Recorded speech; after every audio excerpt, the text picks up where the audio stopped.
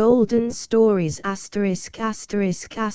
Golden Stories, a selection of the best fiction by the foremost writers. Publishers Mark New York, The Short Stories Company, 1909. All rights reserved, including that of translation into foreign languages, including the Scandinavian copyright, 1908 to 1909.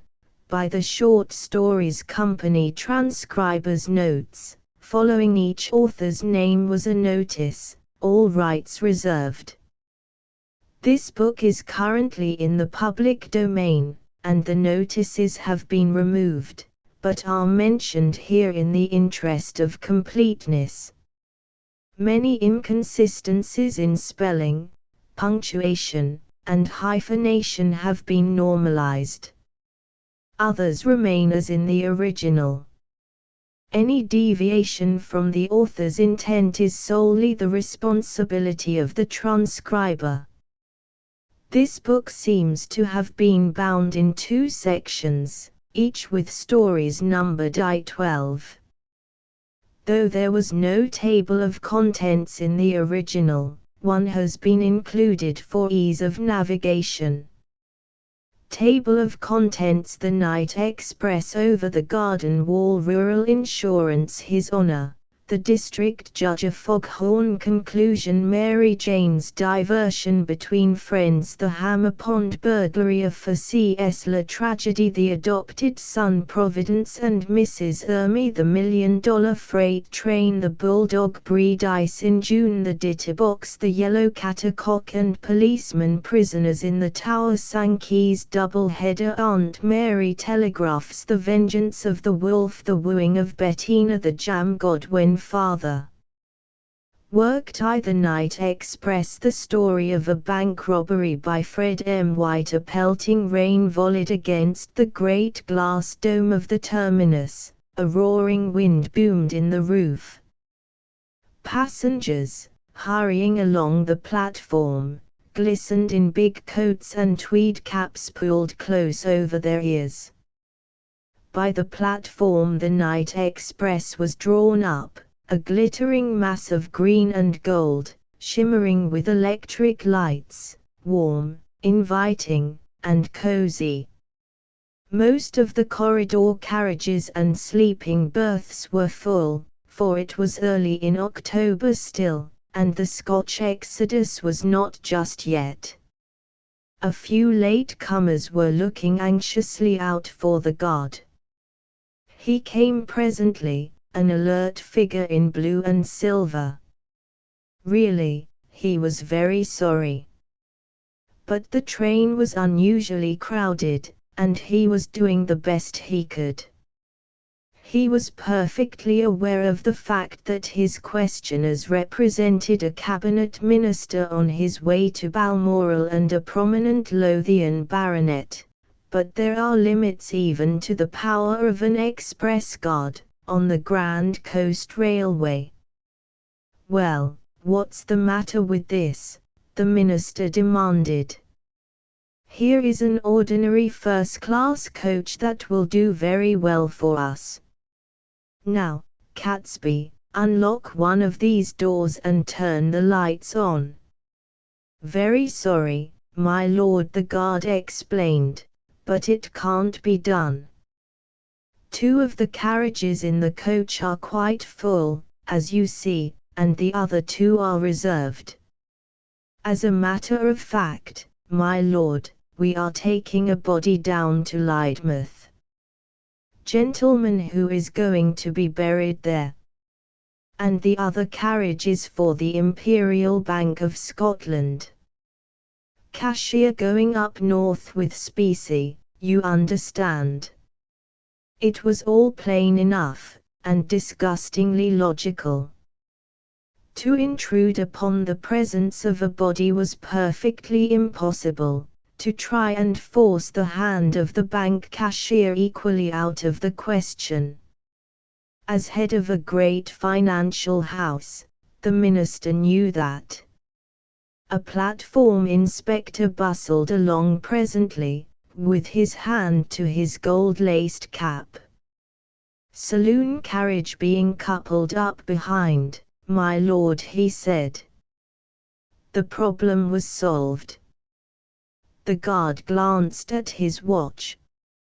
It seemed to him that both the bank messenger and the undertaker were cutting it fine. The coffin came presently on a hand truck, a black velvet pall lay over it, and on the sombre cloth a wreath or two of white lilies. The door of the carriage was closed presently, and the blinds drawn discreetly close. Following behind this came a barrow in charge of a couple of platform police. On the barrow were 2 square deal boxes, heavy out of all proportion to their size. These were deposited presently to the satisfaction of a little nervous-looking man in gold-rimmed glasses. Mr. George Skidmore, of the Imperial Bank, had his share of ordinary courage, but he had an imagination, too, and he particularly disliked these periodical trips to branch banks, in convoy, so to speak. He took no risks. "Awful night, sir," the guard observed. "Rather lucky to get a carriage to yourself, sir." "Don't suppose you would have done so, only we're taking a corpse as far as Lydmouth, which is our first stop." "Really?" Skidmore said carelessly. "Ill wind that blows nobody good, Catesby. I may be overcautious, but I much prefer a carriage to myself. And my people prefer it, too. That's why we always give the railway authorities a few days' notice. One can't be too careful, Catesby." The guard supposed not. He was slightly, yet discreetly, amused to see Mr. Skidmore glance under the seats of the first-class carriage. Certainly there was nobody either there or on the racks. The carriage at the far side was locked, and so, now, was the door next the platform. The great glass dome was brilliantly lighted so that anything suspicious would have been detected instantly. The guard's whistle rang out shrill and clear, and Catesby had a glimpse of Mr. Skidmore making himself comfortable as he swung himself into his van. The great green and gold serpent with the brilliant electric eyes fought its way sinuously into the throat of the wet and riotous night on its first stage of over 200 miles. Lydmouth would be the first stop. So far Mr. Skidmore had nothing to worry him, nothing, that is, except the outside chance of a bad accident. He did not anticipate, however, that some miscreant might deliberately wreck the train on the off chance of looting those plain deal boxes. The class of thief that banks have to fear is not guilty of such clumsiness. Unquestionably nothing could happen on this side of Lydmouth. The train was roaring along now through the fierce gale at 60-odd miles an hour. Skidmore had the carriage to himself, and was not the snug, brilliantly lighted compartment made of steel. On one side was the carriage with the coffin, on the other side another compartment filled with a party of sportsmen going north. Skidmore had noticed the 4 of them playing bridge just before he slipped into his own carriage. Really, he had nothing to fear. He lay back comfortably wondering how Poe or Gaboriau would have handled such a situation with a successful robbery behind it. There are limits, of course, both to a novelist's imagination and a clever thief's process of invention. So, therefore, 3 hours and 20 minutes later the express pulled up at Lydmouth. The station clock indicated the hour to be 11:23. Catesby swung himself out of his van onto the shining wet platform. Only one passenger was waiting there, but nobody alighted. Catesby was sure of this, because he was on the flags before a door could be opened. He came forward to give a hand with the coffin in the compartment next to Skidmore's. Then he noticed, to his surprise, that the glass in the carriage window was smashed. He could see that the little cashier was huddled up strangely in one corner. And Catesby could see also that the 2 boxes of bullion were gone. Catesby's heart was thumping against his ribs as he fumbled with his key. He laid his hand upon Skidmore's shoulder, but the latter did not move. The fair hair hung in a mass on the side of his forehead, and here it was fair no longer. There was a hole with something horribly red and slimy oozing from it. The carpet on the floor was piled up in a heap, there were red smears on the cushions. It was quite evident that a struggle had taken place here. The shattered glass in the window testified to that. And the boxes were gone, and Skidmore had been murdered by some assailant who had shot him through the brain. And this mysterious antagonist had got off with the bullion, too. A thing incredible, amazing, impossible, but there it was. By some extraordinary method or another the audacious criminal had boarded an express train traveling at 60 miles an hour in the teeth of a gale. He had contrived to enter the cashier's carriage and remove specie to the amount of £8,000. It was impossible that only one man could have carried it. But all the same it was gone. Catesby pulled himself together. He was perfectly certain that nobody at present on the train had been guilty of this thing. He was perfectly certain that nobody had left the train. Nobody could have done so after entering the station without the guard's knowledge, and to have attempted such a thing on the far side of the river bridge would have been certain death to anybody. There was a long viaduct here, posts and pillars and chains, with tragedy lurking anywhere for the madman who attempted such a thing. And until the viaduct was reached the express had not slackened speed. Besides, the thief who had the courage and intelligence and daring to carry out a robbery like this was not the man to leave an express train traveling at a speed of upwards of 60 miles an hour. The train had to proceed, there was no help for it. There was a hurried conference between Catesby and the station master. After that the electric lamps in the dead man's carriage were unshipped, and the blinds pulled down. The matter would be fully investigated when Edinburgh was reached. Meanwhile the station master at Lydmouth would telephone the Scotch capital and let them know there what they had to expect.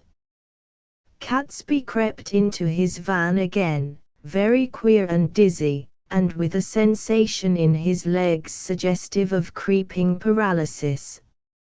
Naturally, the mystery of the night express caused a great sensation. Nothing like it had been known since the great crime on the south coast, which is connected with the name of Lefroy. But that was not so much a mystery as a manhunt. There the criminal had been identified. But here there was no trace and no clue whatever. It was in vain that the Scotland Yard authorities tried to shake the evidence of the god, Catesby. He refused to make any admissions that would permit the police even to build up a theory. He was absolutely certain that Mr. Skidmore had been alone in the carriage at the moment that the express left London. He was absolutely certain that he had locked the door of the compartment, and the engine driver could testify that the train had never travelled at a less speed than 60 miles an hour until the bridge over the river leading into Lydmouth station was reached. Even then nobody could have dropped off the train without the risk of certain death. Inspector Merrick was bound to admit this himself when he went over the spot.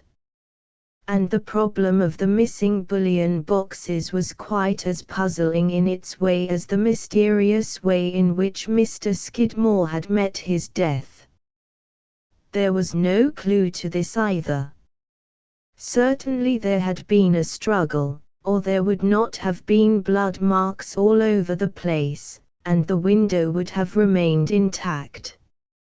Skidmore had probably been forced back into his seat, or he had collapsed there after the fatal shot was fired. The unfortunate man had been shot through the brain with an ordinary revolver of common pattern, so that for the purpose of proof the bullet was useless. There were no finger marks on the carriage door, a proof that the murderer had either worn gloves or that he had carefully removed all traces with a cloth of some kind. It was obvious, too, that a criminal of this class would take no risks, especially as there was no chance of his being hurried, seeing that he had had 3 clear hours for his work. The more the police went into the matter, the more puzzled they were. It was not a difficult matter to establish the bona fides of the passengers who travelled in the next coach with Skidmore, and as to the rest it did not matter. Nobody could possibly have left any of the corridor coaches without attracting notice. Indeed, the very suggestion was absurd. And there the matter rested for 3 days. It must not be supposed that the authorities had been altogether idle. Inspector Merrick spent most of his time traveling up and down the line by slow local trains on the off chance of hearing some significant incident that might lead to a clue. There was one thing obvious: the bullion boxes must have been thrown off the train at some spot arranged between the active thief and his confederates. For this was too big a thing to be entirely the work of one man. Some of the gang must have been waiting along the line in readiness to receive the boxes and carry them to a place of safety.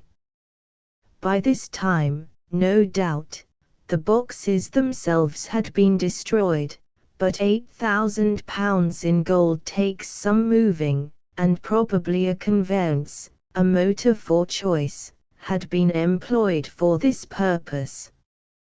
But nobody appeared to have seen or heard anything suspicious on the night of the murder. No prowling gamekeeper or watcher had noticed anything out of the common. Along the Essex and Norfolk marshes, where the Grand Coast Railway wound along like a steel snake, they had taken their desolate and dreary way. True, the dead body of a man had been found in the fowling nets up in the mouth of the Little Ouse, and nobody seemed to know who he was, but there could be no connection between this unhappy individual and the express criminal. Merrick shook his head as he listened to this from a labourer in a roadside public house where he was making a frugal lunch on bread and cheese. "What do you call fowling nets?" Merrick asked. "Why, what they catch is the birds in the rustic," explained thousands and thousands of duck and teal and widgeon they catches at this time of year. There's miles of nets along the road, great big nets like fowl runs. Ye didn't happen to see any on 'em as ye came along in the train? Now I come to think of it, yes, Merrick said thoughtfully. I was rather struck by all that netting. So they catch sea birds that way? Catches 'em by the thousand, they does. Birds fly against the netting in the dark and get entangled. Ducks they get by ticking 'em into a sort of cage with decoys. There's some of 'em stands the best part of half a mile long, covered in over the top like great cages. Ain't bad sport, either. Merrick nodded. He recollected it all clearly now. He recalled the wide, desolate mud flats running right up to the railway embankment for some miles. At high tide the mud flats were under water, and out of these the great mass of network rose both horizontally and perpendicular. And in this tangle the dead body of a man had been found after the storm. There was nothing really significant in the fact that the body had been discovered soon after the murder of Mr. George Skidmore. Still, there might be a connection between the two incidents. Merrick was going to make inquiries. He was after what looked like 1,000,000 to 1 chance. But then Merrick was a detective with an imagination, which was one of the reasons why he had been appointed to the job. It was essentially a case for the theoretical man. It baffled all the established rules of the game. Late the same afternoon Merrick arrived at Little Wallingham by means of a baker's cart. It was here that the body of the drowned man lay awaiting the slim chances of identity. If nothing transpired during the next 48 hours, the corpse would be buried by the parish authorities. The village policeman acted as Merrick's guide. It was an event in his life that he was not likely to forget. A stranger to these parts, I should say, sir, the local officer said.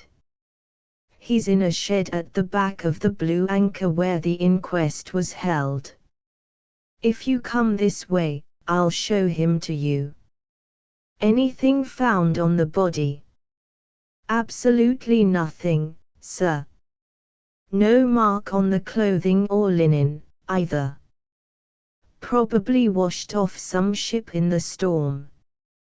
Pockets were quite empty, too. And no signs of foul play. There you are, sir. Casually enough Merrick bent over the still, white form lying there.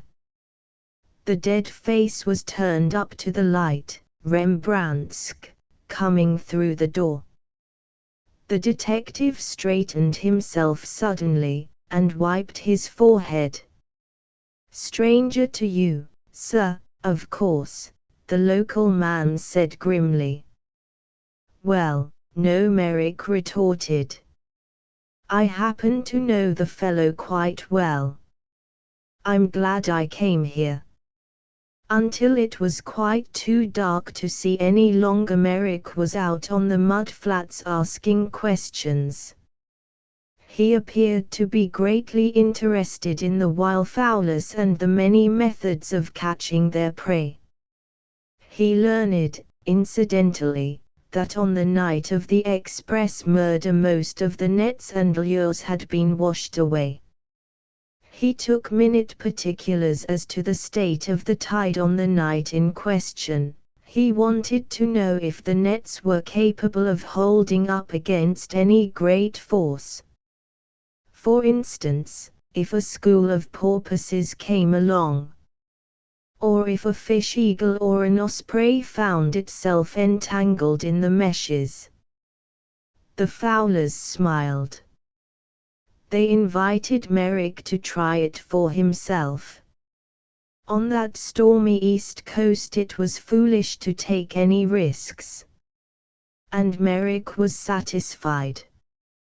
As a matter of fact, he was more than satisfied. He was really beginning to see his way at last. By the time he got back to his headquarters again, he had practically reconstructed the crime. As he stood on the railway permanent way, gazing down into the network of the Fowlers below, he smiled to himself. He could have tossed a biscuit onto the top of the long lengths of tarred and knotted rigging. Later on he telephoned to the London terminus of the Grand Coast Railway for the people there to place the services of Catesby at his disposal for a day or two. Could Catesby meet him at Lydmouth tomorrow? The guard could and did. He frankly admitted that he was grateful for the little holiday. He looked as if he wanted it. The corners of his mouth twitched, his hands were shaky. "It's nerves, Mr. Merrick," he explained. "We all suffer from them at times. Only we don't like the company to know it, ye understand. To tell the truth, I've never got over that affair at the junction here 8 years ago. I expect you remember that." Merrick nodded. Catesby was alluding to a great railway tragedy which had taken place outside Lydmouth station some few years back. It had been a most disastrous affair for a local express, and Catesby had been acting as guard to the train. He spoke of it under his breath. "I dream of it occasionally even now," he said. The engine left the line and dragged the train over the embankment into the river. If you ask me how I managed to escape, I can't tell you. I never come into Lydmouth with the night express now without my head out of the window of the van right away from the viaduct till she pulls up at the station. And what's more, I never shall. It isn't fear, mind you, because I've as much pluck as any man. It's just nerves. We get 'em in our profession, too." Merrick smiled. "Did you happen to be looking out of the window on the night of the murder?" "Yes, and every other night, too. Haven't I just told you so? Directly we strike the viaduct I come to my feet by instinct. Always look out the same side, I suppose?" "Yes, on the left. That's the platform side, you understand. Then if anybody had left the train there, anybody left the train. Why, we were traveling at 50 miles an hour when we reached the viaduct." "Oh, yes, if anybody had left the train I should have been bound to see them, of course. But you can't see out of both windows at once. Nobody could leave the train by the other side. The stone parapet of the viaduct almost touches the footboard, and there's a drop of 90 feet below that. Of course I see what you are driving at, Mr. Merrick. Now look here. I locked Mr. Skidmore in the carriage myself, and I can prove that nobody got in before we left London. That would have been too dangerous a game so long as the train was passing any number of brilliantly lighted stations, and by the time we got into the open we were going at 60 miles an hour. That speed never slackened till we were just outside Lydmouth, and I was watching at the moment that our pace dropped. I had my head out of the window of my van till we pulled up by the platform. I am prepared to swear to all this if you like. Lord knows how the thing was done, and I don't suppose anybody else ever will. You are mistaken there, said Merrick dryly. Now, what puzzles you, of course, is the manner in which the murderer left the train. Well, isn't that the whole mystery? Not to me. That's the part I really do know. Not that I can take any great credit to myself, because luck helped me. It was, perhaps, the most amazing piece of luck I have ever had. It was my duty, of course, to take no chances, and I didn't. But we'll come to that presently. Let it suffice for the moment that I know how the murderer left the train. What puzzles me is to know how he got on it. We can dismiss every other passenger in the train, and we need not look for an accomplice. There were accomplices, of course, but they were not on the express. Why didn't Mr. Skidmore travel in one of the corridor coaches? He was too nervous.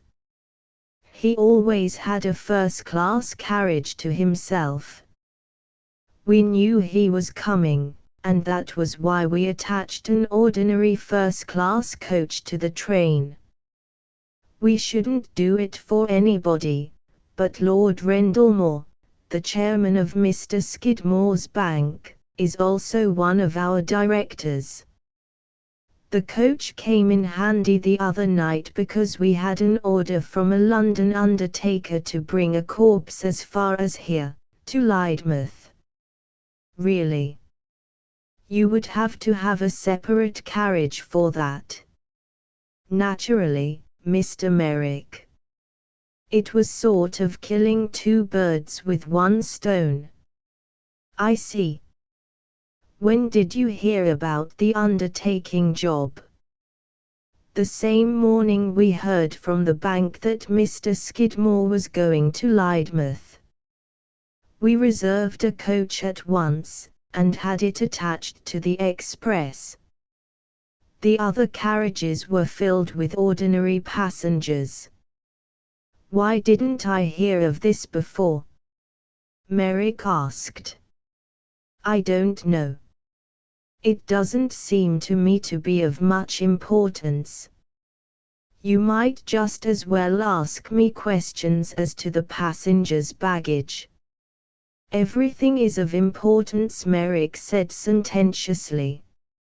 In our profession, there are no such things as trifles. I suppose there will be no difficulty in getting at the facts of this corpse business. I'll make inquiries here presently. So far Merrick professed himself to be satisfied. But there were still difficulties in the way. The station people had a clear recollection of the receipt of a coffin on the night of the tragedy, and, late as it was, the gruesome thing had been fetched away by the people whom it was consigned to. A plain hearse, drawn by one horse, had been driven into the station yard. The consignment note had been receipted in the usual way, and there was an end of the matter. Lydmouth was a big place, with nearly 250,000 of inhabitants, and would necessarily contain a good many people in the undertaking line. Clearly it was no business of the railway company to take this thing any further. Merrick admitted that freely enough. It was nearly dark when he came back to the station, profoundly dissatisfied with a wasted afternoon. No good, he told Catesby. At the same time there are consolations. And, after all, I am merely confirming my suspicions. I suppose your people here are on the telephone. If so, I should like to send a message to your head office. I want the name of the firm in London who consigned the coffin here. I suppose the station master could manage this for me. An hour or so later the information came. Merrick, at the telephone, wanted a little further assistance. Would the Grand Coast Railway call up the undertaker's firm whilst he held the line and ask the full particulars as to the body sent from London to Lydmouth?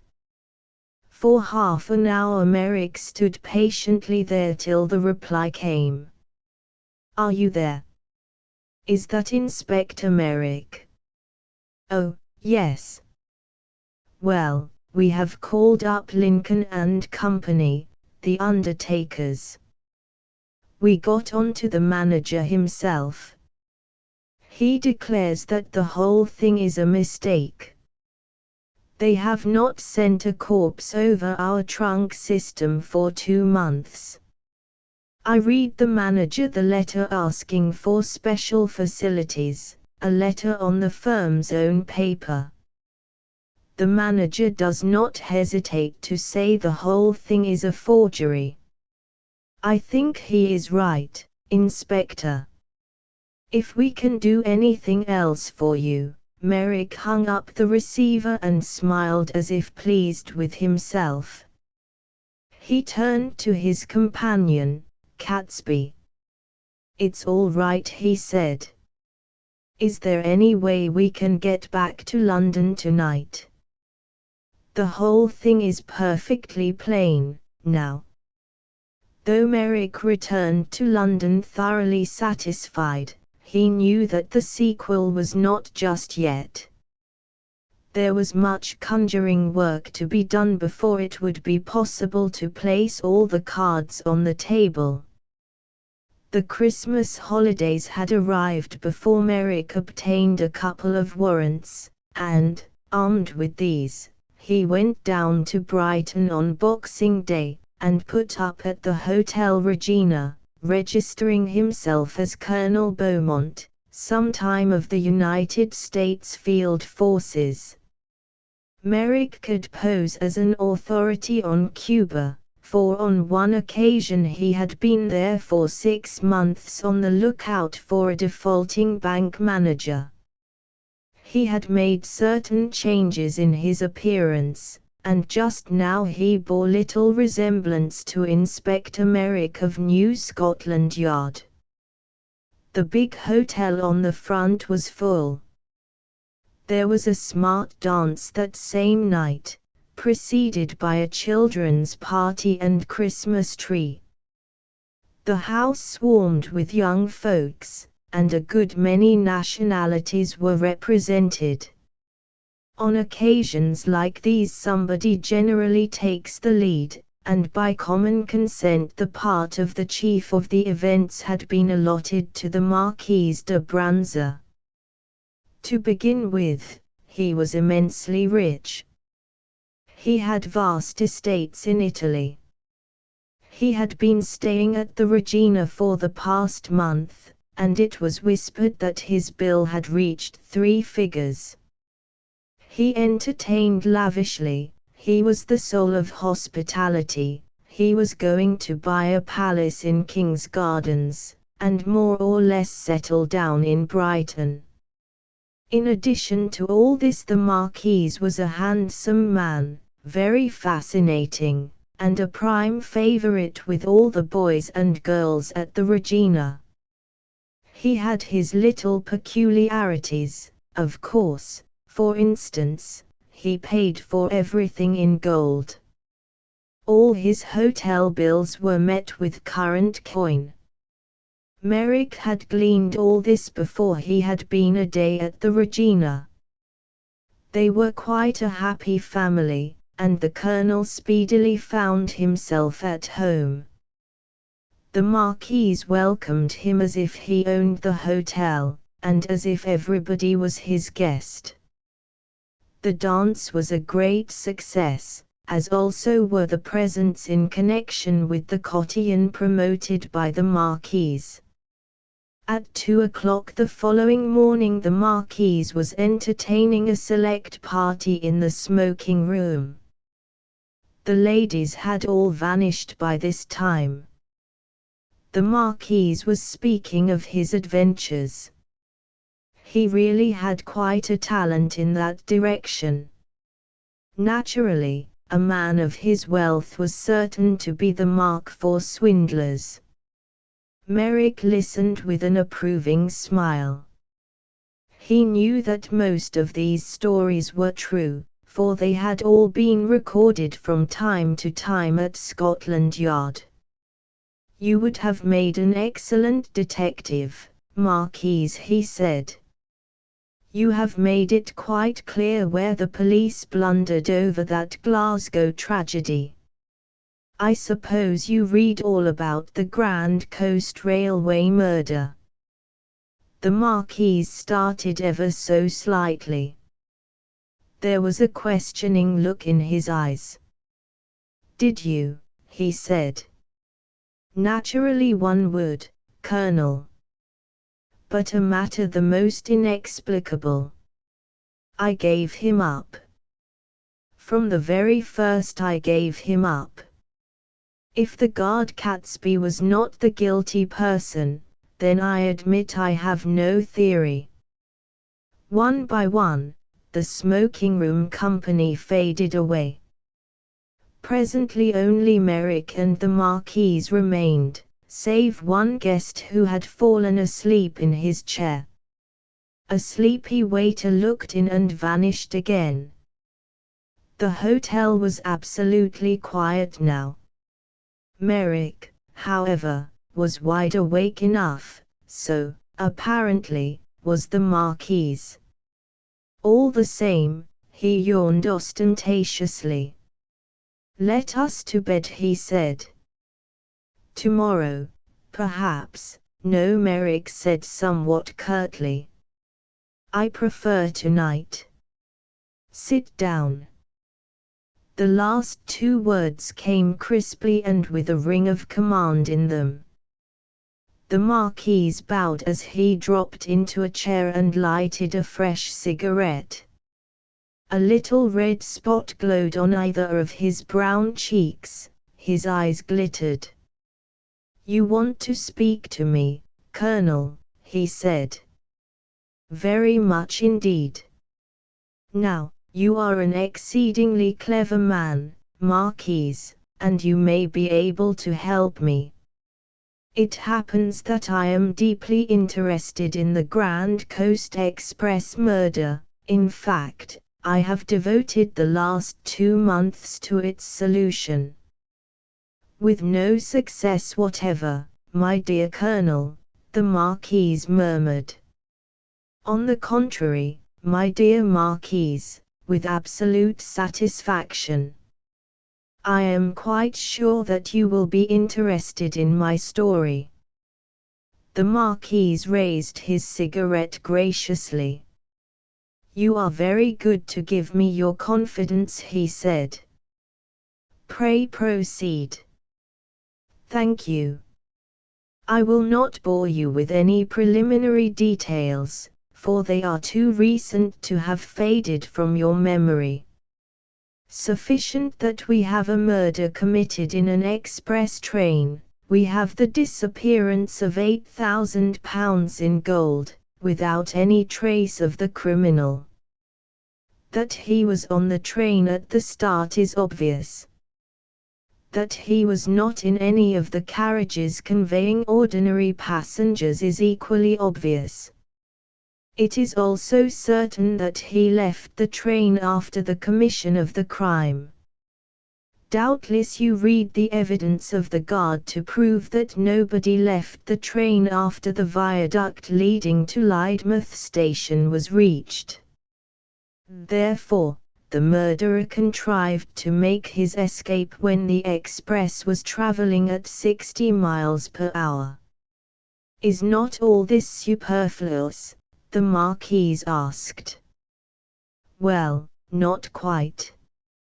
I am going to tell you how the murderer joined the train and how he left it after the murder and the robbery. You are going to tell me that? Is it possible? I think so, Merrick said modestly. Now, Mr. Skidmore had a compartment to himself. He was locked in the very last thing, and nobody joined the train afterward. Naturally, an amateur detective like myself wanted to know who was in the adjoining compartments. 3 of these could be dismissed at once. But in the 4th there was a corpse. But there was no mention of that at the inquest. No, but the fact remains. A corpse in a coffin. In a dark compartment with the blinds down. And, strangely enough, the firm of undertakers who consigned, or were supposed to consign, the body to Lydmouth denied the whole business. Therefore, it is only fair to suppose that the whole thing was a put-up job to get a compartment in the coach that Mr. Skidmore travelled by. I am going to assume that in that coffin the murderer lay concealed. But let me give you a light. Your cigarette is out. I smoke no more, the Marquise said. My throat, he is dry. And then, the first part is easy. The man gets out of the coffin and proceeds to fill it with some heavy substance which has been smuggled into the carriage under the pall. He screws the lid down and presently makes his way along the footboard to the next compartment. An athlete in good condition could do that. In fact, a sailor has done it in a drunken freak more than once. Mind you, I don't say that murder was intended in the first instance, but will presume that there was a struggle. The thief probably lost his temper, and perhaps Mr. Skidmore irritated him.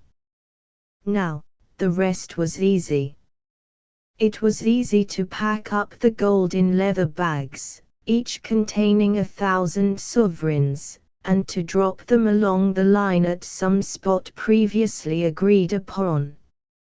I have no doubt that the murderer and his accomplices travelled many times up and down the line before the details were finally settled.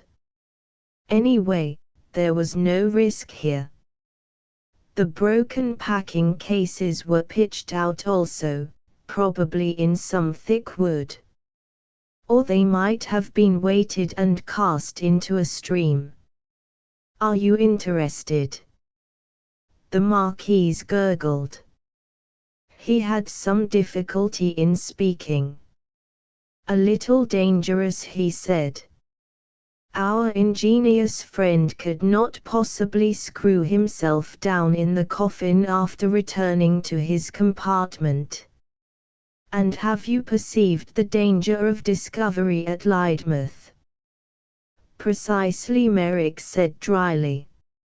It is refreshing to meet with so luminous a mind as yours. There were many dangers, many risks to take. The train might have been stopped, lots of things might have happened. It would be far better for the man to leave the express. And he did so. The express at top speed. Impossible. To the ordinary individual, yes. But then, you see, this was not an ordinary individual. He was, let us suppose, an acrobat, a man of great nerve and courage, accustomed to trapeze work and the use of the diving net. But Colonel, pardon me, where does the net come in? The net came in at a place near Little Wallingham, on the Norfolk coast. There are miles of net up there, trap and flight nets close by the side of the line. These nets are wide and strong, they run many furlongs without supports, so that an acrobat could easily turn a somersault onto one of these at a given spot without the slightest risk. He could study out the precise spot carefully beforehand. There are lightships on the sands to act as guides. I have been down to the spot and studied it all out for myself. The thing is quite easy for the class of man I mean. I am not taking any great credit to myself, because I happened to see the body of the man who essayed that experiment. I recognized him for, you recognized him. You knew who he was. Certainly. He was Luigi Bianca, who used to perform in London years ago, with his brother Joseph, on the high trapeze. Then one of them got into trouble and subsequently embarked, as the papers say, on a career of crime. And when I saw the body of Luigi I knew at once that he had had a hand in the murder of Mr. Skidmore. When the right spot was reached the fellow took a header in the dark boldly enough, but he did not know that the storm had come with a very high October tide, and washed the nets away. He fell on the sands and dislocated his neck. But I had something to go on with. When I found out about the bogus corpse I began to see my way. I have been making careful inquiries ever since for the other criminal.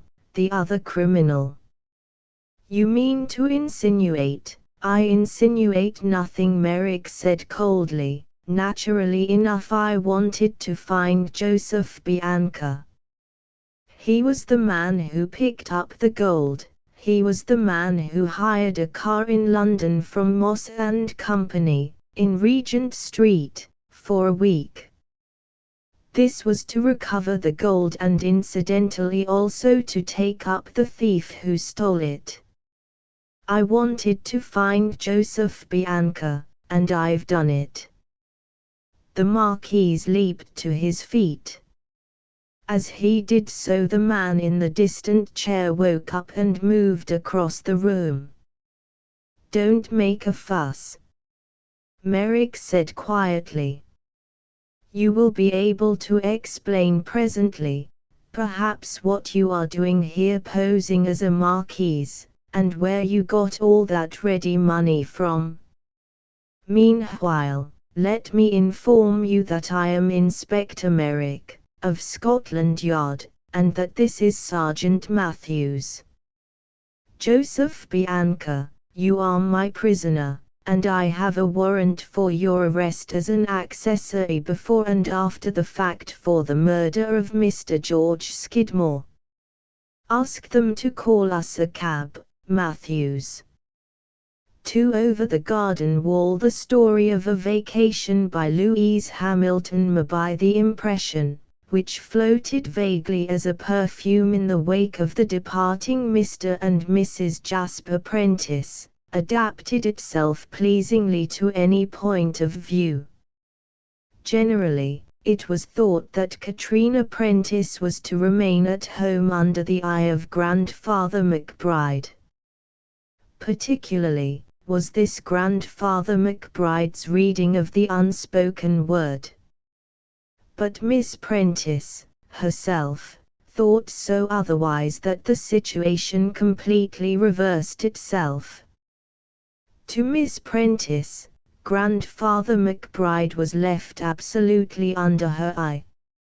Meanwhile the Jasper Prentices, characteristically explaining nothing, commanding nothing, leaving events to work themselves out somehow, as events have been known to do, were off for their month's fishing without undue worry.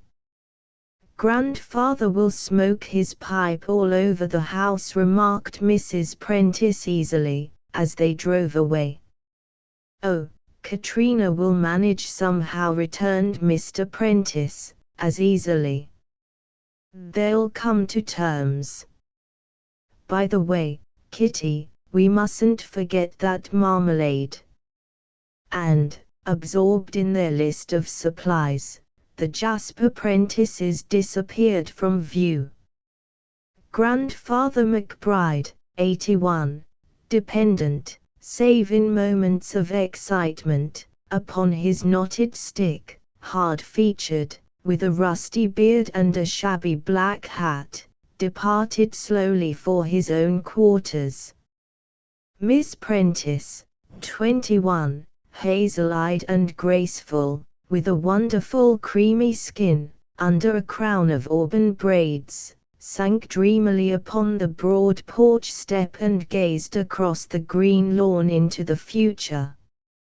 "A whole month," thought Miss Prentice, "of doing as I please, consulting nobody, ordering things, going to places, and coming home to freedom."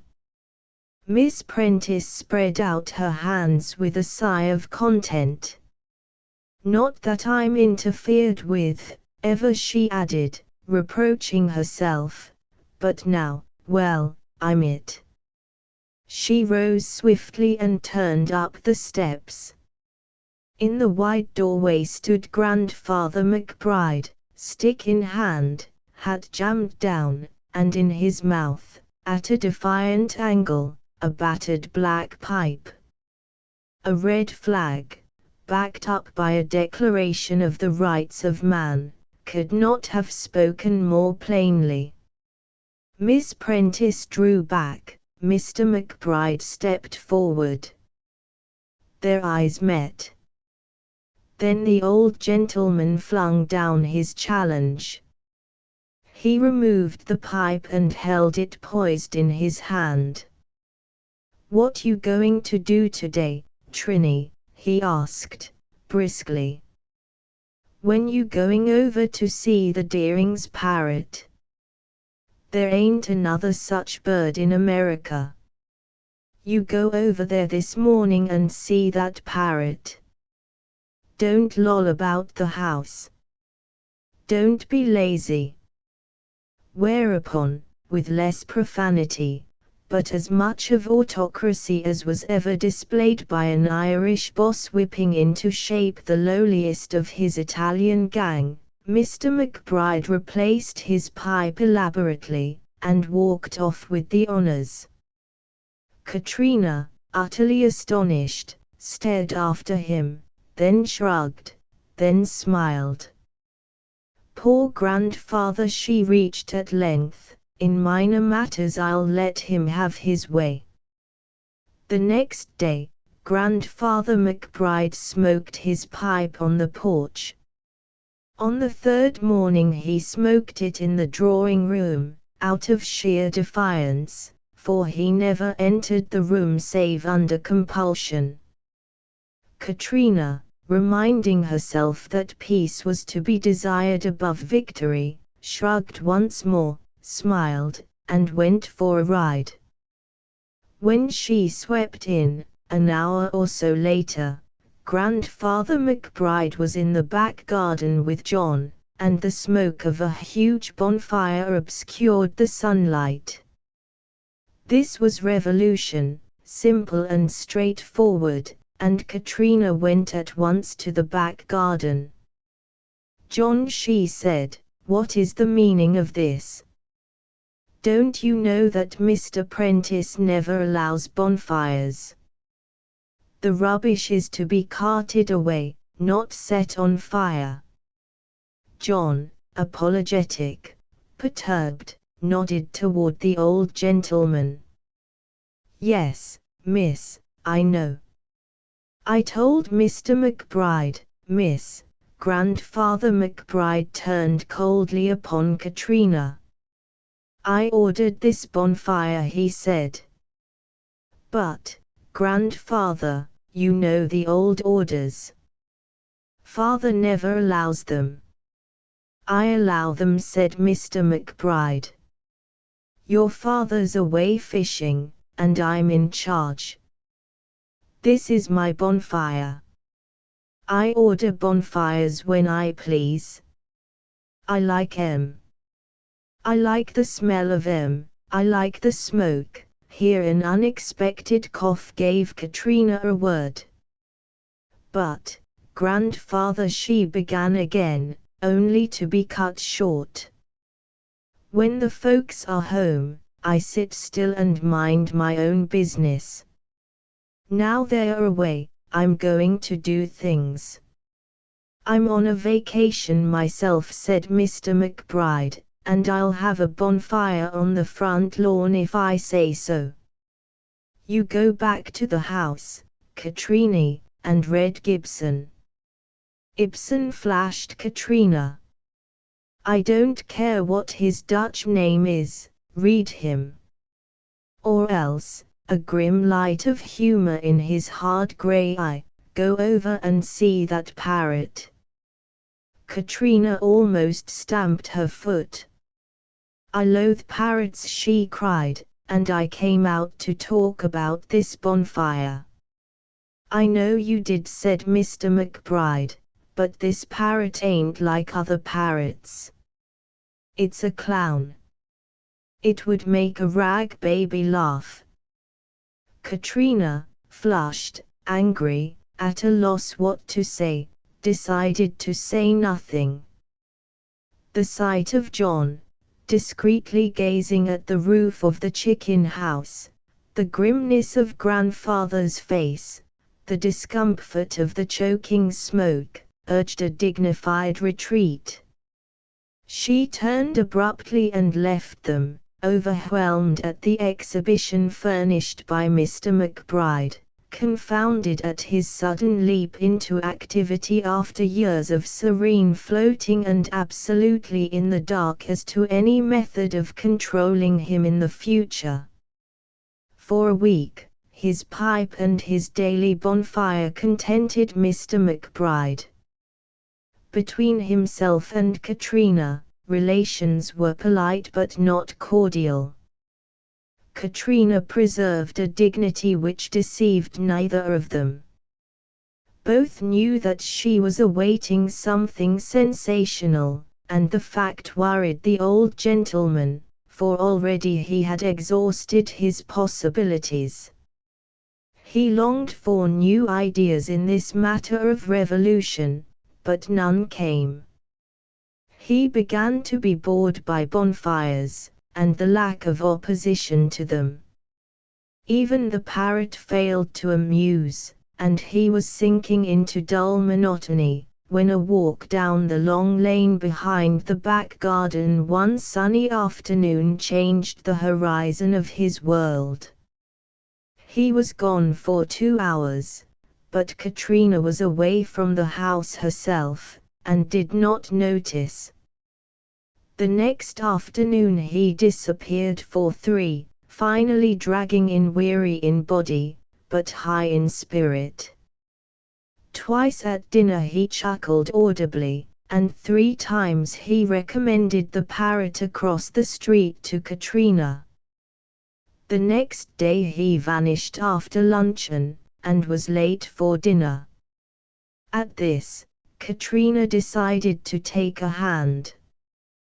"Grandfather," she said abruptly at dessert, after a long interval of silence on both sides, "it's all very well to take a vacation, but there is such a thing as overdoing it. I'm sure you would do nothing that would alarm Mother, and I know that if she were at home she would worry over you. 4 days you have had no nap. Please rest tomorrow. Don't go walking. Let me drive you to the club for luncheon." The old gentleman glanced up at Katrina quickly. I declare if I hadn't forgot all about that fellow till this minute, he said. Speaking of the club, how's Sparks, Katrina? Katrina sat suddenly erect and her color deepened. Do you by any chance mean Mr. Willoughby Park, grandfather? If so, I know nothing whatever about him. I haven't seen him for a week. This with a jerk. Don't you marry that chap, Katrina went on Mr. McBride, unimpressed, and don't you let him come around here. He's no good. A fellow that hangs around a country club when he ain't hanging around a girl, is always no good. You marry a chap with brains, Katrina, even if he ain't so long on the cash. Why, I know a young fellow, Mr. McBride pulled himself up short. You dash in for brains, Trini, and I'll take out my pocket-book. Here he nodded, as if concluding a bargain, but Katrina was already upon her feet. Grandfather McBride, you are growing insufferable, she cried. Simply because I mention the club, you assume that I am angling for a man that has been decently polite to me. I have never been invited to marry Mr. Park. And you give me low advice about laying traps for some other sort of a man. And you mention pocket-books. And you go off alone for hours and come home worn out. And you smoke your horrible old pipe and build your sickening bonfires, just to spite me. I think you are a wretch, and I've worried over you every day since Mother left. Here she stopped suddenly, with a catch in her throat. The old gentleman looked at her silently. Then he got up and came around the table. Awkwardly, he patted her shoulder. Katrina sat down. I'm glad you don't like Sparks, my dear, said Mr. McBride, leaning on his stick. And don't worry your heart over grandfather, Trini. Grandfather's no fool. He ain't had so much fun in years. Mr. McBride winked just here, and put on an air of profound mystery. I wonder where you do disappear to, said Katrina. I think I'll go along. Don't you do that, spoke up Mr. McBride alertly. Don't you do that. A man can't stand a woman tagging at his heels. He's got to have room, and air to breathe. Smoke, you mean, put in Katrina, with returning spirit, and I warn you, grandfather, that if you make fires off our place, you'll be arrested. Pooh! Fires, said Mr. McBride contemptuously. Amusement for children. I ain't a markin' fires these days, Katrina. I've got other things to do. And, with a final pat upon her shoulder, and a last most telling wink, Grandfather McBride dragged himself wearily, but triumphantly, to bed. When Katrina, on the lookout next afternoon, saw Mr. McBride join John in the back garden, hold with him a whispered consultation broken by many stealthy glances toward the house, and finally disappear with him down the lane, behind a wheelbarrow laden with boards, she gave orders that she was not at home, waited half an hour, and followed. The lane wound coolly green and deserted from the Prentice place into the heart of the country. Katrina, walking steadily, past her own passed the Graham and the Haskell boundaries, and stopped in surprise. At a branching path hung a new and conspicuous sign. Private road. No trespassing, under penalty of the law. It was a churlish sign. The people of the neighborhood, a summer settlement of friends and pleasant informalities, were used to no such signs.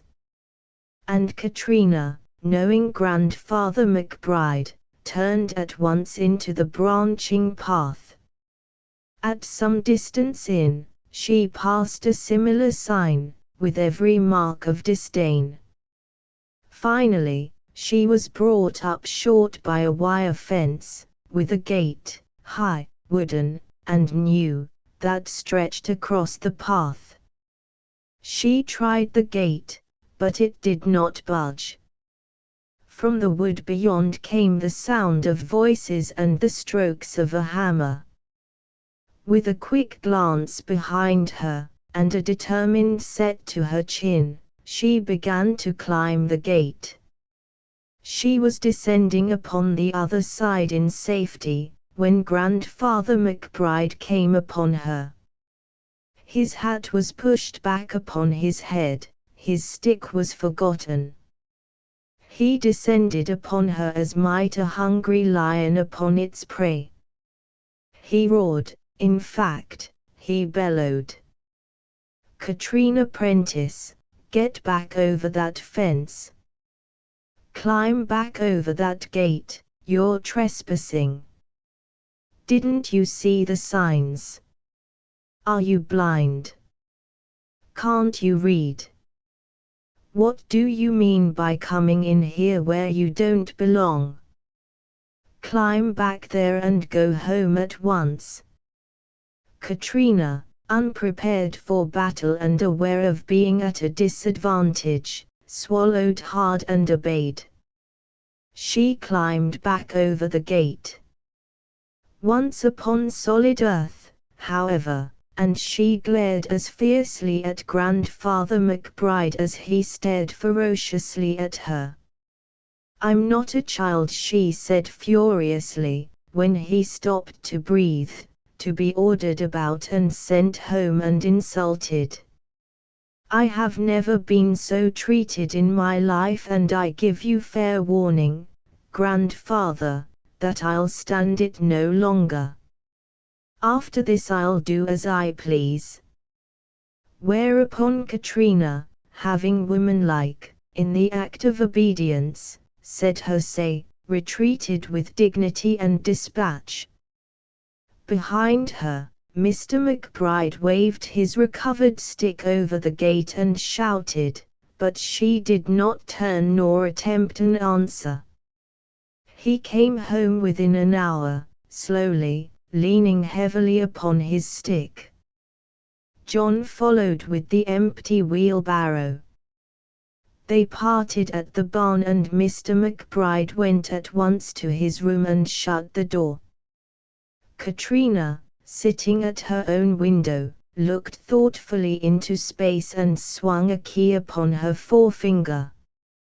After a time she stood up, smoothed her hair and pinned on her wide, rose-laden hat. Then she went down the hall quietly, stopped before Mr. McBride's door, and listened a moment. A gentle snore proclaimed Mr. McBride's occupation. Katrina fitted the key into the lock and turned it, took it out again and slipped it beneath the corner of the rug, listened a further moment and then walked down the stairs, out through the back garden, and, with a final glance behind her, turned once more into the green and deserted lane. It must be confessed that Katrina started upon her quest in a spirit far removed from that of your single-minded explorer. She was urged by a variety of causes. Among them was a determination to disobey Grandfather McBride, to serve him with his own medicine, to pay him in his own coin, and to do it as quickly and as frankly as possible. Her rapidly increasing curiosity concerning the region he guarded with so much mystery counted as well, but the paramount force, for Katrina was young enough to take her responsibility seriously, was anxiety over the old gentleman himself. In fact, Katrina departed, as did Lot's wife, with her face and her thought turned backward, a policy not conducive to brilliant success in exploration. This time, however, she was stopped by no one. She passed the gate safely, penetrated the wood and came at length upon a part of Mr. McBride's secret. It was a rough little flight of steps, made with the help of John, the wheelbarrow, and the boards, which led to the top of a high brick wall. The wall astounded Katrina even more than did the steps, which is saying a good deal. The whole elaborate contrivance for keeping people away puzzled Katrina. It was some time before she mounted the steps and looked over the wall, but when she finally did so, she ceased to be merely puzzled. She became lost in a maze of wonder. Stretching before her was a wide expanse of green. Just opposite stood a long, low building of workman-like appearance. At the left was a very presentable rose garden. At the right, a rustic summer house. Surrounding all was the high brick wall. But it was none of these things that amazed Katrina.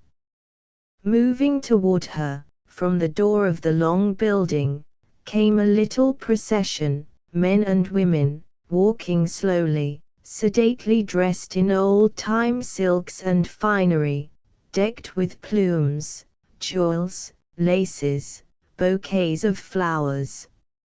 Arrived at a broad space near the summer house, the company, after a series of low and preliminary bows, launched forth into a stately dance. Katrina, conscious of music, descried an individual in very modern blue overalls, who manipulated a phonograph. A voice from beyond the summer house called forth instructions at intervals, with a huskiness vaguely suggestive of old Coney.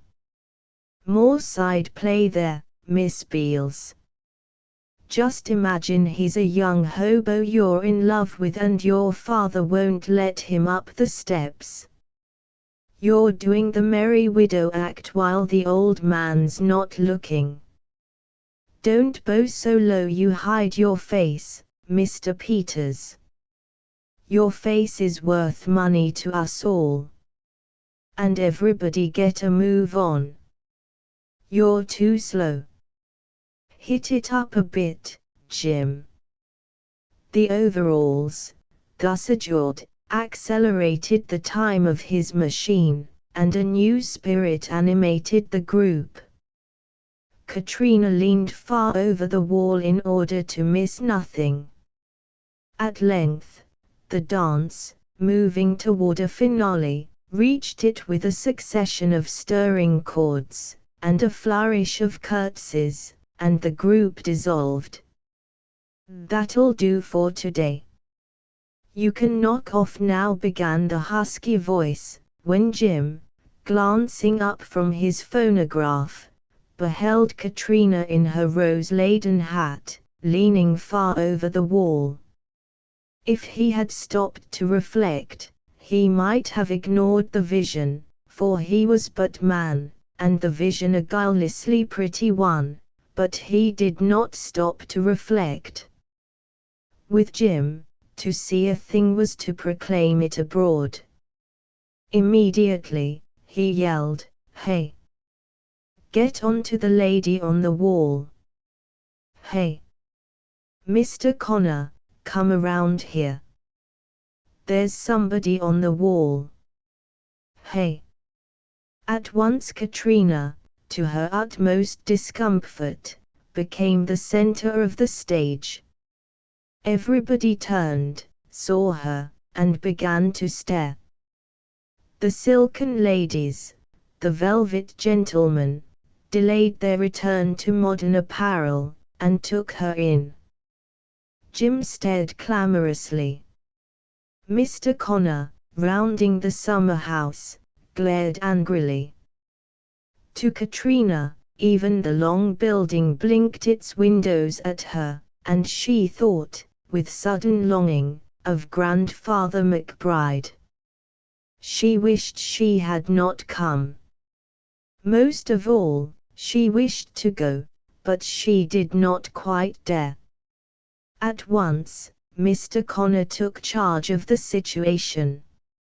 "Say, young lady," he demanded, in a truculent manner, "what do you mean by getting into these grounds and rubberin' at us over our wall? Don't you know you can be run in for passin' those signs? Didn't you see that gate?" "Oh, yes," faltered Katrina, "yes, I saw the gate." "Well, how'd you get past that gate and them signs?" Mr. Connor wanted to know. I climbed the gate," hesitated Katrina. Clearly this was not what Mr. Connor expected.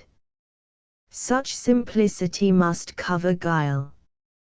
A suppressed smile glimmered through the group and Mr. Connor became more suspicious of Katrina. "I don't want no kidding now, do you hear?" he burst forth. "You're in a tight place, young woman, and you may as well wake up to the fact at once. The Knickerbocker is doing things on a plane of high art, and our methods are our own. Now, I want to know who you represent. And freshness don't go, d'you see?" Katrina hardly heard Mr. Connor.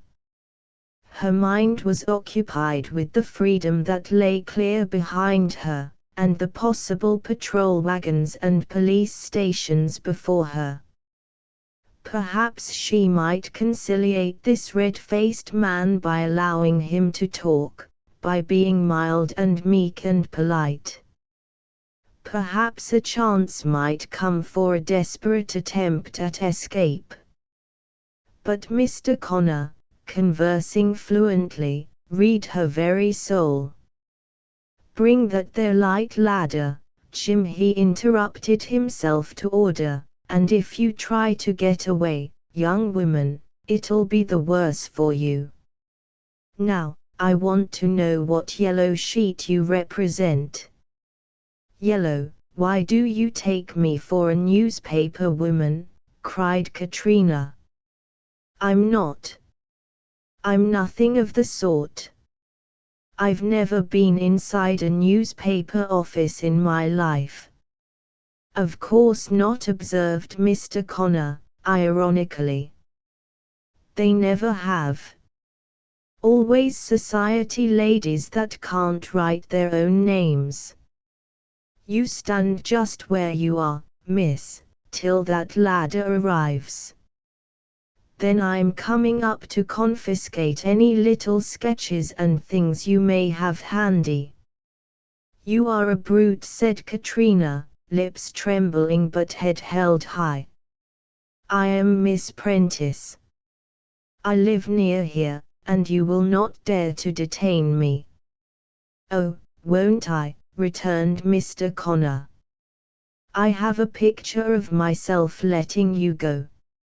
And where the deuce is Jim?" He turned impatiently toward the building across the lawn, then somewhat relaxed his frown. "Oh, well, I can take an orchestra chair," observed Mr. Connor. "Here comes the boss." Katrina, with deepening concern, glanced from Mr. Connor toward the long building. A young man was sprinting across the stretch of green, a clean-cut young man in gray flannels.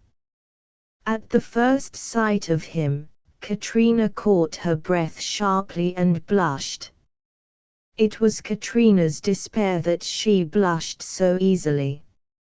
As the young man neared them, the spectators achieved the effect of obliterating themselves from the landscape. They melted into space. There remained the young man, Mr. Connor, and a divinely flushed Katrina.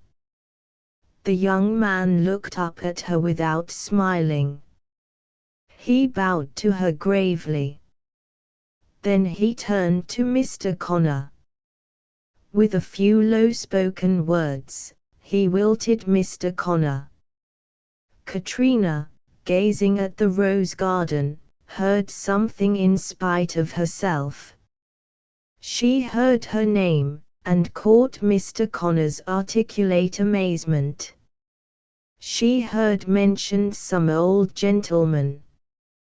She heard a recommendation to Mr. Connor to go more slowly in the future and to mend his manners at all times.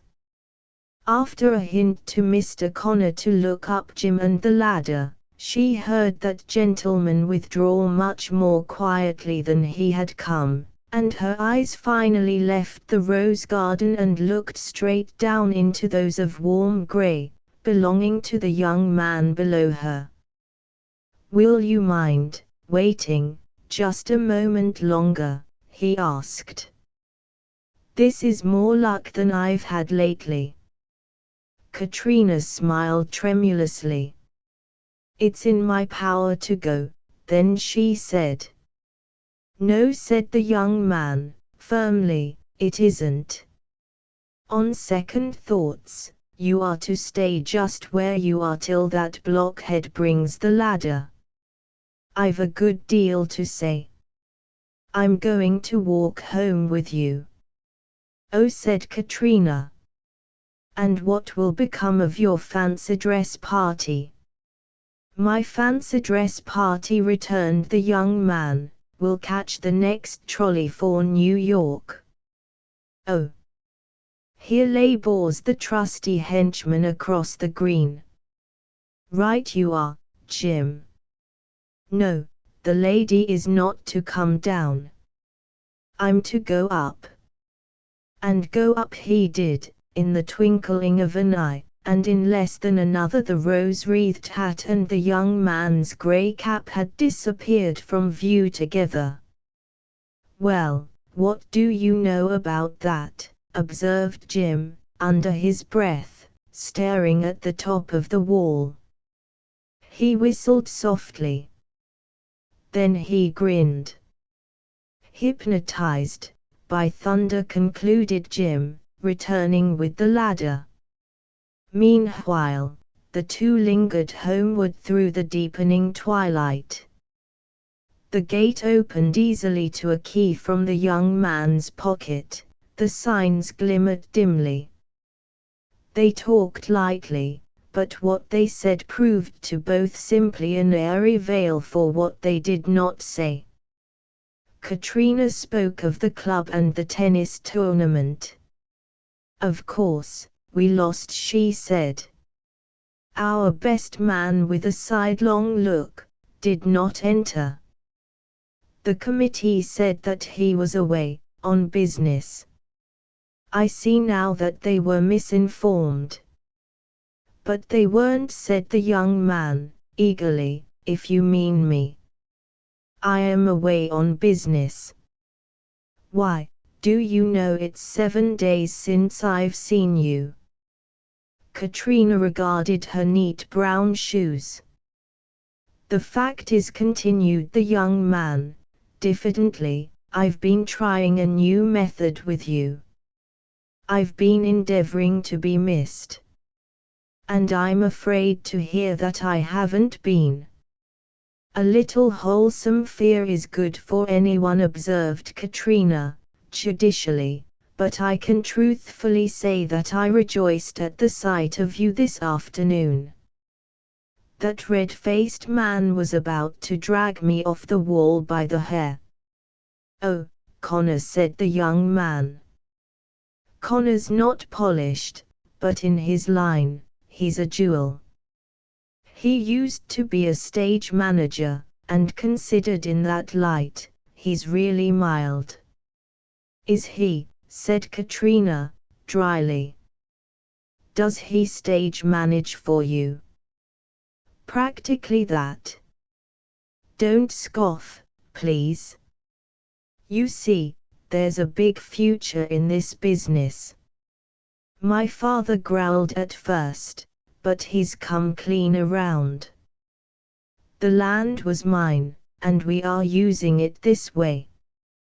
The American public are going in for this thing.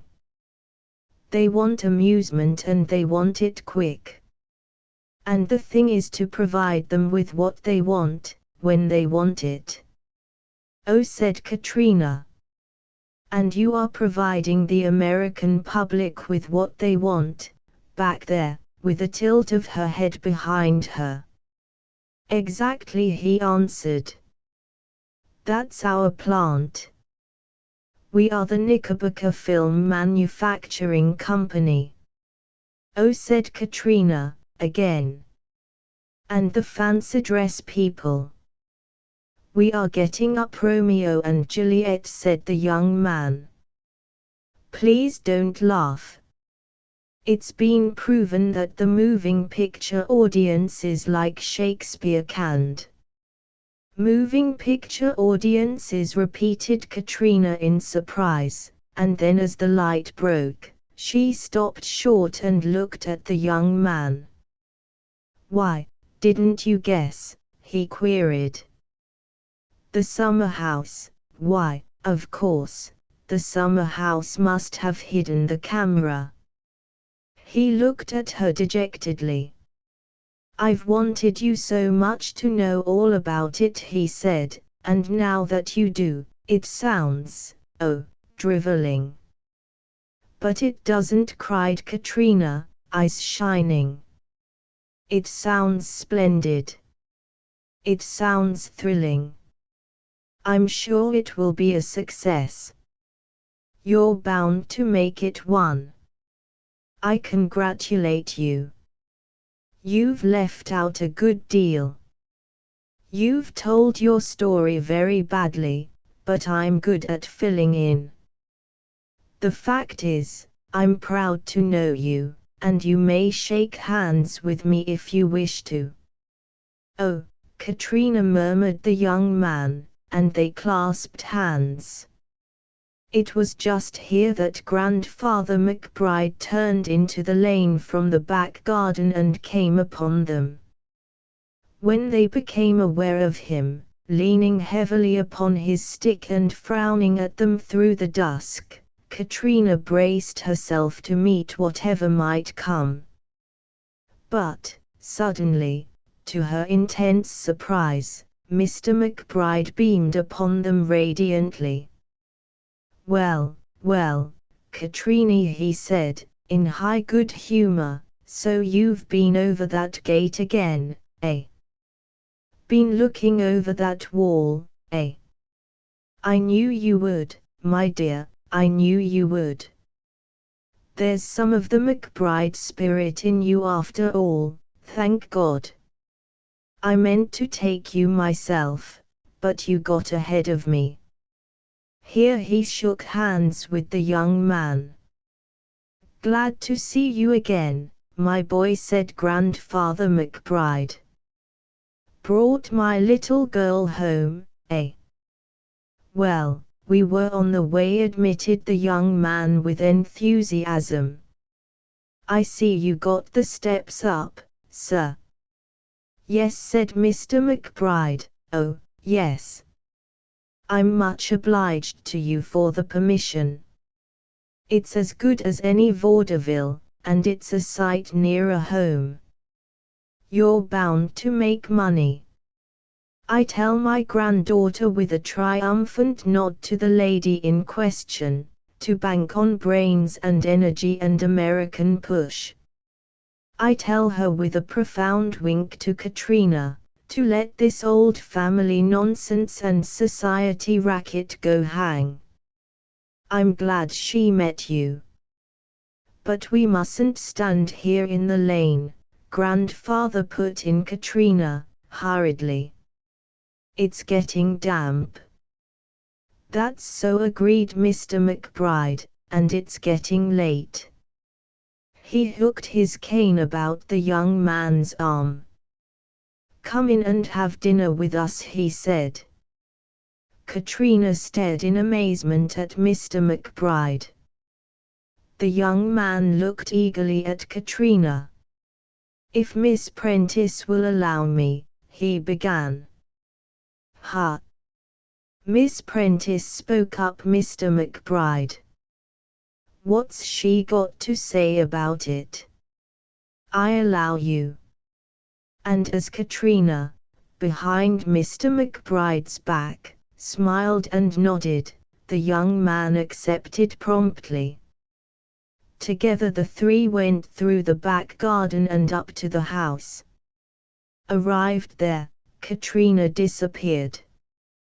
Grandfather McBride, after settling his guest, came straight upstairs and stopped at her door. Little cuss, beamed Mr. McBride, going off, locking up her old grandfather and meeting young chaps. Say, Katrina, he remarked casually, he's a fine fellow, ain't he? Katrina, busy with her hair, nodded. Now, if I was a girl, continued Mr. McBride, diplomatically, and a fellow like that took a shine to me, I'd show a glimmer of sense. I'd up and return it. Would you? Remarked Katrina. I'm glad you like him. You see, Grandfather, you are too smart for me. I didn't know until just now that you had even met Mr. Park.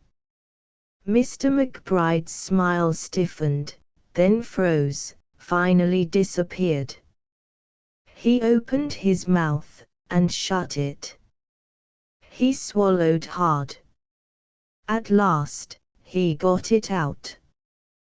Katrina, is that Sparks, that fellow downstairs?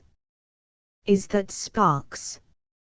Hush, said Katrina. Of course, that is Willoughby Park. Why, Grandfather, didn't you ask his name? No, said Mr. McBride, I didn't. I just saw he was a fine, likely. He stopped abruptly. Well, I'll be damned, said Mr. McBride. Katrina came over to him and put her hand on his shoulder. Mr. McBride looked into space. Standing so, he spoke once more. Do you really like him, Trini? He asked, and although he looked into space, Mr. McBride saw Katrina's blush. He patted her hand once, and left her.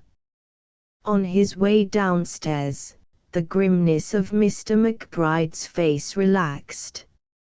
In the lower hall, he went so far as to chuckle. When he joined Mr. Park on the porch, he grinned at him amiably. I'm a good sport, remarked Mr. McBride, irrelevantly, but I know when to retire to my corner and stay there. Say, continued Mr. McBride, unconscious of discrepancies between thought and action, after dinner I'm going to take you children across the street to see that parrot. 3. Rural Insurance. The story of a wayside halt by Clotilde Graves. Exhausted by the effort involved in keeping the thermometer of the closing day of August at an altitude intolerable to the humankind and irksome to the brute, a large, red-hot sun was languidly sinking beyond an extensive belt of dusky brown elms fringing the western boundary of a 70-acre expanse of stubbles diagonally traversed by a parish right-of-way leading from the village of Bensley to the village of Dorton, where A knee-deep crop of grasses, flattened by the passage of the harvest wains, clothed this strip of everyman's land, and a narrow footpath divided the grass down the middle, as a parting divides hair. A snorting sound, which, accompanied by a terrific clatter of old iron and the crunching of road mendings, had been steadily growing from distant to near, and from loud to deafening, now reached a pitch of utter indescribability, and as a large splay-wheeled, tall-funnelled, ploughing engine rolled off the Bensley High Road and lumbered in upon the right-of-way, the powerful bouquet of hot lubricating oil nullified all other smells, and the atmosphere became opaque to the point of solidity. As the dust began to settle, it was possible to observe that attached to the locomotive was a square, solid, wooden van, the movable residence of the stoker, the engineer, and an apprentice, that a Paula cultivator, a fearsome piece of mechanism, apparently composed of second-hand anchors, chain cables, and motor driving wheels, was coupled to the back of the van, and that a bright green water cart brought up the rear. Upon the rotund barrel of this water cart rode a boy. The ploughing engine came to a standstill. The boy got down from the water cart and uncoupled the locomotive from the living van. During the operations, though the boy received many verbal buffets from both his superiors, it was curiously noticeable that the engineer and stoker, while plainly egging one another on to wreak physical retribution upon the body of the neophyte, studiously refrained from personally administering it. "Hook off, can't ye, hook off," commanded the engineer. "I'd like a dumpling, that boy as," he commented to the stoker, as Billy wrought like a grimy goblin at the appointed task. "A clout on the side of it you'd do him good," pronounced the stoker, who was as thin and saturnine as the engineer was stout and good-humored. "Boys need correction." "I'll allow you're right," said the engineer. "But it ain't my business to it Billy for 'is own good. Being own brother to his sister's husband, it's plainly your place to give him what for if he appends to need it." The stoker grunted and the clock belonging to the Anglo-Norman church tower of the village struck 6. Both the engineer and his subordinate wiped their dewy foreheads with their blackened hands, and simultaneously thought of beer. "Us being going up to Bensley for a bit, me and George," said the engineer, "and supposin' Farmer Shrub should come worritin' along this way and ask where us are, what be you going to tell him, Billy boy?" "The truth, I hope," said the stoker, with a vicious look in an eye which was naturally small and artificially bilious. "Ah, but what is the truth to be, this time?" queried the engineer. "Let's get it settled before we go. As far as I'm concerned, the answer Bill is to give in regards to my question o' my whereabouts is, anywhere but in the tap o' the Red Cow." "And everything but decently drunk," retorted the stoker. "That's about it," assented the unsuspecting engineer. The stoker laughed truculently, and Billy ventured upon a faint echo of the jeering cachinnation. The grin died from the boy's face, however, as the engineer promptly relieved a dawning sense of injury by cuffing him upon one side of the head, while the stoker wrung the ear upon the other. "Ow!" who wailed Billy, stanching his flowing tears in the ample sleeve of his coat. "Ow, who? "Stop that blubberin'," you commanded the stoker, who possessed a delicate ear, and make fire and git ready against Alfred and me gets back. You hear me? Yes, plays whimpered Billy. And mind you warms up the cold bacon pie, added the stoker. And don't you forget to knock in the top of that tin o' salmon, added the engineer, and set it on to stew a bit.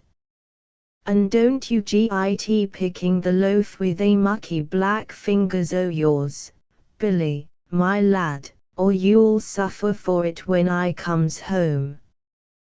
Yes, plays, gasped Billy, bravely swallowing the recurrent hiccough of grief. And plays, where be I to build fire? The fire, mused the engineer. He looked at the crimson ball of the sun, now drowning in a lake of ruddy vapors behind the belt of elms. He nodded appreciatively at the palely glimmering evening star and pointed to a spot some yards ahead. Build it there, Billy, he commanded briefly. The stoker hitched his thumbs in his blackened leather waist strap and spat toward the rear of the van. You build the fire nigh hedge there, he ordered, so as us can sit we our faces to our ds yon bit o' quick and hev van to back of us, and git a bit o' comfort outside four walls for once. Do ye hear, boy? Yes, George, quavered Billy. The sleepy eye of the engineer had a red spark in it that might have jumped out of his own engine furnace as he turned upon the acquiescent Billy. Didn't you catch what I said to you just now, my lad? He inquired with ill-boding politeness. Yes, Alfred, gasped the alarmed Billy. If the boy doesn't mind me, came from the stoker, who was thoroughly roused, and if I don't find a blazin' good fire, and victuals welding hot, ready just in the place I've pointed out to him, when I've 'ad my pipe and my glass at the Red Cow, a palpably artificial fit of coughing prevented further utterance. You'll strap him within an inch of his life, I dare say, hinted the engineer. You pipe what George says, Billy, he continued, as Billy applied his right and left coat cuffs to his eyes in rapid succession. He's give you his promise, and now I give you mine. If I don't find a roaring good fire and the rest to match, just where I've said they're to be when I come back from where I've said I may going, you'll wallop him a fair treat, I lays you will, said the stoker, revealing a discolored set of teeth in a gratified smile. We'll bide by what the boy does then, he added. Knowing that what he gets from either of us, he'll earn. And your road is my road, Alfred, leastways as far as the Red Cow. The engineer and the stoker walked off amicably side by side. The sun sank to a mere blot of red fire behind the elms, and crowds of shrill cheering gnats rose out of the dry edges and swooped upon the passive victim, Billy, who sat on the steps of the living van with his knuckles in his eyes. Neither of them can't kill me, 'cause the one what did it you'd ave to be ung, he reflected, and this thought gave consolation. He unhooked a rusty red brazier from the back of the living van, and dumping it well into the hedge at the spot indicated by the stoker, filled it with dry grass, rotten sticks, coals out of the engine bunker, and lumps of oily cotton waste. Then he struck and applied a match, saw the flame leap and roar amongst the combustibles, filled the stoker's squat tea kettle with water from the green barrel, put in a generous handful of Tarawaki tea, and, innocent of refinements in tea-making, set it on to boil. George is more spiteful nor what Alfred is, Billy Beasley murmured, as the kettle sent forth its first faint shrill note. Then he added with a poignant afterthought, but Alfred is a bigger man than what George be. The stimulus of this reflection aided cerebration. Possessed by an original idea, Billy rubbed the receptacle containing it, and his mouth widened in an astonished grin. A supplementary brazier, temporarily invalided by reason of a hole in the bottom, hung at the back of the living van. The engineer possessed a kettle of his own. Active as a monkey, the small figure in the flapping coat and the baggy trousers sped hither and thither. 2 hearths were established, 2 fires blazed, 2 tea kettles chirped. Close beside the stoker's brazier a bacon pie in a brown earthen dish nestled to catch the warmth, a tin of Canadian salmon, which Billy had neglected to open, leaned affectionately against the other. Suddenly the engineer's kettle boiled over, and as Billy hurried to snatch it from the coals, the salmon tin exploded with an awe-inspiring bang, and oily fragments of fish rained from the bounteous skies. "He'll say I did it a purpose, Alfred will," the aggrieved boy wailed, as he collected and restored to the battered tin as much of its late contents as might be recovered. While on all fours searching for bits which might have escaped him, and diluting the gravy which yet remained in the tin with salt drops of foreboding, a scorching sensation in the region of the back brought his head round.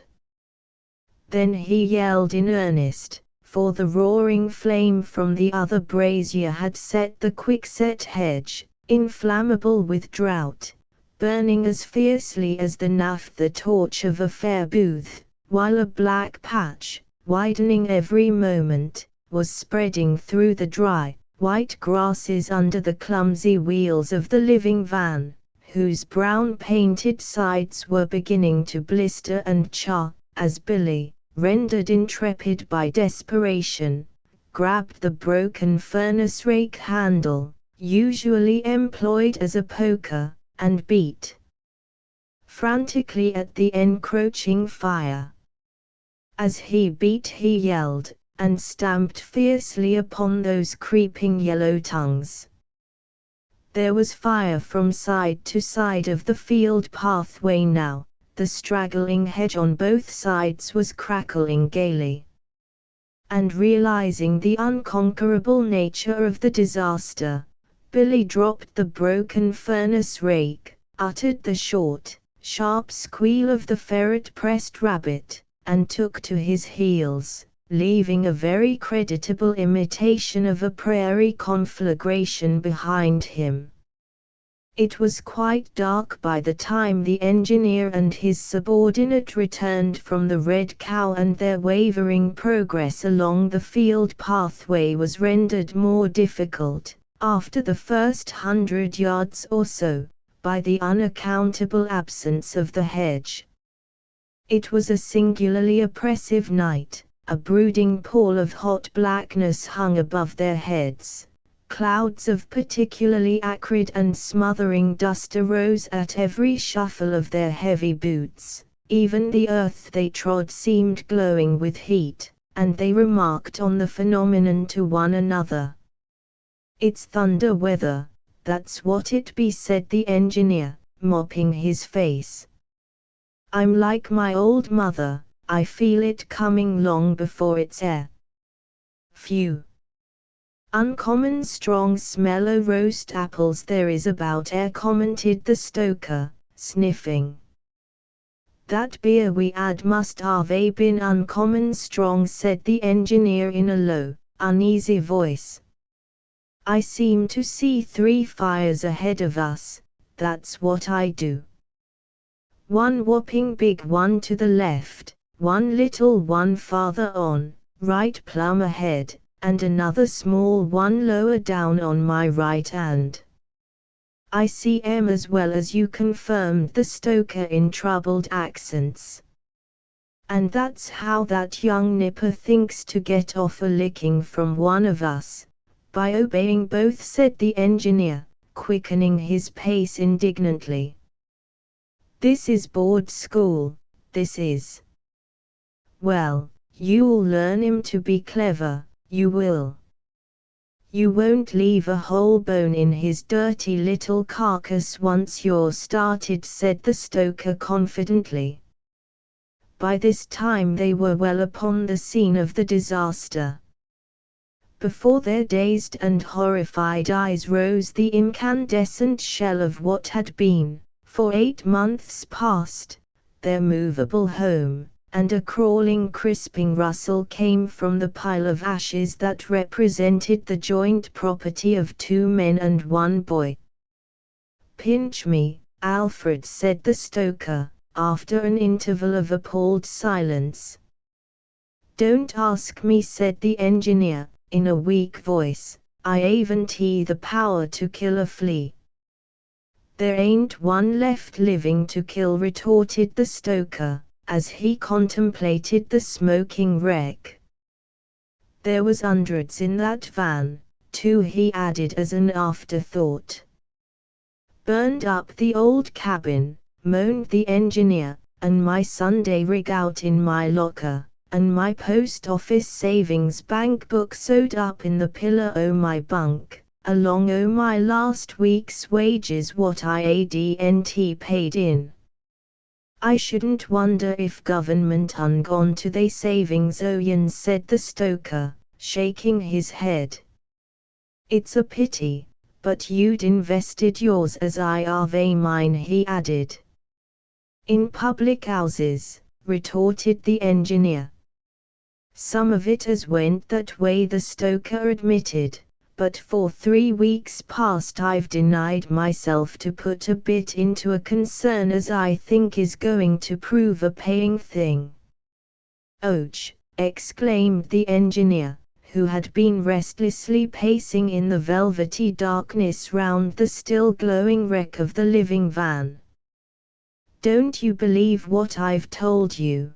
demanded the stoker haughtily. "You don't always lie, George," said the engineer, gently. "What made me shout out like that just now," he explained, "was treading on something queer, down by the near side wheels. Something brittle that cracked like rotten sticks under my heel, and then I slid on something round and squashy. And the smell like roast apples, what I noticed before, is stronger than ever." "Are you a match about you?" asked the stoker eagerly. "One," said the engineer, delicately withdrawing a solitary kindler from the bottom of his waistcoat pocket. The stoker received the match, and struck it on his trousers. A blue glimmer resulted, a faint SSS followed, and the match went out. "Only a glim," said the stoker in a satisfied tone, "but it showed me as I've made my money. And made it easy, too." "How much have you pulled off, then?" asked the engineer. "Double the value," replied the stoker, smiling broadly through the darkness, "of the property what I've lost in this here conflagration." "That you'd bring you in about 18p," retorted the engineer bitterly. The stoker laughed pleasantly. "What do you say to £3.17, he demanded. "Better than a poke in the eye with a burnt stick," said the engineer. "What did you say was the concern you invested in?" The stoker felt in the darkness for his superior's arm, grasped it, and putting his mouth close to where he thought his ear ought to be, said loudly, "A boy." Look mate, began the engineer, hotly, if you're trying a joke on me, it ain't no joke, responded the stoker cheerfully. Leastways not for the boy, it ain't. But Lord, when I think how near I come to letting the policy fall through. He chuckled. It's 3 weeks gone since I took it out, he said contentedly, and paid 3 weeks' money in advance, and at 3p a week, that makes 9 and the thought o' them 9 pints I might ave 'ad out o' money as drove me 'arf wild with thirst, over and over. I should ave 'ad to pay again come Monday, if only 'e 'ad ave lived. If only 'e 'ad lived, repeated the engineer in a strange faraway tone. Oh see, he asked eagerly. You know old Aby Turner as keeps the little sweet and tobacco shop over to Dorton where, pursued the stoker.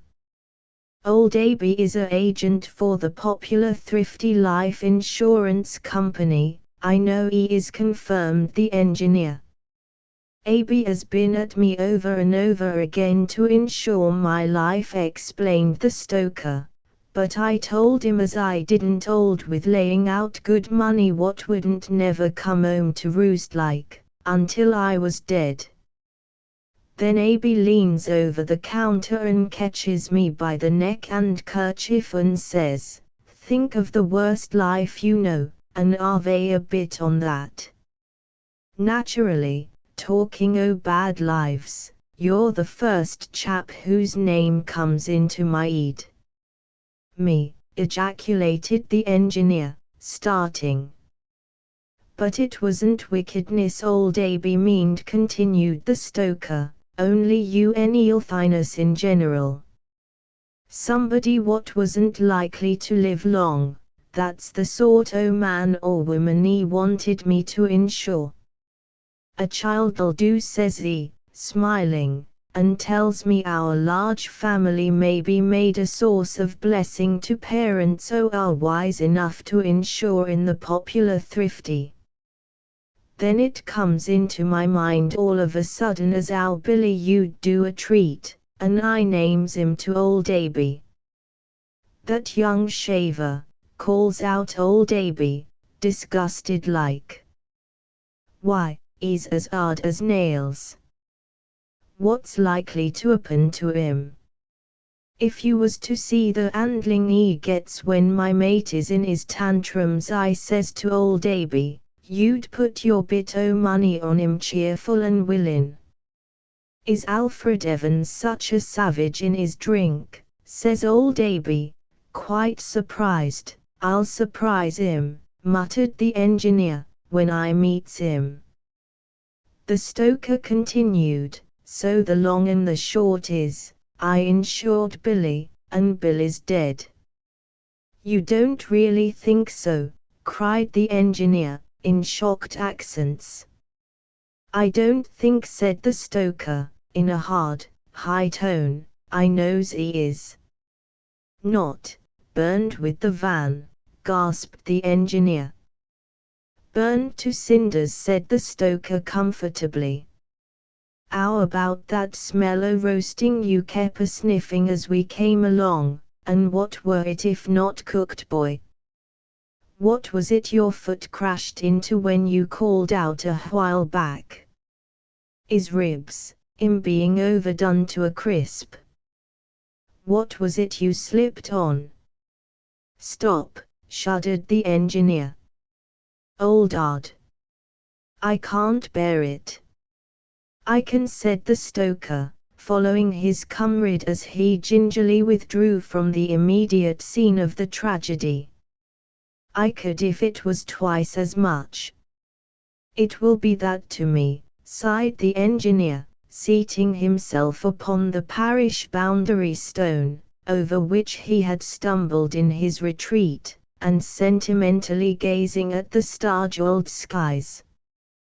Twice £3 is 6, and twice 17 bob is 114.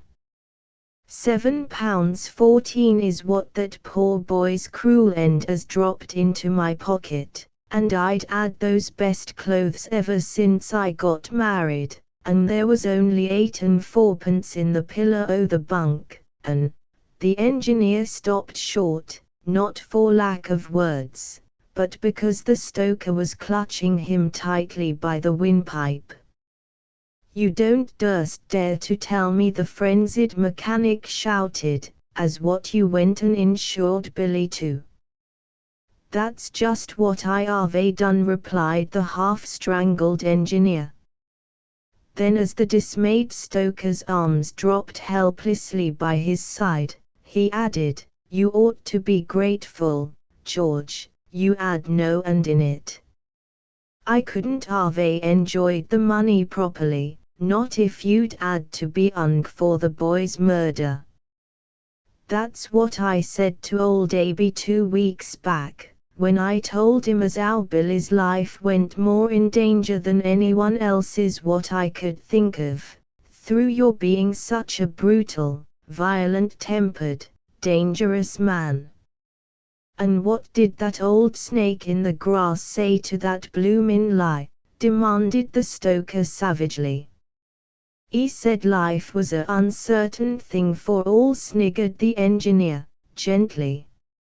"And I'd better have a bit on the event and turn sorrow into joy, as the saying is.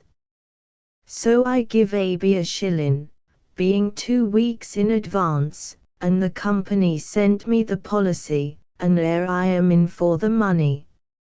Like what I am, and with clean hands for both of us," said the stoker in a tone of cheerful self-congratulation. "I haven't laid a finger on that boy, not since I insured him." "Nor I haven't," said the engineer. "It's wonderful how I've been able to keep my temper since I had the policy to take care of at the same time." "Same with me," said the stoker happily. "Why, what's wrong?" he added, for a tragic cry had broken from the engineer. "Mate," he stammered tremulously, "where did you keep your policy?" "Meanin' the bit o' blue-printed paper I had from the Popular Thrifty." "What do you want to know for?" snapped the stoker suspiciously. "It just come into my head to ask," said the engineer, in faltering accents. "In my little locker in the van, since you're so curious," said the stoker grudgingly. "I had mine stitched up in the pillar o' my bunk with my post office savants book," said the engineer in the deep, hollow voice of a funeral bell. "And it's burned to hashes, and so is yours."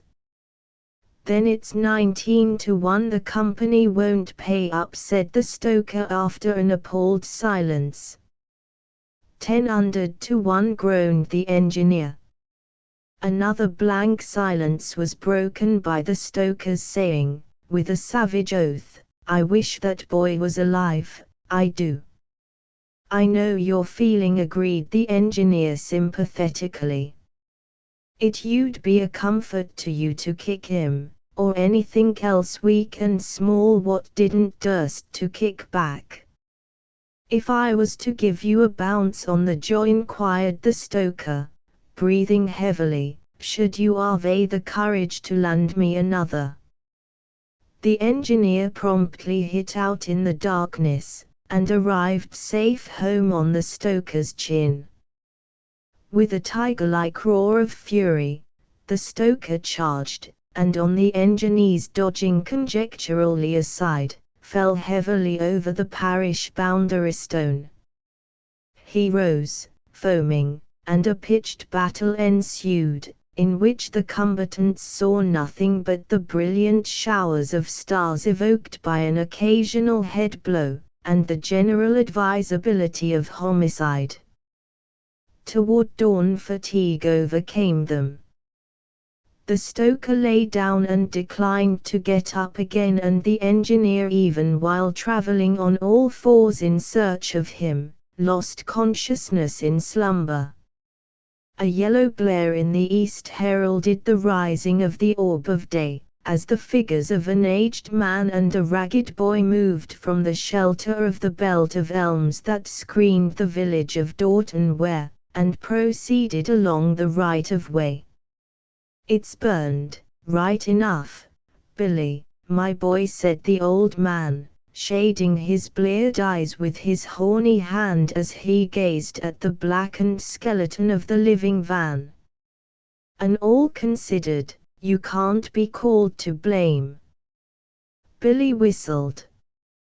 "If you'd been asleep inside the van when that there blaze got started," said old Aby, rebukingly, as he hobbled along by the boy's side, "you wouldn't be whistlin' my own bluebell now, your poor widowed mother, what lives in that there little cottage o' mine at Porbury End, and am I persuaded to insure you in the Popular Thrifty, would Ave 'ad a bit o' money coming in 'andy for Michaelmas rent, and one or two other people would be a penny oth right side, likewise."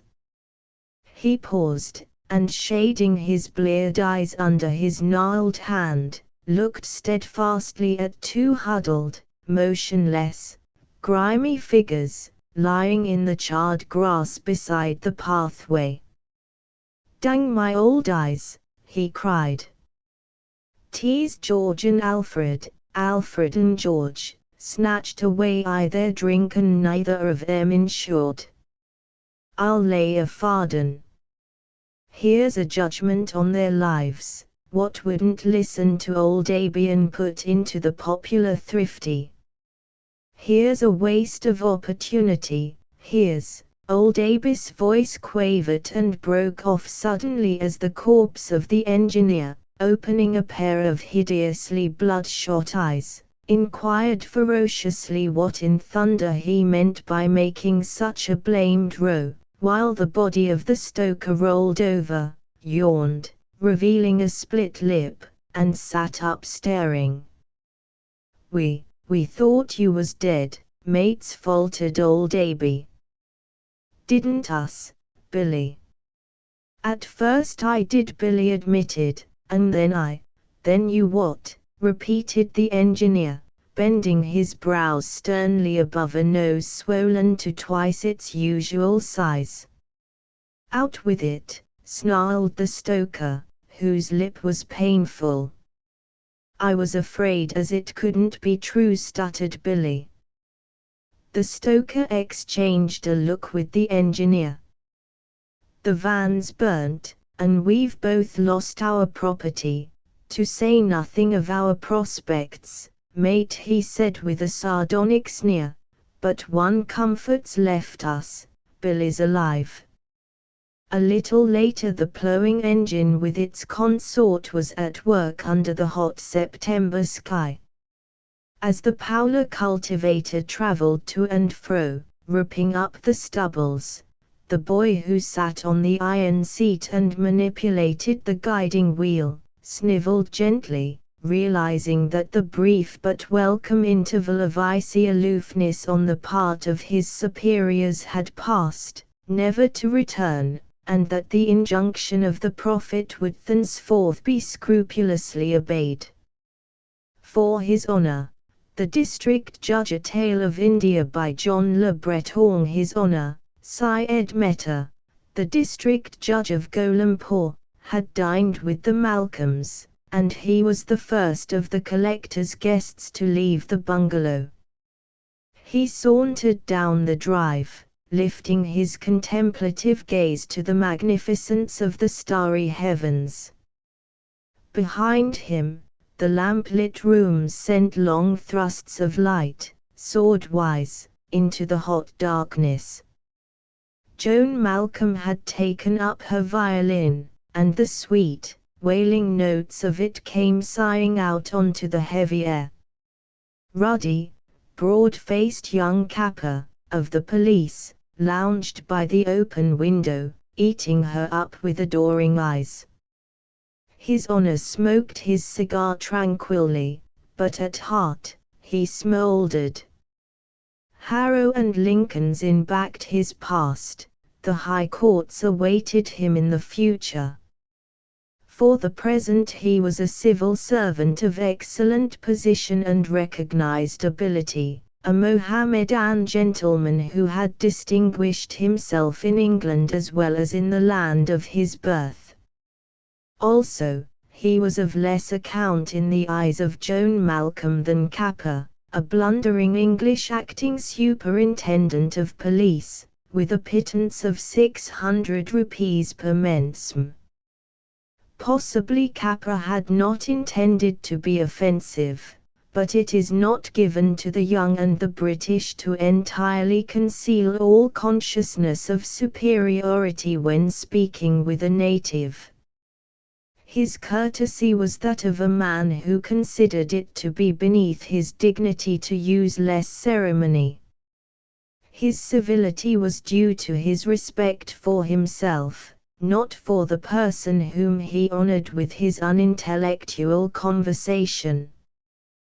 The judge flipped the ash off his cigar, and his slender hand was cool and leisurely.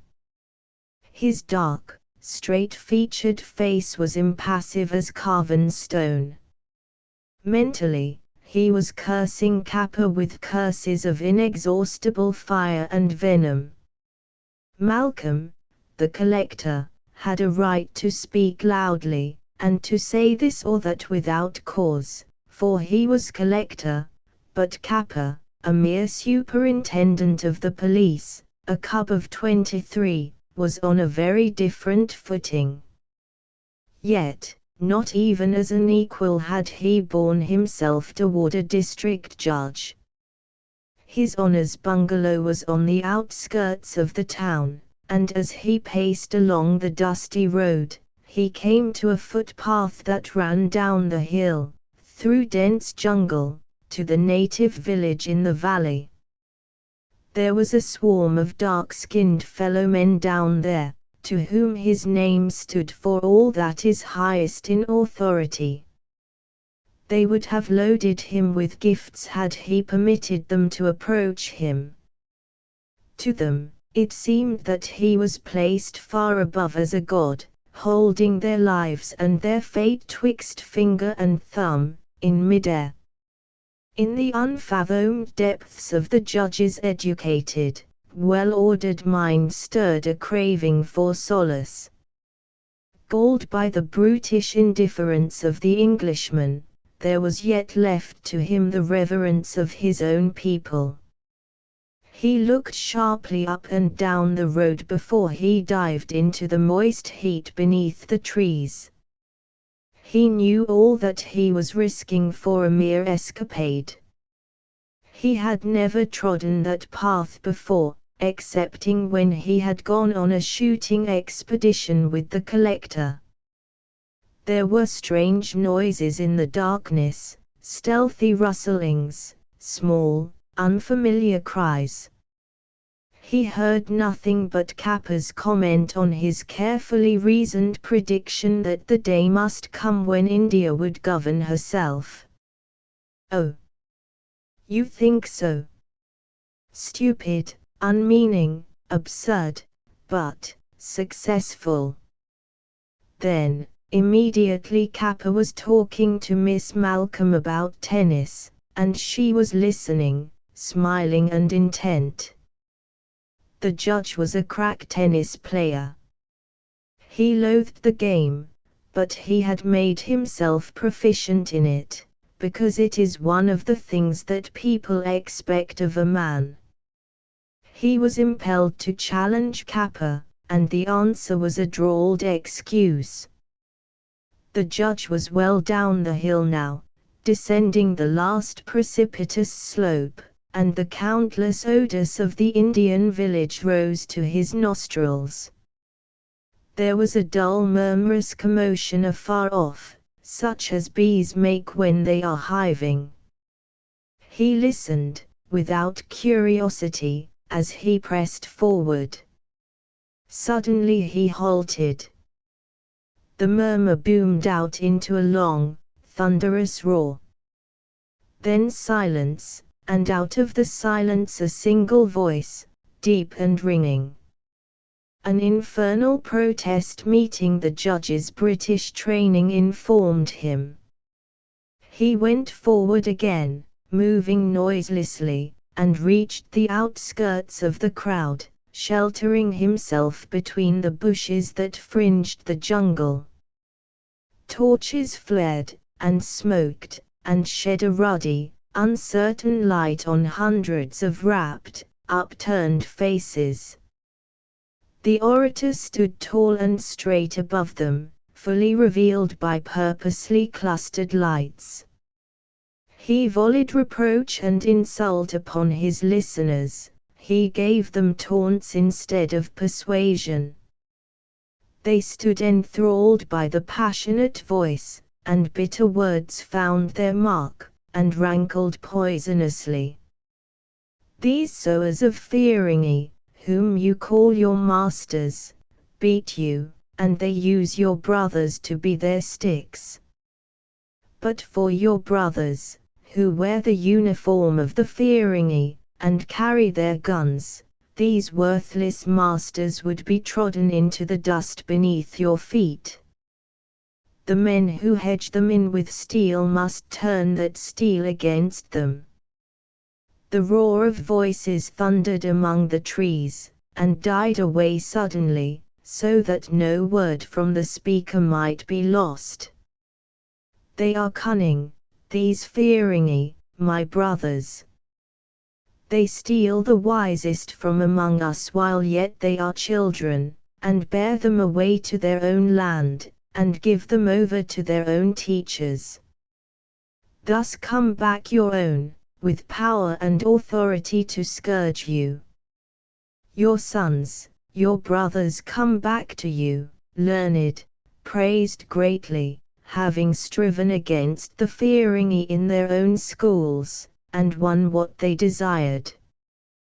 Collector Sahib, Judge Sahib, yea, even Padri Sahib, come they back to you, not to lift you to honor and happiness beside them, but to side with those that oppress you, to grind taxes from you who starve, to imprison you who would be free.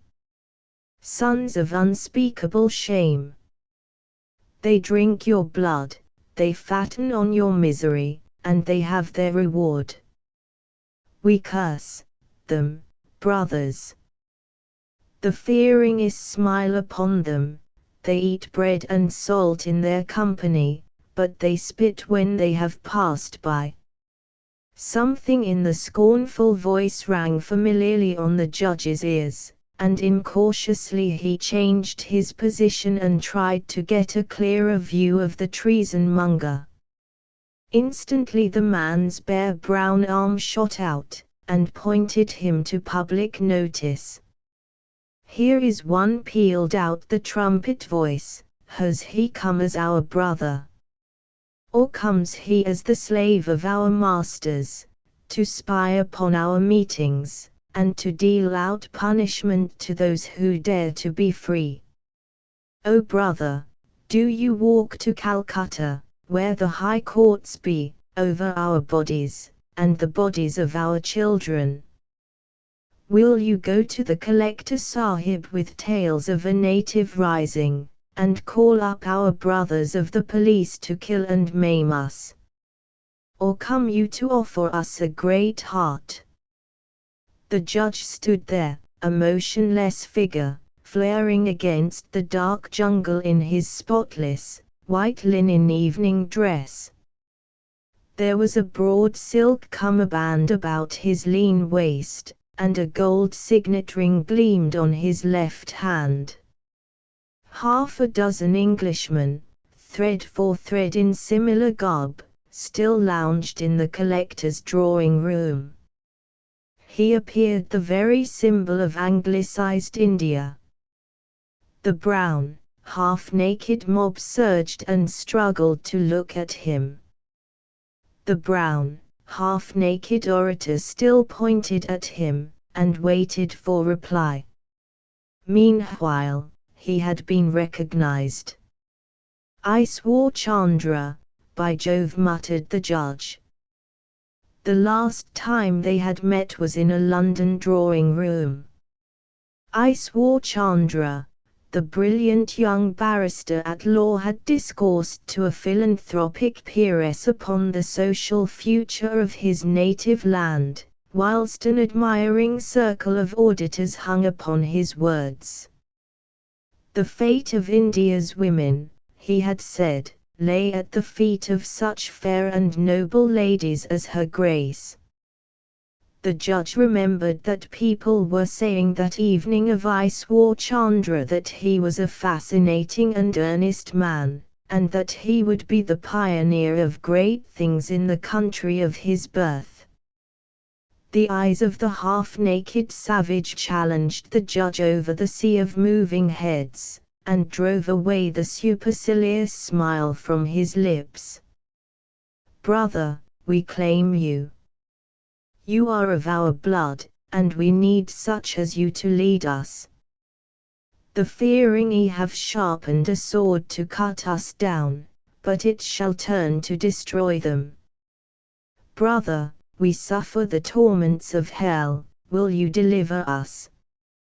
Brother, we starve, will you give us food? Will you deal out to us life or death, you whose fathers were as our fathers? Choose now between great honor and the infamy that dies not. You are the paid creature of the British Raj, or you are a leader of free men. Brother, speak. As in a dream the judge approached the waiting crowd. His mouth was parched, his heart beat fitfully. He wanted that piercing voice to wake the echoes again, to take up the story of the old blood feud, to goad him into doing that which he had not the courage to do. Vanished was his pride of intellect, and of fine achievement. He was a native, and he tugged and crawled at the stretch of the British chain. The Fearingi are few, and we are many. Shall the few rule the many? Shall we be servants and poor while yet in the arms of our own golden mother? In their own country do the Fearingi not say that the word of the majority shall be law? So be it. We accept their word. The majority shall rule. O brother, skilled in the Fearingi craft, high-placed to administer justice to all who are brought before thee, do I not speak the truth? The judge threw away the dead end of his cigar, and shouldered his way into the inmost circle. Peace, thou, he said, thickly, this is folly. Ye must wait a while for vengeance. Chandra threw up his arms, writhing in a very ecstasy of fury. We have waited, have we not waited, beside our open graves? Death to the Fearingi. Let them no longer desecrate our land. Let us forget that they ever were. They be few, and we be many. Brothers. Tonight, tonight. The judge was tearing off his clothes, he was trampling them beneath his feet, he was crying out in a strange, raucous voice, and all the swaying crowds were taking up his words, maddening themselves and their fellows with the intoxicating sounds. Death to the Fearingi. Tonight, tonight. Our land for ourselves. All but a few torches were extinguished. Secret places were torn up, and out came old guns, old swords sharpened to razor-like edges, great pistols, clubs, skinning knives, daggers. Then, up and up through the dark jungle they thronged, hordes of them in the grip of a red and silent frenzy. Chandra was in the forefront, but the leader was His Honor the District Judge, a glassy-eyed, tight-lipped Mussulman in a loincloth and a greasy turban. The lights of the collector's bungalow came in view, and the leader thought of young Kappa, and rushed on, frothing like a madman, waving his sword above his head. Then he paused, and ran back to meet the laggards of a yard or two. "Only the men," he shouted. Chandra mocked at him as the press bore him onward again, with scarcely an instant's halt. "Only the men, my brother," he echoed. A few of the native police stood guard at the collector's gates, but they turned and fled before the overwhelming numbers of the attacking force. Up the long drive the dark wave poured, and into the wide, bright rooms. The bungalow was deserted. Some fleet-footed servant had brought warning in time, and the British were well out of the town by the other road, with young Kappa and a score of his men guarding their rear. The mob howled with disappointment. The next instant it was screaming with triumph as it settled down to sack and burn and destroy. The judge went into the dining room, and looked at the long table still decked with silver, and glass, and flowers. He looked at the chair on which he had sat, with Joan Malcolm at his side, and he picked it up and dashed it with all his might into a great ivory-framed mirror, and laughed aloud at the crash, and the ruin, and the rain of jagged splinters. India must pass into the hands of the Indians. Oh! You think so, you think so, you think so. He overthrew a couple of standard lamps, and watched the liquid fire run and eat up their silken shades, and run again and leap upon the snowy curtains, and so, like lightning, spring to the ceiling, and lick the dry rafters with 1,000 darting tongues.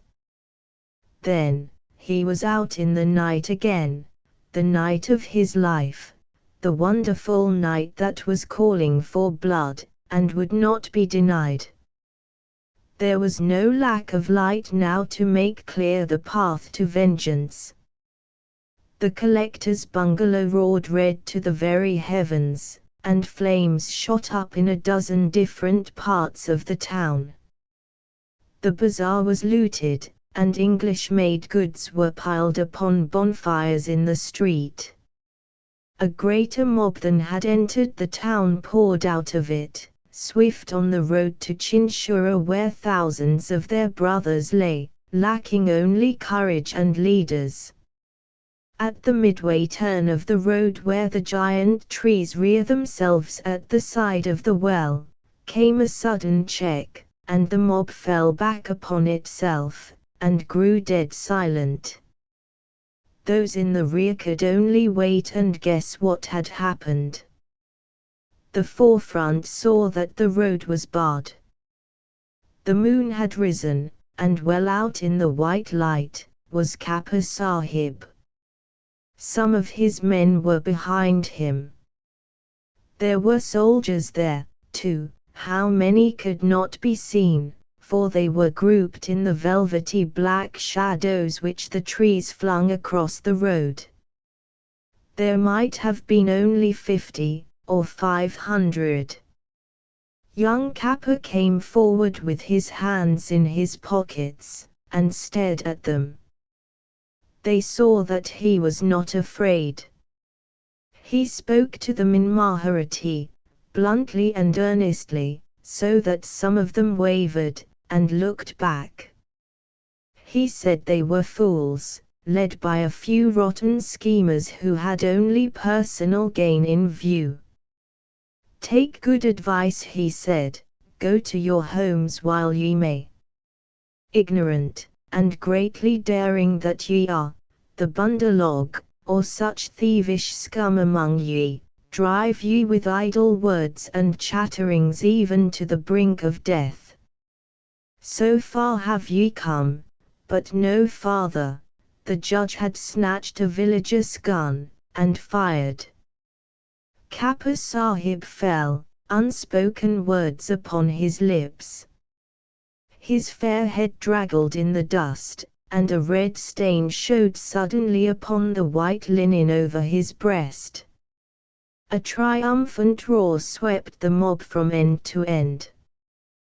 British rifles cracked out the answer, and the bullets went home surely, into the rioting mass.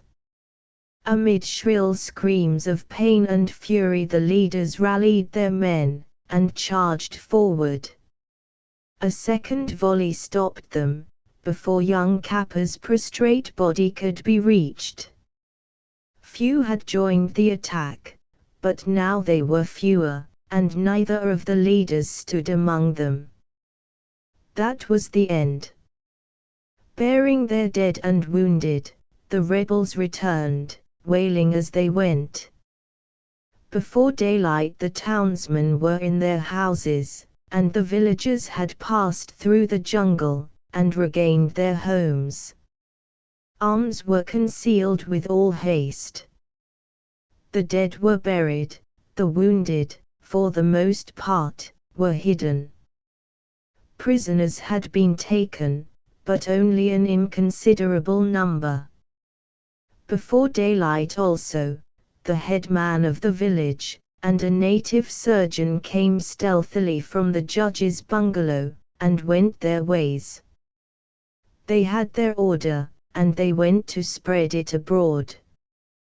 The order was, silence. The headman had bowed himself to the earth when it was given, for he understood all that it meant. Prisoners would be brought before a brother, not only today, but tomorrow, and for many morrows. So much had the night given them. At noon His Honor came stiffly into the courtroom, leaning upon the arm of his native servant. The collector, who was awaiting him there, feared that he had been injured by the rioters on the previous night, but he was quickly reassured. The judge, it seemed, had sprained his knee shortly after leaving the Malcolms' hospitable roof. It was nothing. A mere trifle, though indisputably painful. The collector seated himself near the bench, and talked in a low voice. The ladies were all safe. No Europeans had been killed, and few injured. Kapur had been shot by some cowardly dog while parleying with the rioters, but there were good hopes of him.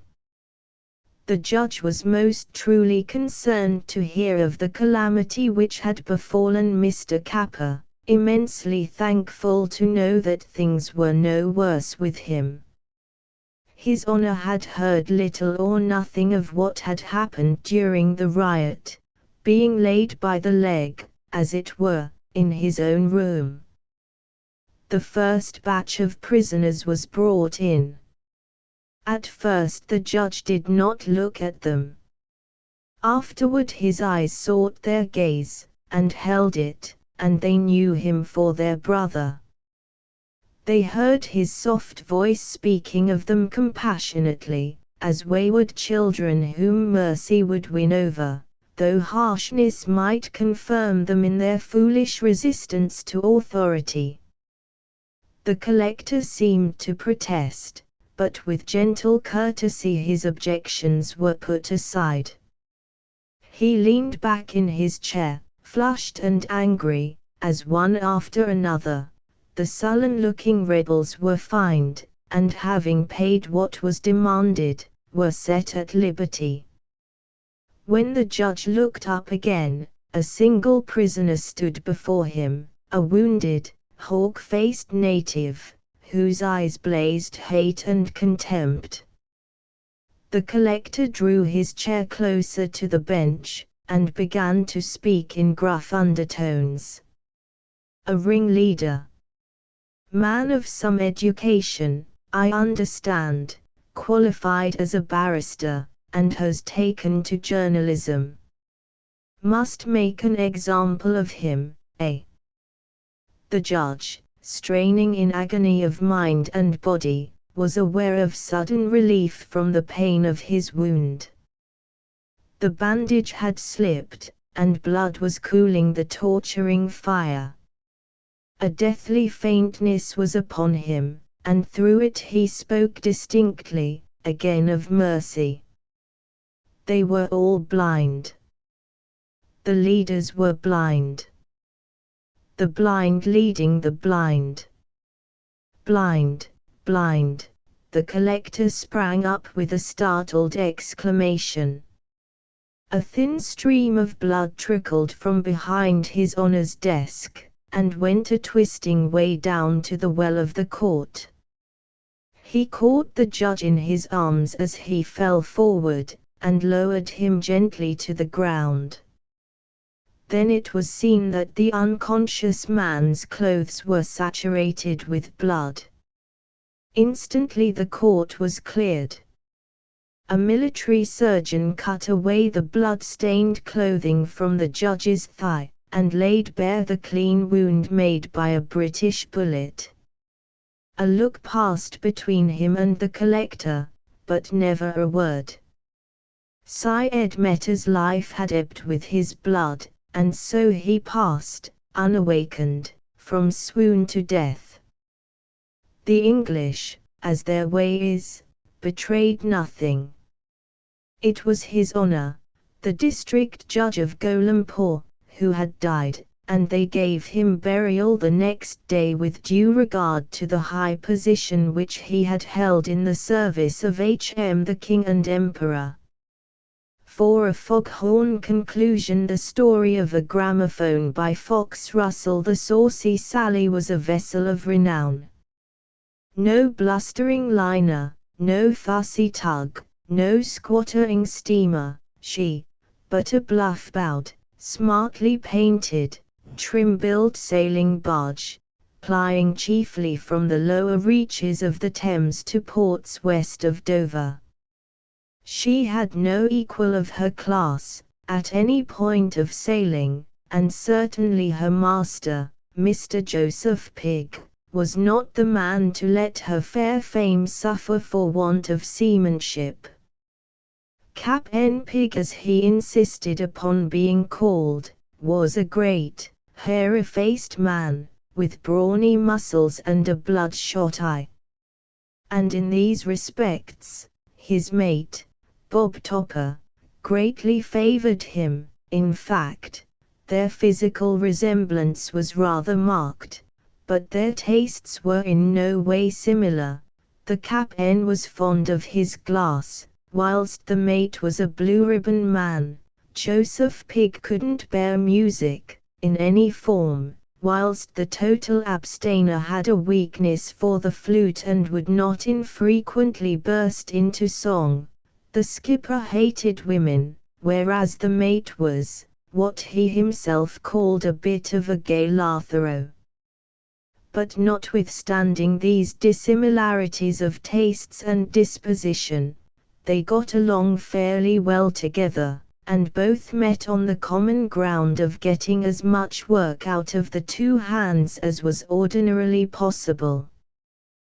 The skipper didn't drink alcoholic liquors before the mate, and the mate returned the compliment by refraining from any musical outrage in the hearing of his superior officer.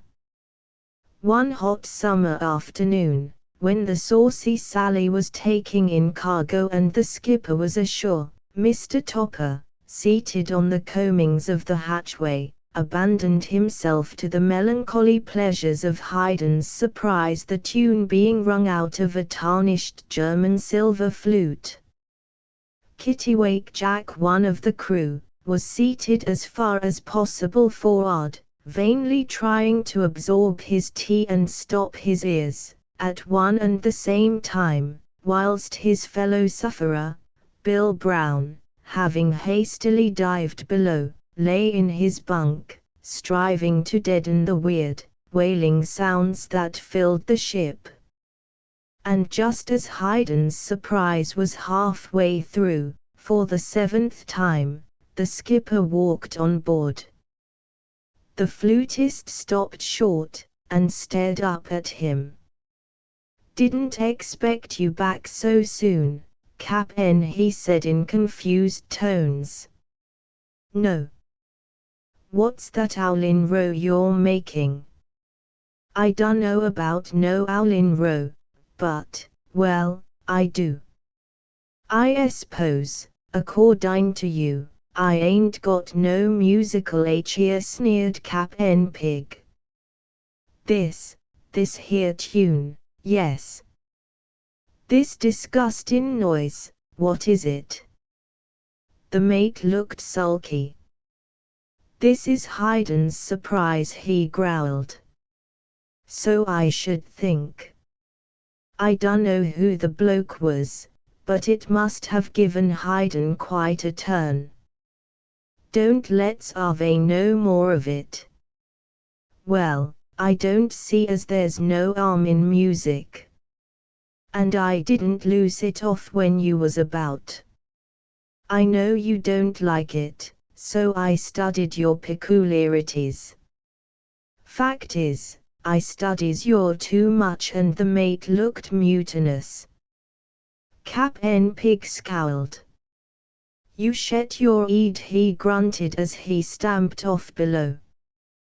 He went to a small cupboard in the corner of the cabin, and mixed himself a stiff go of gin and water, which he tossed off at one gulp, saying, "Haydn's Esprise. Haydn's Esprise be dished. E don't come no Esprises while I'm master of the Saucy Sally." After this slight breeze, things quickly settled down again on the old lines between master and mate, and the voyage to Chichester Harbour was entirely uneventful, the barge bringing up at a snug anchorage near Emsworth. The next day Mr. Topper had undressed and gone overboard for a swim. After this, climbing up the bobstay, he regained the deck, and proceeded to dry his hairy frame on an ancient flannel shirt. In the midst of this occupation, temporarily forgetful of his superior officer's prejudices, he broke into song. 30 seconds after he had let go the first howl, the skipper's head was thrust up the companionway. "What'd want to make all that row about? Anything disagreed with you? If so, why don't you take something for it? It's a funny thing you can't let a man alone, when all he's a-doing is making a bit of money on board," replied the mate, pausing in the act of drying his shock head.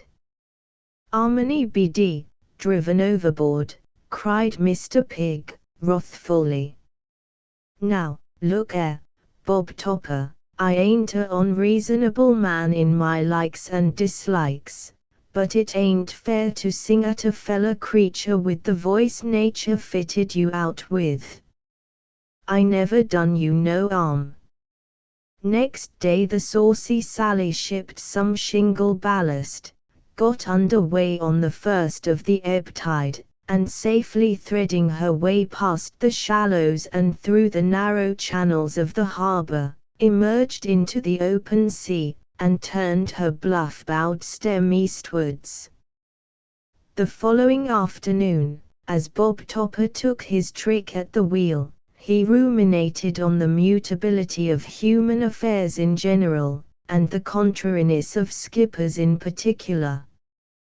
"Won't Harvey no music, won't he? Well, I reckon it's like religion when the missionaries is a shovin' of it into the African niggers, they just jolly well got to Harvey it. And so it'll be with the Ole man. I'll jest fix up a scheme as'll do him a treat." He smiled broadly, and when Bob Topper smiled, the corners of his mouth seemed to almost meet at the back of his head. And as soon as the Saucy Sally had pitched and tossed her way up channel, for she was light as a cork in ballast, and dropped anchor a little way off Gravesend, Bob Topper sculled himself ashore.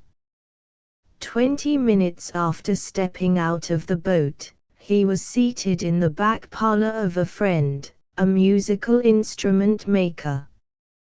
When Mr. Topper went aboard again, he carried under his arm a large brown paper package, which he smuggled below, without encountering the skipper, who was in his cabin at the time, communing with a bill of lading and a glass of Hollands neat. And, soon after the mate had come aboard, the captain went ashore. And then Mr. Topper laid himself out for some tranquil enjoyment, on quite an unusual scale. He unfastened the package, produced a gramophone, brought it onto the deck, and started the Washington Post. Kittiwake Jack and Bill Brown immediately fled below. The mate sat on the edge of the hatch and gazed lovingly at the new instrument of torture, as he beat time to the inspiring strains, with a belaying pin. When the Washington Post was finished, he laid on Jacksonville with a chorus of human laughter, which sounded quite eerie. And so intent was he on this occupation, that he never even noticed the approach of Captain Pig's boat until it was almost alongside. The skipper clambered aboard, looking black as thunder. This new outrage was not to be borne.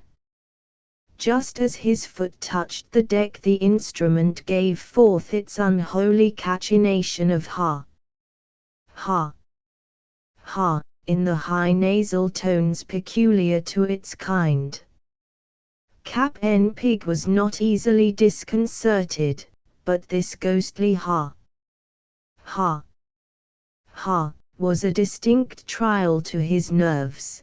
He thrust his hands deep into his coat pockets, glared at the mate, and then growled, "What'ya got there?"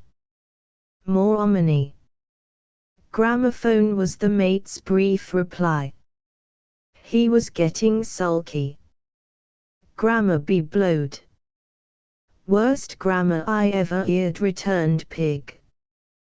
Turn the bloomin' thing off, and turn it off at the main. Enough to give any respectable, law-abiding sailorman the ump. He proceeded 2 steps down the companion, then hurled this parting shot at the offending mate: "You oughter be eat of a laundry where the handle of the mangle turns upon a horgan as well. Work and play," he concluded scornfully, as he disappeared from the musician's sight below. The mate whistled softly, then he stopped the offending instrument and conveyed it below.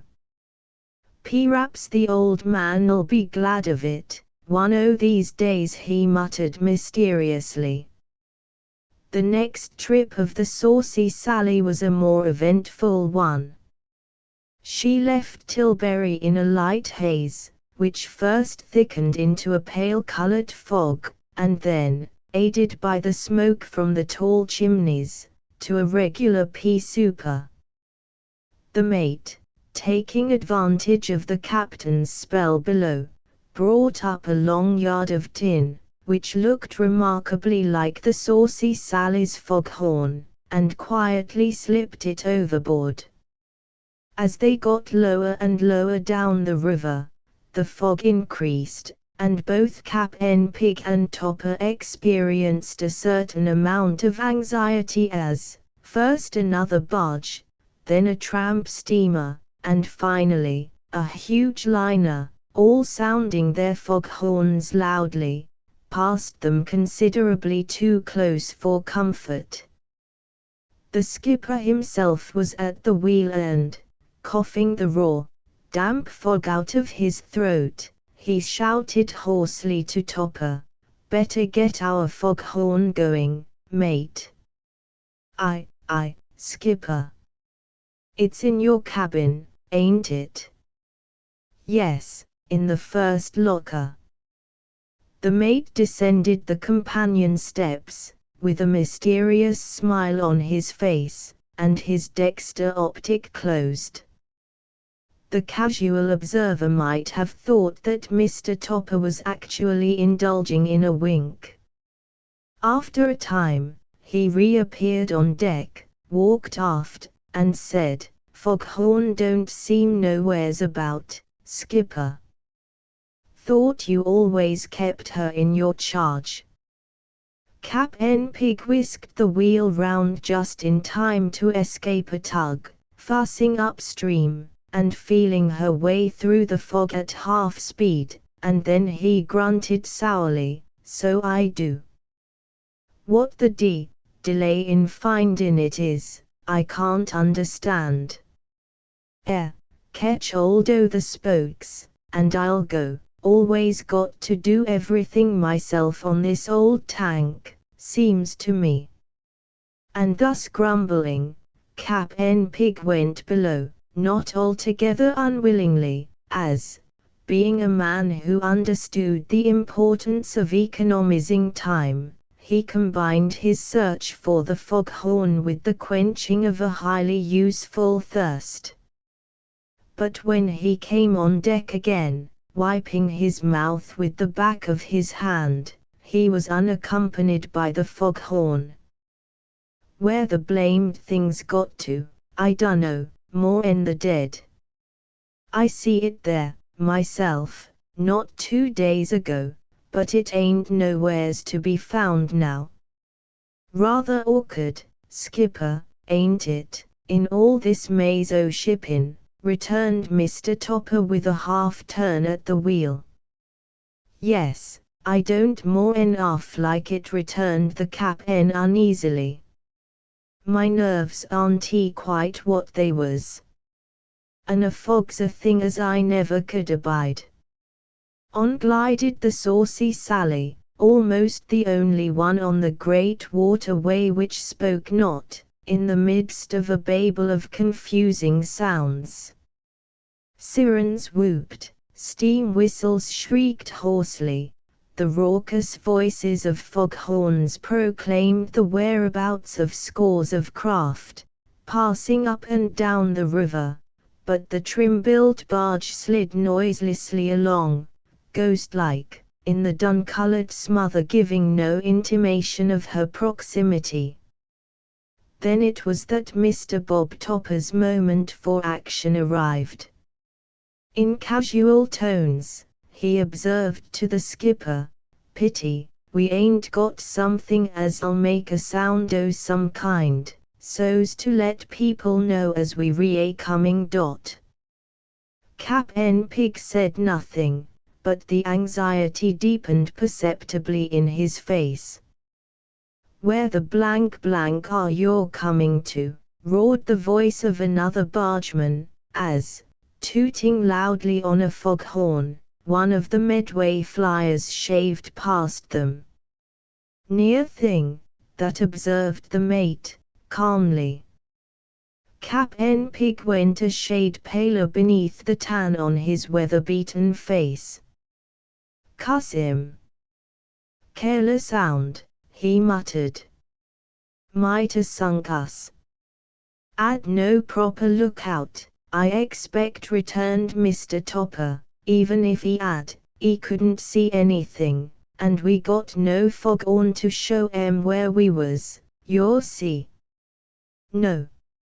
An' p'raps we shall go to the bottom, all along o' our having lost our ole bit o' tin." "It's a awful thing to think of, ain't it?" said Cap'n Pig solemnly.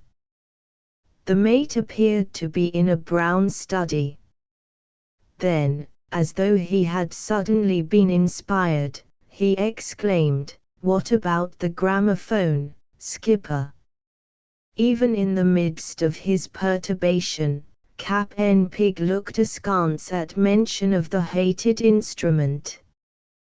But it was a case of any port in a storm and, with a grim nod, he relieved the mate at the wheel, and said, "Fetch the bloomin' consarn up."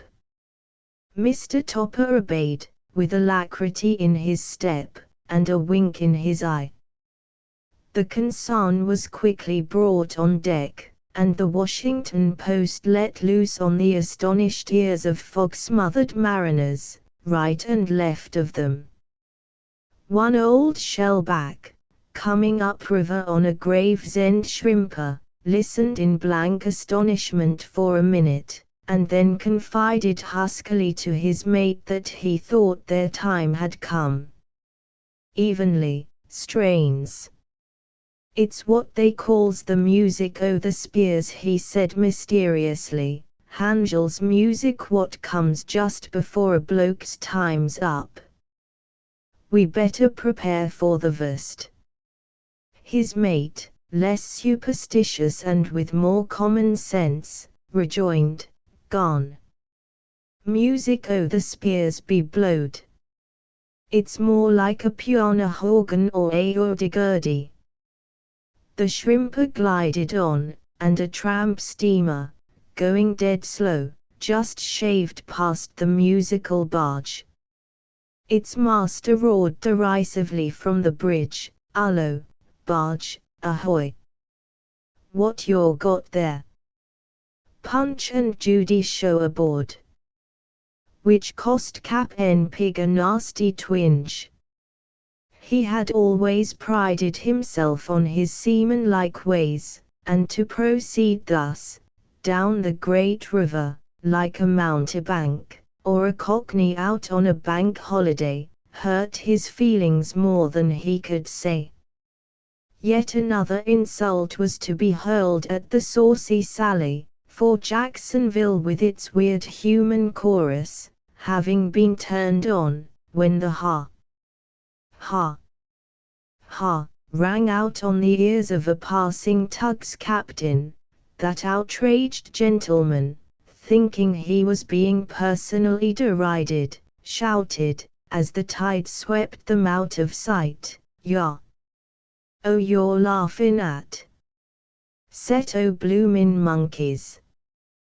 But the gramophone was certainly playing a useful part in warning others off the Saucy Sally, down that fog-laden river. And, when, at the end of their day's slow journey, they let go their anchor, the Washington Post was again nasally shrieking out its march-time glories. The mate stopped the machine and carried it tenderly below, then, returning to the deck, he observed, "Good job as we had the gramophone aboard, Cap'n." Cap'n Pig swallowed a lump in his throat, and looked like a child confronted with a dose of nauseous medicine, as he gruffly replied, "It's better 'en nothing when your wants a row made." A pause ensued, and then the skipper went on, "In future, I don't object, not very much, to the gramophone, I mean, if you can stand music, well, so can I. But you can't contrast the beauty o' the two instruments, and I'm going ashore, straight away, to buy myself a good, old-fashioned foghorn." The tone of that is altogether more harmonious and more soothing to the ear, than that their beastly gramophone ever could be. The mate heaved a deep sigh and sorrowfully went below. In the effort to ram music into his superior officer he had to admit himself defeated.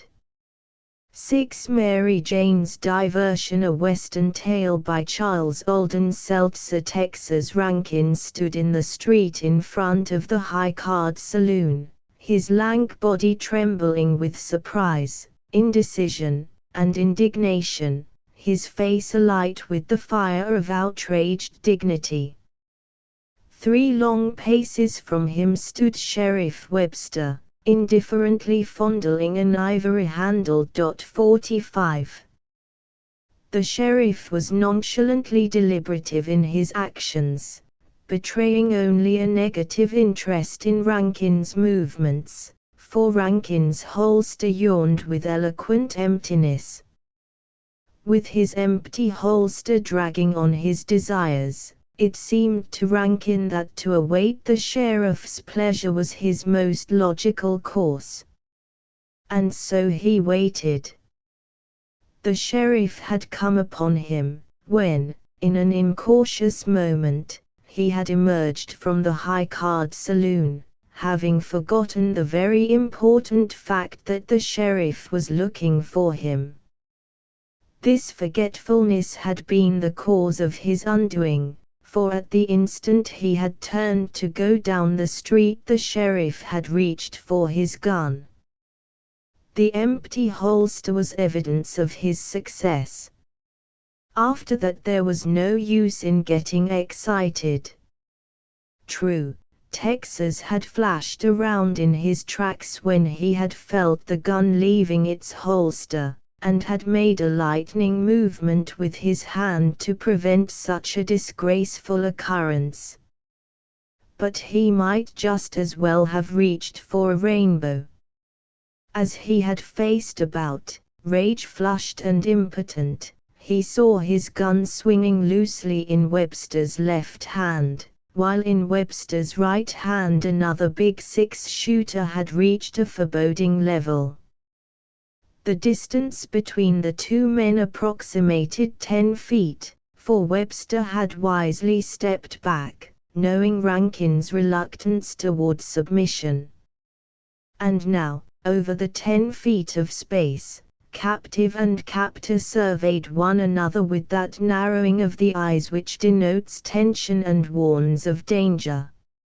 "I reckon I was too quick for you," Texas said Webster, with a gentleness that fell too softly to be genuine. Rankin gazed dolefully at his empty holster. The skin tensed over his teeth in a grinning sneer.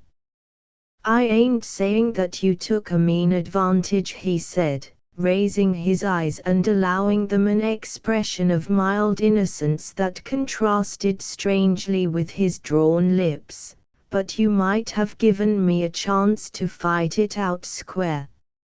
I wouldn't have took your gun, Jim." Knowing Texas less intimately, the sheriff might have been misled by this crude sentiment, but the sheriff's fingers only drew more closely around the ivory handle of his .45. And there came a glint of humor into his eyes. "I ain't saying you would, Texas. But as sheriff of Socorro County I ain't taking any chances. I wanted to talk to you, and I knew if I had your gun I'd feel easier." "Which means that you didn't want me to have a chance," complained Texas glumly. "Socorro's always been meaner T ain't Socorro's fault," interrupted the sheriff with a sudden coldness. "You've been cuttin' didos in Socorro for so long a time that you've disgraced yourself. You've gambled and shot yourself into disfavor with the elite. You've been as ornery and as compromising as it's possible for any human maverick to get without having to requisition the unwilling mourners. Not that I'm saying you're naturally bad, Texas. It's that you've got an overdose of what the modern brain specialists call exaggerated ego, which us common critters would call plain swell head. That their disease is listed and catalogued in the textbooks of the New York Medical Institute as bearing a close relationship to the genie loco, which is a scientific way of saying that you've got buzzers in your attic." Texas smiled, showing his teeth in wan sarcasm. "You wouldn't say that if I had my gun, Jim." It ain't like you to pour out your blackguardisms on a man what ain't armed. I ain't blackguarding you none, said Webster easily. It's the naked truth, and you know it. Taking your gun was part of my official duty.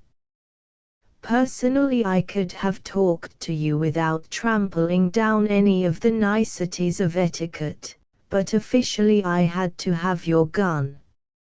Rankin's face lengthened with a deep melancholy. With this expression he intended to convey the impression that he was suffering a martyrdom. But the sheriff's acquaintance with Texas was not recent. And now that you've got the gun, said Texas, after an embarrassed silence, what's the next thing on the program? Taking your gun, said the sheriff heavily, was a preliminary, like they say in the sporting papers. The big event is that you're going to say your adieus to Socorro without being allowed to make any farewell announcement. The reason is that you and Socorro is incongruous, like a side saddle on a razorback hog. Socorro won't stand for you a minute longer. You're a public favorite which has lost its popularity and which has become heterogeneous to the established order of things. In other words, you're an outlaw, a soft-spoken, lazy, good-for-nothing road agent. And though Socorro ain't never had anything on you before, it knows you had a hand in robbing the express office last night. And you're a damn, like playing a king full against three deuces that you done the trick. You was seen going toward the station about an hour before Bud Tucker found Ridgely, the agent, stretched out on the floor of the office, a bullet from a .45 clean through him. And there's $5,000 in gold gone, and no trace of it. And there's been no strangers in town. And here's your gun, show in plain that it's been shot off lately, for there's the powder smudge on the cylinder and the barrel. That's a pay streak of circumstantial evidence or I ain't sheriff of Socorro. Rankin's eyes had flashed with an unusual brilliancy as the sheriff had spoken of him being seen going toward the station previous to the finding of the agent's body, but they glazed over with unconcern during the rest of the recital. And as the sheriff concluded, Rankin gazed scornfully at him, sneering mildly, "I couldn't add nothing to what you've just said." He idly kicked the grey dust that was mounted at his feet, standing loose and inert, as though he cared little what might be the outcome of this impromptu interview. And then, suddenly, his blue eyes twinkled humorously as he raised them to meet the sheriff's. "Give you time you might tell me where I spent the money," he said dryly. "There's no telling where your theorizing might end." The sheriff ignored this, but he eyed his prisoner meditatively. "There's been a rumor," he said coldly, "that you've got cracked on my daughter, Mary Jane. But I ain't never been able to properly confirm it. I meant to tell you some time ago that while I ain't had no objection to living in the same town with you, I'm some opposed to having you for a son-in-law.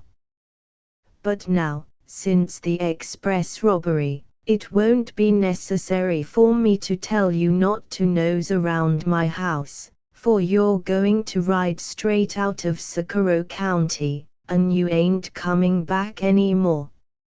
If you do, I reckon you'll discover that Socorro's present leniency ain't elastic enough to be stretched to cover your homecoming." "I ain't saying nothing," said Texas, glancing with pensive eyes to a point far up the sun-baked street where his gaze rested upon a pretentious house in a neatly fenced yard where there were green things that gave a restful impression.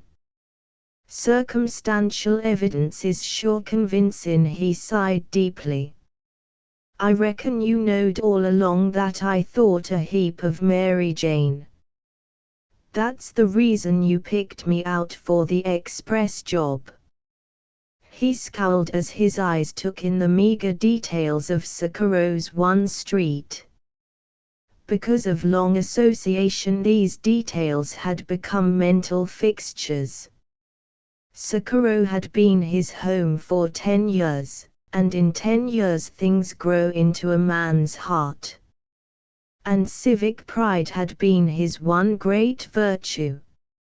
If in the summer the alkali dust of the street formed into miniature hills of grayish-white which sifted into surrounding hollows under the whipping tread of the cow-pony's hoofs, Texas likened it unto ruffled waters that seek a level.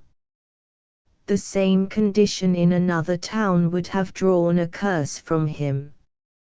If in the winter the huge windrows of caked mud stretched across the street in unlovely phalanx, Texas was reminded of itinerant mountain ranges. The stranger who would be so unwary as to take issue with him on this point would regret, if he lived. The unpainted shanties, the huddled, tottering dives, the tumble-down express station, all, even the maudlin masquerade of the high-card saloon, were institutions inseparable from his thoughts, inviolable and sacred in the measure of his love for them. And now, something caught in his throat and gave forth a choking sound. "But I reckon it's just as well," he said resignedly. "I sure ain't of much account."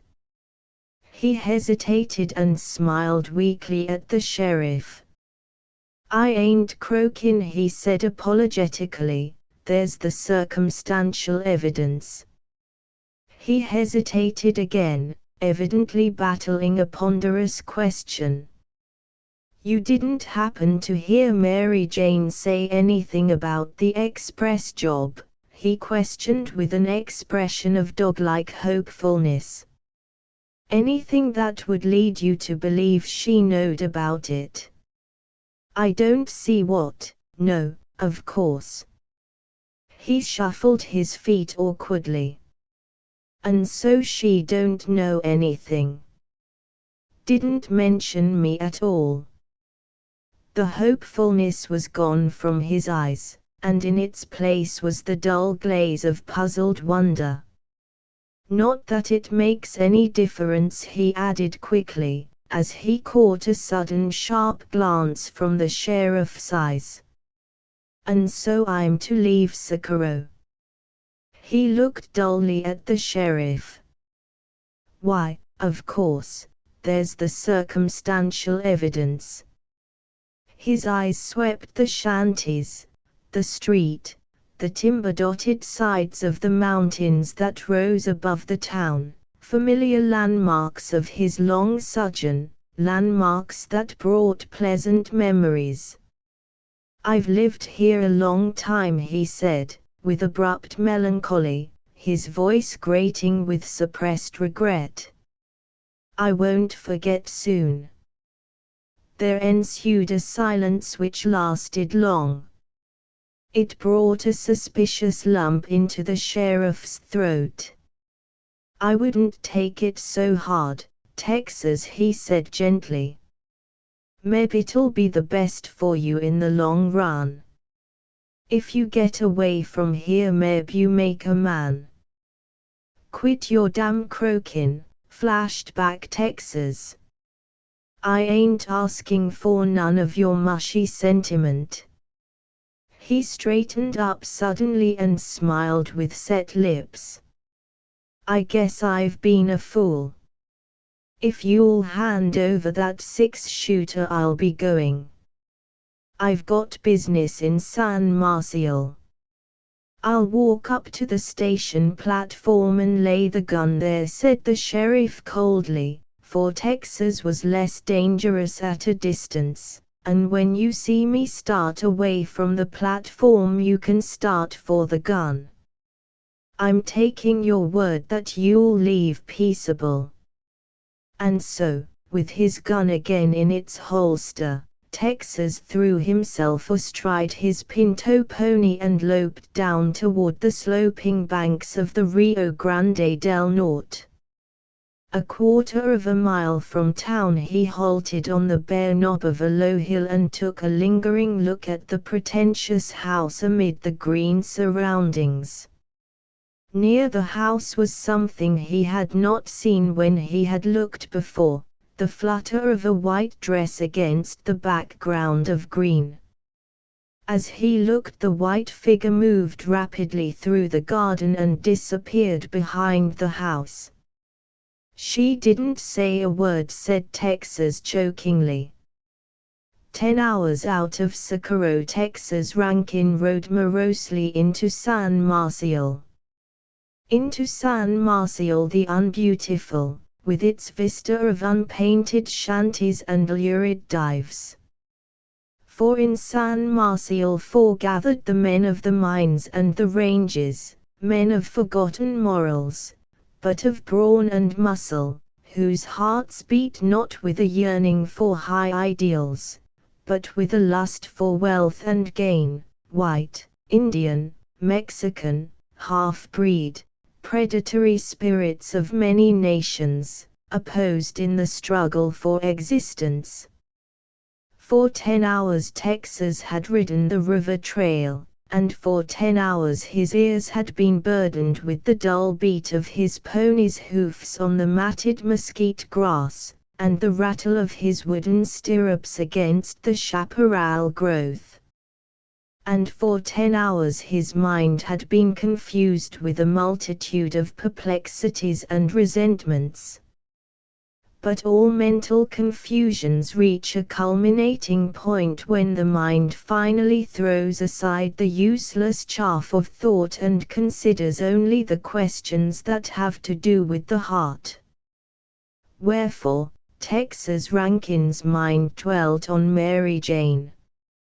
Subconsciously his mind harbored rebellion against her father, who had judged him, against Socorro, which had misunderstood him, against fate, which had been unjust.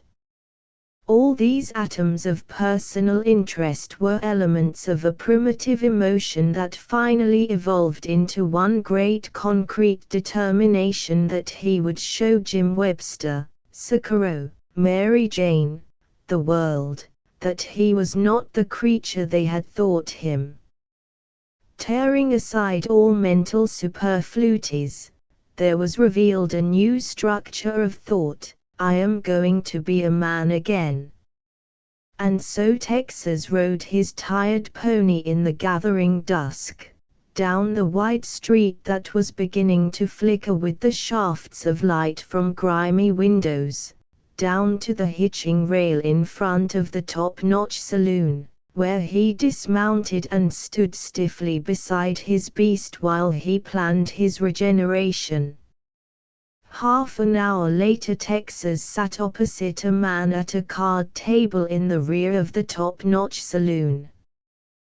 The man conversed easily, but it was noticeable that he watched Texas with cat-like vigilance, and that he poured his whiskey with his left hand. Ordinarily Texas would have noticed this departure from the polite rules, but laboring under the excitement that his new determination brought him, he was careless. For he had planned his regeneration, and his talk with the man was the beginning. "You lifted the express box at Socorro, Buck," said Texas, so earnestly that the table trembled. Buck Rieble, gambler, outlaw, murderer, pushed back his broad-brimmed hat with his hand. Always he used his left, and gazed with level, menacing eyes at Texas. His lips parted with a half sneer. If a man does a job nowadays, there's always someone wants in on it, he declared, voicing his suspicion of Rankin's motive in bringing up the subject. Because you was lucky in being close when the game come off is the reason you want a share of the cash, he added satirically. How much? Go easy, Buck, said Texas. I ain't no angel, but I never played your style. I ain't asking for a share. Then what in? It's a new deal, declared Texas heavily. A square deal. You took $5,000 out of Socorro, and you salivated the agent doing it. Jim Webster thought it was me, and I was invited to a farewell performance in which I done the starrin'. Some night prowler saw me down near the station just before you made your grand entry, and serves you right for spoonin' with a female so close to where gentleman has business, said Buck. I saw her when you come toward me shootin'. And what makes it more aggravatin', continued Texas, unmoved by the interruption, is that the lady was Jim Webster's daughter, and we was thinking of gettin' married. But we didn't want Jim to know just then, and she told me to keep mum, seeing that Jim was opposed. She said we'd keep it secret until, I admire the lady's choice, said Buck, sneering ironically. Until I braced up and was a man again, went on Texas, with bulldog persistency. Then you wasn't thinking of gettin' married soon, slurred Buck. I reckon we was, returned Texas coldly, that's why I came here. I'm going to take that $5,000 back to Socorro with me. And now Buck used his right hand. But quick as he was late. Rankin's gun gaped at him across the table the while his own weapon lagged tardily halfway in its holster. I'm going to be a man again, said Texas. There was a positiveness in his voice that awoke thoughts of death and violence. You damn, began Buck. I'll count 10, said Texas frigidly. If the money ain't on the table, then I reckon you won't care what becomes of it. 1, 2.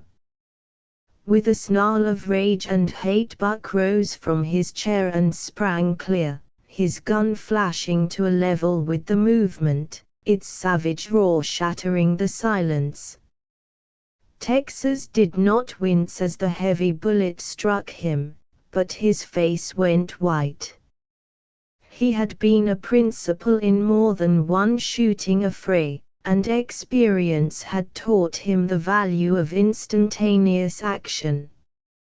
And so, even with the stinging pain in his left shoulder, his hand swept his gun lightly upward, and before it had reached a level he had begun to pull the trigger. But to his astonishment only the metallic click of the hammer striking the steel of the cylinder rewarded his efforts. Once, twice, thrice, so rapidly that the metallic clicks blended. And now he saw why he was to meet his death at the muzzle of Buck's gun. Fearing him, Jim Webster had removed the cartridges from his weapon before returning it to him that morning. He had committed a fatal error in not examining it after he had received it from Webster's hand. The law, in judging him, had removed his chance of life. But he smiled with bitter irony into Buck's eyes as the latter, still snarling and relentless, deliberately shot again, once, twice. According to the ancient custom, which has many champions, and to the conventions, which are not to be violated with impunity, Texas should have recovered from his wounds to return to Mary Jane and Socorro. No narrative is complete without the entire vindication of the brave and the triumph of the honorable. But to the chronicler belongs only the simple task of true and conscientious record. Therefore is the end written thus: came to Jim Webster's home in Socorro a week later a babbler from San Marcial, who told a tale. There was a man by the name of Texas Rankin came down to San Marcial last week and went gunning for Buck Rieble. Quickest thing you ever saw. Buck peppered him so fast you couldn't count, and I'm told Texas wasn't no slouch with a gun, either. Dead? Questioned Webster. As a doornail, returned the babbler. Socorro's bad man, said Webster, sententiously. Wasn't a bit of good in him. Gamblin', shootin', outlaw. Best job Buck ever done. He found Mary Jane in the kitchen, singing over the supper dishes. Texas Rankin is dead over at San Marcial, he said, with the importance of one communicating delectable news. Mary Jane continued with her dishes, looking at her father over her shoulder with a mild unconcern. At San Marcial, she said wonderingly. I didn't know he had left Socorro. A week now, returned Webster with much complacence. Fired him from Socorro for doing that express job. Socorro's bad enough without Texas. His mouth opened with dumb astonishment as Mary Jane whirled around on him with a laugh on her lips. Why, Dad, Texas Rankin didn't do that job. It was Buck Rieble. Texas told me the night it happened. We were walking down near the station and we heard some shooting. I wasn't close enough to see plainly, but Texas said he could recognize Buck by the flash of his gun. And so Texas is dead. I thought, said Webster feebly, that you was pretty sweet on Texas. Sweet, said Mary Jane, blushing with maidenly modesty. Socorro is so dull. A young lady must have some diversion. Then you don't care, why, Dad? You old so besides. To think, why I was only fooling with him.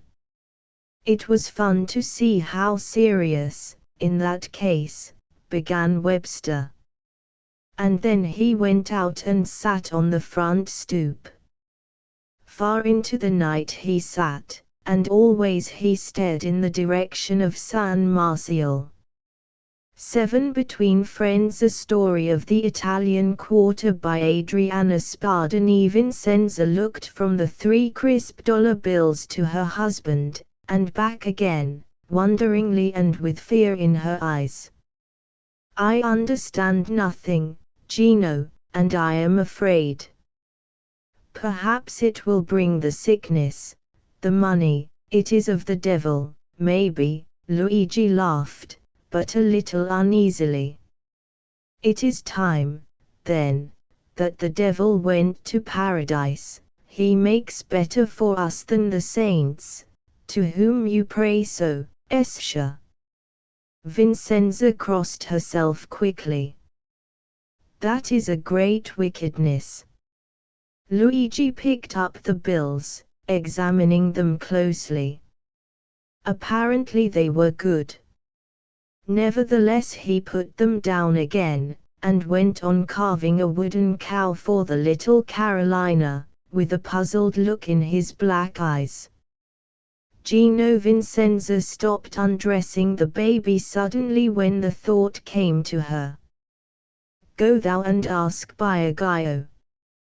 He has been many years in this country, and, besides, he is also a Genovese. He will tell thee." Luigi's eyes cleared, but he condescended to make no reply. It is not for a man to take the advice of a woman. But when it was dark, and Vincenza had gone to lie down with the little one, Luigi took his hat and went over to the shop of Biagio Franchini. Biagio listened attentively, his pudgy hands, crossed on his stomach, rose and fell with the undulations of the rolls of flesh beneath. From time to time he ceased for a moment the contemplation of the strings of garlic and sausage that hung from the fly-specked ceiling of his diminutive shop, and turned his little black eyes sharply on Luigi. So he said at last, "Today a lady came to thy house, and after to ask many questions left these $3.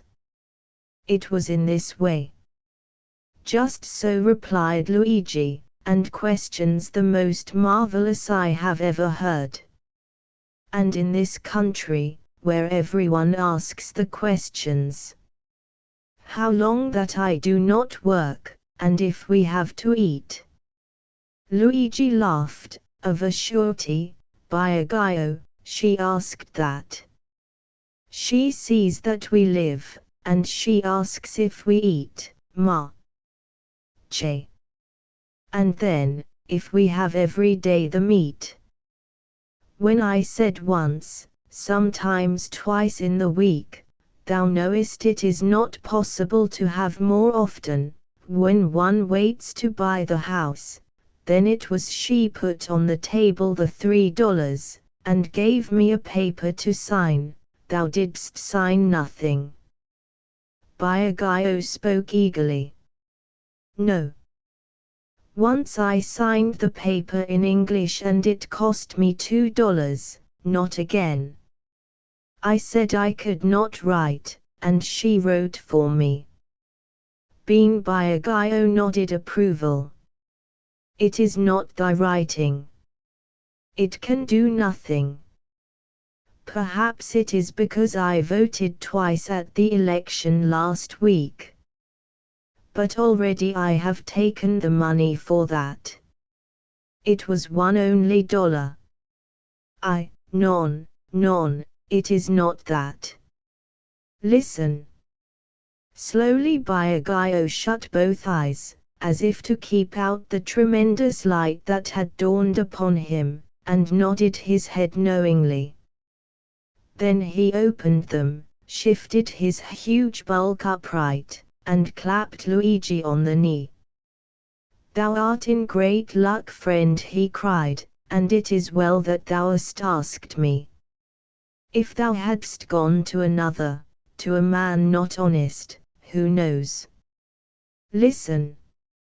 In our country when a rich man dies, he leaves always something for the poor, but he leaves it to the church and it is the fathers who give away the money.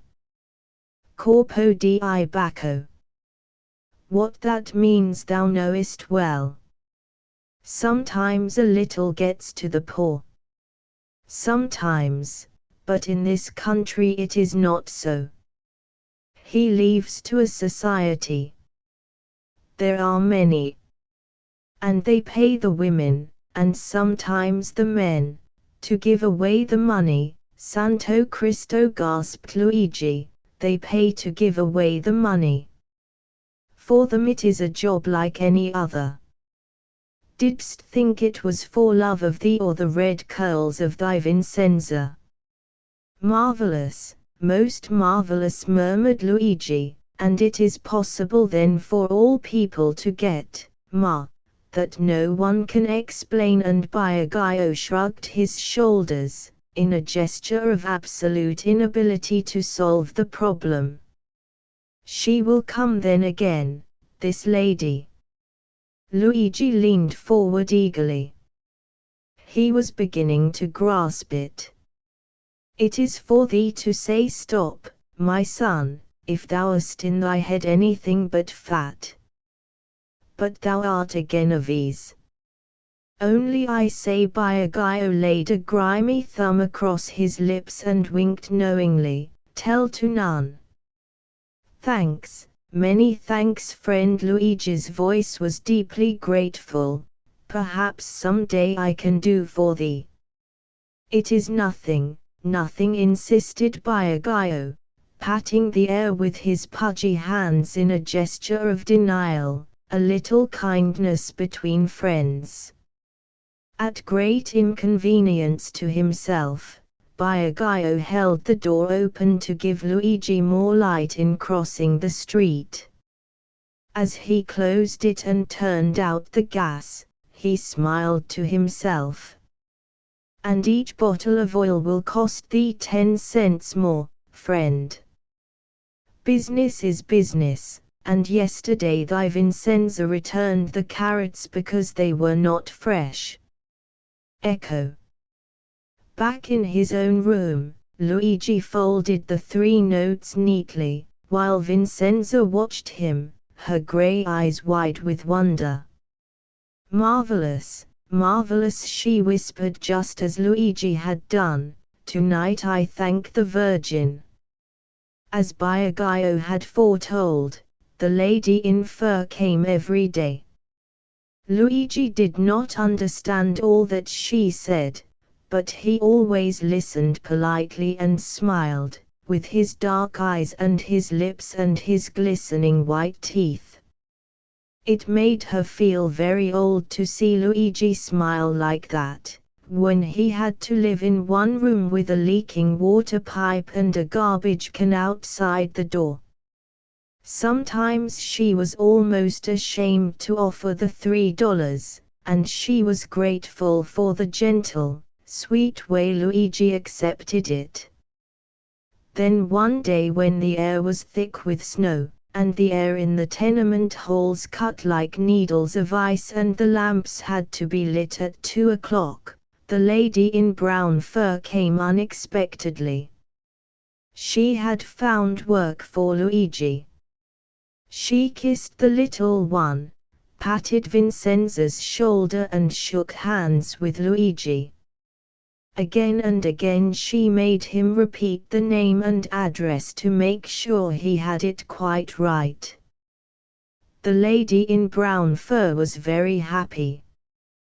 When she went, Vincenza leaned far over the banisters with the lamp while Luigi called out in his soft, broken English, directions for avoiding the lines of washing below and the refuse piled in dark turns of the stairs. When the lady in brown fur had disappeared, Vincenza turned to Luigi. Of a surety, cara, the saints are good. Never before didst thou work before April. In the new house we will keep for ourselves 2 rooms. These people have the pool even more than the alderman, Biagio says, replied Luigi with a dreamy look in his eyes. It may be that from this work I shall take $3 each day. Madonna mia, gasped Vincenza, it is beyond belief. For 5 days Luigi stood 4 hours each afternoon, bent forward, to the lifting of a cardboard block, while Hugh Keswick painted, as he had not painted for months, the tense muscles under the olive skin, the strong neck and shoulders. The building of the temple advanced rapidly. And Luigi's arms and back ached so that each night Vincenza had to rub them with the oil which now cost 10 cents more in the shop of Biagio. On the 6th day Luigi refused to go. I tell thee it is a stupidness, to stand all day with the pain in the back. For what? 50 cents. It is a work for old men and children, but thou canst not make the money, sitting in thy chair, with thy feet on the stove, like now, Dost thou wish then that I have every night the knives in my back? If so, not so, Caro, but, listen. You understand nothing and talk as a woman. A lady comes to my house. She says, you have no work, here is money. Then she comes and says, here is work. But at this work I make not so much as before she gave, and in addition, I have the pain in the back. Echo, when she comes again, I no longer have the work. It is her job to give away the money. She is not a fool, that lady in brown fur. It is that I make her a kindness. Not so. As thou sayest, and Vincenza went on with her endless washing. But when the week passed and the lady in brown fur did not come, Luigi's forehead wrinkled with the effort to understand. When the second had gone, Luigi was openly troubled. When the third was half over, he again took his hat and went over to the shop of Biagio. As before, Biagio listened attentively, his eyes closed, until Luigi had finished. Then he opened them, made a clicking noise with his tongue, and laid one finger along the side of his nose. Holy body of Christ, he said softly, in business thou hast the head like a rock. In one curl of thy Vincenza there is more sense than in all thy great body. Did I not tell thee to be careful, and it would stop only when thou didst wish? And now, without to ask my advice, you make the stupidness, bah, ma, Dio mio. Luigi's hands made angry protest against the invective of Biagio. I said only like a man of sense. It is her job, it make no difference, blood of the lamb. Thou hast been in America 8 months, and thou dost not know that they are mad, all quite mad, to work. Never do they stop. Even after to have 50 years, think, 50 years, still they work. They work even with the children old enough to keep them. For many months the skinny one, she who gives milk to the baby of Giacomo, had the habit to find him such work, like the foolishness of your painter. And Giacomo has already 3 children more than 15. Ma, Biagio snorted his contempt. Then suddenly his manner changed.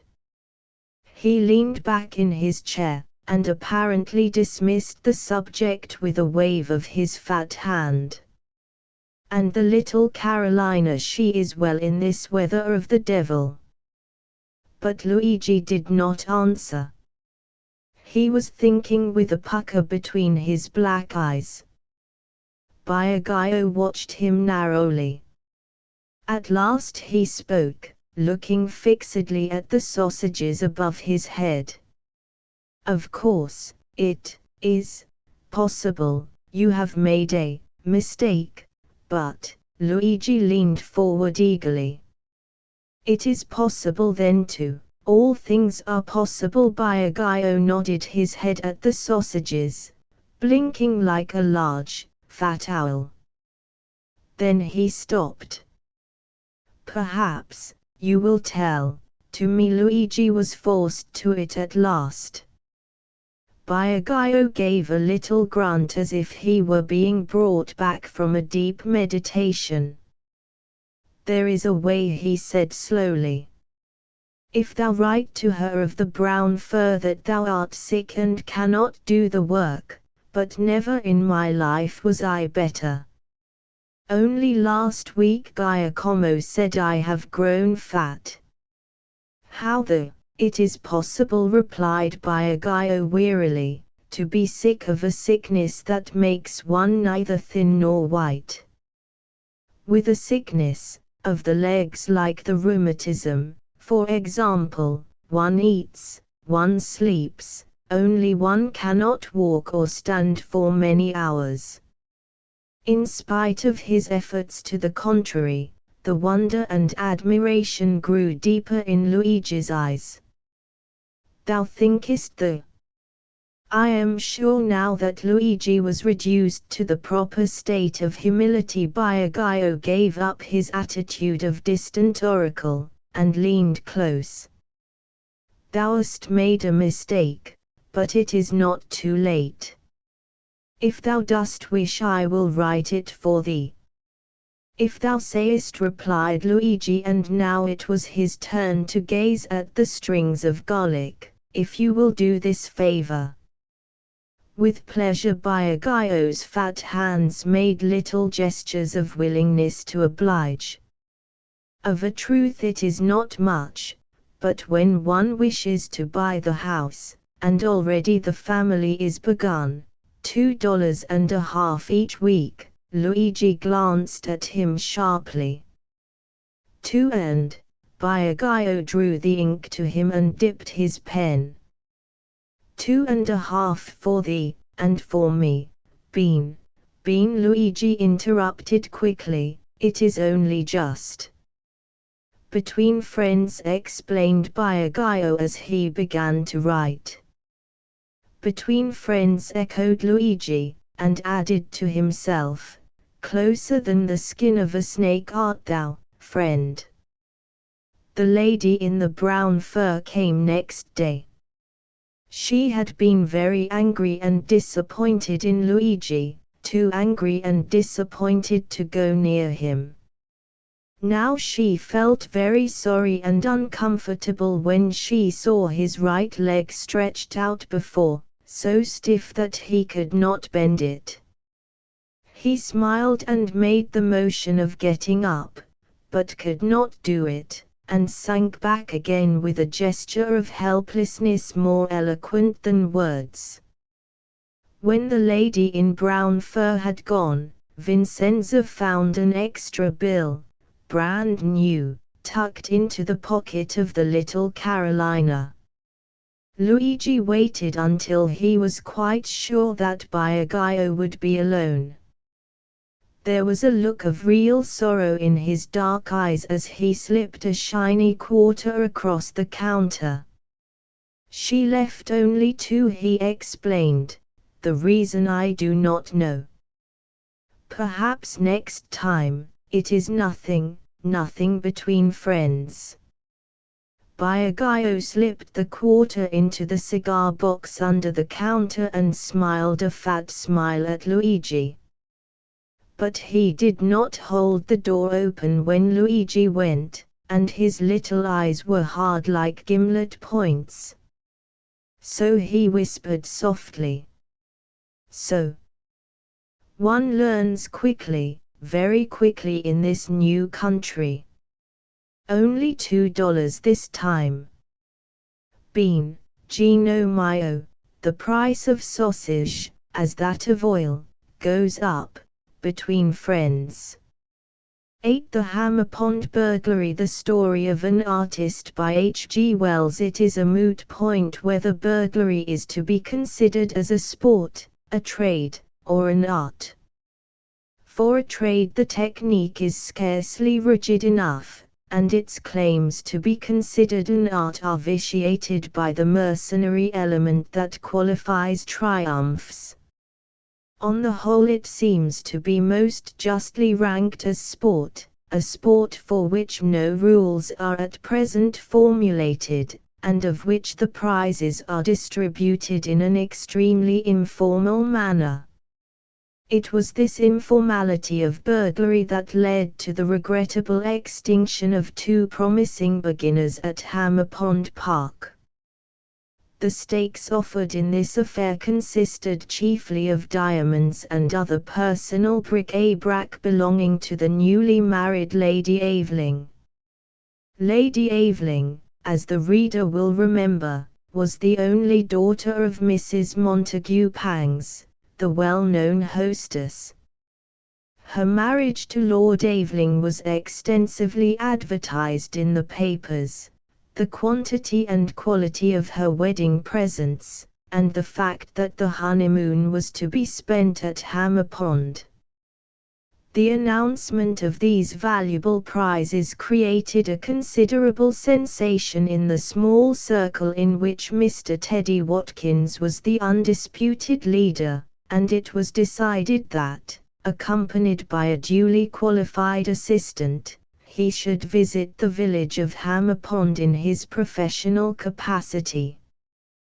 Being a man of naturally retiring and modest disposition, Mr. Watkins determined to make his visit incog, and, after due consideration of the conditions of his enterprise, he selected the role of a landscape artist, and the unassuming surname of Smith. He preceded his assistant, who, it was decided, should join him only on the last afternoon of his stay at Hammer Pond. Now the village of Hammer Pond is perhaps one of the prettiest little corners in Sussex. Many thatched houses still survive. The flint-built church, with its tall spire nestling under the down, is one of the finest and least restored in the county, and the beechwoods and bracken jungles through which the road runs to the great house are singularly rich in what the vulgar artist and photographer call bits. So that Mr. Watkins, on his arrival with 2 virgin canvases, a brand new easel, a paint boy, portmanteau, an ingenious little ladder made in sections, after the pattern of that lamented master, Charles Peace, crowbar, and wire coils, found himself welcomed with effusion and some curiosity by half a dozen other brethren of the brush. It rendered the disguise he had chosen unexpectedly plausible, but it inflicted upon him a considerable amount of aesthetic conversation for which he was very imperfectly prepared. "Have you exhibited very much?" said young Pawson in the bar parlour of the Coach and Horses, where Mr. Watkins was skilfully accumulating local information on the night of his arrival. "Very little," said Mr. Watkins, "just a snack here and there." "Academy?" "In course." "And at the Crystal Palace?" "Did they hang you well?" said Pawson. "Don't rot," said Mr. Watkins, "I don't like it." "I mean, did they put you in a good place?" "What d'ye mean?" said Mr. Watkins suspiciously. "One you'd think you were trying to make out I'd been put away." Pawson was a gentlemanly young man even for an artist, and he did not know what being put away meant, but he thought it best to explain that he intended nothing of the sort. As the question of hanging seemed a sore point with Mr. Watkins, he tried to divert the conversation a little. "Did you do figure work at all?" "No, never had a head for figures," said Mr. Watkins. "My Mrs. Smith, I mean, does all that." "She paints too," said Pawson. "That's rather jolly." "Very," said Mr. Watkins, though he really did not think so, and, feeling the conversation was drifting a little beyond his grasp, added, "I came down here to paint Hammer Pond House by moonlight." "Really?" said Pawson. "That's rather a novel idea." "Yes," said Mr. Watkins, "I thought it rather a good notion when it occurred to me. I expect to begin tomorrow night." "What? You don't mean to paint in the open, by night?" "I do, though." "But how will you see your canvas?" "Have a bloomin' copse," began Mr. Watkins, rising too quickly to the question, and then realizing this, bawled to Miss Durgan for another glass of beer. "I'm going to have a thing called a dark lantern," he said to Pawson. "But it's about new moon now," objected Pawson. "There won't be any moon." "There'll be the house," said Watkins, "at any rate. I'm going, you see, to paint the house first and the moon afterward." "Oh," said Pawson, too staggered to continue the conversation. Toward sunset next day Mr. Watkins, virgin canvas, easel, and a very considerable case of other appliances in hand, strolled up the pleasant pathway through the beech woods to Hammer Pond Park, and pitched his apparatus in a strategic position commanding the house. Here he was observed by Mr. Raphael Sant, who was returning across the park from a study of the chalk pits. His curiosity having been fired by Pawson's account of the new arrival, he turned aside with the idea of discussing nocturnal art. Mr. Watkins was mixing color with an air of great industry. Sant, approaching more nearly, was surprised to see the color in question was as harsh and brilliant an emerald green as it is possible to imagine. Having cultivated an extreme sensibility to color from his earliest years, he drew the air in sharply between his teeth at the very first glimpse of this brew. Mr. Watkins turned round. He looked annoyed. "What on earth are you going to do with that beastly green?" said Sant.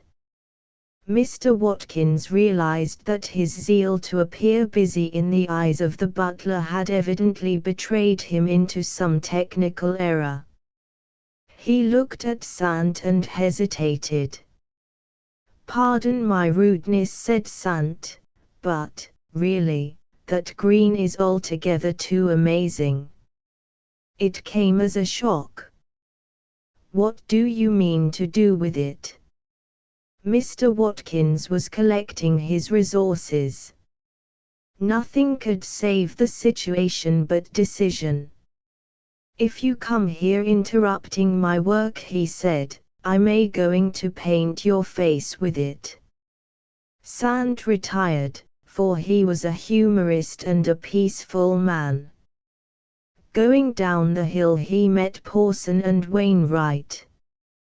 "Either that man is a genius or he is a dangerous lunatic," said he.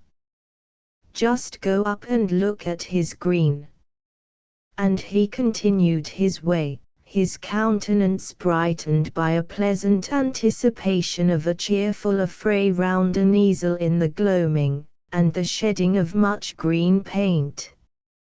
But to Pawson and Wainwright Mr. Watkins was less aggressive, and explained that the green was intended to be the first coating of his picture. It was, he admitted, in response to a remark, an absolutely new method, invented by himself. Twilight deepened, first one then another star appeared. The rooks amid the tall trees to the left of the house had long since lapsed into slumberous silence. The house itself lost all the details of its architecture and became a dark grey outline, and then the windows of the salon shone out brilliantly. The conservatory was lighted up, and here and there a bedroom window burnt yellow. Had anyone approached the easel in the park it would have been found deserted. One brief uncivil word in brilliant green sullied the purity of its canvas. Mr. Watkins was busy in the shrubbery with his assistant, who had discreetly joined him from the carriage drive. Mr. Watkins was inclined to be self-congratulatory upon the ingenious device by which he had carried all his apparatus boldly, and in the sight of all men, right up to the scene of operations. "That's the dressing room," he said to his assistant, and, as soon as the maid takes the candle away and goes down to supper, we'll call in. My! How nice the house do look, to be sure, against the starlight, and with all its windows and lights. Swope me, Jim, I almost wish I was a painter chap. Have you fixed that there wire across the path from the laundry?" He cautiously approached the house until he stood below the dressing-room window, and began to put together his folding ladder. He was too experienced a practitioner to feel any unusual excitement. Jim was reconnoitering the smoking room. Suddenly, close beside Mr. Watkins in the bushes, there was a violent crash and a stifled curse. Someone had tumbled over the wire which his assistant had just arranged. He heard feet running on the gravel pathway beyond. Mr. Watkins, like all true artists, was a singularly shy man, and he incontinently dropped his folding ladder and began running circumspectly through the shrubbery. He was indistinctly aware of two people hot upon his heels, and he fancied that he distinguished the outline of his assistant in front of him. In another moment he had vaulted the low stone wall bounding the shrubbery, and was in the open park. Two thuds on the turf followed his own leap. It was a close chase in the darkness through the trees. Mr. Watkins was a loosely built man and in good training, and he gained hand over hand upon the hoarsely panting figure in front. Neither spoke, but, as Mr. Watkins pulled up alongside, a qualm of awful doubt came over him. The other man turned his head at the same moment and gave an exclamation of surprise. "It's not Jim," thought Mr. Watkins, and simultaneously the stranger flung himself, as it were, at Watkins's knees, and they were forthwith grappling on the ground together. "Lend a hand, Bill," cried the stranger, as the third man came up.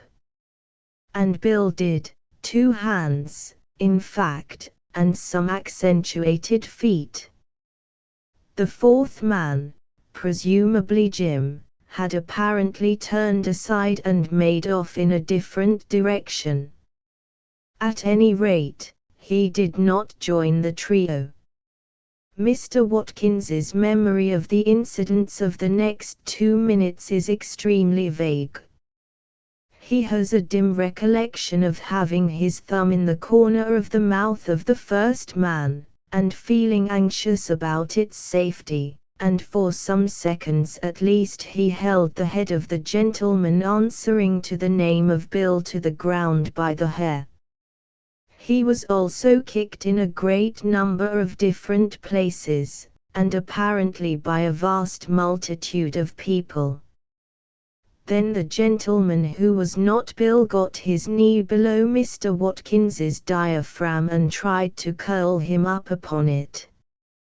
When his sensations became less entangled he was sitting upon the turf, and 8 or 10 men, the night was dark, and he was rather too confused to count, standing around him, apparently waiting for him to recover. He mournfully assumed that he was captured, and would probably have made some philosophical reflections on the fickleness of fortune, had not his internal sensations disinclined him to speech. He noticed very quickly that his wrists were not handcuffed, and then a flask of brandy was put in his hands. This touched him a little, it was such unexpected kindness. "He's a coming round," said a voice which he fancied he recognized as belonging to the Hammer Pond second footman. "We've got 'em, sir, both of 'em," said the Hammer Pond butler, the man who had handed him the flask. "Thanks to you." No one answered his remark. Yet he failed to see how it applied to him. "He's fair dazed," said a strange voice, "the villains half murdered him." Mr. Teddy Watkins decided to remain fair dazed until he had a better grasp of the situation.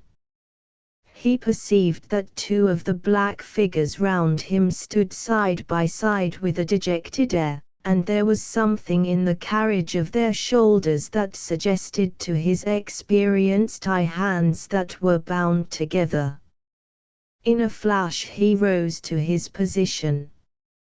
He emptied the little flask and staggered, obsequious hands assisting him, to his feet. There was a sympathetic murmur. "Shake hands, sir, shake hands," said one of the figures near him. "Permit me to introduce myself. I am very greatly indebted to you. It was the jewels of my wife, Lady Aveling, which attracted these scoundrels to the house." "Very glad to make your lordship's acquaintance," said Teddy Watkins. "I presume you saw the rascals making for the shrubbery, and dropped down on them." "That's exactly how it happened," said Mr. Watkins. "You should have waited till they got in at the window," said Lord Aveling. "They would get it hotter if they had actually committed the burglary. And it was lucky for you two of the policemen were out by the gates, and followed up the three of you. I doubt if you could have secured the two of them, though it was confoundedly plucky of you, all the same." "Yes, I ought to have thought of all that," said Mr. Watkins, "but one can't think of everything." "Certainly not," said Lord Aveling. "I am afraid they have mauled you a little," he added. The party was now moving toward the house. "You walk rather lame. May I offer you my arm?" And instead of entering Hammer Pond House by the dressing-room window, Mr. Watkins entered it, slightly intoxicated, and inclined now to cheerfulness again, on the arm of a real live peer, and by the front door. "This," thought Mr. Watkins, "is burgling in style." The scoundrels seen by the gaslight proved to be mere local amateurs unknown to Mr. Watkins, and they were taken down into the pantry and there watched over by the three policemen, two gamekeepers with loaded guns, the butler, an ostler, and a carman, until the dawn allowed of their removal to Hazelhurst Police Station. Mr. Watkins was made much of in the salon. They devoted a sofa to him, and would not hear of a return to the village that night. Lady Aveling was sure he was brilliantly original, and said her idea of Turner was just such another rough, half inebriated, deep-eyed, brave, and clever man. Someone brought up a remarkable little folding ladder that had been picked up in the shrubbery, and showed him how it was put together. They also described how wires had been found in the shrubbery, evidently placed there to trip up unwary pursuers. It was lucky he had escaped these snares. And they showed him the jewels. Mr. Watkins had the sense not to talk too much, and in any conversational difficulty fell back on his internal pains. At last he was seized with stiffness in the back and yawning. Everyone suddenly awoke to the fact that it was a shame to keep him talking after his affray, so he retired early to his room, the little red room next to Lord Aveling's suite. The dawn found a deserted easel bearing a canvas with a green inscription, "In the Hammer Pond Park," and it found Hammer Pond House in commotion. But if the dawn found Mr. Teddy Watkins and the Aveling diamonds, it did not communicate the information to the police. 9 for C.S. La Tragedy, an ancient mariner's yarn by Percy Longhurst. Ye may gas about torpedoes and funnel machines and such like, but ye can't learn me nothing. On't I had do we suthin sort that turned heads o' a dozen men from black to white in 'bout 10 minutes, and the ancient mariner looked at me with careful impressiveness. Bad, eh? I inquired. Should he think it was, for them poor chaps? Didn't turn your hair white, uncle? Guess not, and the ancient mariner had a fit of chuckling that nearly choked him. When he recovered he told me the yarn. I had heard several of old Steve's yarns, and I considered that his fine talents were miserably wasted. He ought to have been a politician or a real estate agent. This yarn, however, might very well have been true. It was 'bout 19 years ago Steve commenced, and I'd just taken up a job as cook on the Here at Last, a blamed old Noah's Ark of a windjammer from New York to Jamaica. She did trip in 'bout same time as ye walk it. She was a beauty, and crew 'bout fitted her. Where old man had gathered from Lord only knows, but they was most difficult lot I've ever sailed with, which is saying a deal considerin' that, man and boy, I've been a sailor for 40 years. They was as contrary as women, and as stupid as donkeys. I couldn't do nothing right for 'em. They complained of the coffee, grumbled at biscuit, and swore terrible at meat. But most of all they swore at me. It all lies in cooking. An old one-eyed chap, named Barton, used to say, "Any cook that is worth his salt can do wonders wi' worst victuals," and he told me how he'd once sailed with a cook as CD make a stewed cat taste better 'en a rabbit. And, dern me, when I went ashore next, and at great risk managed to lay hold of a big tom and cooked it for 'em, hoping to please 'em, and went into for C.S. La after dinner and told 'em what I'd done, that self-same chap, Barton, didn't hit me over head wi' his tin can for trying to poison 'em, as he said. They complained to old man, too, which was worse, for when we got next port my leave ashore was stopped, and all for trying to please 'em. Rank ingratitude, I call it. Another time I tried to give the junk. It really was bad, but as I hadn't bought stores, that wasn't no fault o' mine. A bit of a more pleasant flavor by bilin' with it a packet o' spice I found in skipper's cabin. One o' sailors comes into my galley in a towering rage arter dinner. "You're blamed rascal," he said, and there was suthin' like murder in his staring eyes. "Ye blamed rascal, whatcha been doing to our grub now?" "What's trouble, Joe?" I asks quietly.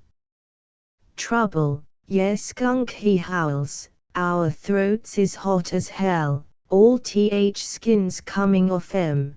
Bill Thompson's got his lips that blistered, he can't hold his pipe between 'em. What ya been doing? Hold hard a jiffy, I said, and looks at what was left o' th spice I'd used. I nearly had a fit. Go way, I says, pullin' myself together, ain't nothing. And it wasn't nothing, but there was such an almighty run on th water barrel that arternoon th old man was beginnin' ter think a teetotal revival had struck th here at last. But though Cayenne pepper drives a chap ter water pretty often while th effect lasts, it don't have no permanent result, as th old man found out. Course it was a mistake o' mine, but ain't we all liable to go a bit astray? I'm jest giving ye these few examples to show ye that things wasn't altogether okay 'tween me and the crew. They was always swearin' at me, and calling of me names, and hevin' things at me head, because I'd done or hadn't done suthin' or other. An angel from heaven wouldn't have pleased 'em, and as I never held much stock in the angelic trust, ye kin easily understand we was most times very much at 6s and 7s. One evening I was sitting in th for Cs patiently listening to th horrible language in which they reproached me because one o' 'em had managed to break a front tooth in biting a bit o' th salt pork they'd had for dinner, which was certainly no fault o' mine, when one of 'em, an English chap he was, and the worst grumbler of all, suddenly cries, "Jerusalem, wouldn't I give something for a drop of beer just now? Strike me pink if I ain't a'most forgotten what the taste o' it's like." "Me, too," said Harry Towers, the carpenter. "A schooner o' lager and ale. Sakes! Wouldn't it jest sizzle down a day like this? My aunt. I'd give a month's pay for a quart," the surly Britisher says fiercely. "A quart? Why don't ye ask for a barrel while ye're about it, then I'd help ye drink it," I says. You're blighted, perishin' idiot," he shouts. It was him that'd broken his tooth. "What? Waste good beer on your that's fit for nothing but cuttin' up into shark bait. That ain't th way to talk to a man as is always ready and willin' to help ye," I says reproachfully. The chap glares at me like a tiger with the colic. His language was awful. "Lord help us," he finishes up with, "why, you've done nothing but try ter pizen us ever since we come aboard. Ain't I right, mates?" "Right-o," they choruses, and I begin to think they'd soon be gettin' up to mischief. "P'raps I might help ye to git some beer if you was more respectful," I says hurriedly. "Beer," they all yells, and looks up at me all too on't as if I was a dime museum freak. "Yes, beer," I says quietly. "And where'd you be gettin' it from?" asks one. "Never ye mind that," I answers. "I've a dozen or 2 bottles of English stout I brought aboard, and since ye're so anxious to taste a drop o' beer, I don't mind letting ye have some, at a price, o' course." "What's the figure?" Towers inquires suspiciously. He was a Michigan man. $1 th bottle. "What?" shouts th man as was ready to give a month's pay for a quart. $1 th bottle. Why, you're miserable old skinflint. $1 bottle. That's the terms, take 'em or leave 'em, says I, very firmly. They talked a lot, and they swore a lot more, but finally seemed as I wasn't to be moved, and that they couldn't get the beer except at my price. The whole 10 of 'em agreed to have a bottle apiece.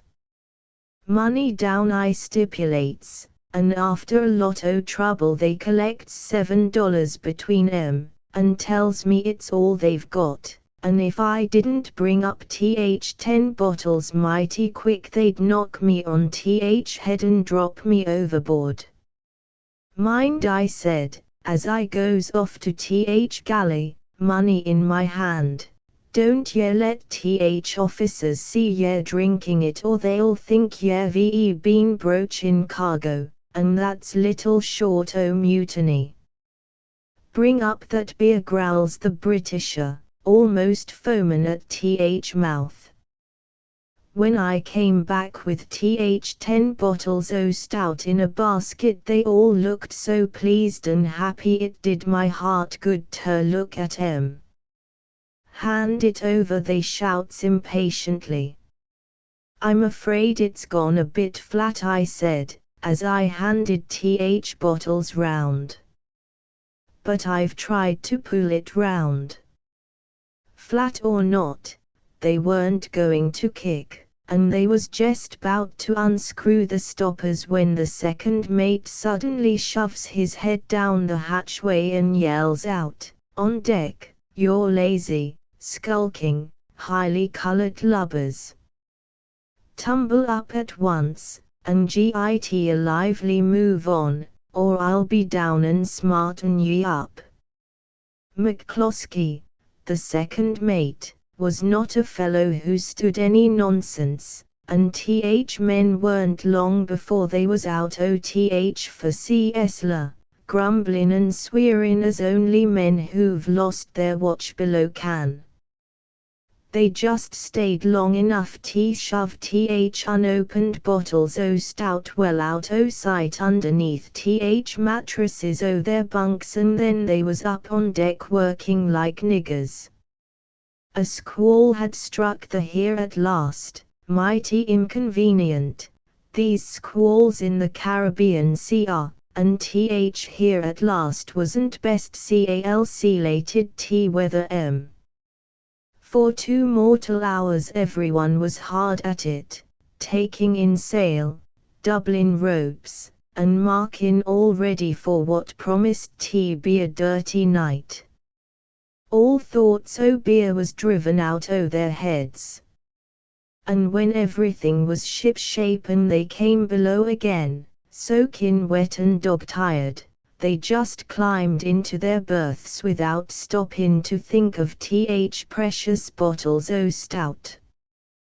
'Bout 2 o'clock in morning, I was woke up by what sounded like a pistol shot in for Esler, and before I could rub sleep out my eyes, there was another, and another and another, and I saw 4 sailors tumble out of their bunks and fall on floor shrieking as if they'd been attacked by most awful pain.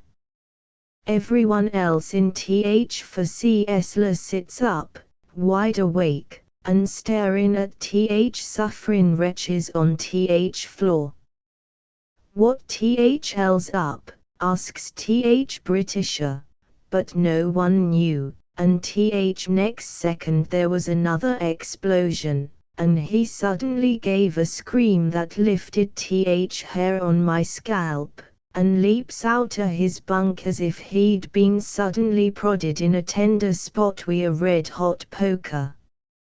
"My good," he screeches, bunk's exploded and I'm bleedin' to death," and he starts yellin' like a catamount, running up and down gangway, and trampling upon 4 shrieking, cursing, prayin' sailors who'd been attacked first.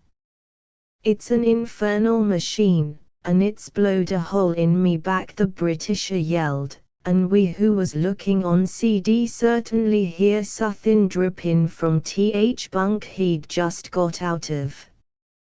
Och! I'm blowed to bits. I'm being murdered.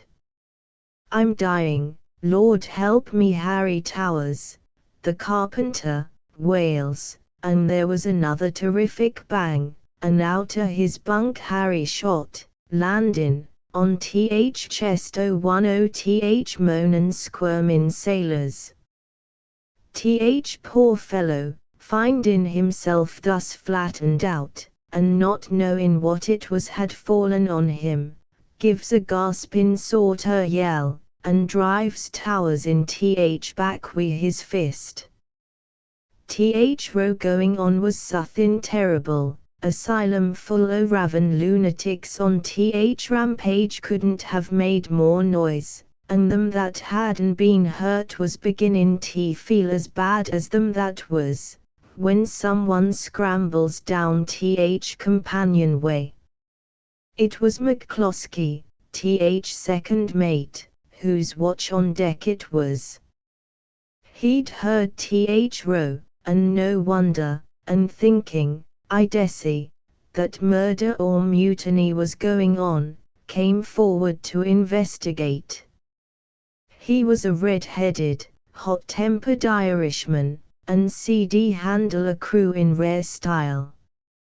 What Dickens, he commences, when one o' men on floor, seeing gun in his hand, and not recognizing him, shouted, they are coming to finish us, and grabs mate round legs wi' grip of a boa constrictor. Mate, sure it was mutiny, lets off his gun promiscuous. A clip on the jaw made sailor let go, and mate, seeing Towers groanin' on floor quite close, kicks him hard and asks what's matter. We're blown up, Sir Towers whimpers. Blown up, ye fool, what do ye mean? Who's blowin' ye up? Demands McCloskey. Dunno, Sir Harry stammered, and just then there was 2 more explosions, and a couple more o' the seamen bundled headlong out o' their berths, utterin' doleful shrieks that'd make your heart stand still. Mate was kickin', swearin', and shoutin' like a demon. Men all while keeping up their row as if they was being paid $1 a minute to yell. Then Skipper put in an appearance. His face was white as chalk, but his hands, in each o' which was a big colt, were steady as rocks, and he come down ladder like a man who reckons he's in for a good fight. What's all this mean, Mr. McCloskey? He asks, pausin' when he sees there's no fightin' going on. Whatever mate said was drowned by row sailors was markin', though he bellowed like a frisky bull. Old man didn't seem a bit frightened, dropping one o' Colts into his pocket, he roars, silence, and steps over to berth where Joe Harper, bosun, was sitting upright, stiff as a poker, and his eyes fairly starting out o' his head wi' terror. Now, then, Harper, he says, and judgin' by his face Skipper was 'bout as mad as a bear with a sore head. What blazes does it mean? Have ye all gone mad? But bosun, he was too scared to do more than gape at Skipper like a codfish 3 days out o' water, and old man gets a bit madder. Answer, ye damn rascal, he shouted, and he grabs Harper by shoulder and shakes him until his teeth fairly rattled. but Th Bosun couldn't say a word. If this ain't enough to drive a man crazy, Th Skipper yells, McCloskey, have ye lost your senses like all these condemned rascals here? What's Th meanin' o' it? Don't know, sir. I heard 'em ravenin' screamin' like lunatics, but I can't get a word out of 'em. Think they must all have become mad, and Th mate kicked Towers again to relieve his feelings. He'd just finished speaking when suthin' busted underneath Th Bosun. Harper screams. Th Skipper gives a jump and lets go of his arm, and Harper falls out of his berth as if he'd been suddenly shot dead, only he was marking a row like a man suddenly attacked with D.Ts. And at that all Th other miserable wretches on Th floor starts worse than ever. Th Skipper pulls himself together, and going to Th Bosun's bunk, leans over and examines it. He poked about fr a bit, put his fingers into a stream of suthin that was falling from Th bunk to Th floor, and then by Th light o' Th swinging oil lamp, I see his face turn a blazin' crimson. I see him take suthin out o' Th bed, and then he swings round and faces Th men.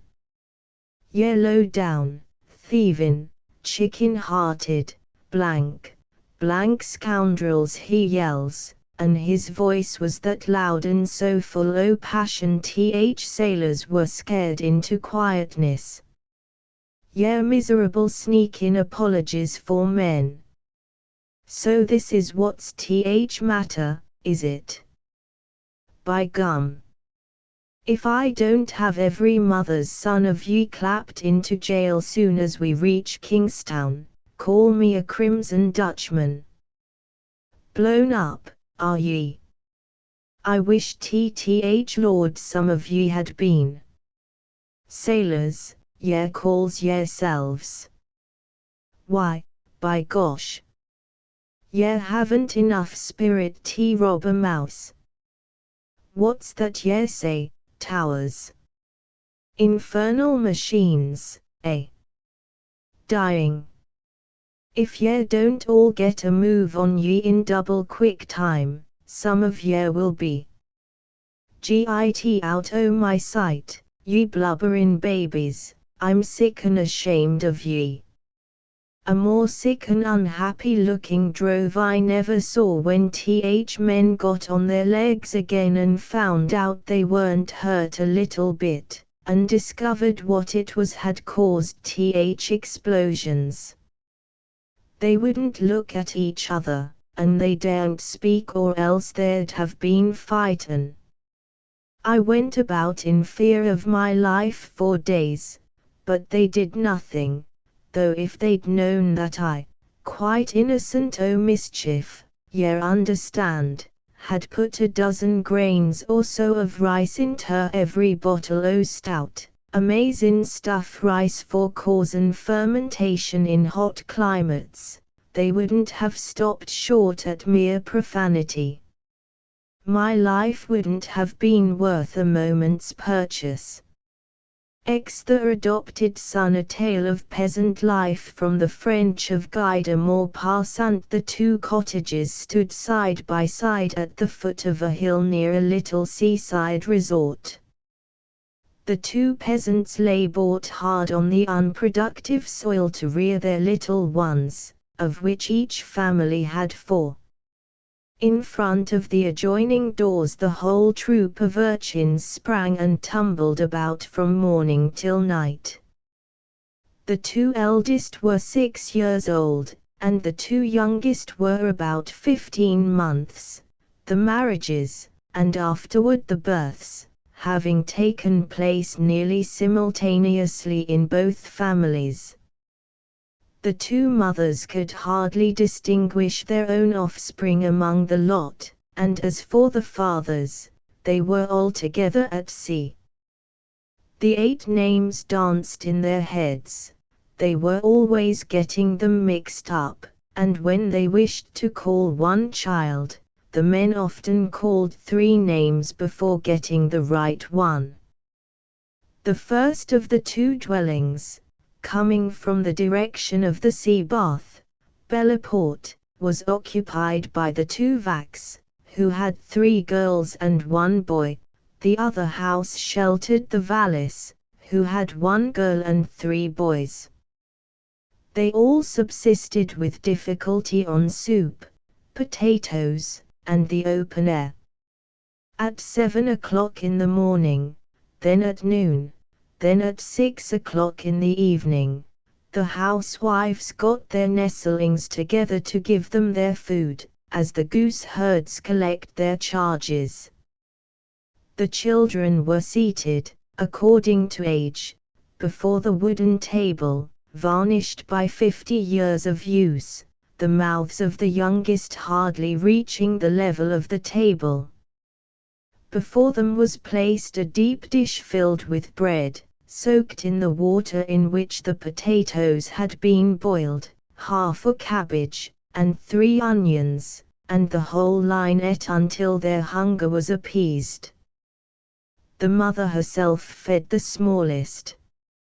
A little meat, boiled in a soup, on Sunday, was a feast for all, and the father on this day sat longer over the repast, repeating, "I should like this every day."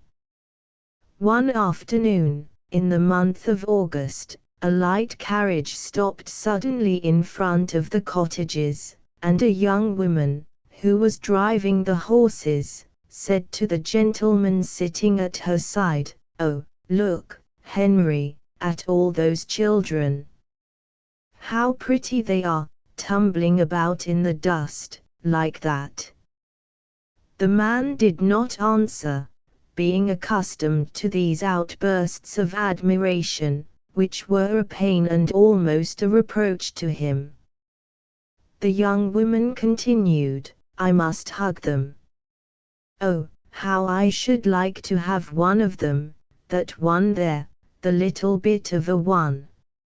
Springing down from the carriage, she ran toward the children, took one of the 2 youngest, that of the 2 Vacs, and lifting it up in her arms, she kissed him passionately on his dirty cheeks, on his frowsy hair daubed with earth, and on his little hands, which he swung vigorously, to get rid of the caresses which displeased him.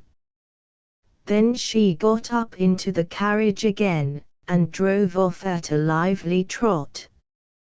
But she returned the following week, and seating herself on the ground, took the youngster in her arms, stuffed him with cakes, gave bonbons to all the others, and played with them like a young girl, while the husband waited patiently in the frail carriage.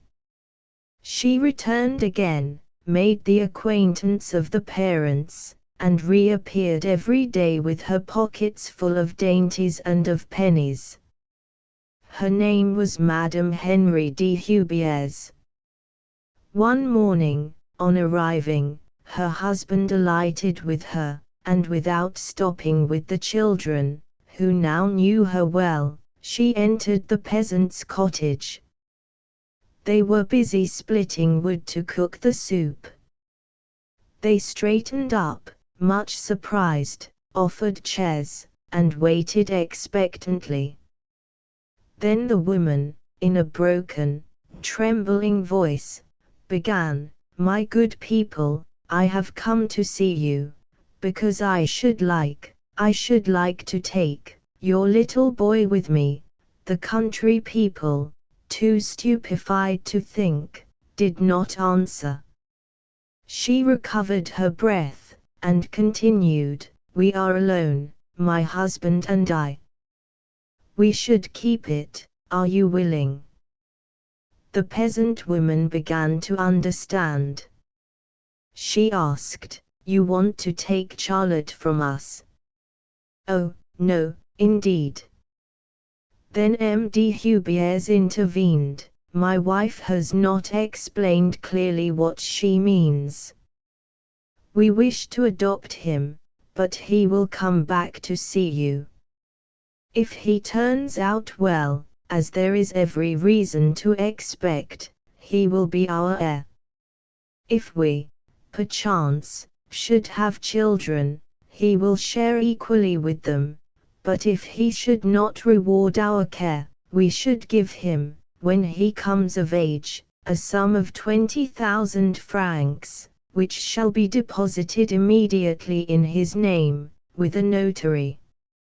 As we have thought also of you, we should pay you, until your death, a pension of 100 francs a month. Have you quite understood me? The woman had arisen, furious. You want me to sell you, Charlotte? Oh, no, that's not the sort of thing to ask of a mother. Oh, no. That would be an abomination. The man, grave and deliberate, said nothing, but approved of what his wife said by a continued nodding of his head. Mme de Hubiers, in dismay, began to weep, and turning to her husband, with a voice full of tears, the voice of a child used to having all its wishes gratified, she stammered, "They will not do it, Henry, they will not do it." Then he made a last attempt, "But, my friends, think of the child's future, of his happiness, of—" The peasant woman, however, exasperated, cut him short. "It's all considered. It's all understood. Get out of this, and don't let me see you here again. The idea of wanting to take away a child like that." Then Mme de Hubiers begged out herself that there were 2 children, quite little, and she asked, through her tears, with the tenacity of a wilful and spoiled woman, "But is the other little one not yours?" Father Tuvac answered, "No, it is our neighbor's. You can go to them, if you wish." And he went back into his house, whence resounded the indignant voice of his wife. The valets were at table, in the act of slowly eating slices of bread which they parsimoniously spread with a little rancid butter on a plate between the two. M.D. Hubiers recommenced his propositions, but with more insinuations, more oratorical precautions, more guile. The 2 country people shook their heads, in sign of refusal, but when they learned that they were to have 100 francs a month, they considered, consulting one another by glances, much disturbed. They kept silent for a long time, tortured, hesitating. At last the woman asked, "What do you think about it, man?" In a sententious tone he said, "I say that it's not to be despised." Then Mme de Hubiers, trembling with anguish, spoke of the future of their child, of his happiness, and of the money which he could give them later. The peasant asked, "This pension of 1,200 francs, will it be promised before a notary?" M.D. Hubiers responded, "Why, certainly, beginning with tomorrow."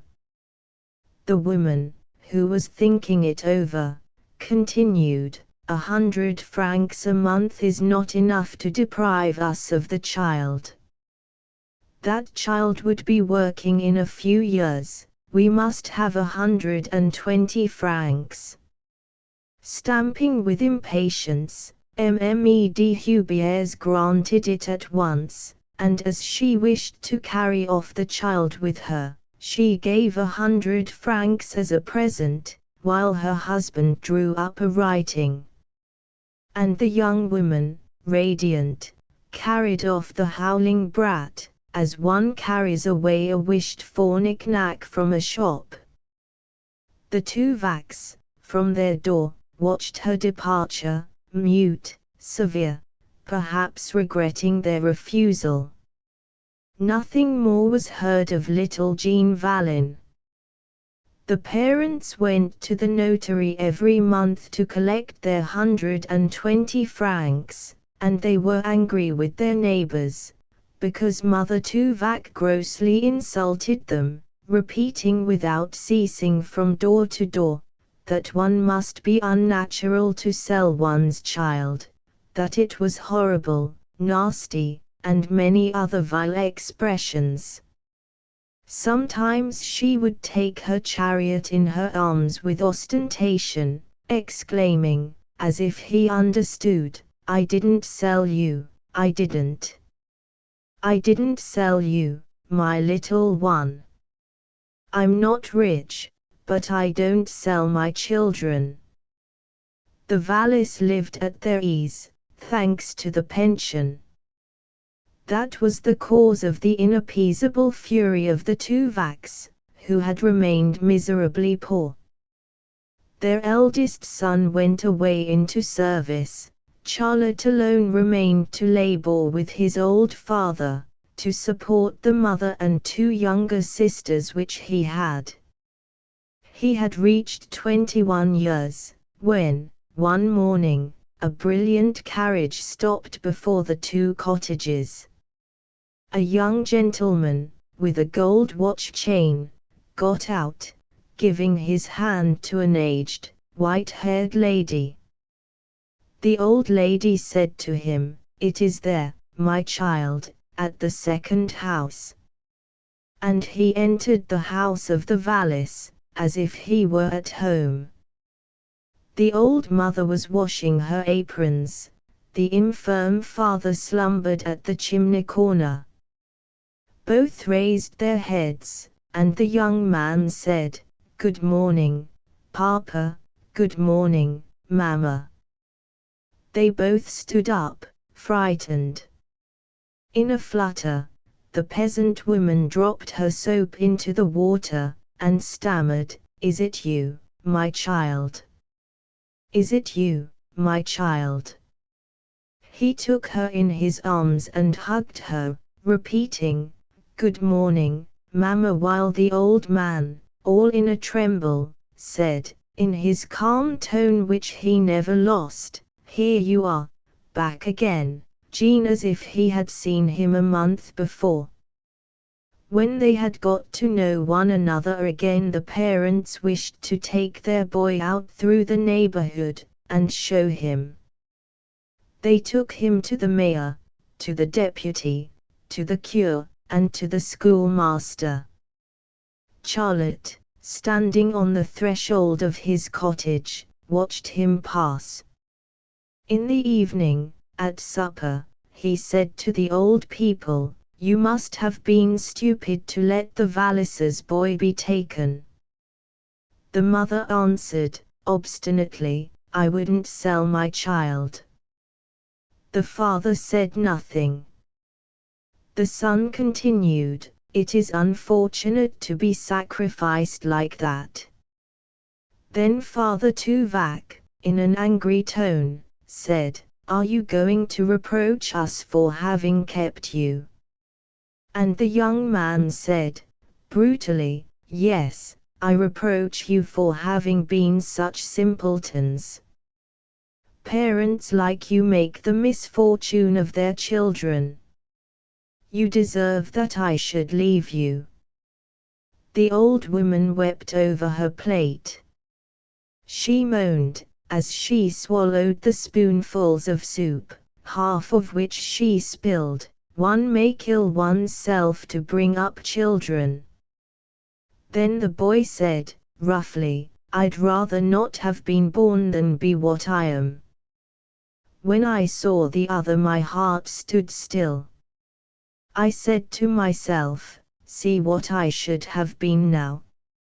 He arose, "See here, I feel that I would do better not to stay here, because I should bring it up against you from morning till night, and I should make your life miserable. I shall never forgive you that, you know."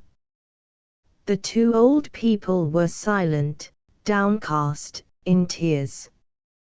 He continued, "No, the thought of that would be too hard. I'd rather go look for a living somewhere else." He opened the door. A sound of voices entered.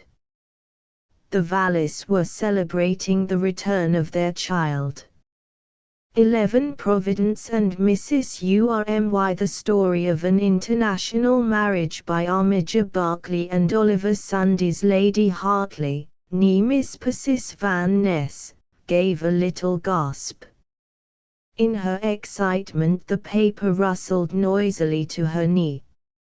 "Oh, have you seen this?"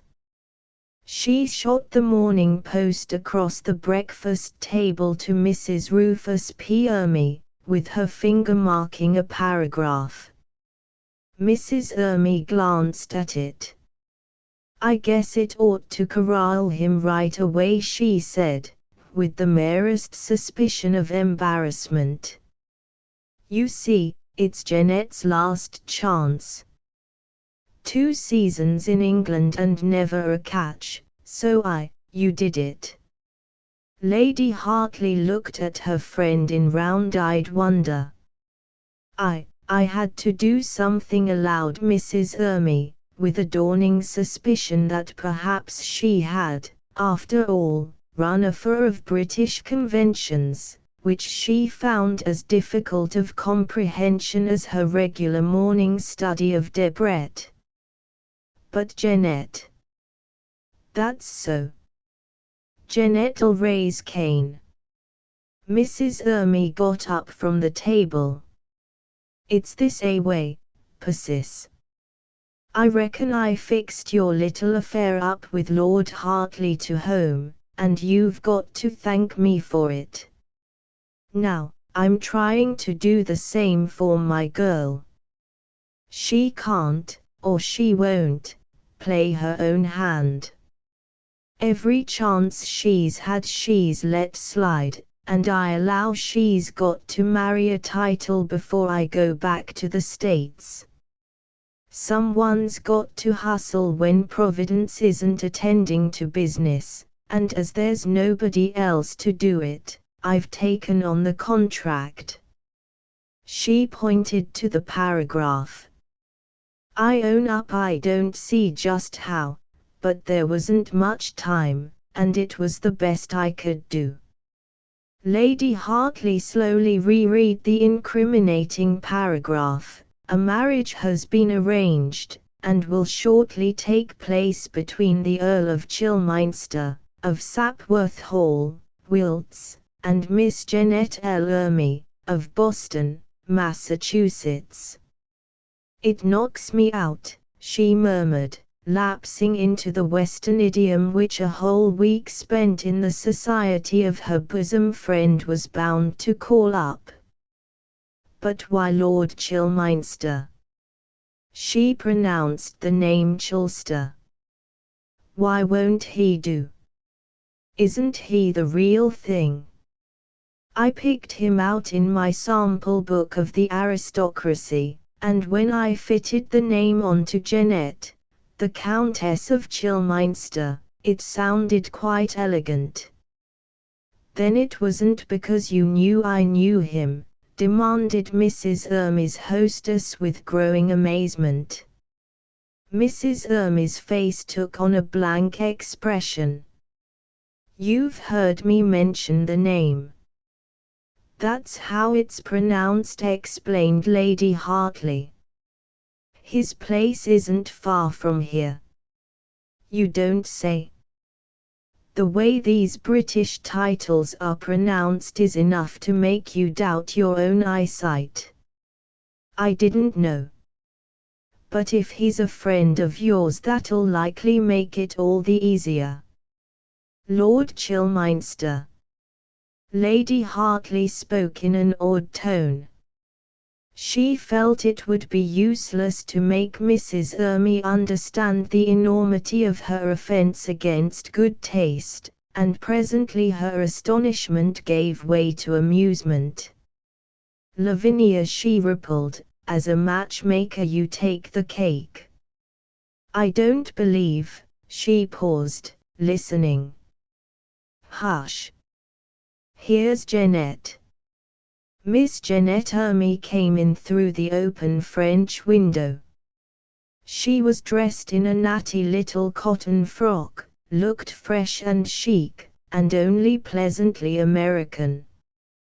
Perhaps she inherited her good looks and refined tastes from Papa Ermy, deceased, in which case that gentleman must have committed one serious error of taste and judgment when he selected Jeanette's mother for his better half.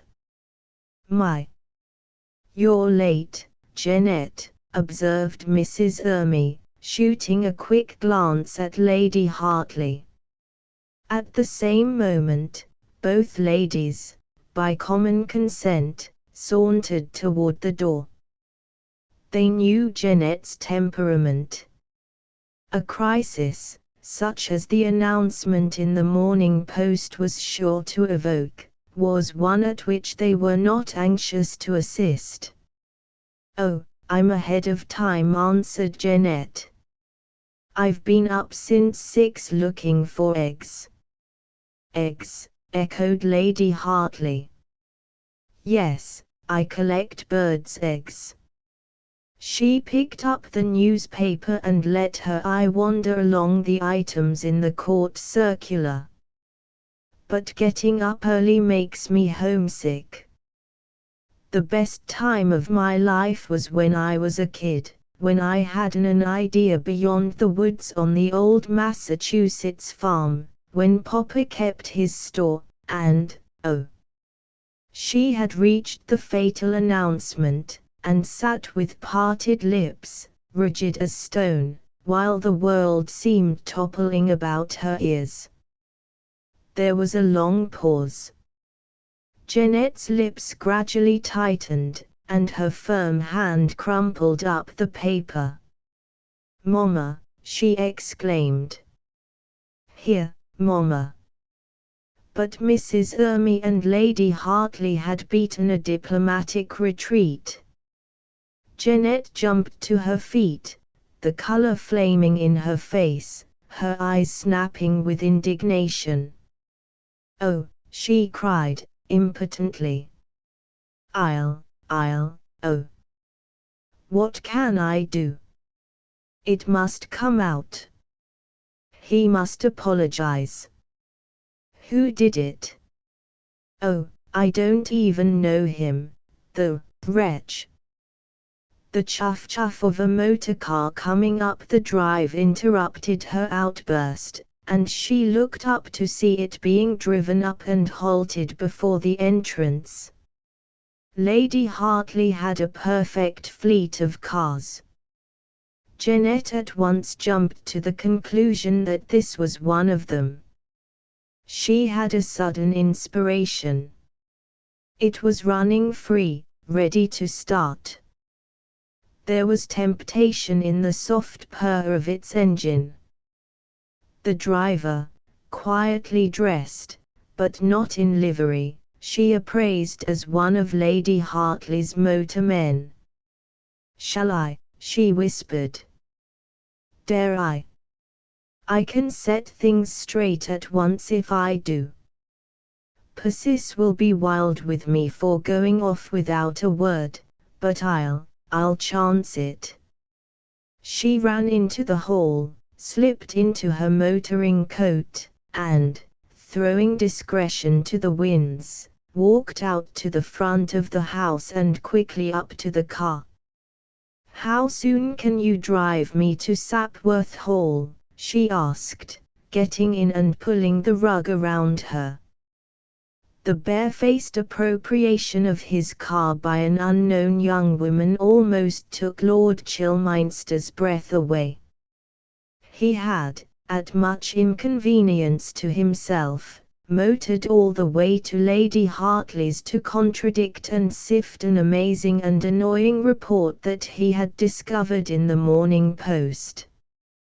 He had heard Lady Hartley mention the name of Ermi as that of a friend of hers, and naturally decided that she was the proper person to consult. But before he had time to get out of his car and ring the bell, here was a young person, springing from goodness knows where, mistaking him for a motorman, and ordering him about. For a moment he was speechless. Then, as the humor of the situation began to appeal to him, so did the good looks of the girl. Really, he began. "You see, I don't talk, get under way," commanded Jeanette. "Quick. Her ladyship has altered her mind about going out. You've got to take me to Sapworth Hall. It's 30 miles. I want to be there by lunchtime. Do you know the way?" I think so," stammered Chillminster. Her bewildering eagerness to be off was infectious. The noble owner of the car felt it. But apart from that, he was quite ready for an adventure in such pleasant company. He forgot all about the object of his visit. Without another word he let in the clutch and started. Jeanette sank back with a sigh of relief. She credited herself with having secured Persis's car very neatly.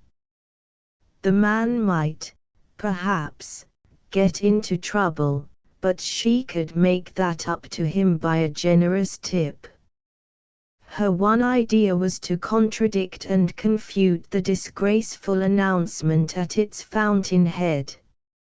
It was providential that the unknown Lord Chillminster's place was so near, but had it been 10 times as far off, Jeanette, boiling with justifiable indignation, and with her mind made up to exact reparation, would have gone there.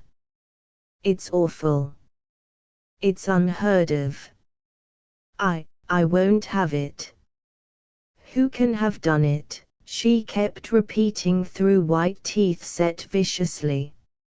"I'll have it contradicted in large print by this time tomorrow, or the American ambassador shall." She was not quite sure what ambassadors did under similar circumstances, and she left the mental threat unfinished.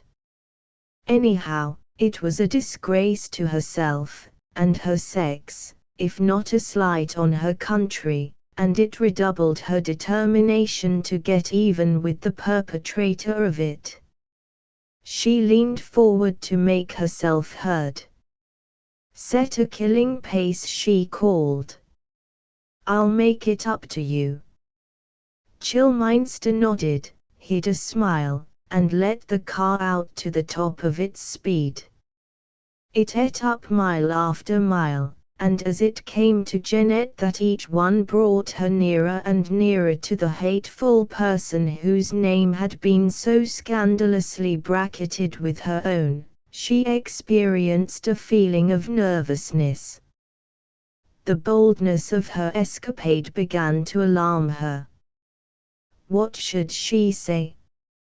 How express in words her view of an intolerable situation which no self-respecting girl could even calmly think about? Lord Chillminster's mind was almost similarly engaged. He was wondering who Miss Jeanette Ermi could be, and whether she was aware of the obnoxious paragraph in the paper.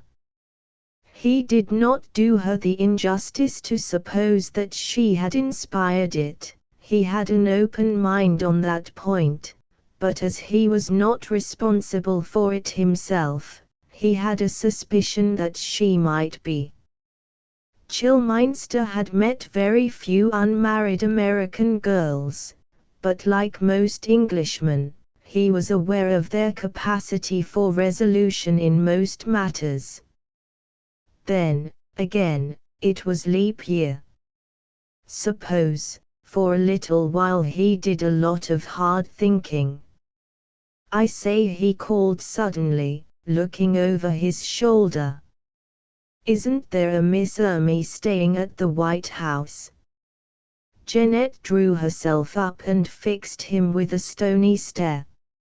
I am Miss Ermey, she answered frigidly.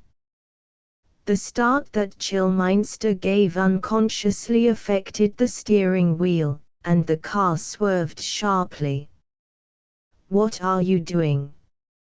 You're driving disgracefully, exclaimed Jeanette. I beg your pardon, faltered Chillminster. I thought you were her lady's maid. He felt he owed her that one. A girl who could announce her approaching marriage with a stranger. Chillminster no longer gave her the benefit of the doubt, and follow up that glaring indiscretion by a visit to her victim, the imminence of such a thing alarmed him. Was she coming to propose, to molest him? He got hot thinking of it. The situation had undergone a complete change since he had started out in a rage, and some trepidation, to confront Miss Ermey herself, if need be. Now trepidation overbalanced all his other emotions. Miss Ermey was behind him, in his own automobile, and he was meekly driving her at a cracking speed to his own house. It was too late to turn back now. The thing had to be seen through. Besides, he could not help feeling a curiosity to know what was in his passenger's mind, and to discover her bewildering plan of action. Neither spoke for the rest of the journey, and at length the car passed through the lodge gates, swept up the drive, and stopped at the entrance to Sapworth Hall. Jeanette got out. You had better go round to the stables and ask for something to eat. I may be some time, was all she volunteered as she rang the bell. Rather staggered by the order, but foreseeing a bad quarter of an hour ahead of him, Chillminster was glad of the respite. He opened the throttle and slid out of sight as Jeanette was admitted. His lordship was out, the butler informed her. Then she would wait all day, if necessary, she said decisively, following the man into the library. No, she was in no need of refreshment, but her chauffeur, who had gone round to the stables, might be glad of something in the servants' hall. With a foot impatiently tapping the polished floor, she sat summoning up all her determination whilst awaiting the ordeal before her. For, by this time had come the inevitable reaction, and the sudden impulse that had made her act as she had seemed, somehow, out of relation to the motive that had inspired it. Not that she regretted having come, her self-respect demanded that sacrifice, but she wished the unpleasant affair over. An intolerable 10 minutes passed. The beautiful 17th-century room, like a reflection on the spirit of democracy, was getting on Jeanette's nerves. The strain of listening, watching the big mahogany door for the expected entrance of Lord Chillminster, at last reduced her to a state of apathy, and when he did come quietly in she was taken by surprise. "I'm so sorry to have kept you waiting," he said. Jeanette stared.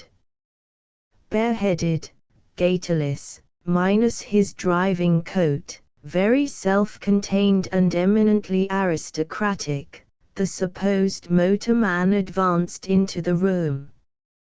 "You see, you told me to take the car round to the stables," he proceeded, with a touch of apology in his tone. You are the Earl of Chilminster," she gasped. "Of Sapworth Hall," whilst he augmented, like one who quotes. "And you are Miss Jeanette L. Ermy, of Boston, Massachusetts, I believe?"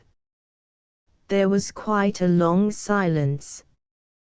"You knew all along," she flushed angrily. Chilminster raised a hand in protest.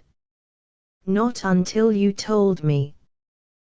"Then why didn't you stop? You ought to have taken me back immediately you knew who I was." "So I would have if, you mean you didn't believe me. You thought I was a lady's maid."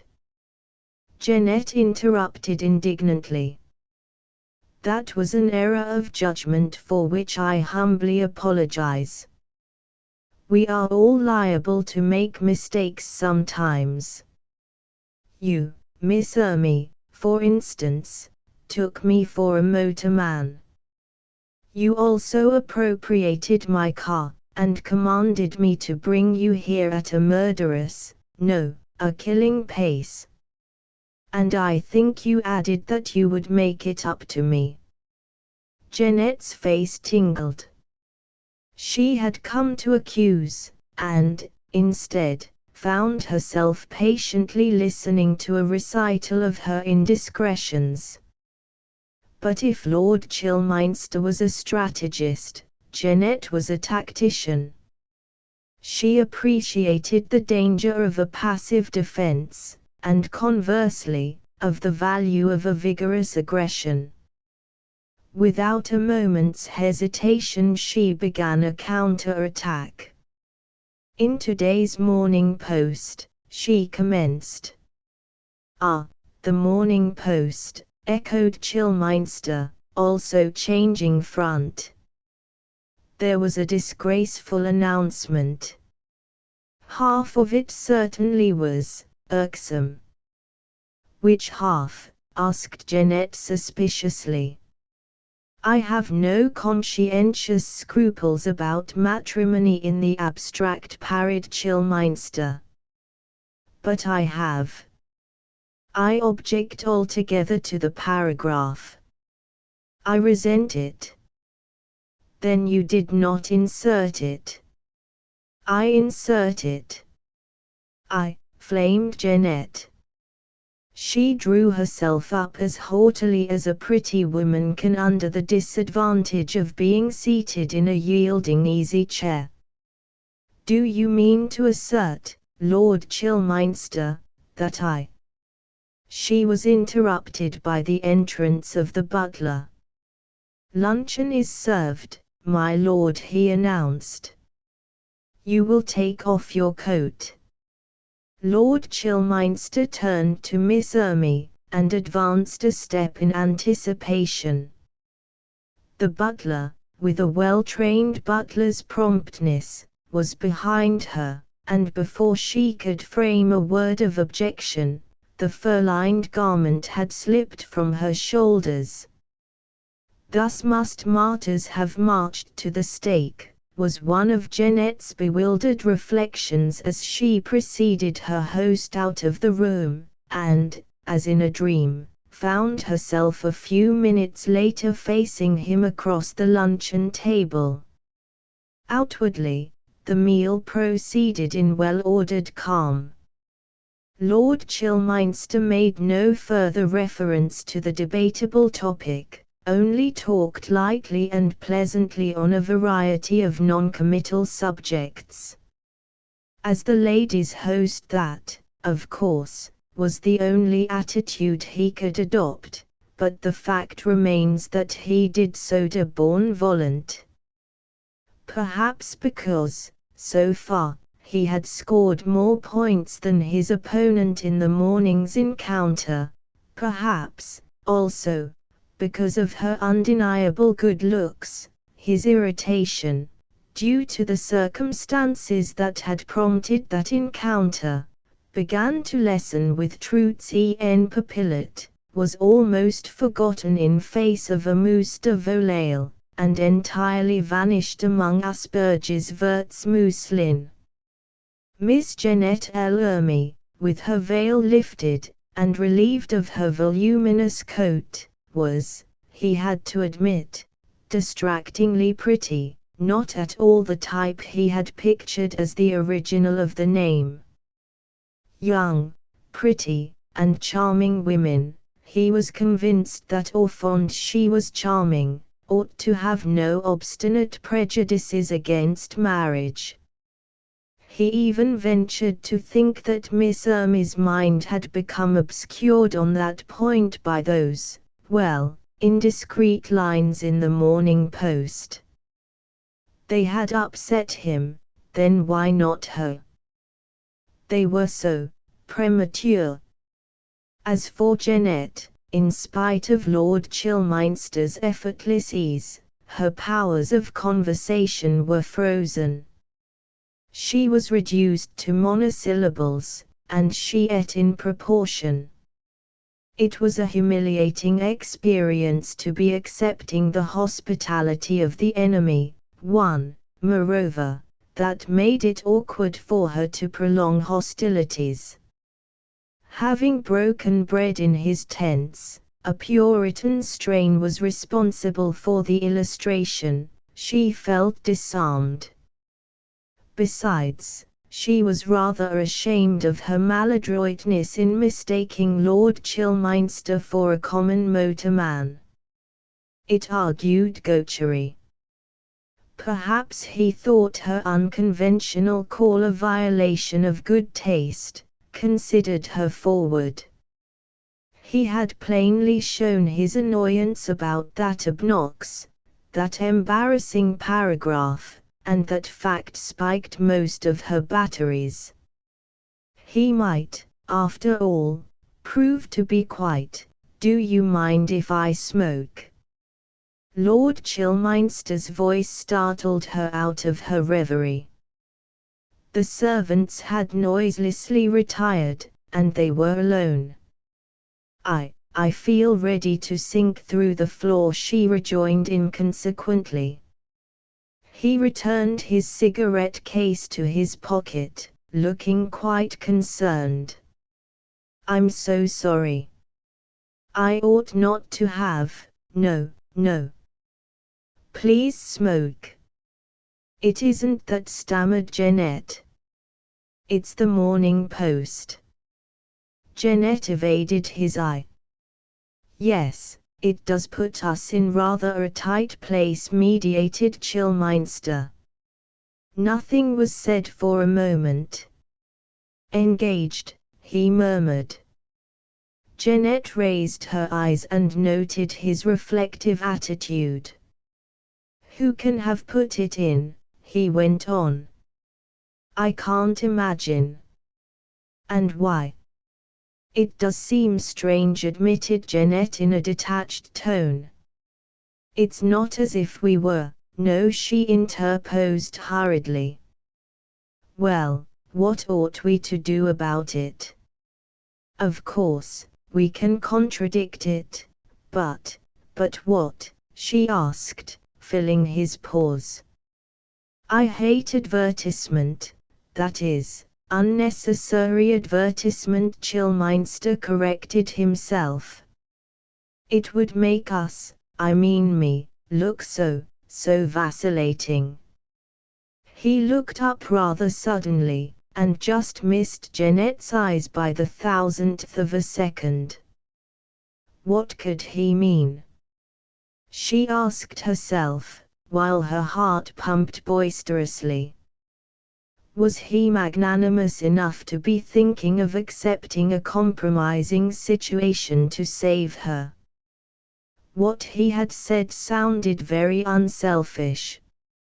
Of course, she couldn't allow him to. What a pity he was not an American, or something quite ordinary. Then she might, "There's nothing for it but to write to the paper, I suppose," he said ruefully. I suppose not."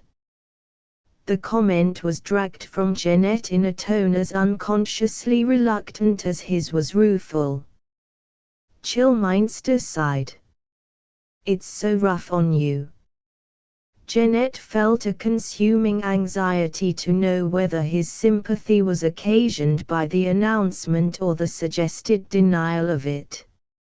"And on you, too," she admitted. "What were you thinking? How did you propose to phrase it?" He asked apprehensively. "To be quite frank, I haven't got as far as that. Never wrote to the papers in my life," he added pusillanimously. "But I can't," argued Jeanette. Her determination of 2 hours ago had vanished into the Uighkeet. Chillminster had an inspiration. "What do you say if we do it together?" While she digested this expedient, he fetched paper and pencil, and then sat gazing at the ceiling for inspiration. "Well," she queried at the end of a minute. "How ought one to begin these things?" asked the desperate man. Jeanette cogitated deeply. "It's so difficult to say what one wants to a stranger in a letter, isn't it?" She hesitated. "Wouldn't a telegram do?" "By Jove! Yes, and simply say, 'Miss Ermy wishes to deny, in my name,'" exclaimed Jeanette. "Well, you are the person aggrieved. I really don't think it's fair to put the whole of the responsibility on my shoulders," she demurred. "No, I suppose not," Chillminster admitted grudgingly. "How would this do? Miss Ermy and Lord Chillminster wish to contradict their engagement, but that implies that there was an engagement." Chillminster pondered the deduction. "So it does. I see. People would jump to the conclusion that we were in a desperate hurry to alter our minds. And, of course, we haven't." "Yes. I don't know how you feel about it, but if there's one thing I dislike, it's tittle-tattle about my private affairs." "Horrid," shivered Jeanette. "What are we to do?" Her tone was so hopeless, so full of tears, that it melted Chillminster. Susceptibilities that had been simmering within him for an hour past came unexpectedly to the boil, and as they did so the difficulty vanished. "Why need we bother at all about it?" he asked impulsively. For a world of moments, Jeanette stared at him, revolving the question. Then a faint radiance came into her face, and grew until it burned. Jeanette bit her lip. Jeanette looked down. "What do you mean?" she asked in confusion. Don't you think we had better take the consequences?" said Chillminster, as he reached across the table and let his hand fall on hers. Mrs. Ermy stood at the window looking with lackluster eyes across the park. She had had 6 solid hours in which to reflect on that risky communication of hers to the Morning Post, and Jeanette's disappearance since breakfast time provided a gloomy commentary on it. She fidgeted uneasily as she recalled her daughter's scared look when reading the paper, and maternal forebodings discounted her interest in an automobile that showed at intervals between the trees of the drive as it approached the White House. but 2 moments later it occurred to her that it was Jeanette who sat on its front seat beside the driver, and, as the car drew up, her experienced eye detected something in the demeanor of the pair that startled but elated her. "Here's Jeanette," she called over her shoulder to Lady Hartley. "In an auto with a young man. Say, Persis, who is he?" Lady Hartley hurried to the window, gave one look, and doubted the evidence of her eyes. "Lavinia, it's Lord Chilminster," she cried, with a catch in her voice. The 2 women flashed a glance brimful of significance at one another. Lady Hartley's expressed uncertainty, Mrs. Ermy's triumph, sheer, complete, perfect triumph. "Didn't I say it was a sure thing?" she shrilled excitedly. "It's fixed them up. Come right ahead and introduce me to my future son-in-law." As she raced to the door she added half to herself, "I don't want to boast, but, thank the Lord, I've got Jeanette off this season." 12 The $1 Million Freight Train. The story of a young engineer by Frank H. Spearman. It was the 2nd month of the strike, and not a pound of freight had been moved. Things did look smoky on the West End. The general superintendent happened to be with us when the news came. "You can't handle it, boys," said he nervously. "What you'd better do is to turn it over to the Columbian Pacific." Our contracting freight agent on the coast at that time was a fellow so erratic that he was nicknamed Crazy Horse.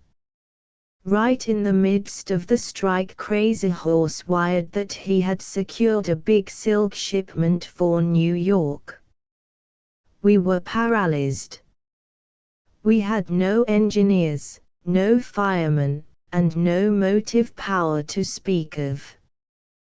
The strikers were pounding our men, wrecking our trains, and giving us the worst of it generally, that is, when we couldn't give it to them. Why the fellow displayed his activity at that particular juncture still remains a mystery. Perhaps he had a grudge against the road; if so, he took an artful revenge. Everybody on the system with ordinary railroad sense knew that our struggle was to keep clear of freight business until we got rid of our strike. Anything valuable or perishable was especially unwelcome. But the stuff was docked, and loaded, and consigned in our care before we knew it. After that, a refusal to carry it would be like hoisting the white flag, and that is something which never yet flew over the West End. "Turn it over to the Columbian," said the general superintendent, but the general superintendent was not looked up to on our division. He hadn't enough sand. Our head was a fighter, and he gave tone to every man under him. "No," he thundered, bringing down his fist. "Not in 1,000 years. We'll move it ourselves. Wire Montgomery, the general manager, that we will take care of it. And wire him to fire Crazy Horse, and to do it right off." And before the silk was turned over to us, Crazy Horse was looking for another job. It is the only case on record where a freight hustler was discharged for getting business. There were 12 carloads. It was insured for $85,000 a car. You can figure how far the title is wrong, but you never can estimate the worry the stuff gave us. It looked as big as $12 million worth. In fact, one scrub car link, with the glory of the West End at heart, had a fight over the amount with a skeptical hostler. He maintained that the actual money value was 120 millions, but I give you the figures just as they went over the wire, and they are right. What bothered us most was that the strikers had the tip almost as soon as we had it. Having friends on every road in the country, they knew as much about our business as we ourselves. The minute it was announced that we should move the silk, they were after us. It was a defiance, a last one. If we could move freight, for we were already moving passengers after a fashion, the strike might be well accounted beaten. Stewart, the leader of the local contingent, together with his followers, got after me at once.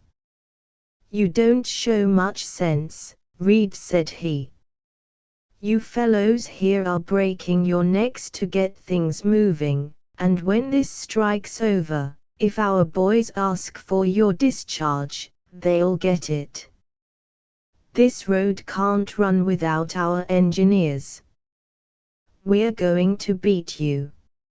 If you dare try to move this silk, we'll have your scalp when it's over. You'll never get your silk to Zanesville, I'll promise you that. And if you ditch it and make $1 million loss, you'll get let out anyway, my buck." "I'm here to obey orders," Stewart said. What was the use of more? I felt uncomfortable, but we had determined to move the silk, there was no more to be said. When I went over to the roundhouse and told neighbor the decision, he said never a word, but he looked a great deal. Neighbor's task was to supply the motive power. All that we had, uncrippled, was in the passenger service, because passengers should be taken care of first of all. In order to win a strike, you must have public opinion on your side. Nevertheless, neighbor said after we had talked a while, we must move the silk also. Neighbor studied, then he roared at his foreman. "Send Bartholomew Mullen here." He spoke with a decision that made me think the business was done. I had never happened, it is true, to hear of Bartholomew Mullen in the Department of Motive Power, but the impression the name gave me was of a monstrous fellow, big as neighbor, or Old Man Sankey, or Dad Hamilton. "I'll put Bartholomew ahead of it," said neighbor tightly. I saw a boy walk into the office. "Mr. Garton said you wanted me, sir," said he, addressing the master mechanic. "I do," Bartholomew responded neighbor. The figure in my mind's eye shrunk in a twinkling. Then it occurred to me that it must be this boy's father who was wanted. "You have been begging for a chance to take out an engine," Bartholomew began neighbor coldly, and I knew it was on. "Yes, sir." "You want to get killed, Bartholomew." Bartholomew smiled as if the idea was not altogether displeasing. "How would you like to go pilot tomorrow for McCurdy? You to take the 44 and run as first 78. McCurdy will run as second 78. "I know I could run an engine all right," ventured Bartholomew, as if neighbor were the only one taking the chances in giving him an engine. "I know the track from here to Zanesville. I helped McNuff fire 1 week. Then go home, and go to bed, and be over here at 6 o'clock tomorrow morning. And sleep sound, for it may be your last chance." It was plain that the master mechanic hated to do it. It was simply sheer necessity. "He's a wiper," mused neighbor, as Bartholomew walked springily away. "I took him in here sweeping 2 years ago. He ought to be firing now, but the union held him back. That's why he don't like them. He knows more about an engine now than half the lodge." "They'd better have let him in," said the master mechanic grimly. "He may be the means of breaking their backs yet. If I give him an engine and he runs it, I'll never take him off, union or no union, strike or no strike." "How old is that boy?" I asked. 18, and never a kith or a kin that I know of." Bartholomew Mullen mused neighbor, as the slight figure moved across the flat. "Big name, small boy." "Well, Bartholomew, you'll know something more by tomorrow night about running an engine, or a whole lot less, that's as it happens. If he gets killed, it's your fault, Reed." He meant that I was calling on him for men when he couldn't supply them. "I heard once," he went on, "about a fellow named Bartholomew being mixed up in a massacre. But I take it he must have been an older man than our Bartholomew, nor his other name wasn't Mullen, neither. I disremember just what it was, but it wasn't Mullen." "Well, don't say I want to get the boy killed, neighbor," I protested. "I've got plenty to answer for. I'm here to run trains, when there are any to run. That's murder enough for me. You needn't send Bartholomew out on my account. Give him a slow schedule, and I'll give him orders to jump early. That's all we can do. If the strikers don't ditch him, he'll get through somehow. It stuck in my crop, the idea of putting that boy on a pilot engine to take all the dangers ahead of that particular train, but I had a good deal else to think of besides. From the minute the Silk got into the McLeod yards, we posted double guards around. About 12 o'clock that night we held a council of war, which ended in our running the train into the out-freight house. The result was that by morning we had a new train made up. It consisted of 14 refrigerator cars loaded with oranges which had come in mysteriously the night before. It was announced that the Silk would be held for the present and the oranges rushed through at once. Bright and early the refrigerator train was run down to the ice houses, and 20 men were put to work icing the oranges. At 7 o'clock, McCurdy pulled in the local passenger with engine 105. Our plan was to cancel the load and run him right out with the oranges. When he got in, he reported that the 105 had sprung a tire. This threw us out entirely. There was a hurried conference in the roundhouse. "What can you do?" asked the superintendent in desperation. "There's only one thing I can do. Put Bartholomew Mullen on it with the 44, and put McCurdy to bed for number 2 tonight," responded neighbor. It was 8 o'clock. I looked into the locomotive stalls. The first, the only, man in sight was Bartholomew Mullen. He was very busy polishing the 44. He had good steam on her, and the old tub was wheezing away as if she had the asthma. The 44 was old, she was homely, She was rickety, but Bartholomew Mullen wiped her battered nose as deferentially as if she had been a spick-span, spider driver, tail truck mail racer. She wasn't much, the 44. But in those days Bartholomew wasn't much, and the 44 was Bartholomew's. "How is she steaming, Bartholomew?" I sang out. He was right in the middle of her. Looking up, he fingered his waist modestly and blushed through a dab of crude petroleum over his eye. £130, sir. She's a terrible free steamer, the old 44. I'm all ready to run her out. Who's marked up to fire for you, Bartholomew? Bartholomew Mullen looked at me fraternally. Neighbor couldn't give me anybody but a wiper, sir, said Bartholomew, in a sort of a wouldn't he that kill you tone. The unconscious arrogance of the boy quite knocked me, so soon had Honors changed his point of view.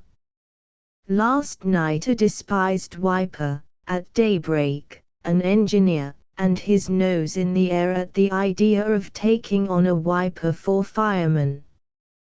And also innocent.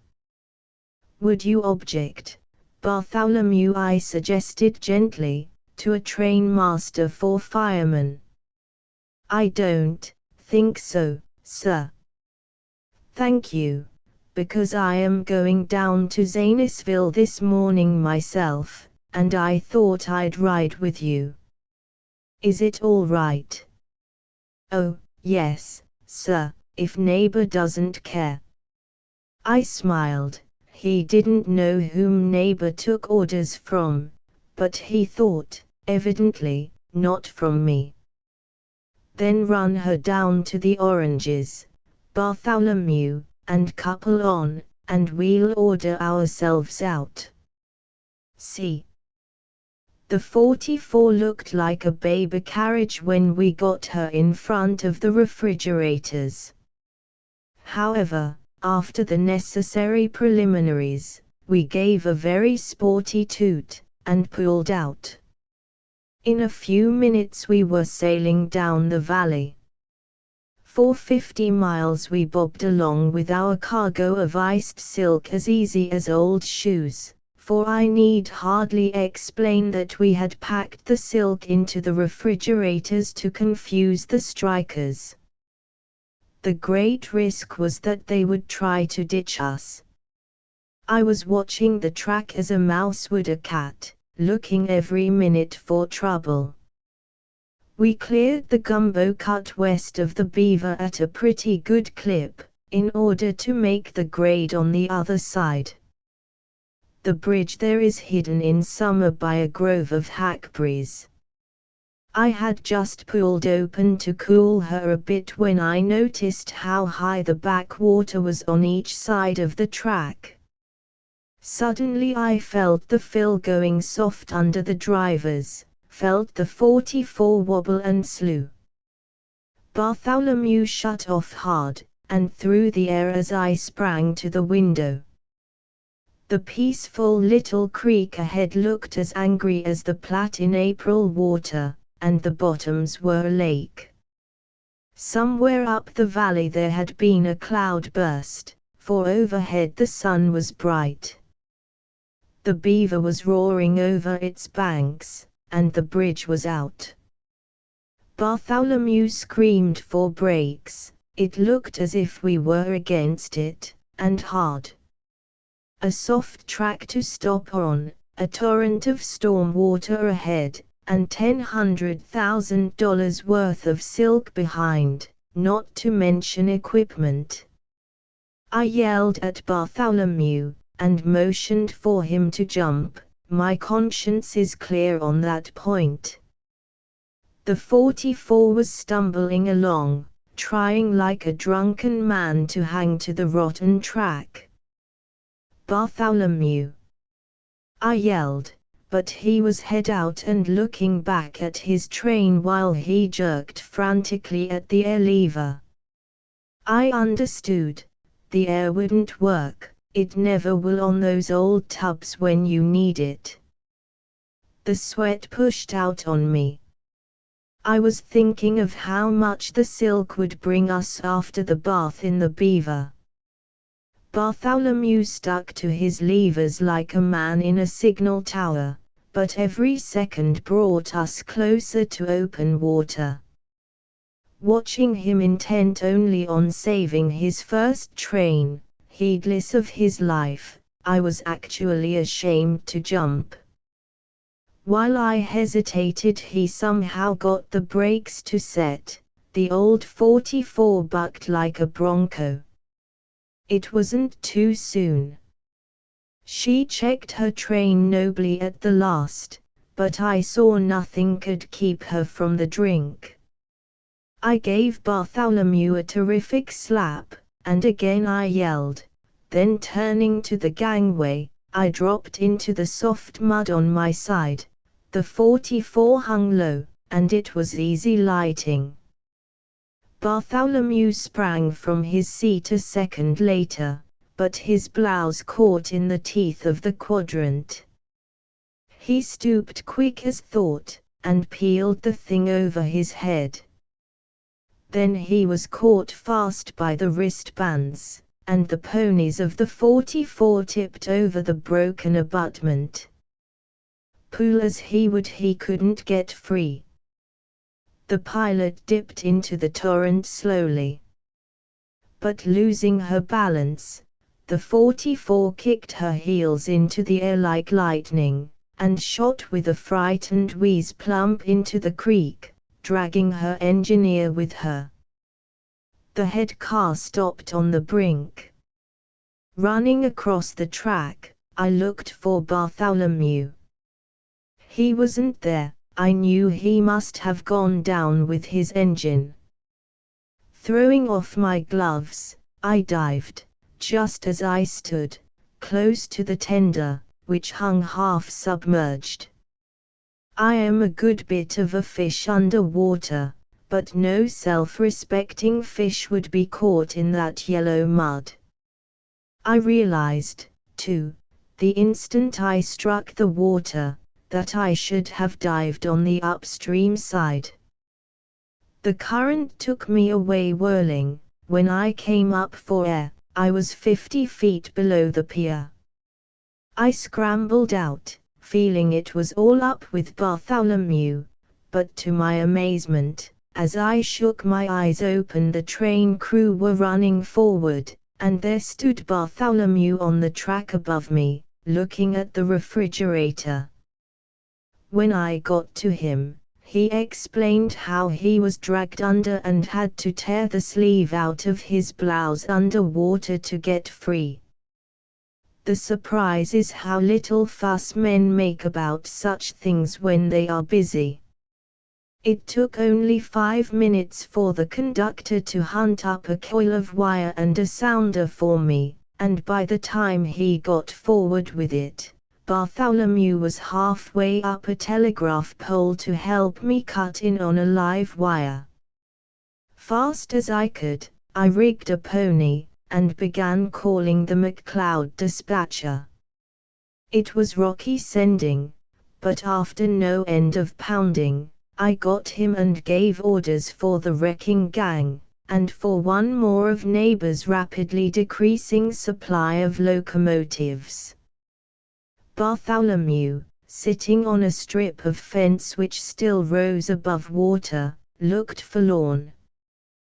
To lose in the Beaver the first engine he ever handled was tough, and he was evidently speculating on his chances of ever getting another.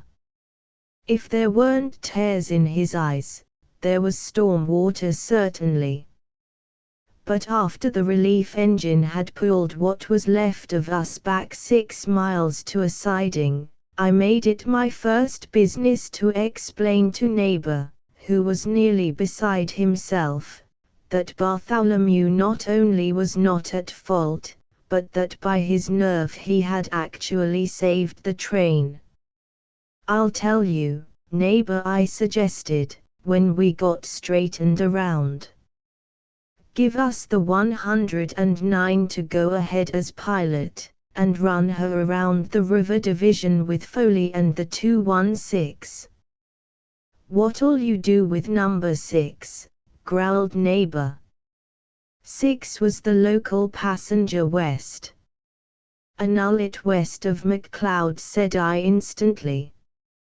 "We've got this silk on our hands now, and I'd move it if it tied up every passenger train on the division. If we can get the stuff through, it will practically beat the strike. If we fail, it will beat the company." By the time we had backed to New Hall Junction, neighbor had made up his mind my way. Mullen and I climbed into the 109, and Foley, with the 216, and none too good a grace, coupled onto the silk, and flying red signals, we started again for Zanesville over the river division. Foley was always full of mischief. He had a better engine than ours, and he took great satisfaction the rest of the afternoon in crowding us. Every mile of the way he was on our heels. I was throwing the coal, and have reason to remember. It was after dark when we reached the Beverly Hill, and we took it at a lively pace. The strikers were not on our minds then, it was Foley who bothered. When the long parallel steel lines of the upper yards spread before us, flashing under the arc lights, we were away above yard speed. Running a locomotive into one of those big yards is like shooting a rapid in a canoe. There is a bewildering maze of tracks, lighted by red and green lamps, which must be watched the closest to keep out of trouble.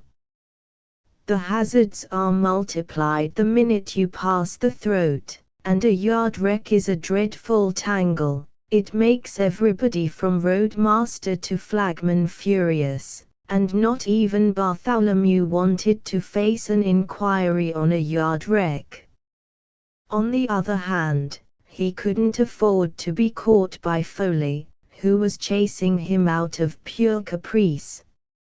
I saw the boy holding the throttle at a half and fingering the air anxiously as we jumped over the frogs, but the roughest riding on track so far beats the ties as a cushion, that when the 109 suddenly stuck her paws through an open switch we bounced against the roof of the cab like footballs. I grabbed a brace with one hand, and with the other reached instinctively across to Bartholomew's side to seize the throttle. But as I tried to shut him off, he jerked it wide open in spite of me, and turned with lightning in his eye. "No," he cried, and his voice rang hard. The 109 took the tremendous shove at her back, and leaped like a frightened horse. Away we went across the yard, through the cinders, and over the ties. My teeth have never been the same since. I don't belong on an engine, anyway, and since then I have kept off. At the moment, I was convinced that the strain had been too much, that Bartholomew was stark crazy. He sat clinging like a lobster to his levers and bouncing clear to the roof. But his strategy was dawning on me, in fact, he was pounding it into me. Even the shock and scare of leaving the track and tearing up the yard had not driven from Bartholomew's noddle the most important feature of our situation, which was, above everything, to keep out of the way of the silk train. I felt every moment more mortified at my attempt to shut him off. I had done the trick of the woman who grabs the reins. It was even better to tear up the yard than to stop for Foley to smash into and scatter the silk over the coal chutes. Bartholomew's decision was one of the traits which make the runner, instant perception coupled to instant resolve. The ordinary dub thinks what he should have done to avoid disaster after it is all over. Bartholomew thought before. On we bumped, across frogs, through switches, over splits, and into target rods, when, and this is the miracle of it all, the 109 got her 4 feet on a split switch, made a contact, and after a slew or two, like a bogged horse, she swung up sweet on the rails again, tender and all. Bartholomew shut off with an undercut that brought us up stuttering, and nailed her feet with the air right where she stood. We had left the track and plowed 100 feet across the yards and jumped onto another track. It is the only time I ever heard of its happening anywhere, but I was on the engine with Bartholomew Mullen when it was done. Foley choked his train the instant he saw our hind lights bobbing. We climbed down, and ran back. He had stopped just where we should have stood if I had shut off. Bartholomew ran to the switch to examine it. The contact light, green, still burned like a false beacon, and lucky it did, for it showed that the switch had been tampered with and exonerated Bartholomew Mullen completely. The attempt of the strikers to spill the silk in the yards had only made the reputation of a new engineer. 30 minutes later, the $1 million train was turned over to the East End to wrestle with, and we breathed, all of us, a good bit easier. Bartholomew Mullen, now a passenger runner who ranks with Kennedy and Jack Moore and Foley and George Sinclair himself, got a personal letter from the general manager complimenting him on his pretty wit, and he was good enough to say nothing whatever about mine. We registered that night and went to supper together, Foley, Jackson, Bartholomew, and I. Afterward we dropped into the dispatcher's office. Something was coming from McCloud, but the operator to save his life couldn't catch it. I listened a minute. It was Neighbor. Now, Neighbor isn't great on dispatching trains. He can make himself understood over the poles, but his sending is like a boy sawing wood, sort of uneven. However, though I am not much on running yards, I claim to be able to take the wildest ball that ever was thrown along the wire, and the chair was tendered me at once to catch Neighbor's extraordinary passes at the McCloud Key. They came something like this, to Opper. Tell Massacre E, that was the word that stuck them all, and I could perceive that Neighbor was talking emphatically. He had apparently forgotten Bartholomew's last name, and was trying to connect with the one he had disremembered the night before. Tell Massacre E, repeated Neighbor, that he is all right. Tell High M I give him double mileage for today all the way through. And tomorrow he gets the 109 to keep. Neighbor. I. The Bulldog Breed, a story of the Russo-Japanese War by Ambrose Pratt. What do you make of her, McLean? Asked Captain Brandon anxiously. First Mate Hugh McLean did not reply at once. Embracing a stanchion of the SS Siggins bridge in order to steady himself against the vessel's pitching, He was peering with strained eyes through the captain's binoculars at two small brown needle points, set very close together, that stabbed the northeastern horizon. At length, however, he lowered the glass, and resumed the perpendicular. "You were right, sir," he declared. "She has altered her course, and our paths now converge. Which proves that she is one of those D Russian volunteer pirates. Or else a Japanese cruiser, sir." "Nonsense. The Jap cruisers have only one mast."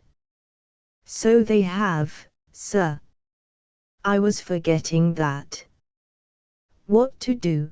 growled the captain, and he fell to frowning and cracking his long fingers, his habit when perplexed. He was a short, thick-set man, with a round, red face, keen blue eyes, and strong, square jaws, a typical specimen of the old-time British sailor.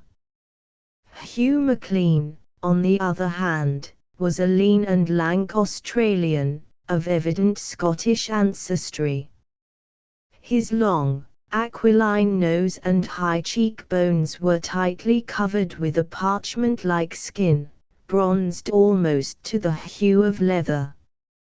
He wore a close-cropped, pointed beard, and the deep-set grey eyes that looked out from under the peak of his seaman's cap twinkled with good health and humour. "We might alter our course, too, sir," he suggested. Snapped the other, "and get pushed for our pains onto the Terralind Reef. We are skirting those rocks more closely than I like already." "You know best, sir, of course.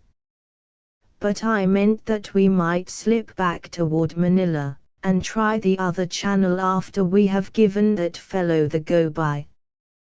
"What?" snorted the captain, his blue eyes flashing fire. "Run from the Russian? I'll be first. We haven't a stitch of contraband aboard," he added more calmly a moment later. "He daren't do more than stop and search us." But McLean shook his head. "One of them took and sunk the Akandaga last month, sir, and she carried no contraband either. Russia will have to foot the bill for that." "Maybe, sir. But Captain Tollis, as fine a chap as ever breathed, sir, has lost his ship, and the Lord knows if he'll ever get another." "Are you trying to frighten me, McLean?" asked Captain Brandon, stormily. The mate shrugged his shoulders. "No, sir, but I am interested in this venture, and if the Sigan gets back all right to Liverpool I'm due to splice Mr. Keppel's niece, and the old gentleman, as you know, has promised me a ship. And hasn't it entered your thick skull that to return as you suggest would cost £50 worth of coal? How do you suppose old Kep would like that? Better burn a few tons of coal than risk losing the Sigan, sir, and mark time till God knows when in a Russian prison." Captain Brandon shut his mouth with a snap, and muttered something about Scottish caution that was distinctly uncomplimentary to the Caledonian race. Then, to signify the end of the argument, he strode to the ladder, and prepared to descend. McLean, however, was of an equally stubborn character. "About the course, sir?" he demanded, touching his cap with ironical deference. "Carry on," snarled the captain, and he forthwith disappeared. 2 hours afterward Hugh McLean knocked at the door of the captain's cabin, and was hoarsely bidden enter. Captain Brandon was seated before a bottle of whiskey, which was scarce half full. "Have a nip?" he hospitably inquired. McLean nodded, and half filled a glass. "Thank you, sir." "Queer things happened," he observed, as he wiped his lips. "The Russian, I know," interrupted the captain. "I've been watching her through the port. She's the Sigon's twin sister ship. That was the Saragossa which old Kep sold to Baron Dabchowski 6 months ago. Much good it would have done us to run. She has the heels of us. Old Kep had just put new triple expansion engines into her before she changed hands. But they've killed the look of her, converting her into a cruiser. She's nothing but a floating scrap heap now." "But she has 6 guns," observed McLean. "Don't you think you'd better come up, sir? She is almost near enough to signal." "Well, well," said the captain, and putting away the whiskey bottle, he led the way to the bridge. Some half-dozen miles away, steaming at an angle to meet the Sigon at a destined point, there ploughed through the sea a large iron steamer of about 3,000 tons burden. She exactly resembled the Sigon in all main points of build, and except for the fact that 2 guns were mounted fore and aft on her main deck above the line of steel bulwarks, and that her masts were fitted with small fighting tops, she might very well have passed for an ordinary merchantman. For 20 minutes or thereabouts the 2 officers watched her in silence, taking turn about with the binoculars. Then, quite suddenly, the vessel, now less than 2 miles distant, luffed and fell slightly away from her course. "She is going to speak," said Captain Brandon, who held the glasses. "Look out." McLean smiled at the caution, but next instant a bright flash quivered from the other vessel's side, and involuntarily he ducked his head, for something flew dipping and shrieking over the Sigon. In the following second there was heard the clap of the distant cannon and the splash of a shell striking the sea close at hand. Invisible hands unfolded and shook out 3 balls of bunting at the truck of the warship's signal boom. They fluttered for a while, and then spread out to the breeze. The arms of Russia surmounted 2 lines of symbolic letters. "Quartermaster," shouted Captain Brandon. Sir," rang out a sailor's voice, and the Sigon's number raced a Union Jack to the masthead. "Well, Mac," cried the captain, with his hand on the engine room signal bell. McLean looked up from the book.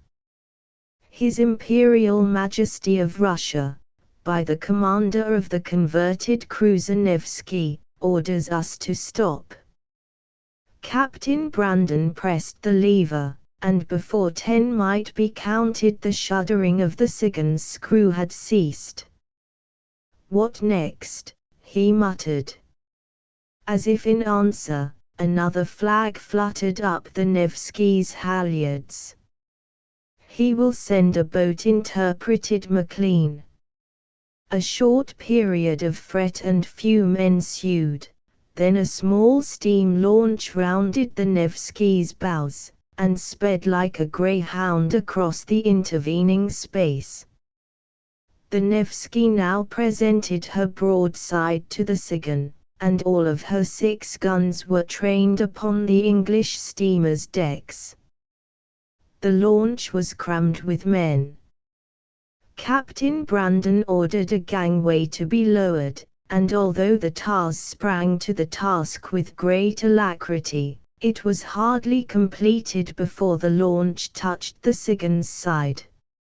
An officer, bedizened with gold lace, and accompanied by 2 glittering subordinates, climbed aboard, and Captain Brandon met him on the main deck.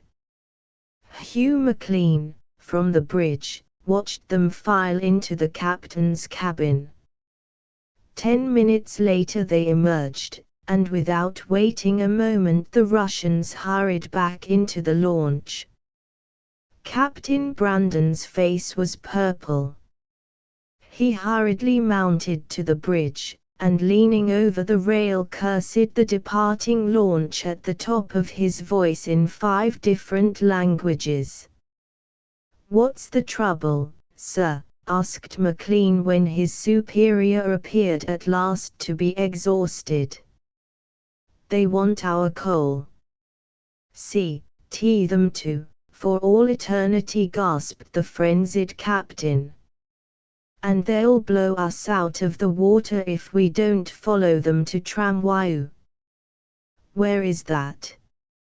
"It's a little island off the Cochin coast, 100 miles from anywhere, with a harbor."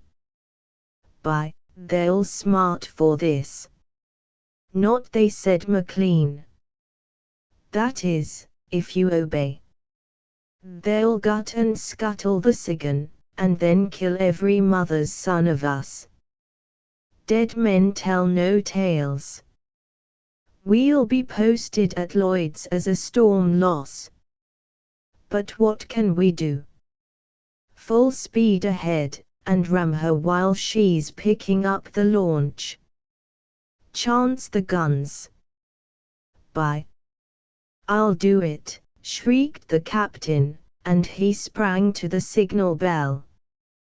But even as he grasped the lever with his hand, he paused. "What now?" demanded the mate, his face tense with passion. "Hurry's the word, sir. Hurry." The captain, however, turned and looked him in the eye. "You've counseled me to murder, wholesale murder, McLean. Avast there, man. Keep your mouth shut. This is my bridge, and I'll not hear another word from you." The mate bit his lips and shrugged his shoulders. His eyes were blazing with contempt and rage, but he kept his self-control, and was rewarded by a dozen sympathetic glances from those of the crew grouped upon the deck who had heard the controversy. From that moment he was their idol. The second mate, too, who was standing by the wheel, turned and nodded to him as he passed. The captain, who missed nothing of this byplay, felt himself to have been absolutely isolated. But he was a strong man, and he knew that he acted rightly. 5 minutes later 4 thunderous reports rang out, and shells splashed the sea on all sides of the Sigan. Then the machine guns began to speak, and a perfect storm of bullets tore through the vessel's rigging, some directed so low that they pierced the top rim of the funnel smokestack. The display lasted 60 seconds. When it was over, a very sheepish-looking lot of men arose from the recumbent attitudes they had assumed. Of the whole ship's company on deck, Captain Brandon, Hugh McLean, and the chief engineer had alone remained standing. There was a new flag at the Nevsky's truck. "Follow at full speed," it commanded. The Sigan instantly obeyed. Before night fell, the moon rose, 3/4 full. It lighted the procession into dawn. Sunrise brought them to a rock-bound coast, and so nicely had the Nevsky's navigator steered, that the first headland circumvented made room for the revelation of a little bay. It was enclosed on 3 sides with grey hills, and across the mouth was stretched a broken line of hungry-looking surf-crowned reefs. The Nevsky steamed boldly through the first opening, and dropped her anchor in smooth water 3/4 of a mile beyond. The Sigan, curishly obedient to the Russian signals, followed suit, bringing up within a biscuit cast of her consort and captor. An hour later Hugh McLean, the engineer, and the lesser officers and 32 men of the Sigan's company and some 20 of Russian sailors were working like slaves transferring, under the supervision of a strong guard, the Sigan's coal and cargo into the Nevsky's boats. Captain Brandon was not among the toilers. He would have been, perhaps, but for the circumstance that he had permitted himself the liberty of striking a Russian officer in the face. A Marine having retorted with the butt end of a carbine, the Englishmen had helplessly watched their captain being carried off, bleeding and insensible, and dumped with a sickening thud into the Russian launch. The incident encouraged them so much that they worked without complaint throughout the day, and they did not even grumble at the rations which their taskmasters served out to them.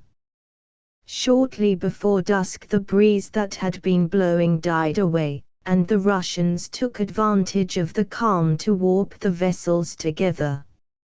After that the business in hand proceeded at such a pace that by dawn the Sigan was completely gutted, and she rode the water like a swan, the greater part of her bulk in air. The weary Englishmen were thereupon driven like sheep upon the Nevsky's deck, and forced to descend the small after hold, which was almost empty. The hatches were then fastened over them for their greater security, and they were left in darkness. But they were too worn out to care. Within 5 minutes every man of them was sleeping dreamlessly, lying listlessly stretched out upon the ship's false bottom, excepting only Hugh McLean. He was too tired to sleep. He was, therefore, the only one who heard an hour later the muffled boom of a distant explosion and a faint cheer on deck. "They have sunk the poor old Sigan," muttered McLean. "There goes the last hope of my captaincy and Nelly Lane." He uttered a low groan, and covered his face with his grimy paws. McLean was very much in love, but he was too young and of too strenuous a temperament to rest for long the victim of despair. Moreover, contempt for foreigners, particularly Russians, served him instead of a religion, when not ashore, and he soon fell to wondering just where was the weak spot in his captor's armor, and how he could find and put his finger on it. That there was a weak spot he did not doubt at all. He searched his pockets and found half a plug of tobacco, but not his meerschaum. A Russian sailor had confiscated that some hours before. McLean consigned the thief to perdition, and with some trouble bit off a plug. Then he lay back to chew and think. "There's only one thing to do," was the result of his reflections. "We'll have to take this boat from the Russians somehow." But exhausted nature would not be denied, and before he knew it McLean was in the land of dreams. He was awakened by the noisy removal of a portion of the hatch. He looked up and saw the moon, also a couple of bearded faces looking down at him. "Good Lord," he groaned, I've slept the day out. You hungry, men, like, eat, observed a hoarse voice. And McLean saw an immense steaming pan descending toward him on a line. He caught it deftly. A can of water and a tin of biscuits followed. He was instantly surrounded by the Siggins Company, who attacked the contents of the pan like wolves. He seized a lump of fat meat from the mess, also a couple of biscuits, and retired apart. The darkness renewed itself a second later, and for some time the hold buzzed with the noise of crunching jaws and guttural exclamations. Of a sudden someone near him struck a match, and McLean looked over the flame into the eyes of Robert Sivers, the Siggins chief engineer. "Hello, Mac," said Sivers. "Good evening," Sivers replied McLean politely. "We're still at anchor. I've remarked it. What do you suppose they intend to do with us? Maroon us, likely, if we let them, on the island yonder. How can we prevent them? But I think not. It's my belief this meat is poisoned." "Tastes vile enough," agreed McLean, but he went on eating, and Robert Sivers, after a momentary hesitation, followed suit. "We're in the devil of a hole," he muttered, his mouth full of biscuit. Then he swore horribly, for the match had burned his fingers. McLean stood up. "Any of you men happen to have a bit of candle in your pockets?" he demanded. Silence for a minute, then a Norwegian fireman spoke up. "'Bout 3 inches," he said. "He eats 'em," cried another voice, and a roar of laughter greeted the announcement. "Pass it here," commanded McLean. Sivers struck another match, and presently the steady flame of a candle stump showed McLean a picture such as Gustave Doré would have loved to paint. He glanced at the begrimed faces of the Siggins' wild and ghastly-looking company, and beyond them for a moment, then stumbled over the coal, followed by Sivers, until he was brought up by the iron partition of the hold.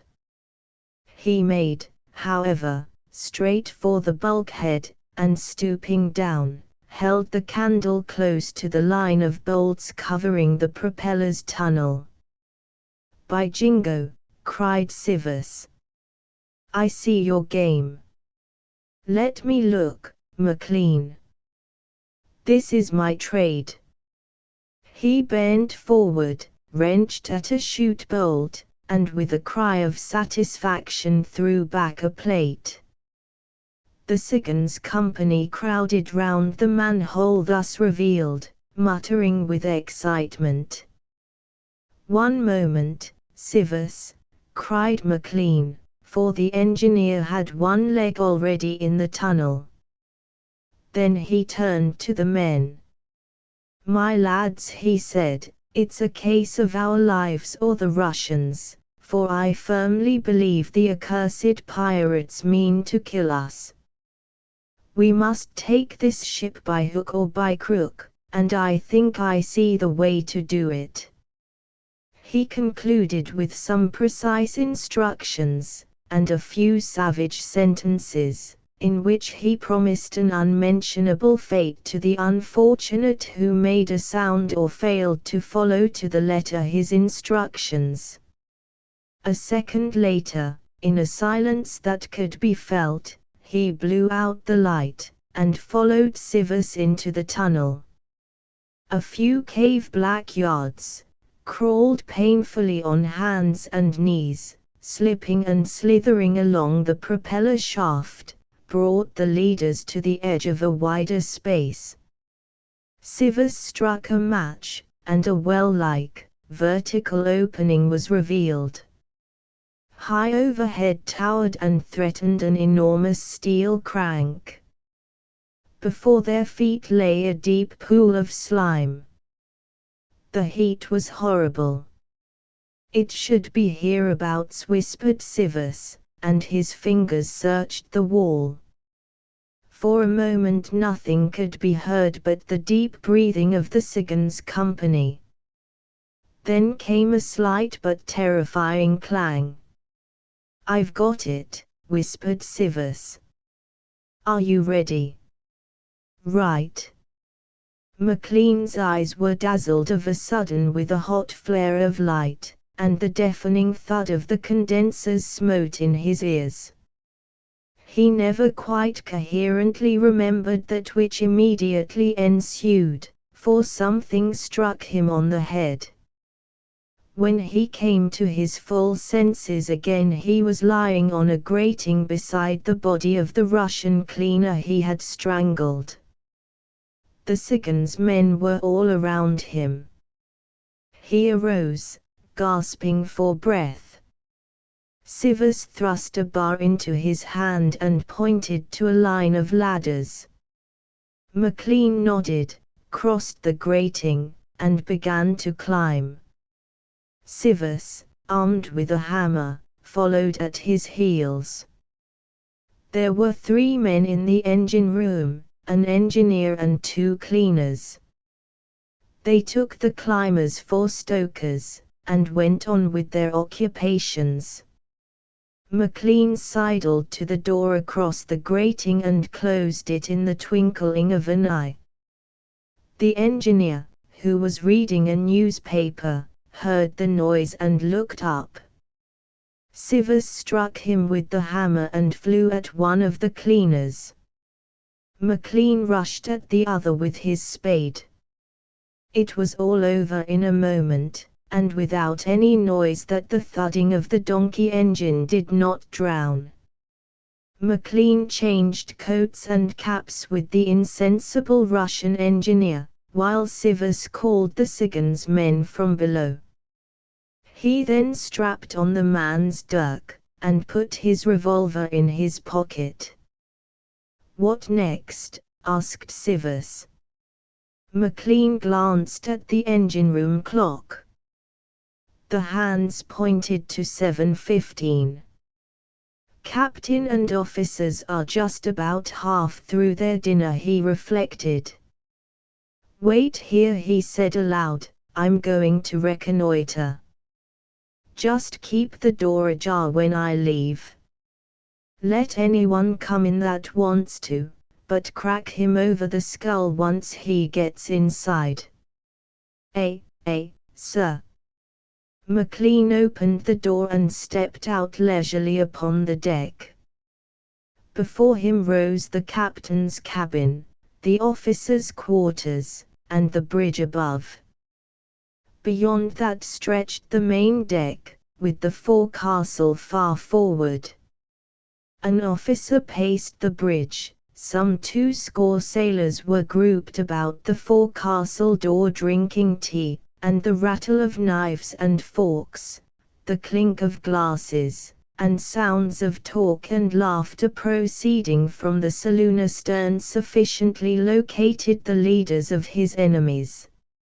McLean thought hard for a moment, then pulling his cap over his eyes walked underneath the bridge and looked up.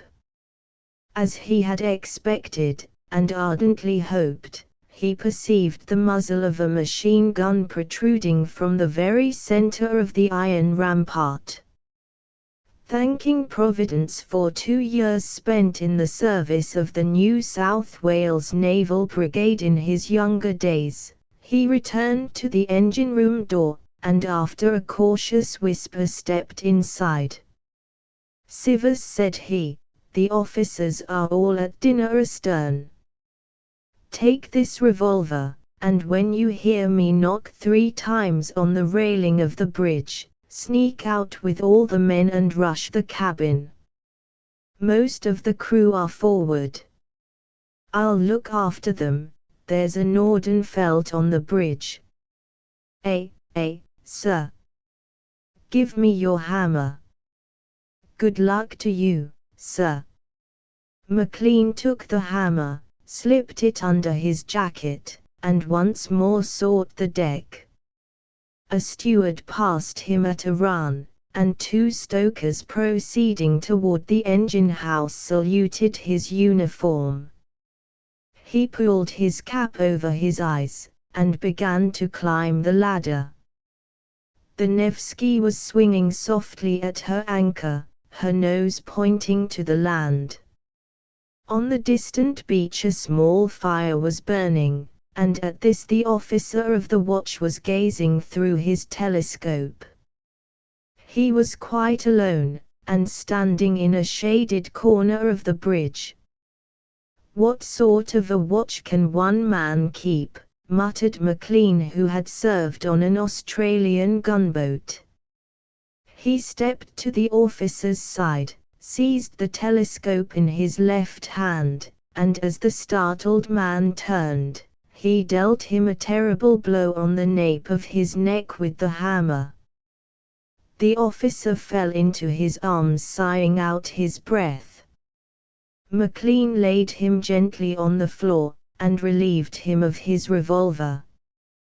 Then he slid softly to the machine gun, and uttered a low, irrepressible cry of joy to find that it was stored with cartridges and prepared for action. A moment later its muzzle commanded the deck before the forecastle. One of the sailors had just commenced a song. He had a fine tenor voice, and the others listened entranced. McLean, however, rapped 3 times very loudly on the railing with his hammer, and the song ceased. Someone called to him in Russian, but he would not have answered even if he understood. His every sense was strained to listen. He counted 20, the song commenced again. 30, 40. Then a wild scream resounded through the vessel. "Sivers is dealing with the watch on the after hold," muttered McLean. "Hurry," he whispered. "Hurry. Sivers, hurry." The sailors forward were now afoot, exclaiming aloud and glancing questioningly at one another. A great many more, too, poured out every second from the forecastle, made curious by the noise. McLean grasped the crank firmly and gave them every scrap of his attention.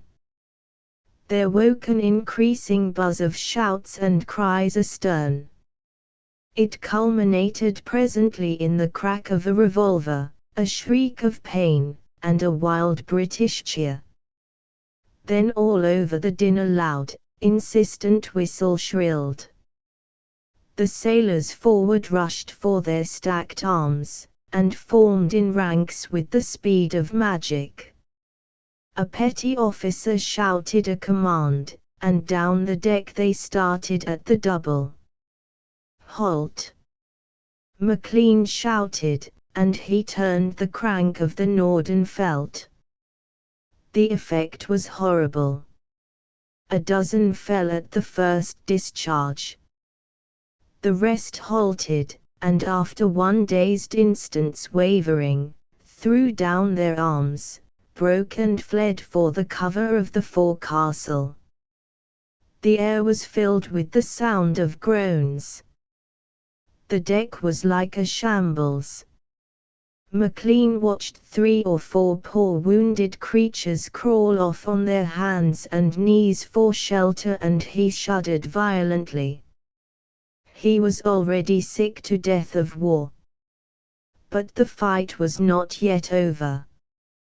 He heard footsteps on the ladder behind him, and turned just in time to escape a sweeping sword stroke. Next instant he was locked in a deadly struggle with the captain of the Nevsky, a brave man, who, it seems, had refused to surrender, and had cut his way through all Civus's men in the desperate resolve to retrieve the consequences of his own carelessness. Maclean, however, was a practiced wrestler, and although lean almost as a lath, the muscles he possessed were as strong as steel bands. Even as they fell he writhed uppermost, and baffling with an active elbow the captain's last effort to transfix him, he dashed his adversary's head upon the boards. A second later he arose, breathless, but quite uninjured. Civus was calling to him, "Maclean! Maclean! I say! Hullo, there!" he gasped back, hoarsely. "Look out for the captain! He escaped us!" "I've got him," croaked Maclean, with a grim glance at his unconscious foe. "How about the rest? All Siganio? What shall I do? Drive them forward to the forecastle."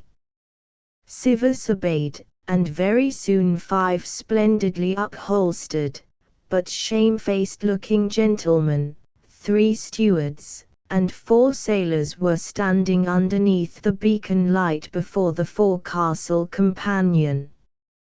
Maclean noted that already many of the Sigan's men carried swords and carbines.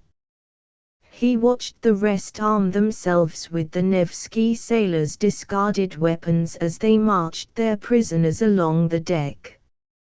His breast began to swell with pride. "Any casualties?" he demanded. "2 of ours have crossed over," replied Civus, "and some of us are hurt a bit. But we can't grumble. There are 4 Russian corpses aft, and I see you've bagged 7. "Damned pirates," commented Maclean. "I've a mind to shoot the rest of them out of hand." "Just give the word, sir." "No," said Maclean, "we'll maroon them instead. Lower away all the boats but one, Civus, and bring them under the bows. I can look after these dogs." Sir." "But first 3 cheers for Captain Maclean, lads." The cheers were given with hearty goodwill, and then the men tramped off to carry out their new task. Maclean, whose face was still flushed from the compliment that had been paid him, leaned over the machine gun and surveyed the prisoners. "Can any of you pirate scum speak English?" he demanded truculently. "I have that privilege, sir," replied a swart-faced lieutenant. "Then kindly inform your friends that at the first sign of any monkey trick I'll send you all to Kingdom Come." The officer complied presumably with this command, and when he had finished, addressed Maclean. "You cannot intend to maroon us, sir," he cried. "The island yonder is totally uninhabited." "You're a liar," retorted Maclean. "Fires don't light themselves. Look yonder." The officer choked back an oath. "Have a care what you are doing, sir," he muttered in a strangled voice. "This will lead to a war between your country and mine." "I guess not, not even if I hanged the lot of you, you dirty pirates." "But if it did, what then?" "You should see, sir. And so would you, see that Englishmen can fight a derned sight better than the Japs. I guess you know how they fight by this." "I have always heard that the English are generous foes, sir." "None of your blarney," interrupted Maclean. "Short shrift to pirates," is an English motto. You sank our ship, we take yours. Fair exchange is no robbery. You should be thankful to get off with your skins. At least permit us to take with us our personal belongings. Not a match. Some provisions. Not a biscuit. Some arms, then, to defend ourselves against the natives, if we are attacked. Not a penknife. Sir, you condemn us to death. Sir, we have but forestalled your intention in regard to us. As God hears me, sir, shut up, cried Maclean, your voice hurts my ears. Nevertheless, when all was ready, Maclean commanded Sivers to stock the boats with water and provisions, and to throw some 50 swords and bayonets aboard. Then began the debarkation. Using the officer who could speak English as his mouthpiece, Maclean commanded the crew of the Nevsky to file out one by one from the forecastle, and slide down a rope over the vessel's bows into the waiting boats. They numbered 133 all told, but not a man offered to resist, and within an hour the last boat had sheered off, carrying with its whole company the still unconscious bodies of the Russian captain and the officer of the watch. Maclean's next business was to bury the dead, which done, he searched the ship. He made 2 discoveries. He found in the captain's cabin a chest containing no less than 15,000 golden rubles, and locked away in one of the disused bathrooms astern, inhumanly disposed of in a tub, the silent form of Captain Brandon. But the tough little bulldog of an Englishman was by no means dead, and when some 3 days later the ghost of what had been the Nevsky steamed out of the Bay of Tramwayu, he was already so far recovered from the terrible blow that had laid him low, but which had, nevertheless, failed to shatter his hard skull, as to be engaged in a confused but constant effort to remember. On the following morning he insisted upon getting up, and was helped afterward by a steward to the bridge. Maclean greeted him with a genial smile. "Well done, sir," he cried heartily. "Glad to see you up again and looking so fit. The old Sigan has been as dull as a coffin ship without you." Captain Brandon nodded, frowned, and glanced around him. A carpenter close by was busily at work painting SS Sigan upon a row of virgin white lifebuoys. The captain wondered and glanced up at the masts. They were just ordinary masts in the sense that they had no fighting tops, but they gleamed with wet paint. He frowned again, and, wondering more and more, looked forward. There was not the slightest trace of a cannon to be seen, but the deck in one place had a canvas covering. He began to crack his fingers, his old habit, but a moment later he abruptly turned and faced the mate. "Maclean," said he. The eyes of the 2 men met. "This is not the Sigan, Maclean," said Captain Brandon. "You'll see it in iron letters on her bows, sir, if you look. Come into the chart room." Maclean obeyed, chuckling under his breath. "Tell me how you did it," commanded the captain as he took a chair. "It was as easy as rolling off a log, sir," replied the first mate. "The blighters clapped us into the small after hold, but totally forgot there was such a thing there as a propeller tunnel. We got into the stoke hole and collared the engine room while the Russians were at dinner. Then, While I covered the sailors forward with the machine gun on the bridge, Sivas took the gold-laced crowd aft with a rush. The rest is not worth telling, for you know it. All that is to say, barring the fact that we're the richer by 15,000 rubles and triple expansion engines, and the poorer by 2 of our crew the Russian captain killed. Captain Brandon drew a deep breath. What course are we steering? He demanded. Straight for Kobe, sir, to carry out our charter. We've every stick of the old cargo aboard, the pirates saw to that, also our books and papers. The guns are all at the bottom of the sea. We'll be a bit late, but we can easily rig up a yarn to explain. But the Russians will talk. No fear, sir, they'd be too ashamed to own up the truth, and afraid as well, for what they did was piracy on the high seas, nothing less. You take my tip for it, sir, one of these days we'll hear that the Nevsky struck a reef.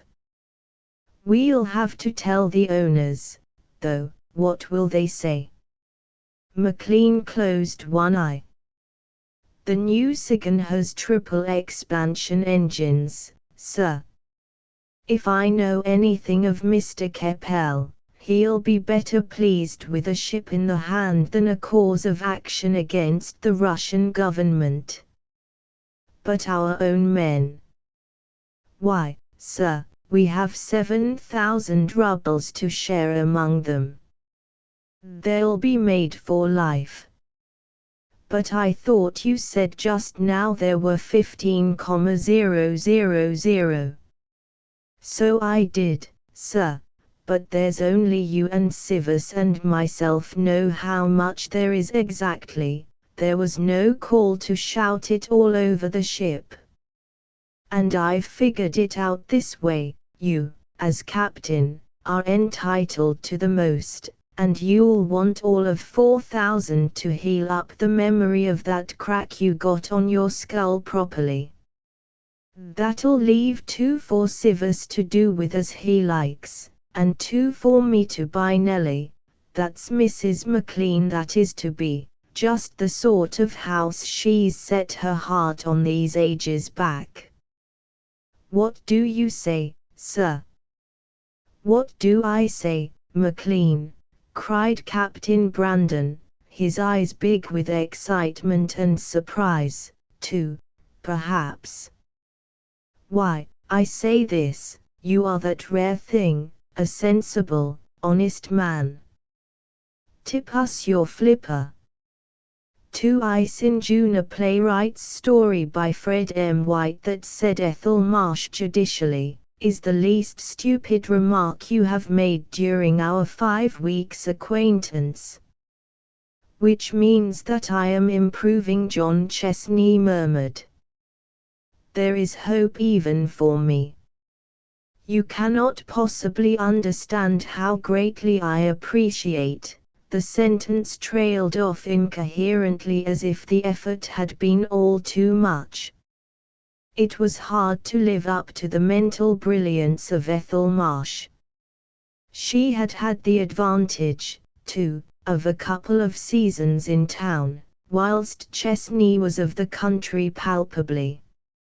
She also had the advantage of being distractingly pretty. Really, she had hoped to make something of Chesney. It seemed to her that he was fitted for better things than tennis playing and riding and the like. It seemed strange that he should prefer his little cottage to the broader delights of surveying mankind from China to Peru. The man had possibilities, too. For instance, he knew how to dress. There was an air about his flannels, a suggestion in his Norfolk suits. He had the knack of the tie so that it sat just right, and his boots. A clean-cut face, very tanned, deep, clear grey eyes, very steady. He was like a dog attached very much to a careless master. The thing had been going on for 5 weeks. Ethel was staying with the Frodshams. They were poor for their position, albeit given to hospitality, at a price. Most people call this kind of thing taking in paying guests.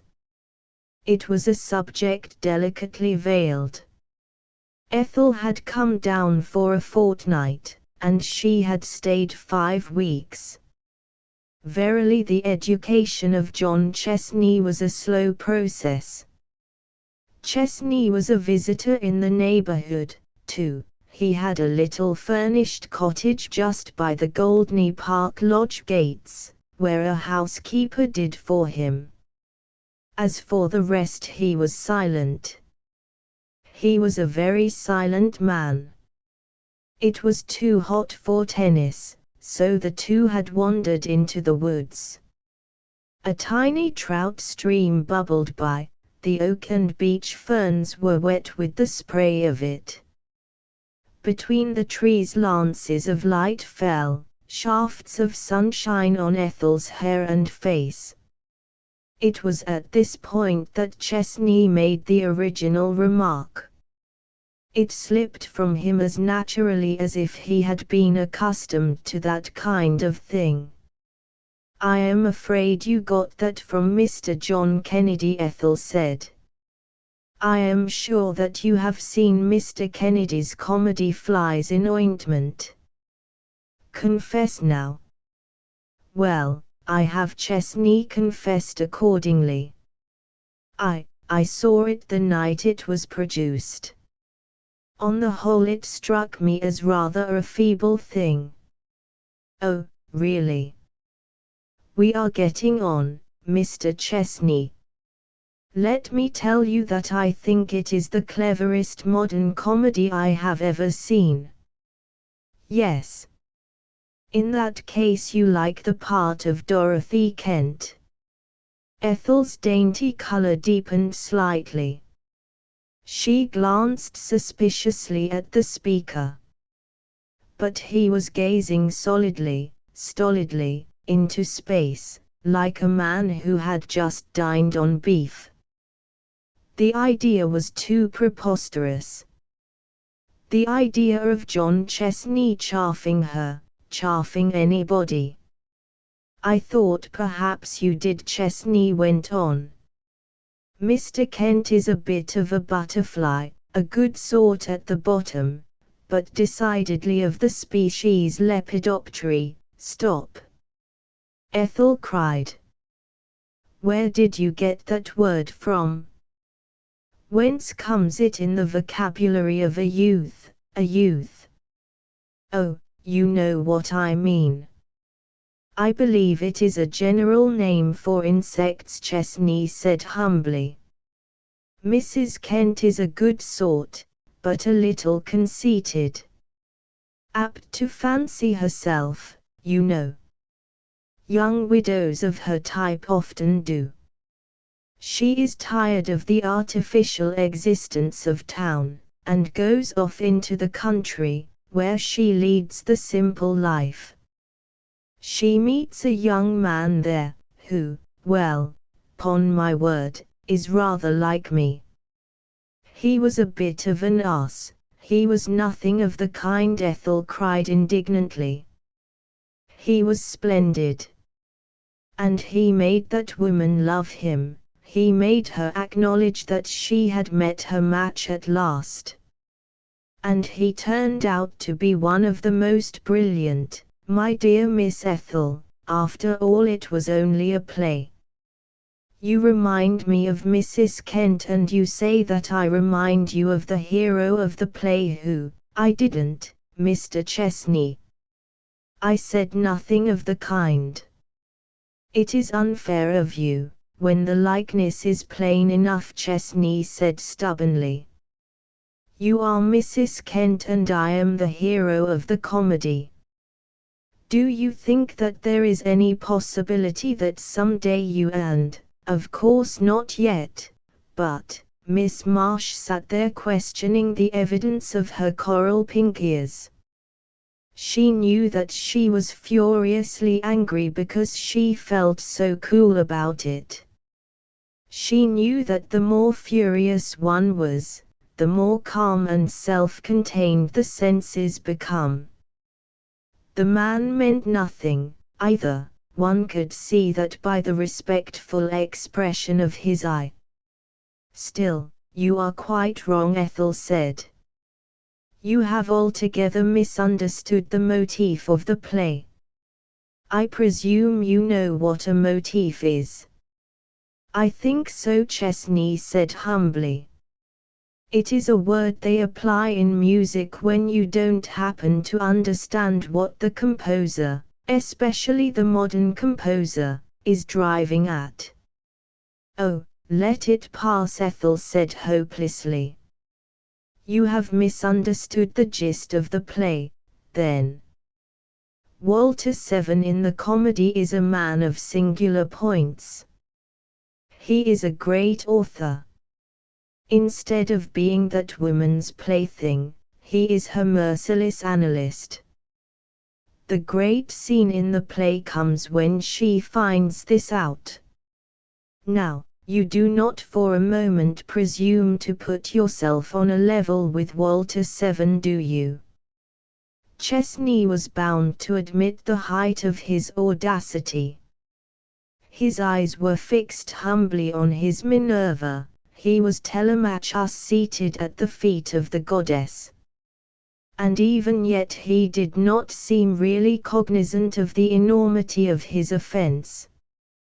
He saw the sunlight on that sweetly serious face, he saw the beams playing with the golden meshes of her hair. No doubt he was fully conscious of his own inferiority, for he did not speak again. It was for him to wait. The silence deepened. In the heart of the wood a blackbird was piping madly on a blackthorn. Before you go away, Chesney hazarded, I should very much like, but I am not going away, at least not yet. Besides, I have a purpose to serve. I am waiting until those impossible people leave Goldney Park. I understand that they have already gone, but on that head I am not sure. I want to go over the house. The late owner, Mr. Mainbrace, was a great friend of my family. Before he died he was so good as to express a wish that the heir to the property should come and see us but that part is altogether too ridiculous. And as an only daughter, I see, Chesney said reflectively. The heir and yourself. It sounds ridiculous. Now, if you had been in the least like the romantic type of young woman, perhaps, how do you know that I am not? Am I like Byron's women, seek roses in December, ice in June? Well, perhaps you are right. After all, one doesn't find ice in June.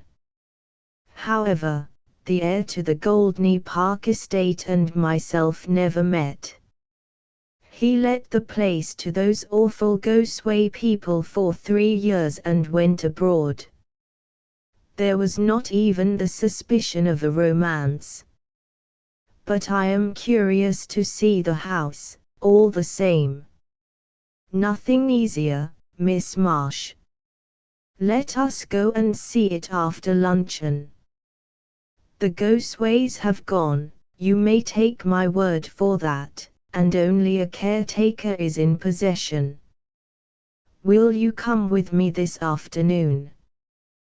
The prospect was not displeasing. Miss Marsh poised it in her mind for a few moments. There was Chesney's education to be thought of as well. On the whole, she decided that there might be less pleasant ways of spending a hot August afternoon. "I think I'll come," she said. "I want to see the old furniture and the pictures. I love old furniture."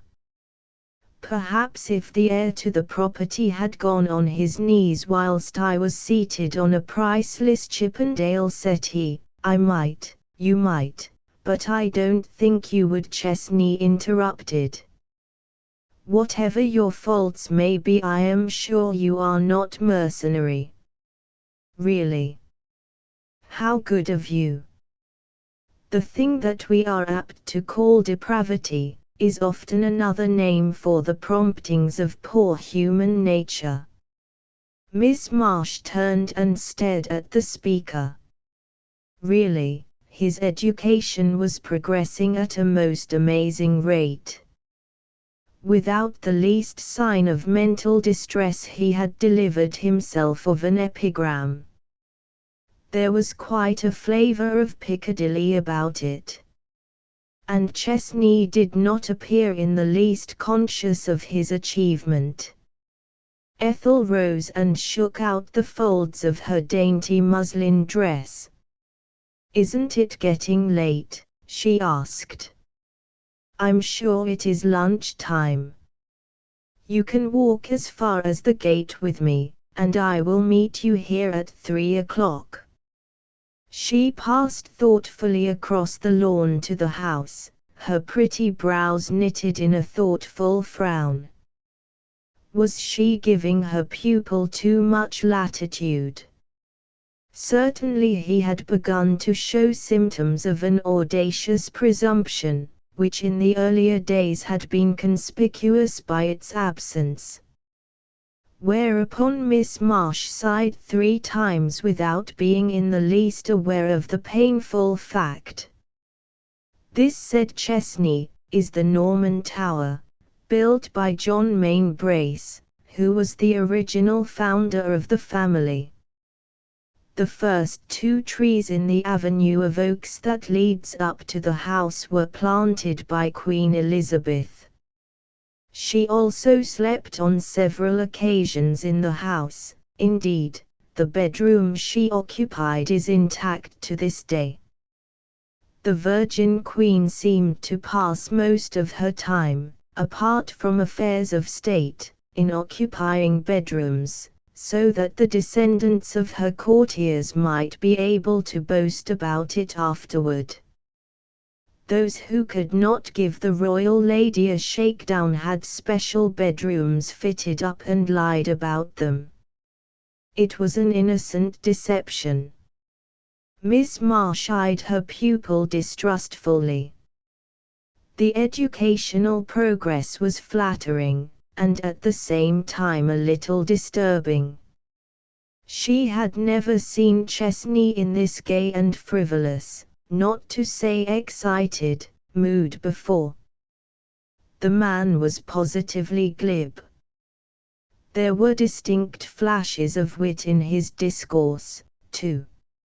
And where did he get so close and intimate a knowledge of the old house from? He knew every nook and corner. He took her through the grand old park where the herd of fallow deer were grazing. He showed her the Dutch and Italian gardens. He knew even the history of the sundial on the terrace. And yet they had not been within the house, though the great hall door stood hospitably open. They moved at length out of the glare of the sunshine into the grateful shadows. Glint of armor and gleam of canvas were all there. Ethel walked along in an ecstasy of quiet enjoyment. Rumor had not lied as to the artistic beauties of Goldney Park. The Main Braces must have been a tasteful family. They had it all here, from the oaken carvings of the wandering monks down through Grinling Gibbons and Pugin, and away to Chippendale and Adam, and other masters of the Georgian era. They came at length to the chamber sacred to the Virgin Queen. They contemplated the glorious view from the window in silent appreciation tinged with rapture. "It's exquisite," Ethel said in a low voice. "If this were my house I should be very much tempted to commit an act of sacrilege. I should want this for my own room. I'm afraid I could not resist such an opportunity." "Easily done," said Chesney. "No trouble to discover from the family archives that a mistake had been made, and that Elizabeth of blessed memory had not slept in this room. Being strong-minded, she preferred a north aspect, and this is due south. You would get a reputation for sound historical knowledge as well." Certainly the education was progressing. But Ethel let it pass. She was leaning out of the latticed windows with the creamy roses about her hair. She was falling unconsciously under the glamour of the place. "It is exquisite," she sighed. "If this were only mine. Well, it is not too late. The heir will be here before long, probably. You have only to introduce the name of Mr. Mainbrace and say who you are, and then, oh, no. If I happened to be in love with a man, what am I saying? Of course, no girl who respects herself could possibly marry a man for the sake of his position. Even Mrs. Dorothy Kent, to whom you compared me this morning, was above that kind of thing. She married the man she loved after all, you know. But I forget, you did not think much of the comedy." "I didn't. I thought it was vague and incomplete. I am certain of it now. This is the real thing, the other was merely artificial." And when the hero brought Dorothy Kent to the home of his ancestors, he already knew that she loved him. "And I am glad to know that you would never marry a man like that, because it gives me courage." "Gives you courage? Whatever for?" "Why, to make a confession. You laughed at me just now when I presumed to criticize your favorite modern comedy. As a matter of fact, I have every right to criticize it. You see, I happen to be the author. I am John Kennedy. I have been writing for the stage, or trying to write for the stage, for years. I got my new idea from that old wish of my uncle's that you and I should come together. It struck me as a pretty suggestion for a comedy." "Stop, stop," Ethel cried. "One thing at a time, if you please. Positively you overwhelm me with surprise. In one breath you tell me you are John Kennedy, and then, without giving a poor girl a chance, you say you are the owner of Goldney Park." "But I didn't," Chesney protested. "I never said anything of the kind." "No, but you inferred it. You say you got the idea from your uncle. I mean the suggestion that you and I really cannot say it. I'm afraid I'm but a poor dramatist after all," Chesney said lamely. "I intended to keep that confession till after I had, but no matter. At any rate, there is no getting away from the fact that my pen name is John Kennedy. And you wrote Flies in Ointment. And you have been laughing at me all this time.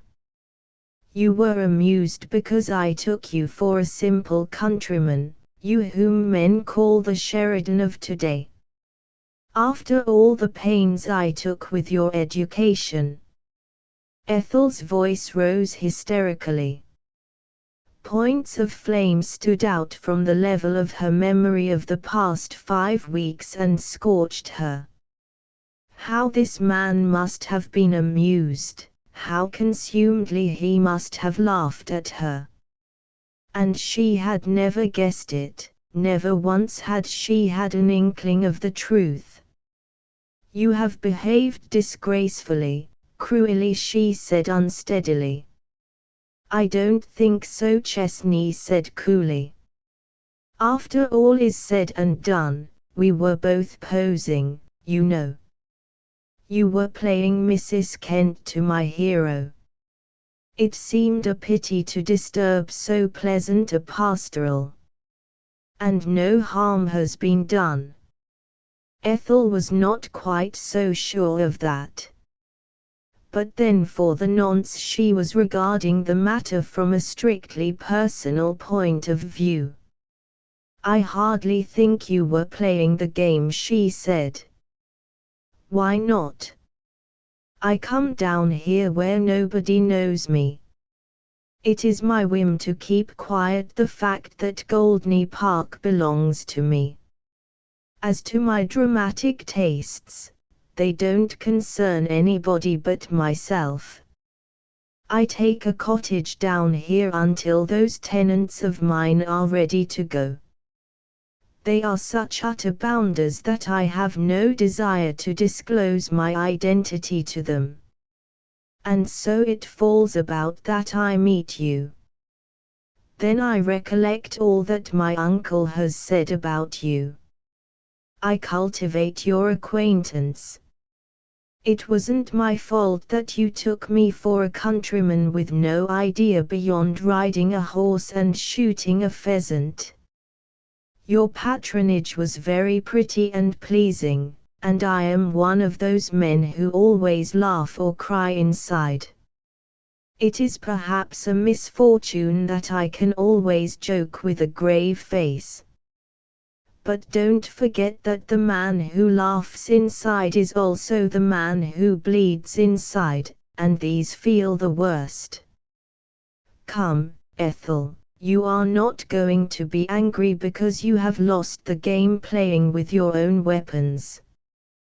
The education was finished, the schoolmaster was abroad, very much abroad. In his cool, masterful way Chesney had taken matters into his own hands. He was none the less handsome because he looked so stern, so sure of his ground. "You are a man and I am a woman," she faltered. "Of course. How could the comedy proceed otherwise? Now where shall we move these Elizabethan relics? After what you said just now they could not possibly remain here. Among the family archives, I dare say." Chesney paused. He was conscious of the fact that 2 large diamond drops were stealing down Ethel's cheeks. It seemed the most natural thing in the world for him to cross over and take her hands in his. "My dear child, what have I said to pain you?" he said. "I am truly sorry." You take too much for granted," Ethel sobbed. "You make me feel so small and silly. And you have no right to assume that I could care for anybody simply because he happens to possess a place like Goldney Park." "But, my darling, I didn't. I was delighted when you said just now that you would never marry a man you did not care for, even if he could give you Chippendale for breakfast, so to speak. I watched your face then. I am sure that you were speaking from the bottom of your heart. I have been watching you for the last 5 weeks, my sweetheart. And they have been the happiest weeks in my life. Laughing at me, I suppose.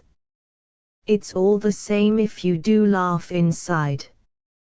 "No, I don't think I laughed, Chesney said thoughtfully. I only know that I have been very much charmed. And besides, see how useful it has been to me to be in a position to hear all the weak points in my literary armor. When I come to write my next comedy, it will be far in advance of Flies in Ointment. I have learned so much of human nature, you see. Ethel winked the tears from her lids. Her eyes were all the brighter for the passing shower, like a sky in April, Chesney thought. A smile was on her face, her lips were parted. As a lover, Chesney was charming. She wondered how she was playing her part. But she need not have had any anxiety. There was nothing wanting in the eyes of the man opposite, and his face said so. "You are going to put me into it?" she asked.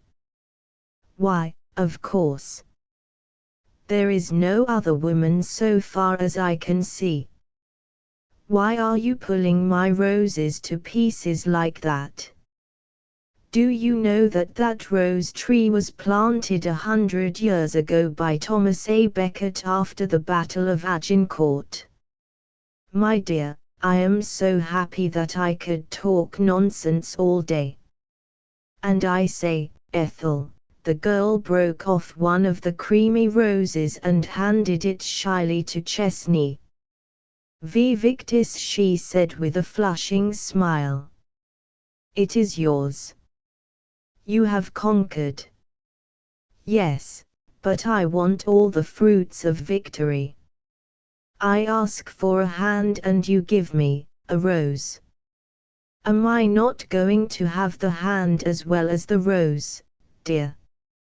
He had the hand and the rose and the slender waist. He drew her toward him in his strong, masterful way, and his lips lay on hers in a lingering pressure. It was a long time before the girl looked up, then her eyes were full of shy happiness. 3. The Ditterbox, a pawnbroker's story by Owen Oliver. In the course of our dealings over the curiosities that my brother sent home from Burma, Mr. Levi and I became very good friends. When we had finished one of our deals, we generally had a chat in the quaint little room behind his queer little shop in the old world alley frequented by sailormen.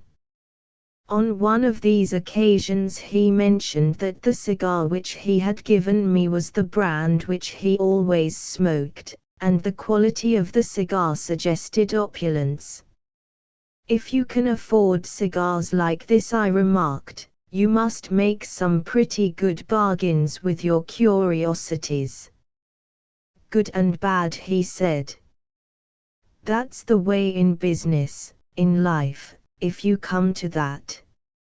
He was a bit of a philosopher. "You make more good bargains than bad ones, I'll be bound," I asserted. "Yes," he agreed, "but it isn't so much that. The bad aren't very bad, as a rule, and some of the good are very good. That's where I get my profit." "What was the best bargain you ever made?" I asked. He filled his glass and pushed the decanter toward me. "The best bargain I ever made," he said, "was over a Ditterbox. I helped myself to a little whiskey." A Ditterbox. I thought they were ordinary sailors' chests that they keep their clothes in. "Not exactly chests," he corrected. "They are smallish boxes that they keep their needles and thread in, and their money, and anything else that they set store by, their letters or their sweethearts' photos, or their wives', or other people's. There's no profit in them, and I don't deal in them in a general way. I got my gain out of this one in a roundabout fashion, but it was handsome.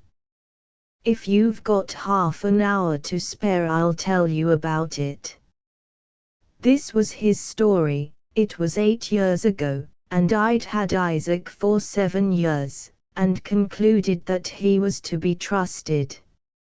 So I took it into my head to have a fortnight's holiday and leave him in charge of the shop. Everything was in order when I came back, and the books balanced to a penny. Business had been pretty good, he told me, but nothing out of the ordinary. Unless, he said, I've stumbled on a good thing by accident. It's a ditty box, rather a superior one, and a good bit bigger than usual, almost a chest, brass bound and a nice bit of poker work on it, a girl's head. I've put it in your bedroom. Ah, I said. R.H. He wouldn't make this fuss over a bit of poker work, I knew. The mate of the Saucy Jane brought it here, he went on. It belonged to the captain. George Markby, the name was, and that's poker work on it, too. He sickened of a fever over at Rotterdam and died at sea, and they sold off his things to send the money to his widow. I gave a sovereign for it. There's a tray inside with a lock-up till. Keys all complete. Ought to fetch 35 shillings. As much as that? I said. I knew there must be a good deal more in it than appeared, but it's no use hurrying Isaac. He likes to tell things his own way. I thought it might suit you to lock up your books and papers. That was all, till the day before yesterday. Then a ginger-haired sailor came in. North countryman. Wanted a ditty box, he said. I told him we weren't marine outfitters, and he'd better try Bernard's, round the corner. He said he didn't want the ordinary sort, but something out of the common, extra large size, brass-bound, tray with a lock-up till. Mind if it was a trifle old? I asked. Carved or cut about a bit? You know how some chaps use their knives on them, just to pass the time. He said he didn't care for things that were hacked about, but he wouldn't object to a bit of poker work on it. I told him I'd look through the warehouse and let him know in the morning, and he went. Biles, the dock policeman, was standing outside. I went and asked him who the chap was. He said he was cook on the Ann trailer, just come in, and he believed he'd done time. If he hadn't, I'll swear he ought to have, from the look of him. About half an hour afterward in walks an oldyish chap with a stoop and a grey goat's beard. He wanted a ditty box, too, something extra large and old, and strong, and a tray with a lock-up till in it. He was a fireman on the Ann trailer, I found, a shifty sort of chap that couldn't look you in the face. He offered to go to a couple of pounds for the right thing. I told him I'd look through our stuff and let him know if we had one of the sort. Just as I was closing, a smart young fellow swaggered in. He was second mate of the Ann trailer, and he'd heard of the death of her old captain on the Saucy Jane, and that we'd bought some of his effects, and he'd like to have a memento, just a matter of sentiment, he explained.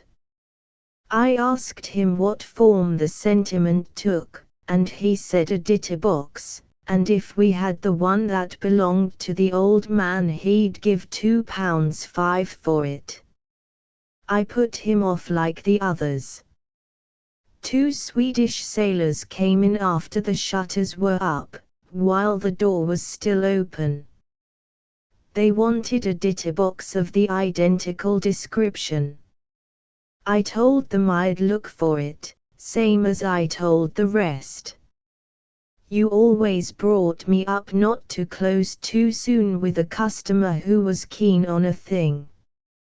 Very good, Isaac, I said. Very good. Go on. In the evening I made inquiries at the Duke of Wellington where the dock policemen go, and the 2-penny halfpenny money lenders and such, and old Mrs. Higgins, the landlady, knows more about the crews that come here than anyone. Lots of them knew old Markby, it seemed, a very respectable old chap and a favourite with his men, but a bit of a miser, and a trifle queer in his ways. He boasted that he didn't believe in banks and such things, and he'd got his money hidden where even his wife didn't know. And the conclusion I've come to is that those chaps believe it's in the ditty box, and they mean to have it. Ah, I said. We'll have something to say to that, Isaac.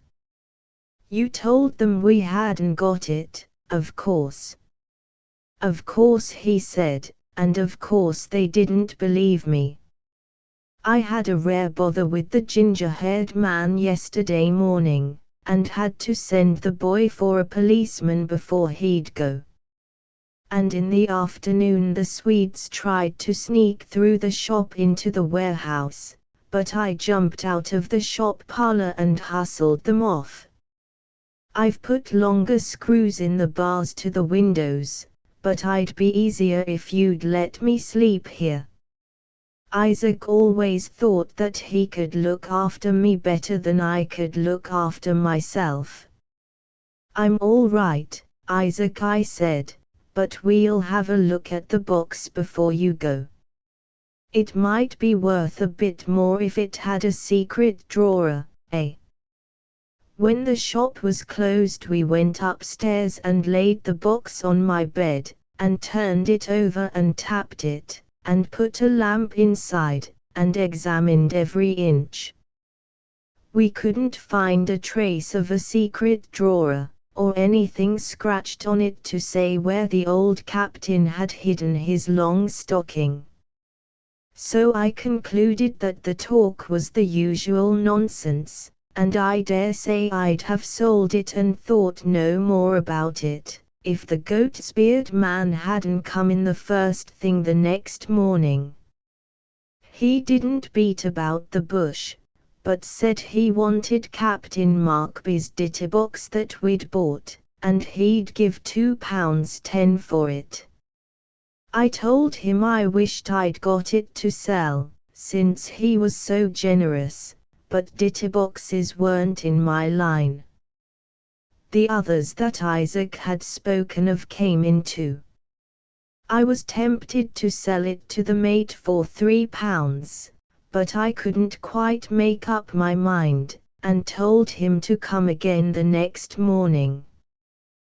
That very night the 2 Swedes broke into the shop. The police caught them. They are always on the lookout round my place, knowing that it's a fiver to them on the quiet if they catch anyone breaking in. The Swedes got 3 months apiece. That made up my mind. I showed the mate an ordinary box when he called, and he went off grumbling that it was nothing like the one he'd asked about, and I'd played the fool with him. I never saw him again, or the Swedes either, but the old man and the ginger-headed chap were always looking in the window. They seemed to have chummed up. I had an anonymous letter that I put down to them, written in red ink that I suppose they meant me to take for blood. It warned me against keeping a ditterbox that others have a better claim to, and is like to cost you dear. D-E-R-E they spelt it, and one T in ditty. 2 days later they called to ask if the box had come my way yet. Yes, I said, and I'm going to keep it. It's got 2 blackguards 3 months, and it will get 2 others a good hiding if they don't mind. Clear out, and don't come here again. They didn't, but we often saw them hanging round, and when I went out one of them generally followed me. I didn't worry about that, for I could have settled the 2 of them easily if I wasn't taken unaware. I was always a bit obstinate, and I'd sooner have chopped the chest up for firewood than have been bullied into letting them have it, but I was sorry that I hadn't taken the mate's offer, for Isaac and I had measured it all over inside and out, and calculated that there wasn't space anywhere for a secret drawer. I'd had it about 3 months, and then a young girl, about 20, came into the shop one afternoon, when Isaac was at tea. She was a pale slip of a young thing, and her clothes looked as if they'd been worn all through the summer, and it was autumn then, and she hesitated as if she was half afraid of me. "Well, little missy," I said. "What is it?" I spoke to her with the smooth side of my tongue uppermost, as a big, rough chap generally does to a girl of that sort, if there's anything decent about him. "My father was Captain Markby," she said, and I liked the way she spoke. "He died at sea, and they sold his things here. I want to find something of his, and I thought that perhaps you might have bought it." I knew directly what she meant, but I looked very innocent. If it was anything in the curiosity line, I might have I answered. "You see the sort of things I deal in." I waved my hand round the place. "No," she said. "It wasn't a curiosity. It was an oak chest with brass corners. I think they call it a ditterbox." "A ditterbox," I said. "They're too common to be curious." "Was there anything special about it?" "It had a tray in it, and he'd drawn a head on it with a red-hot iron, a girl's head. He meant it for me, but I don't expect you'd recognize me by it." "I hope not." She smiled faintly. "I hope not," I agreed, "judging from what I've seen of such figures." I laughed, and she laughed a little, too. "And you want to buy it, if you can find it?" "Yes," she said. "At least, I haven't very much money, but I would pay you as soon as I could, if, I suppose you wouldn't be so kind, so very kind, as to agree to that." I said. "I don't generally give credit, but as it was your father's, I might stretch a point for once if I should find that I have it." "Oh, thank you," she said with a flush. "It is a kindness that I have no right to expect." "Thank you. I'll have a look round among my things," I promised. I haven't bought such a box myself, but my assistant might have, or I might be able to find it for you in some of the shops round here. I'll see what I can do. I meant to let her have it, but I wanted to find out more about it first. "How kind you are," she cried. You see, I want it very particularly, Mr. Levi. Being associated with your father, I said, naturally you would. Perhaps if I don't come across the Ditter box, I might find something else of his that would do, eh? No, she said. It wouldn't. You see, my mother and I, aren't well off. We knew that father had some money, but we couldn't find it, or learn anything about it, and we think it must be in the box, or a paper telling us about it. I shook my head. There's no paper in any box that I have, I assured her. We always go through the things that we buy very carefully. You wouldn't find it, she explained eagerly. There was a secret place. He showed it to me when I was a little girl. I don't expect he thought I would remember, but I did. You take off the brass corners on top, and then the lower part of the lid drops out. The lid's in two pieces and you could put papers, or banknotes, in between. I couldn't help smiling. Aren't you rather foolish to tell me? I suggested. She looked at me appealingly.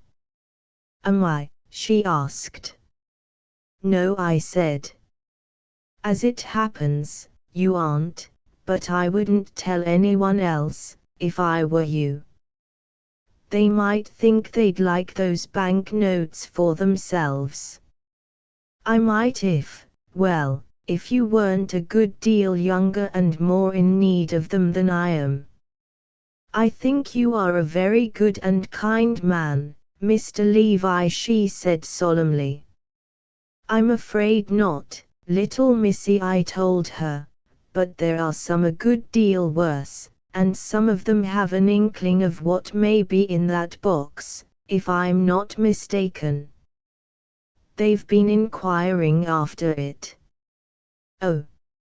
She started. There were two horrid men who seemed to be watching me when I came in here. I half thought I remembered one of them, an old man with a stoop. I believe I must have seen him aboard my father's ship. I felt rather nervous, because it's such a dark alley. She looked anxiously at the door. It is a bit dark, I agreed. Would you feel safer if I saw you to a main thoroughfare? I should feel quite safe then, she declared, and she smiled like a child does. I really don't know how to thank you enough for your goodness to me. I called Isaac to look after the shop, and put on my hat and walked off with her. She was a bright little creature to talk to, and when she was excited she looked very pretty. I found that she was going to walk all the way, so I said that I would see her right to her road. She seemed pleased to have my company, and jabbered 19 to the dozen. It was such a change to have someone to talk to, she said, because they had moved and knew nobody here. She told me that she tried to earn money by teaching music and by painting. I said that I was badly in want of a few little sketches, and she promised to bring some for me to look at. I would ask you to accept them, she said, with a flush, if we weren't so poor. If it weren't for that, I said, I should ask you to have some tea before I leave you, without fear that you would be too proud to accept. It would be a pleasure to me. Will you? We were just outside a good place, and I stopped. It is very kind of you, she said, but I don't think, I suppose I am foolishly proud. She laughed an uneasy laugh. You mustn't let your pride spoil my pleasure, I told her, and grinned at myself for talking like a book.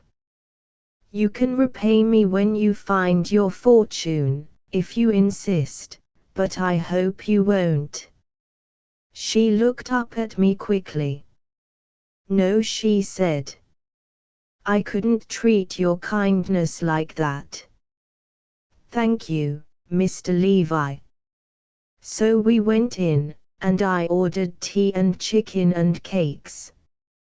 The poor little thing was positively hungry, I could see, and when she mentioned her mother the tears came into her eyes.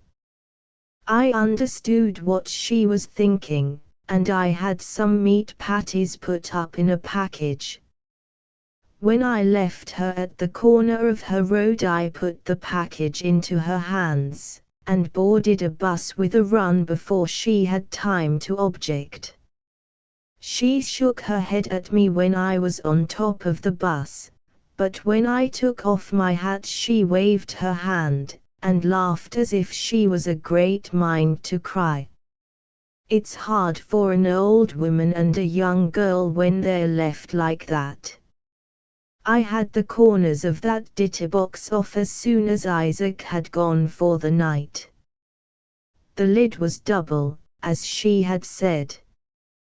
Between the two boards I found a portrait of an elderly woman, her mother, no doubt, and 3 photos of herself, 2 in short frocks and 1 with her hair in a plait when she was about 17.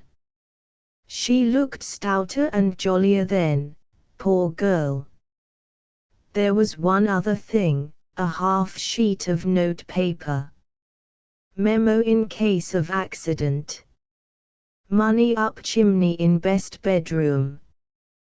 Geo. Markby, 6th of April, 1897. I started to change my clothes to go there and tell them, but just as I had taken off my waistcoat I altered my mind. The money wouldn't be in the rooms where they lived then, but in their old house, and that was probably occupied by someone else now, and even if the money was still there she would not be able to get it. It was no use raising her hopes, just to disappoint her. I would try to get the money before I spoke, I decided. She came at 11 the next morning, and timidly produced a few little sketches, mostly copies of things. I'd like to say that they were good, but I can't. It was just schoolgirl painting, nothing else. She wanted to give me some, but I wouldn't hear of that. She had sold a few for 18p apiece, she said. I said that I wanted 4 to frame 4 ships' cabins, and I'd give 12 and 6 for them, and that would leave me a fair margin. I was afraid to offer more, for fear she would suspect me, and as it was she was dubious. You're sure you will get a profit? She asked. You ask anyone round here about me, I said. They'll soon tell you that I look out sharp for that. They'll look very nice when they are framed, and I make a good bit out of the frames, you see. Now about this ditterbox. I've got on the track of one that might turn out right, but there's a difficulty that I'd like to put to you. Suppose that there's no money in it, only a clue to where your father hid it. Wouldn't that be likely to be somewhere where you can't get at it? On board his ship, for example. Or in your old house. If it's in the house, she said, I could get in. At least it was empty a week ago. Mother heard from an old neighbor. But perhaps it would be better to get someone else to go, and say that they wanted to look at the house. She glanced at me doubtfully. You mean me? She nodded slowly. You are afraid that I might keep some of it? She stared at me in sheer amazement. Why, of course not, she cried. I was only thinking that it was a long way to ask you to go, and that I must not impose on your kindness. Give me the address, I said, in case I should want it any time. She gave me an address in Anderville. Then I changed the subject. I walked part of the way home with her. Then I had my dinner and went off to Anderville. It was about an hour by train. By the time that I had found the agent and got the key, it was growing dusk. I was some time arguing with him, because he wanted to send a man with me to lock up afterward. We've had tramps get in several times, he explained, and they've done a lot of damage, torn up the flooring and such senseless mischief. It occurred to me directly that the tramps were some of the men who had come after the Ditter box. I persuaded him at last that I'd lock up all right, and he let me go alone. I soon spotted what would be the best bedroom. I fumbled up the chimney and lit a match or two, and found a heavy canvas bag and a smaller one that rustled like notes. I was just looking for the last time when I heard soft steps behind me. I glanced round and saw two men before the match flickered out. The light caught the face of the foremost. It was the old man with the goat's beard. Then I was struck on the head and knocked senseless. It was about 6 when I came to and lit another match and looked at my watch. The bags were gone, of course. I never saw them again or the two men. It was as well for them I didn't. It was no use telling the agent or anybody. I never thought about that, only what I was to do about the girl and her mother. I didn't think very much about the mother, if you come to that.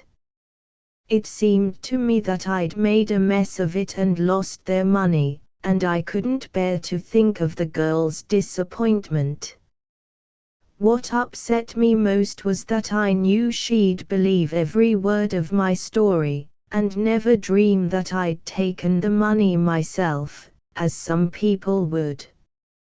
She was such a trusting little thing, and, well, I may as well own up that I liked her. If I hadn't been 15 years older than she was, and felt sure that she'd never look at a Jew, and a much rougher chap then than I am now, I should have had serious thoughts of courting her. And so, well, I knew that £100 was what they hoped for, and it didn't make very much odds to me. I took out the paper that night and put in £25 notes, and did it up again. A bit of folly that you wouldn't have suspected me of, eh? Then you think me a bigger fool than most people do. At the same time, it was only fair and honest. I'd had her money and lost it, you see. I was going to take the chest to their lodgings in a cab the next morning, but she called in early to ask if I had found it. I had an unhappy sort of feeling when I saw her come smiling into the shop, thinking that she wouldn't need to come any more. It's queer how a man feels over a little slip of a girl when he's knocked about all over the world and known hundreds of women and thought nothing of them. I'd carried it down into this room, and I took her in and showed it. Her delight was pretty to see. She fidgeted about at my elbow like a child while I was taking the corners off, and when she saw the notes she danced and clapped her hands, and when I gave them to her she sat down and hugged them and laughed and cried. "If you knew how poor we've been," she said, wiping her eyes. "How lonely and worried and miserable. Your kindness has been the only nice thing ever since Father died. 20 times 5. That's 100. They're real notes, aren't they? I haven't seen one for ages." "They're real enough," I told her. "I'll give you gold for them, if you like." "I'd rather have their very selves," she said with a laugh. She studied one carefully, and suddenly she dropped them with a cry and sprang to her feet. Her face had gone white. "Mr. Levi," she cried. "Oh, Mr. Levi. You put them there." I told her a lie right out, and I'm not ashamed of it. "I was a hard man of business," I said, "and a Jew, and she was a silly sentimental child, or she'd never take such an idea into her head, and she needn't suppose I kept my shop for charity, and she'd know better when she was older." She heard me out. Then she put her hand on my shoulder. "Dear kind friend," she said, "Father died in May this year." The note that I looked at was dated in June. And I stood and stared at her like a fool. I suppose I looked a bit cut up, for she stroked my arm gently. "You dear, good fellow," she said. She seemed to have grown from a child into a woman in a few minutes. "I can't take them, but it will help me to be a better girl, to have known someone like you." "Like me?" I said, and laughed. "I'm just a rough, money-grubbing Jew. That's all I am." She shook her head like mad. "You may say what you like," she told me, "but you can't alter what I think. You're good, good, good." Then I told her just what had happened. "So, you see, you owe me nothing," I wound up. She wiped her eyes and took hold of me by the sleeve. "I will tell you what I owe you," she said. "Food when I was hungry, kindness when I was wretched, your time, your care, yes, and the risk of your life. If you had had your way you would have given me all that money. You, Mr. Levi, you say that it is just a matter of business. What profit did you expect to make?" "I expected to make you happy," I said, and she looked up at me suddenly, and I saw what I saw. "Little girl," I cried. "May I try? In another way?" I held out my arms, and she dropped into them. "My profits," I said. "Oh," she cried. "I hope so. I will try, try, try." Mr. Levi offered me a fresh cigar and took another himself. "It's a class of profit that's difficult to estimate," he remarked. I had a difficulty with Isaac over the matter. "You see, he has 5% over the business that he introduces, but that was only meant for small transactions," I argued. He argued that there were no profits at all, not meaning any disrespect to her, but holding that there was no money in it, or, if there was, It was a loss because I'd have to keep her, and nobody knew how a wife would turn out. She held much the same, except that she was sure she was going to turn out good, but she thought I ought to find some plan of doing something for Isaac. We settled it that way. He wanted to get married, so I gave him a rise and let them have the rooms over the shop to live in, and there they are now. And how do you reckon the profits yourself? I asked. Well, he said, in these last 8 years I've cleared £40,000, though you wouldn't think it in this little shop. I reckon that I cleared a good bit more over that ditterbox. Come round to my house one evening, and I'll introduce you to her. For The Yellow Cat, an Idyll of the Summer by Annie E. P. Searing, the minister of Blue Mountain Church, and the minister's wife, were enjoying their first autumn fire, and the presence of the cat on the hearth between them. He came home this afternoon, the minister's wife was saying, while I was picking those last peppers in the garden, and he jumped on my shoulder and purred against my ear as unconcernedly as if he'd only been for a stroll in the lower pasture, instead of gone for 3 months, the little wretch. It does seem extraordinary. The minister unbent his long legs and recrossed them carefully, in order to remove his foot from the way of the tawny back where it stretched out in blissful elongation. Very extraordinary, that an animal could lead that sort of double life, disappearing completely when summer comes and returning promptly with the fall. I dare say it's a reversion to the old hunting instinct. No doubt we could find him if we knew how to trail him on the mountains. The strangest thing about it is that this year and last he came back fat and sleek. Always before, you know, he has been so gaunt and starved looking in the fall.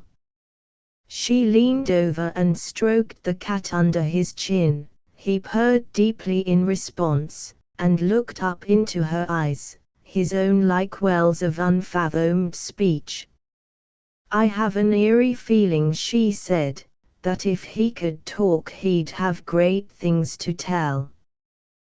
The minister laughed, and puffed away at his corncob pipe. Tales of the chase, my dear, of hecatombs of field mice and squirrels. But she shook her head. Not this summer.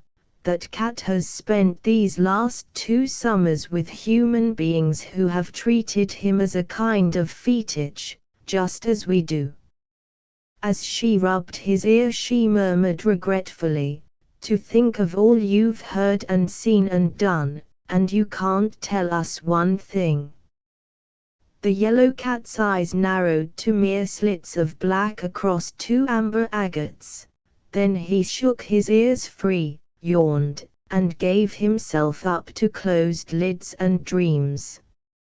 If he could have told it all, just as it happened, not one word of it could those good souls have comprehended, and this was the way of it. It was near the close of a June day when the cat made his entrance into that hidden life of the summers from which his exits had been as sudden, though less dramatic. In the heart of the hills, where a mountain torrent has fretted its way for miles through a rocky gorge, there is a place where the cleft widens into a miniature valley, and the stream slips along quietly between banks of moss before it plunges again on its riotous path down the mountain. Here the charcoal burners, half a century ago, had made a clearing, and left their dome-shaped stone kiln to cover itself with the green velvet and lace of lichen and vine. The man who was stooping over the water, cleaning trout for his supper, had found it so and made it his own one time in his wandering quest for solitude. The kill now boasted a chimney, a door, and one wide window that looked away over the stream's next plunge, over other mountains and valleys to far horizons of the world of men.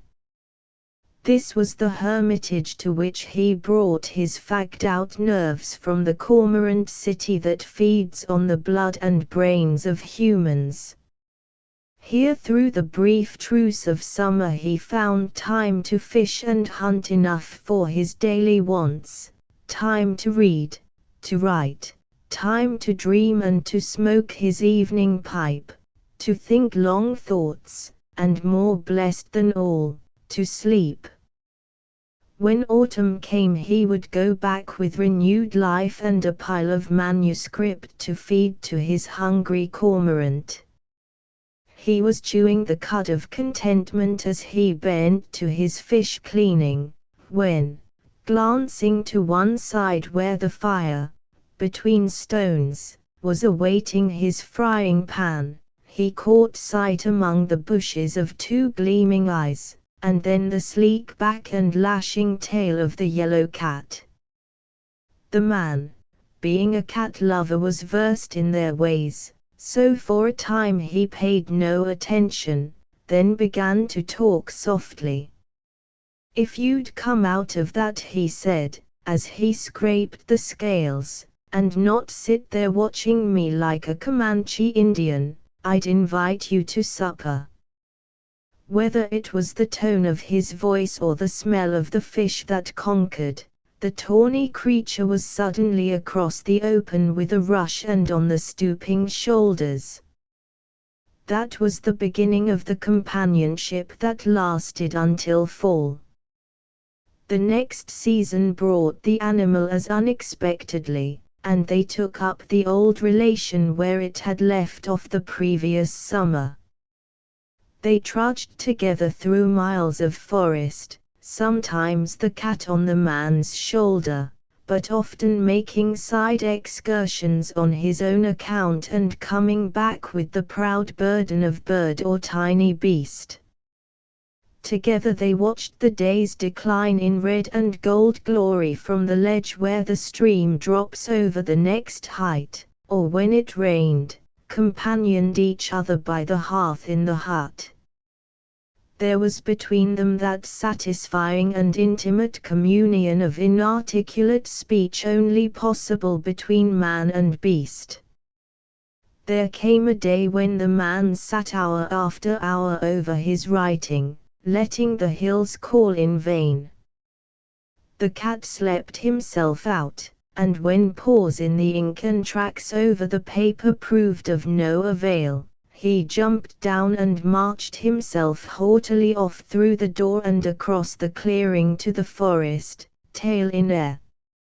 Late that afternoon the man was arrested midway of a thought rounding into phrase by the sudden darkness. There was a fierce rush of wind, as if some giant had sighed and roused himself. The door of the hut slammed shut and the blast from the window scattered the papers about the floor. As he went to pull down the sash, the cat sprang in, shaking from his feet the drops of rain already slanting in a white sheet across the little valley. At the same moment there was a halloo outside, and a woman burst open the door, turning quickly to shut out behind her the onrush of the shower and the biting cold of the wind. She stood shaking the drops from her hair, and then she looked into the astonished face of the man and laughed. She was as slim and straight as a young poplar, clad in white shirt-waist and khaki Turkish trousers with gaiters laced to the knee.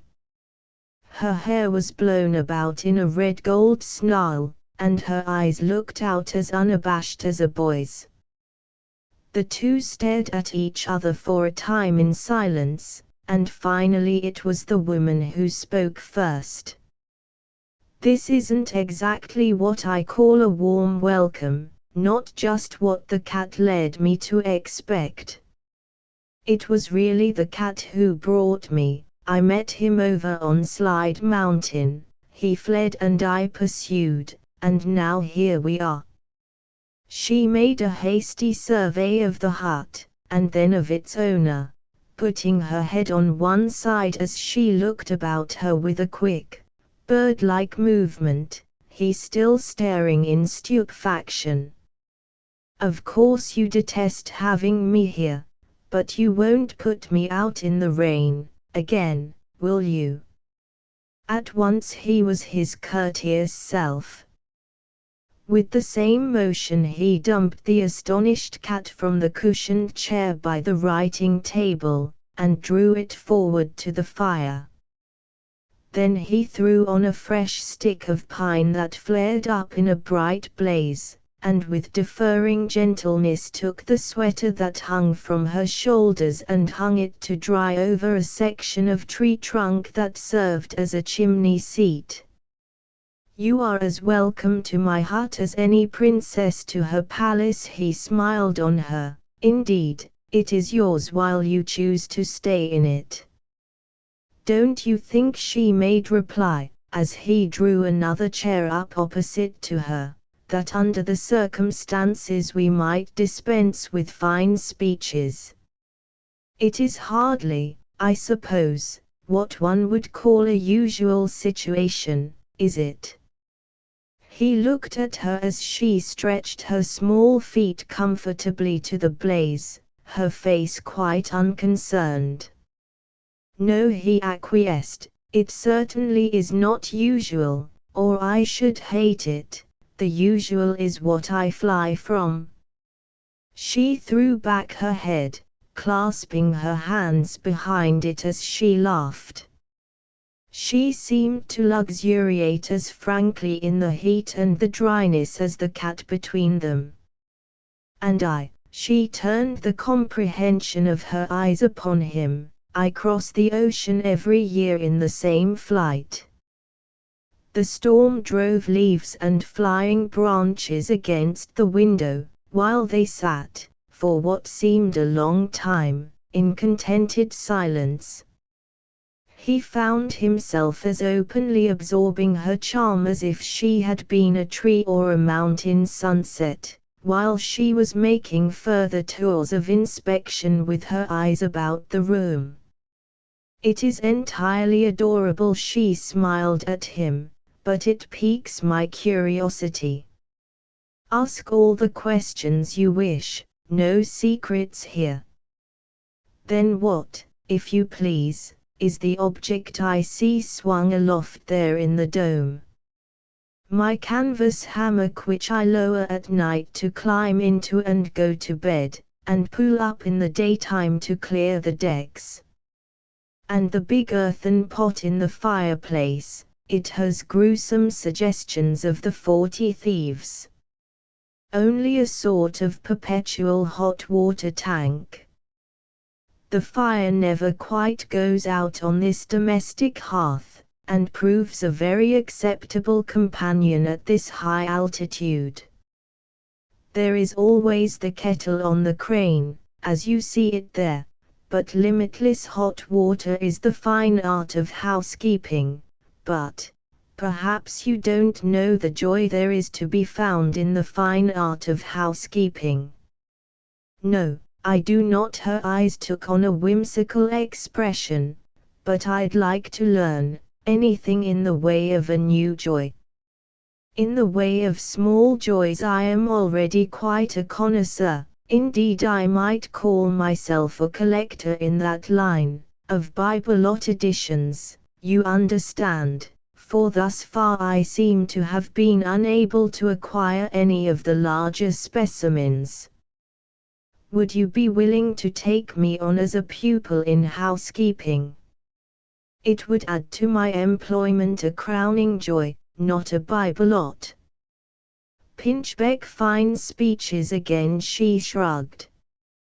"Do you stop here all the long summer quite alone?"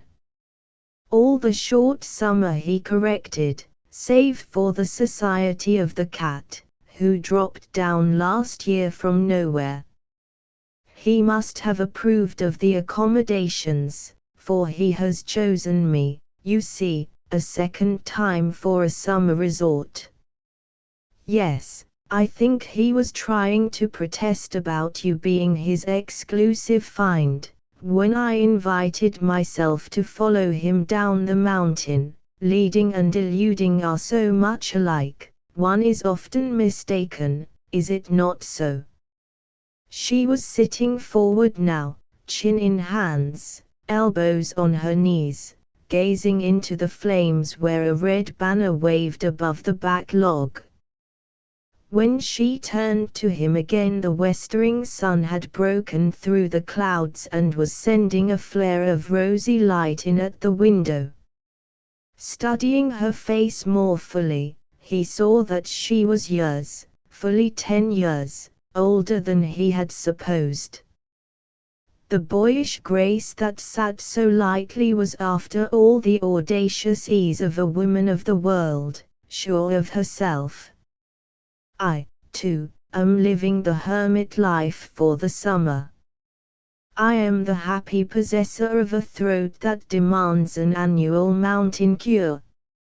Switzerland with its perpetual spectacular note gets on my nerves, so last year we found this region, I and my 2 faithful old servitors.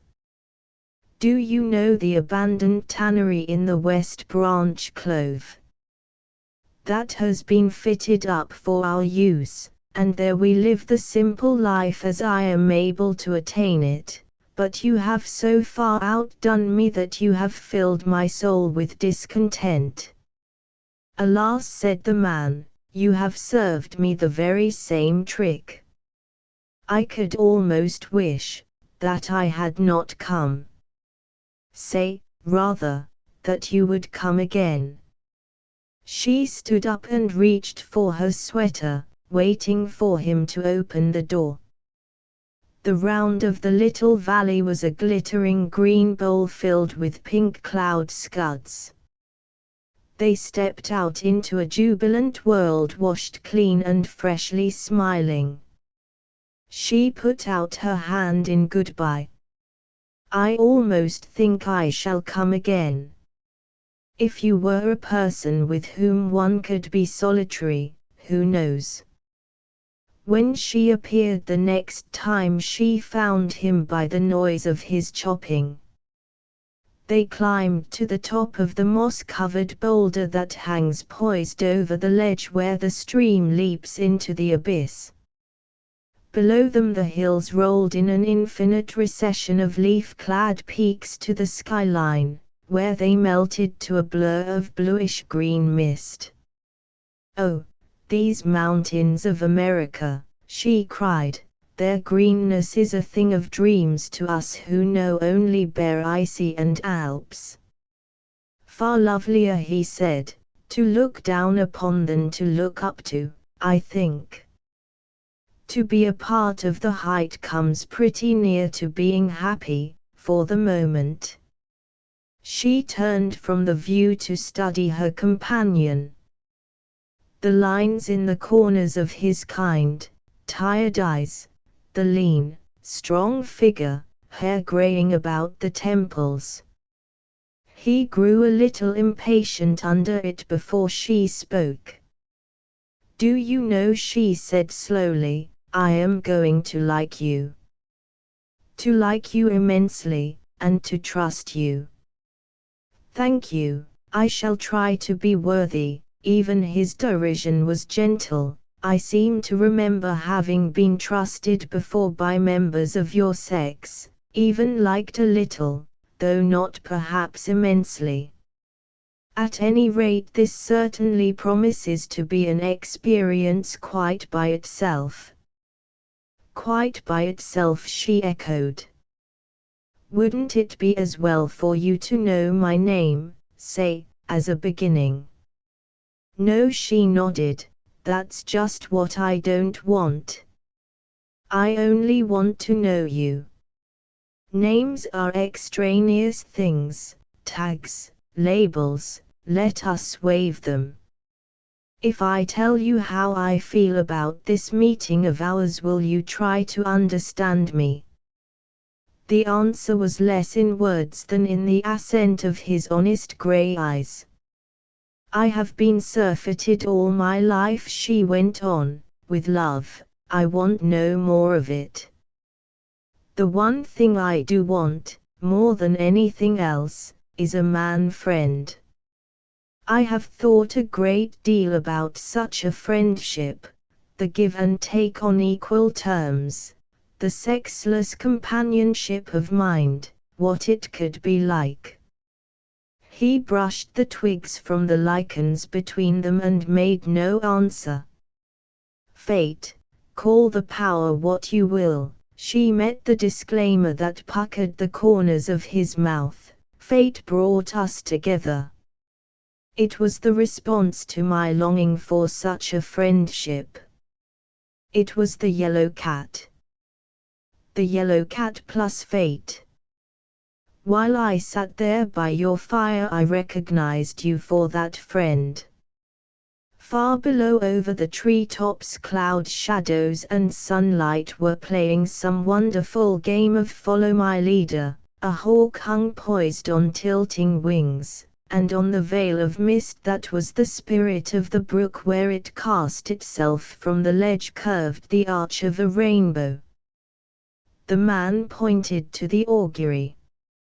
You might try me, he said, and they shook hands on the compact, laughing half shamefacedly at their own solemnity. As woman to woman, he offered. Let it be rather as man to man, she shrugged. As you like. As women we should have to begin by explaining ourselves. Precisely, and men companion each other on impersonal grounds. Then it is a man's friendship. Better still, she mused, we'll pattern it after the ideals of the disembodied. We'll make this summer, you and I together, a gem from the heart of life. I will have it so. So it came about that like two children they played together, worked, walked, or read and talked by the open fire when cold storms came. Every morning she came over the wood road that led by winding ways from her valley, and at sunset she went back over the trail alone. He might go as far as the outlook halfway over the mountain where the path begins to go down, but no farther. As for any fear, she seemed to know nothing of its workings, and the revolver she wore in a case that hung from her belt was a mere convention. One morning she came with eyes dancing. It was to be an especial day, a fete, and the gods had smiled on her planning and given them perfect weather. Never such sunshine, such crystal air, such high-hung clouds. Breakfast over, they hurried about the miniature housework, and packed the kit for a long day's tramp. Then they started forth, the cat following, tail aloft. Beyond a dim peak, where the clove opens southward, by the side of a tiny lake they lunched and took their noonday rest. She watched the smoke curl up from his pipe where he lay at peace with the scheme of things. Do you know, man, dear, she said, I am glad I don't in the least guess who you are. I have no doubt you write the most delightful stories in the world, but never put me in one, please. He took the pipe out of his mouth and looked at her long before he replied. Woman, dear, he said, I have put you in a place, your own place, and it is not in my novels. She scrambled to her feet laughing. It's very well to make stories, but it is really more diverting to live them. Come, I must lead you now with your eyes shut tight to my surprise. So hand in hand they went along a smooth greenwood road until she stopped him. "Look," she cried, "now look." Straight away till the road narrowed to a point of light against the sky where the mountain dipped down. Banks of mountain laurel rose on either side in giant hedges of rose and white, while high above them waved the elms and beeches of the forest. "It is the gardening of the gods. It is my own treasure trove. I found it last year and I have been waiting to bring you to it on my feet, what you call birthday. And now wish me some beautiful thing, it may come true. There is a superstition in my country, but I shall not tell you, unless the wish comes true." He broke off a spray of the waxen buds and crowned her solemnly where she stood. "I have already wished for you, the most beautiful thing in the world." She shook her head, sorrowful. "Man, dear, the only thing in all the world I still want is the impossible. Only the impossible is worthwhile, and I have wished." She shook her head again, laughing a little ruefully. "It could not arrive, my impossible, and yet you almost tempt me to hope. Anything, everything may arrive. You once thought that such a friendship as this of ours could not, and lo, we have achieved it.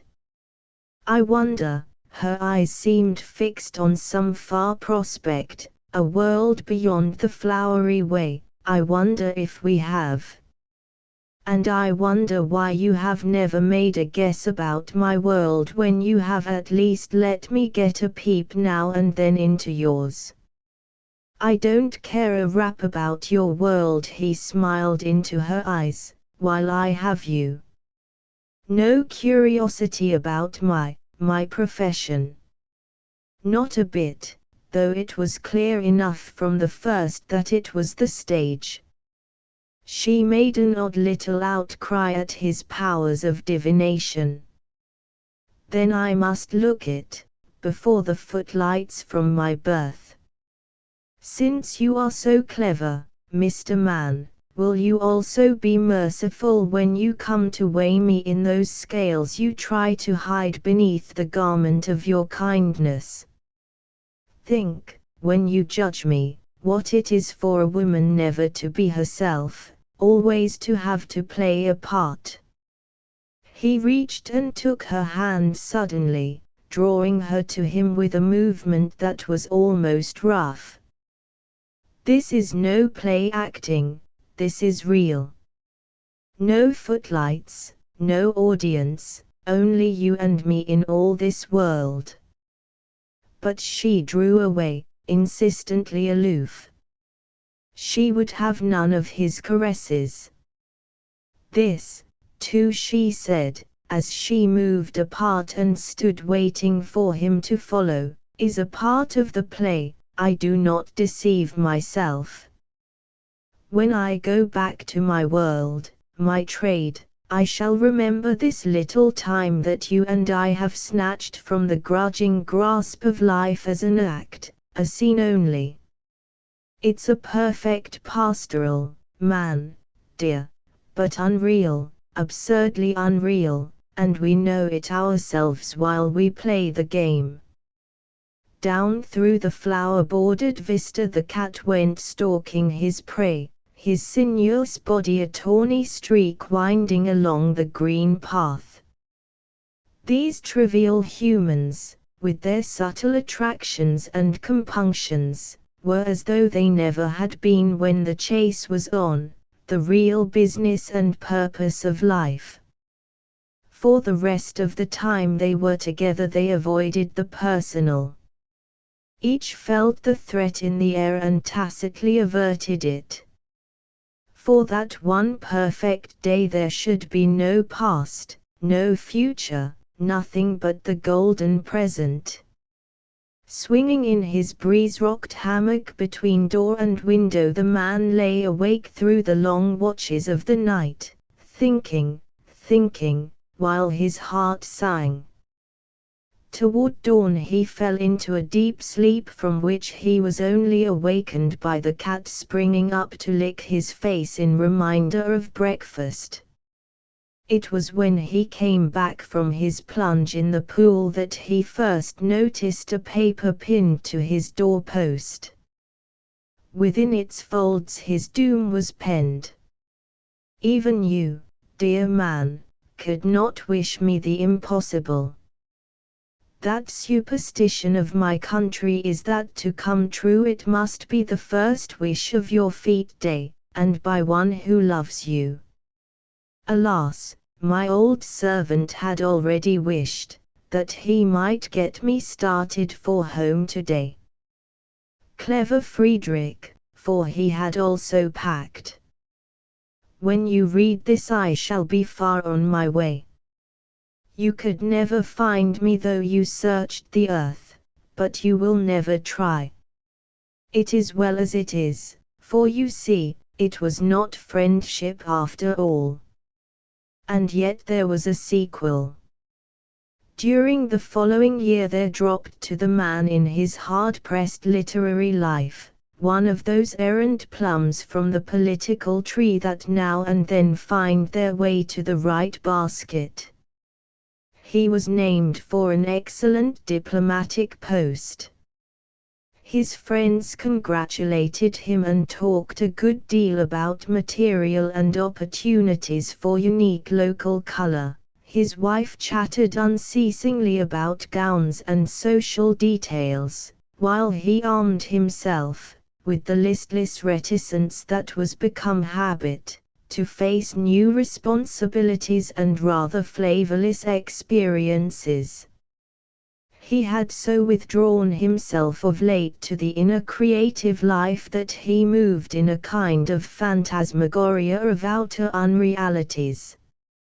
It was the nearest to a comfortable adjustment for the mismating of such a marriage as his, but it was not the best of preparations for the discharge of public duties, and he walked toward his new future with reluctant feet, abstractedly. In some such mood as this, his mind bent on a problem of arrangement of fiction puppets. Seeing men as trees walking, he found himself one day making his bows at a court function. Along the line of royal highnesses and grand duchesses with his wife he moved, himself a string-pulled puppet, until, but who, in heaven's name is this? For one mad moment, as he looked into her eyes, he thought the tightened cord he sometimes felt tugging at his tired brain had snapped, and the images of sight and memory gone hopelessly confused. She stood near the end of the line with the princesses of secondary rank, and the jewels in her hair were not more scintillant than her eyes as he bent over her hand. She went a little pale, but she greeted him bravely, and when they found themselves unobserved for a moment she spoke to him in her soft, careful English. You recognized me, you remember, for a play actor, and now you are come from the world's end to see me perform on my tiny stage. Alas, dear critic, since my last excursion, I am no longer letter perfect in my part. They met but once again. It was in the crush of guests in the great hall where her old prince, in the splendor of his decoration-covered coat, was waiting to hand her to her carriage.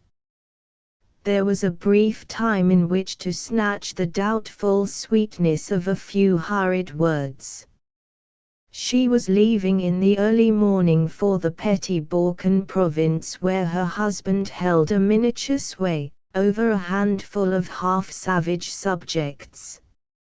Hardly more than a renewal of greeting and a farewell, and she was gone, As the old prince wrapped her more carefully in her furs, and the carriage rolled away in the darkness, he spoke to her, somewhat puzzled. "I should be sorry to think the American ambassador has been taking too much wine. As you well know, my knowledge of the barbarous English tongue is but limited, and yet, I thought, as I joined you, he was talking some farrago of nonsense about a yellow cat. That year the yellow cat came home lean and gaunt, a chastened, humble creature, as one who has failed in a long quest, and is glad to stretch his weary length before the hearth and reap the neglected benefits of the domestic life." "It is really very odd," said the minister, quite as if he were saying something he had never thought of saying before, "where that cat goes in the summer." "Isn't it?" responded the minister's wife, just as she always did. "It fires the imagination. He walks off some fine morning and completely shuts the door on our life here, as if he gave us notice not to pry into his movements."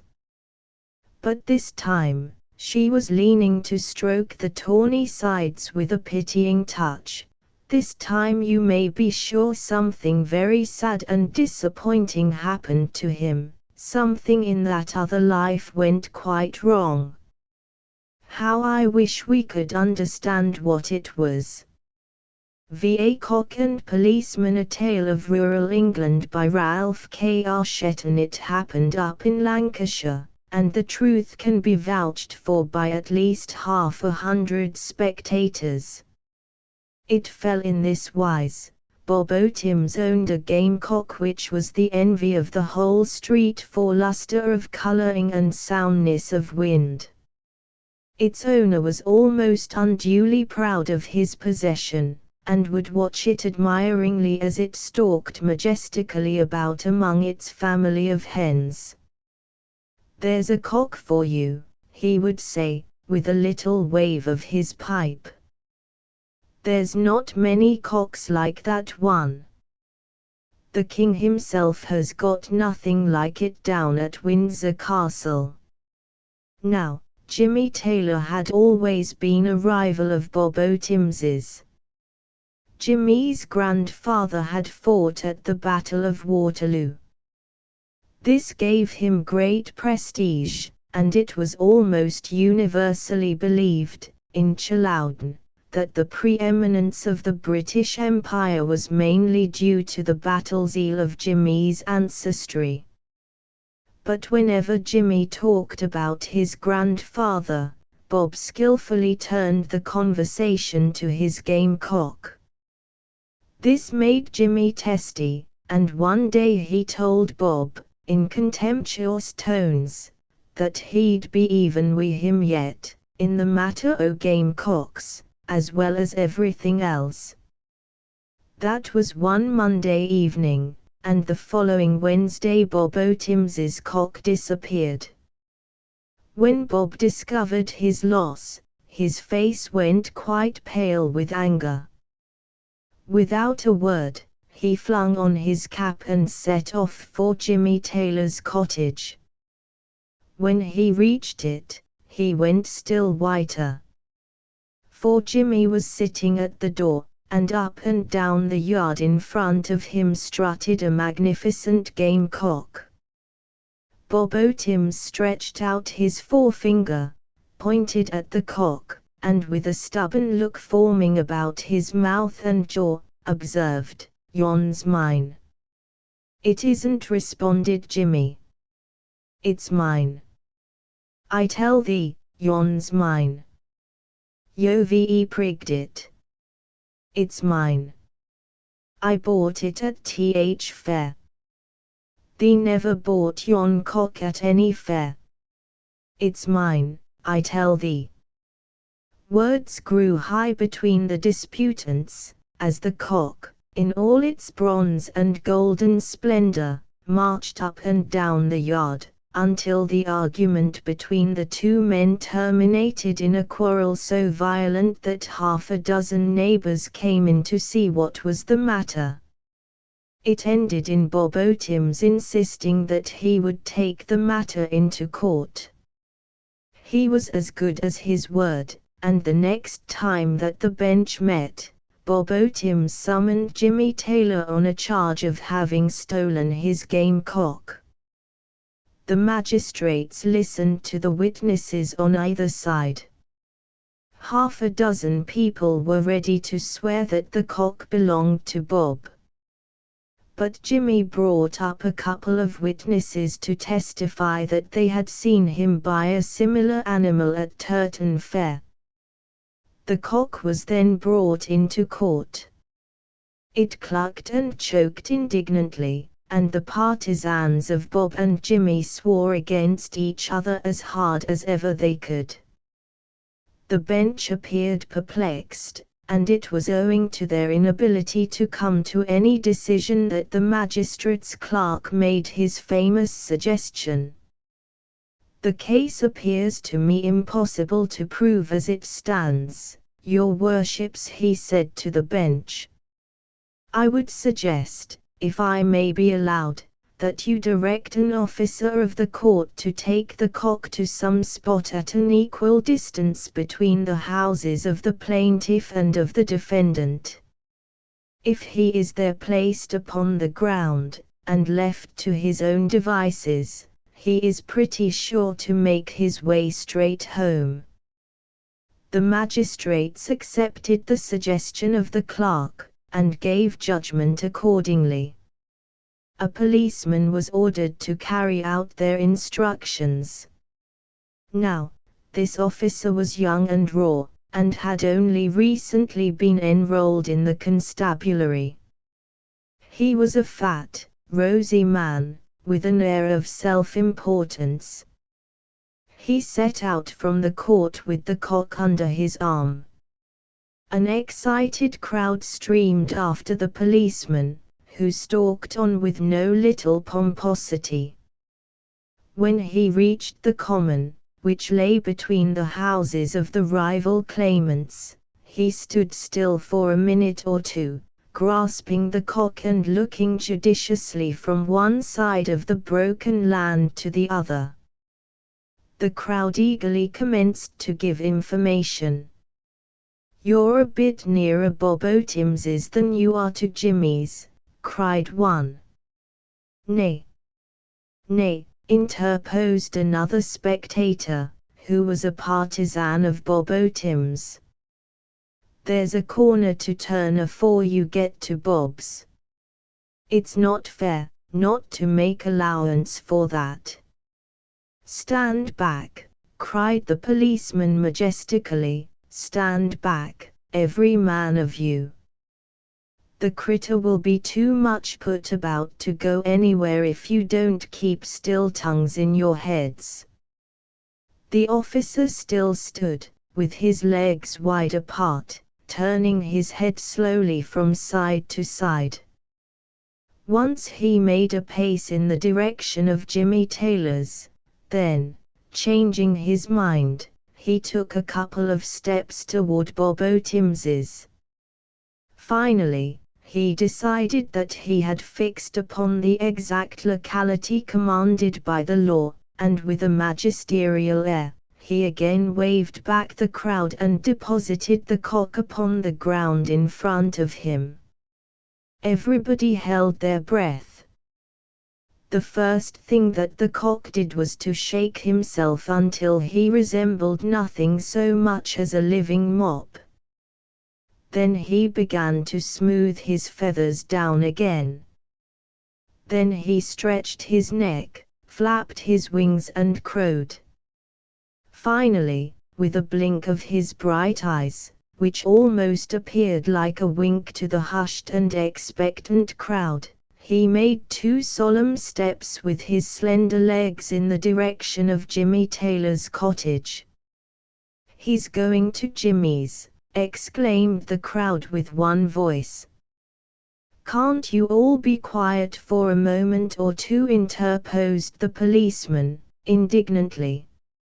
"I tell you, if you don't keep still, you'll upset the critter's mind, and make the magistrate's decision just good for nothing." The crowd appeared ashamed and relapsed once more into silence.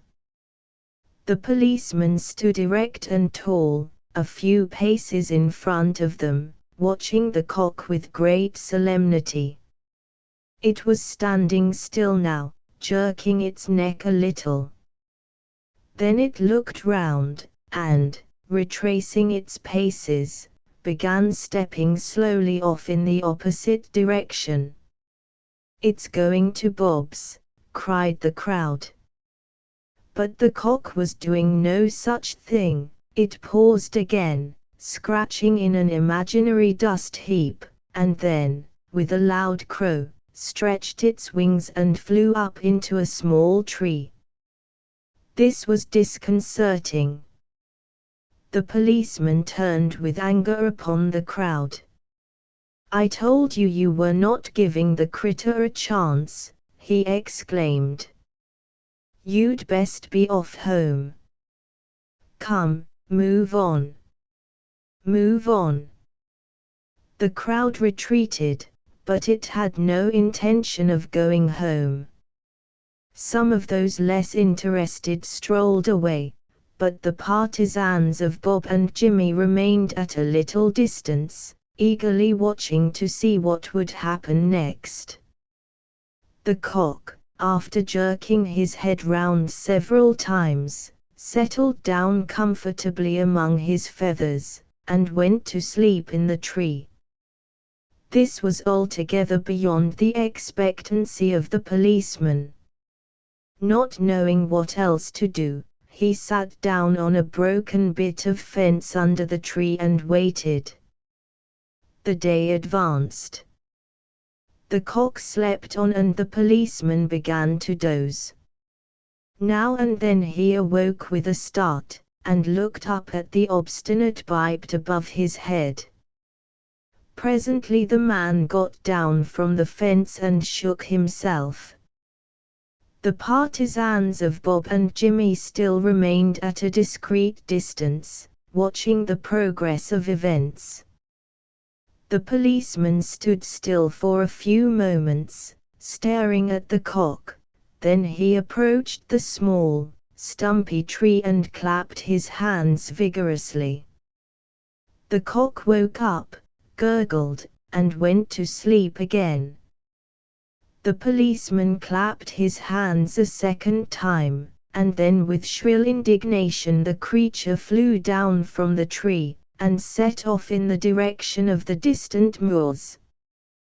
The proceedings promptly assumed the aspect of a hunt. The cock ran along with outstretched wings and neck, and the policeman and the crowd ran after it. At last it reached a small cottage, belonging to a widow of the name of Gamma. Exerting a final effort, it flew up toward her open window and ensconced itself on the top of the good woman's tester bed. Now Mrs. Gamma was a woman of character.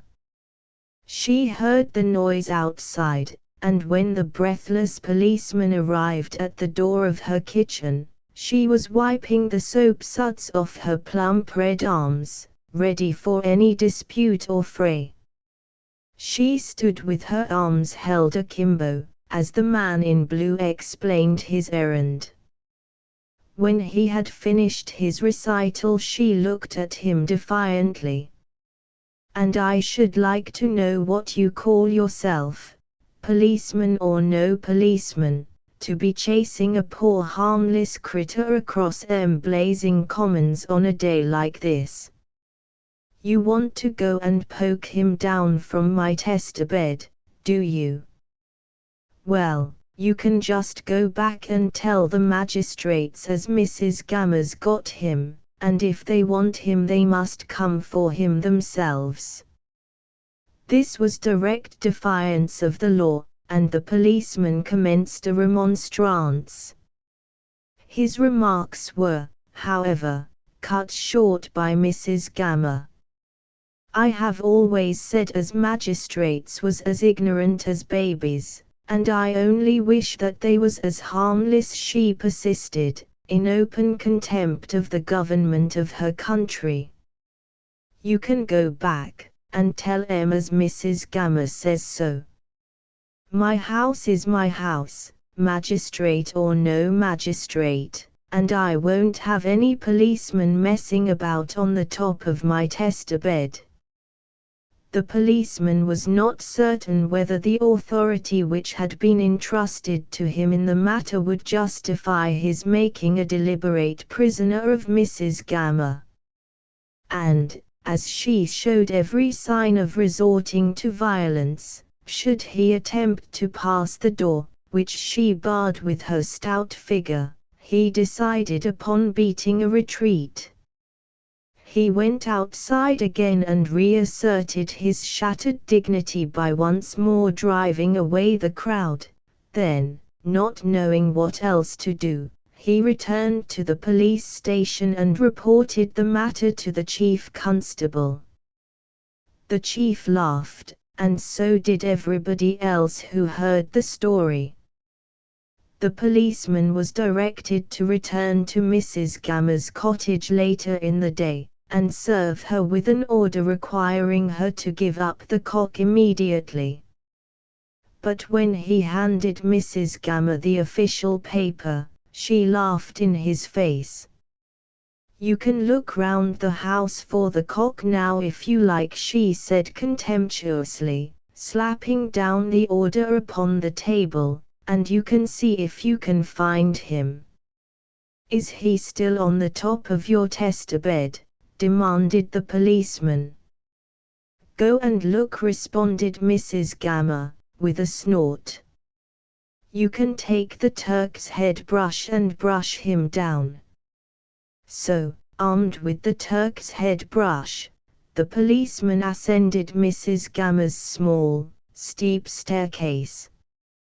When he reached her bedroom, he poked into every cranny and corner with the handle of his brush. But no cock was to be found. He descended the stairs, and stood again in the little kitchen. A savory smell of cooking arose from a stew pan on the fire. "Where's the critter gone to?" he demanded. "How should I know?" replied Mrs. Gamma testily. The policeman, still standing in the kitchen, wished that Mrs. Gamma would give him an invitation to supper. The widow glanced up sharply at him and saw what was in his mind. "You'd like some supper, I make no doubt, after your wild goose chase," she said. "Sit down at tea table and take a bit o' stew." The policeman seated himself with alacrity. The stew which Mrs. Gamma placed before him consisted of a mixture of barley, onions and some white meat. He ate a hearty supper, and when he stood up he drew his hands across his mouth. "Thank you kindly," he said. "I must be off now, and see where that cock has gone to." Then it was that Mrs. Gamma gave a short and derisive laugh. She began to pile up the empty plates and to put the spoons and forks in the basin by the sink. "If you go a-chasing of that cock until you are black and blue in the face," she said, "you'll never find him. And the reason why, is that you have just helped to eat him up." "I have eat him up," he gasped. "I," responded Mrs. Gamma, with brevity. "I made him into soup." The policeman remained open-mouthed, staring at the impenitent widow. "You'd no business ever to do such a thing," he said. "The cock belonged to the law." "I care nowt for your law," retorted Mrs. Gamma. Anyway, you've helped to eat him. A vague sense of cannibalism was haunting the policeman's mind. He felt almost as dismayed as if he had made a hearty supper of the magistrate's clerk himself. "You're a very wicked woman," he said to Mrs. Gammer. And, he broke off, entirely nonplussed by the situation in which he found himself. Mrs. Gammer continued to wash up the spoons and forks with utter indifference to his consternation. "The cocks eat up, and there's an end of it," she said. "You'd best go and tell the magistrates all about it." Sheepish and disconcerted, the policeman slunk home. The next morning the chief asked him if he had served the order on Mrs. Gammer.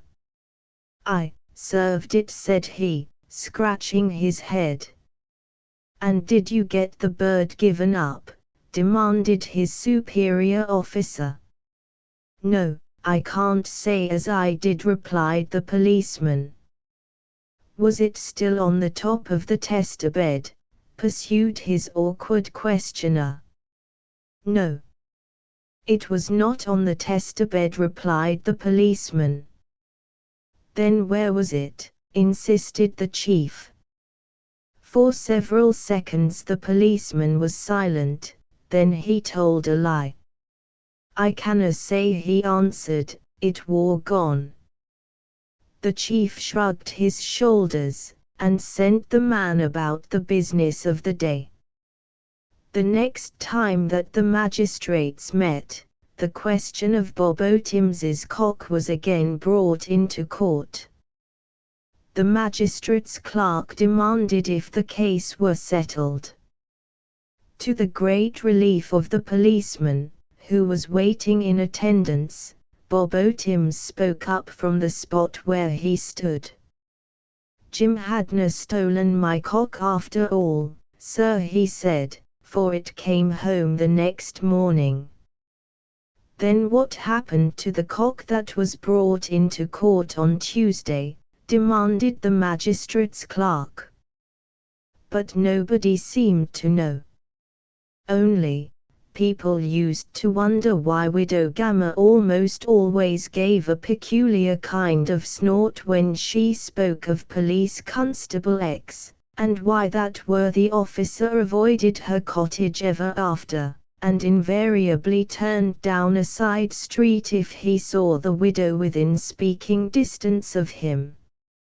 6 Prisoners in the Tower, an episode of Travel by Lucy Copinger. In the words of Macaulay, this, ladies and gentlemen, is the saddest spot on earth.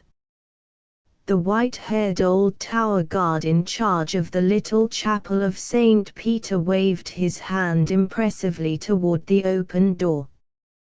Through that door, the heads of the American tourists who were doing the tower all turned in unison. You may see the block upon which many a royal head has rested, and beneath these very stones lie buried 2 dukes between 2 queens, Dukes of Northumberland and of Somerset, with the Queens Anne Boleyn and Catherine Howard, all beheaded.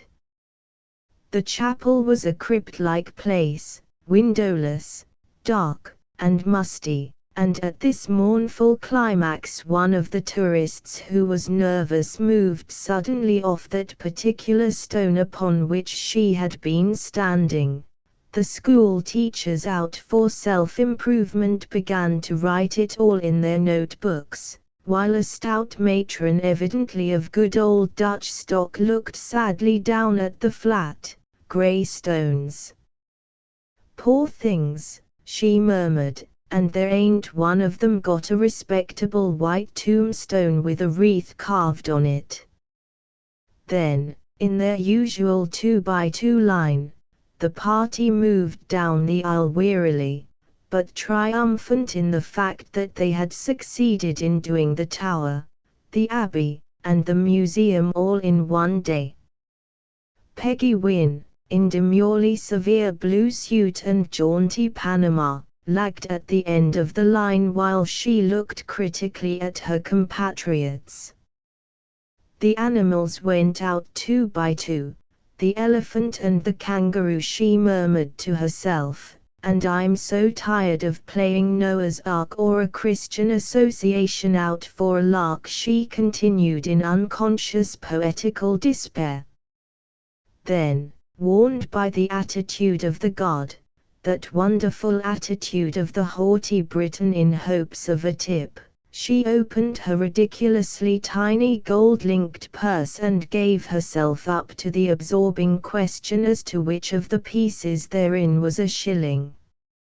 Having at last decided this, she presented it to the guard with a dazzling smile. It had been so long since Peggy had had an opportunity to smile at anything masculine that the smile was unusually bright. She had already passed through the little door when she suddenly turned back. The other tourists, noses in Baedekers, were hurrying on before. The guard was busily counting his sixpences, and she slipped back into the dim chapel unperceived. They'll think I've gone back to those dingy lodgings, she reflected, as she groped her way between the benches into an even more shadowy corner, a little recess, with a tiny niche in the wall, that had probably been the sanctuary of some pious king. She seated herself comfortably behind the pillar in the corner and gazed pensively at the stones. Tombs and tombs and tombs, she murmured mournfully, even in Paris, instead of Maxims and the cafes, nothing but tombs. The next time I want to see where anybody is buried, I will just go out to the cemetery instead of coming across that dreadful ocean. Oh, just to have one adventure before I go home, she continued with a long sigh, a real adventure with a real man in it, not a horrid, womanish Frenchman or a stolid, conceited Britisher, but a nice, safe American, like my American. Then the dimple in her right cheek that was probably responsible for the calling her Peggy, in spite of her many protests for her rightful dignity of Margaret, came out suddenly as it always did when she thought of her American. She had called him that from the time when, in the midst of the perplexities of the English luggage system, she had looked up and found him watching her. The cut of his grey suit and his shoes had told her his nationality at once, and they had looked for a moment at each other with that peculiar friendliness that compatriots in a strange land always feel. She had forgotten him until, leaning from a taxicab in the Rue de la Paix, she had met the same eyes, this time so unrefrainedly joyful in their recognition that she had suddenly blushed. When, a week later at Calais, as she stood by the rail of the departing Channel steamer, she caught a glimpse of him on the dock, he had seemed like an old friend, and before she had thought she had smiled in answer to his lifted hat. She had grown so sure of seeing him that now when they had been in London a week and he had not appeared, she found herself suddenly sick of tombs and tourists. Peggy's day had been a strenuous one of trams, motor buses, abbeys, and galleries, and though she realized an adventure might probably await her outside, it was pleasant to sit for a while in the dimness of the quiet chapel. From her recess she could look out through the open doors upon the tragic Tower Green, where in the sunlight 2 sparrows were frivolously flirting.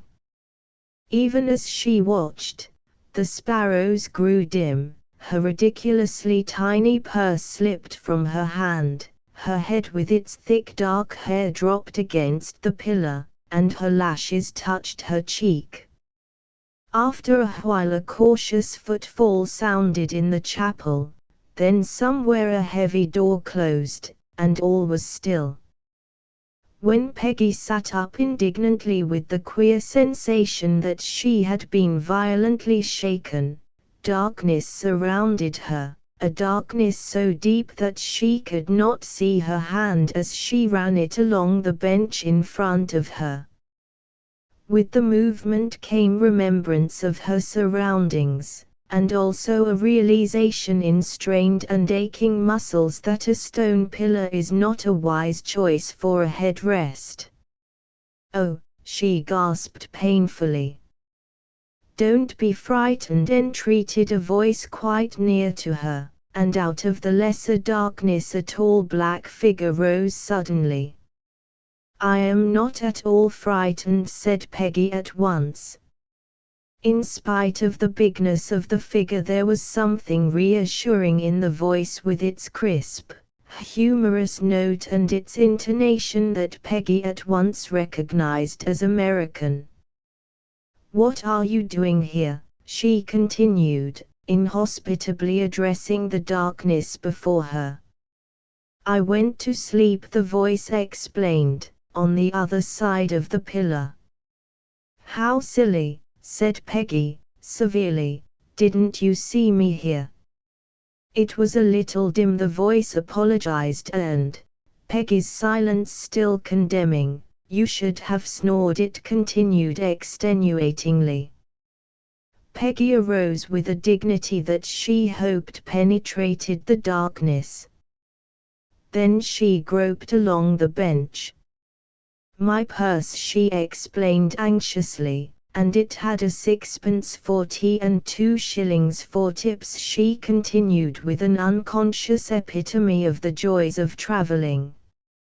As she groped along bench and floor she was conscious of assistance from her companion, and just as she grasped the discovered purse she felt purse and hand caught and retained in a firm grip. "I apologize," he said at once, still however, holding on to her hand. "I thought it was the purse." Peggy jerked her hand loose indignantly, and speechless with wrath she hurried toward the door only to find that she had mistaken her direction. In her effort to recover her bearings she became hopelessly confused, stumbled noisily over a bench, and fell headlong into the arms of her companion. "You had better sit down again," he remarked coolly as he returned her to her seat and sat down calmly beside her.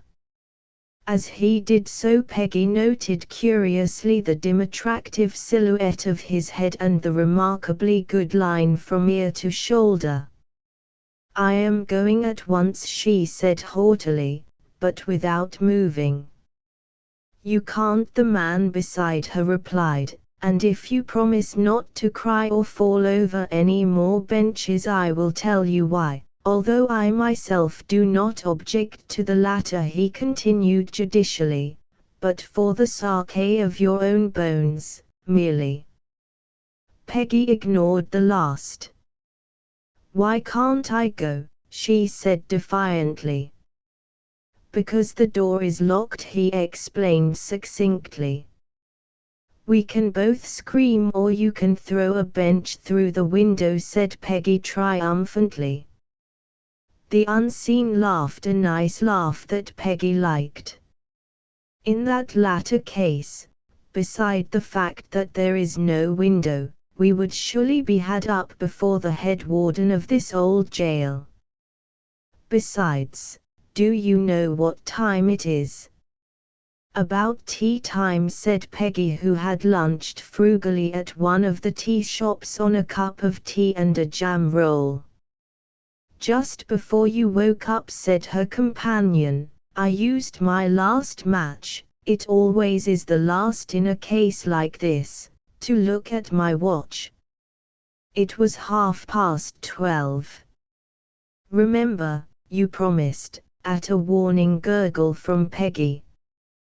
Then suddenly a laugh rang out sweet and clear in the darkness of the musty chapel, a laugh that echoed into the recesses of the old tombs, perhaps in its musical cadences stirring pleasantly the haughty slumber of their noble occupants. "What are you laughing at?" said the voice suspiciously. "An adventure at last!" Peggy cried, clapping her hands applaudingly. "I am glad you take it so cheerfully," returned her companion. "There is only one thing to do," he continued practically. "I thought it out for myself before you woke up and complicated matters by your appearance. Of course with sufficient yelling we can arouse the barrack sentry, and for our pains we'd probably have the whole barrack out to arrest us. There is no way in which you can offend the noble and independent Briton more deeply than by treating lightly his worship of royalty, dead or alive, and we would probably be held for committing lèse majesté by getting ourselves locked up with the numerous relicts of Henry VIII. But if we wait until morning we can run good chances of slipping out unperceived with the first crowd of tourists. I feel just like the little princes in the Tower, or Queen Mary or Charlotte Corday," murmured Peggy in ecstatic historical confusion, "or somebody noble and romantic and beheaded. I think I shall play at being Queen Mary. I once learned a piece about her. It was very sad, but I always stuck at the fifth line and had to sit down. Since we have to stay here till morning we might as well amuse ourselves, and you may be Rizzio." "Who was he?" asked her companion skeptically. "Sounds like one of those Italian fellows." "He was Queen Mary's chaperone," Peggy explained vaguely, "and he sang her love songs." "Good," said the voice agreeably. "Can't you think of something else for me?" said the unseen, gloomily appalled by the prospect of having donut recipes pronounced over his remains. "How would you like to be Darnley?" said Peggy. He was her husband. "I'll be Darnley," came from the darkness so decidedly that Peggy jumped. "You have to get blown up right off," she hastened to add. "Darnley did." "Oh, he did he?" The voice spoke with deeper gloom. "Queen Mary did it," added Peggy. "Well, even in the Dark Ages matrimony seems to have given your sex the same privileges," philosophized her companion cynically.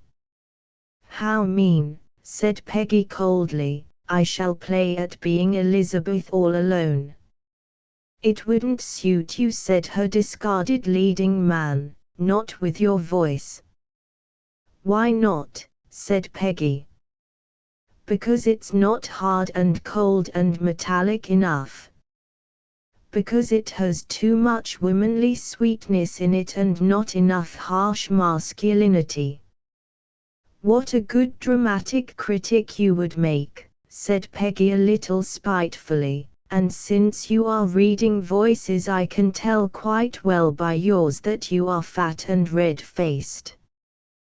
The man laughed. "And by the same token you are all sweetness and blue eyes and dearness and dimples," he punished her. Then the banter in his tones died suddenly out. "There's something I want to tell you," he said abruptly, with a movement that seemed in the darkness like a sudden squaring of his shoulders. "But first I want you to tell me your name." What a sudden descent from romance and poetry to mere stupid facts, hedged Peggy. "Think, in this atmosphere of royalties, if it should be Bridget, or, still more horrible, Mamie."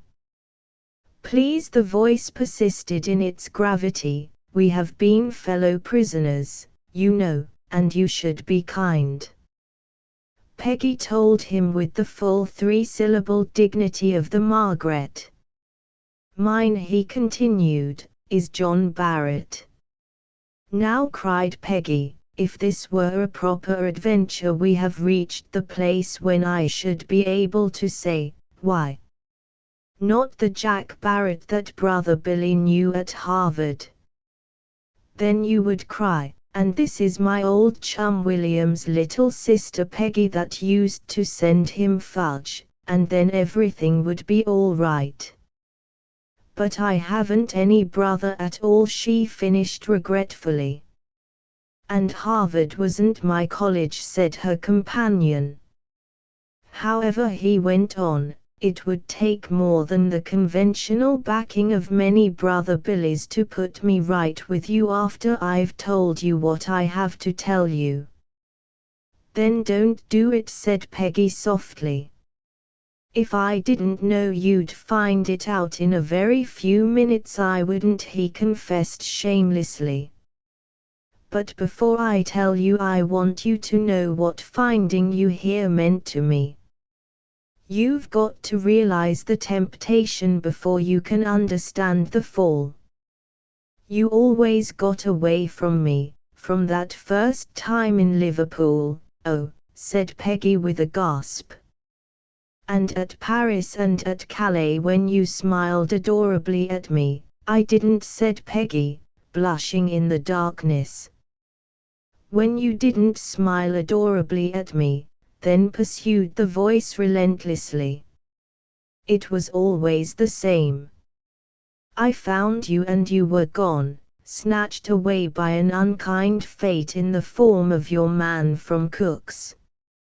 When you sailed away from me at Calais, I was booked to leave that same day from Antwerp, but I came on here after you instead. London is small. The American tourist London, that is, the Abbey, the museum, the galleries, and the Tower, but I seemed to miss you everywhere. It was fate again that sent me here to find you asleep in the corner. Now I know you are going to tell something very foolish, said Peggy reflectively. When people begin to talk about fate like that, you always find they are just trying to shift the responsibility. I want you to know it wasn't premeditated, however, pursued the voice. It wasn't till the guard shut the door that I thought of it. You will believe that, won't you? He pleaded. The dimple appeared suddenly in Peggy's cheek. There came an echo from without of many footsteps. And so she took up the tale quickly, having nicely planned it all out. You shook me rudely to wake me up, told me the door was locked, and that it was midnight when it was only 4 in the afternoon. And it wasn't at all necessary to shake me so hard, she continued, because I woke up when you came in. Peggy, you knew, the voice cried with a sudden realization, you knew and you stayed. He caught her hand, and in the darkness she could feel his nearness. Then suddenly the door opened, letting into the chapel a flood of bright sunlight. Ladies and gentlemen, the sonorous voice of the old guard came to them. This, in the words of Macaulay, is the saddest spot on earth, continued the mournful recital, even as, in happy contradiction, Peggy and her American, secure in their little recess, looked blissfully into each other's eyes. 7 Sankey's Double-Header, A Winter's Tale by Frank H. Spearman. The oldest man in the train service didn't pretend to say how long Sankey had worked for the company. Pat Francis was a very old conductor, but Old Man Sankey was a veteran when Pat Francis began braking. Sankey ran a passenger train when Jimmy Brady was running, and Jimmy afterward enlisted and was killed in the Custer fight. There was an odd tradition about Sankey's name. He was a tall, swarthy fellow, and carried the blood of a Sioux chief in his veins. It was in the time of the Black Hills excitement, when railroad men, struck by the gold fever, were abandoning their trains even at way stations and striking across the divide for Clark's Crossing. Men to run the trains were hard to get, and Tom Porter, train master, was putting in every man he could pick up without reference to age or color. Porter, he died at Julesburg afterward, was a great jollier and he wasn't afraid of anybody on earth. One day a war party of Sioux clattered into town and tore around like a storm. They threatened to scalp everything, even to the local tickets. They dashed in on Tom Porter, sitting in the dispatcher's office upstairs, while the dispatcher was hiding below, under a loose plank in the baggage room floor. Tom, being bald as a sand hill, considered himself exempt from scalping parties anyway. He was working a game of solitaire when they bore down on him, and got them interested in it. That led to a parley, which ended by Porter's hiring the whole band to break on freight trains. Old Man Sankey was said to have been one of that original war party. Now this is merely a caboose story, told on winter nights when trainmen get stalled in the snow that drifts down from the Sioux country. But what follows is better attested.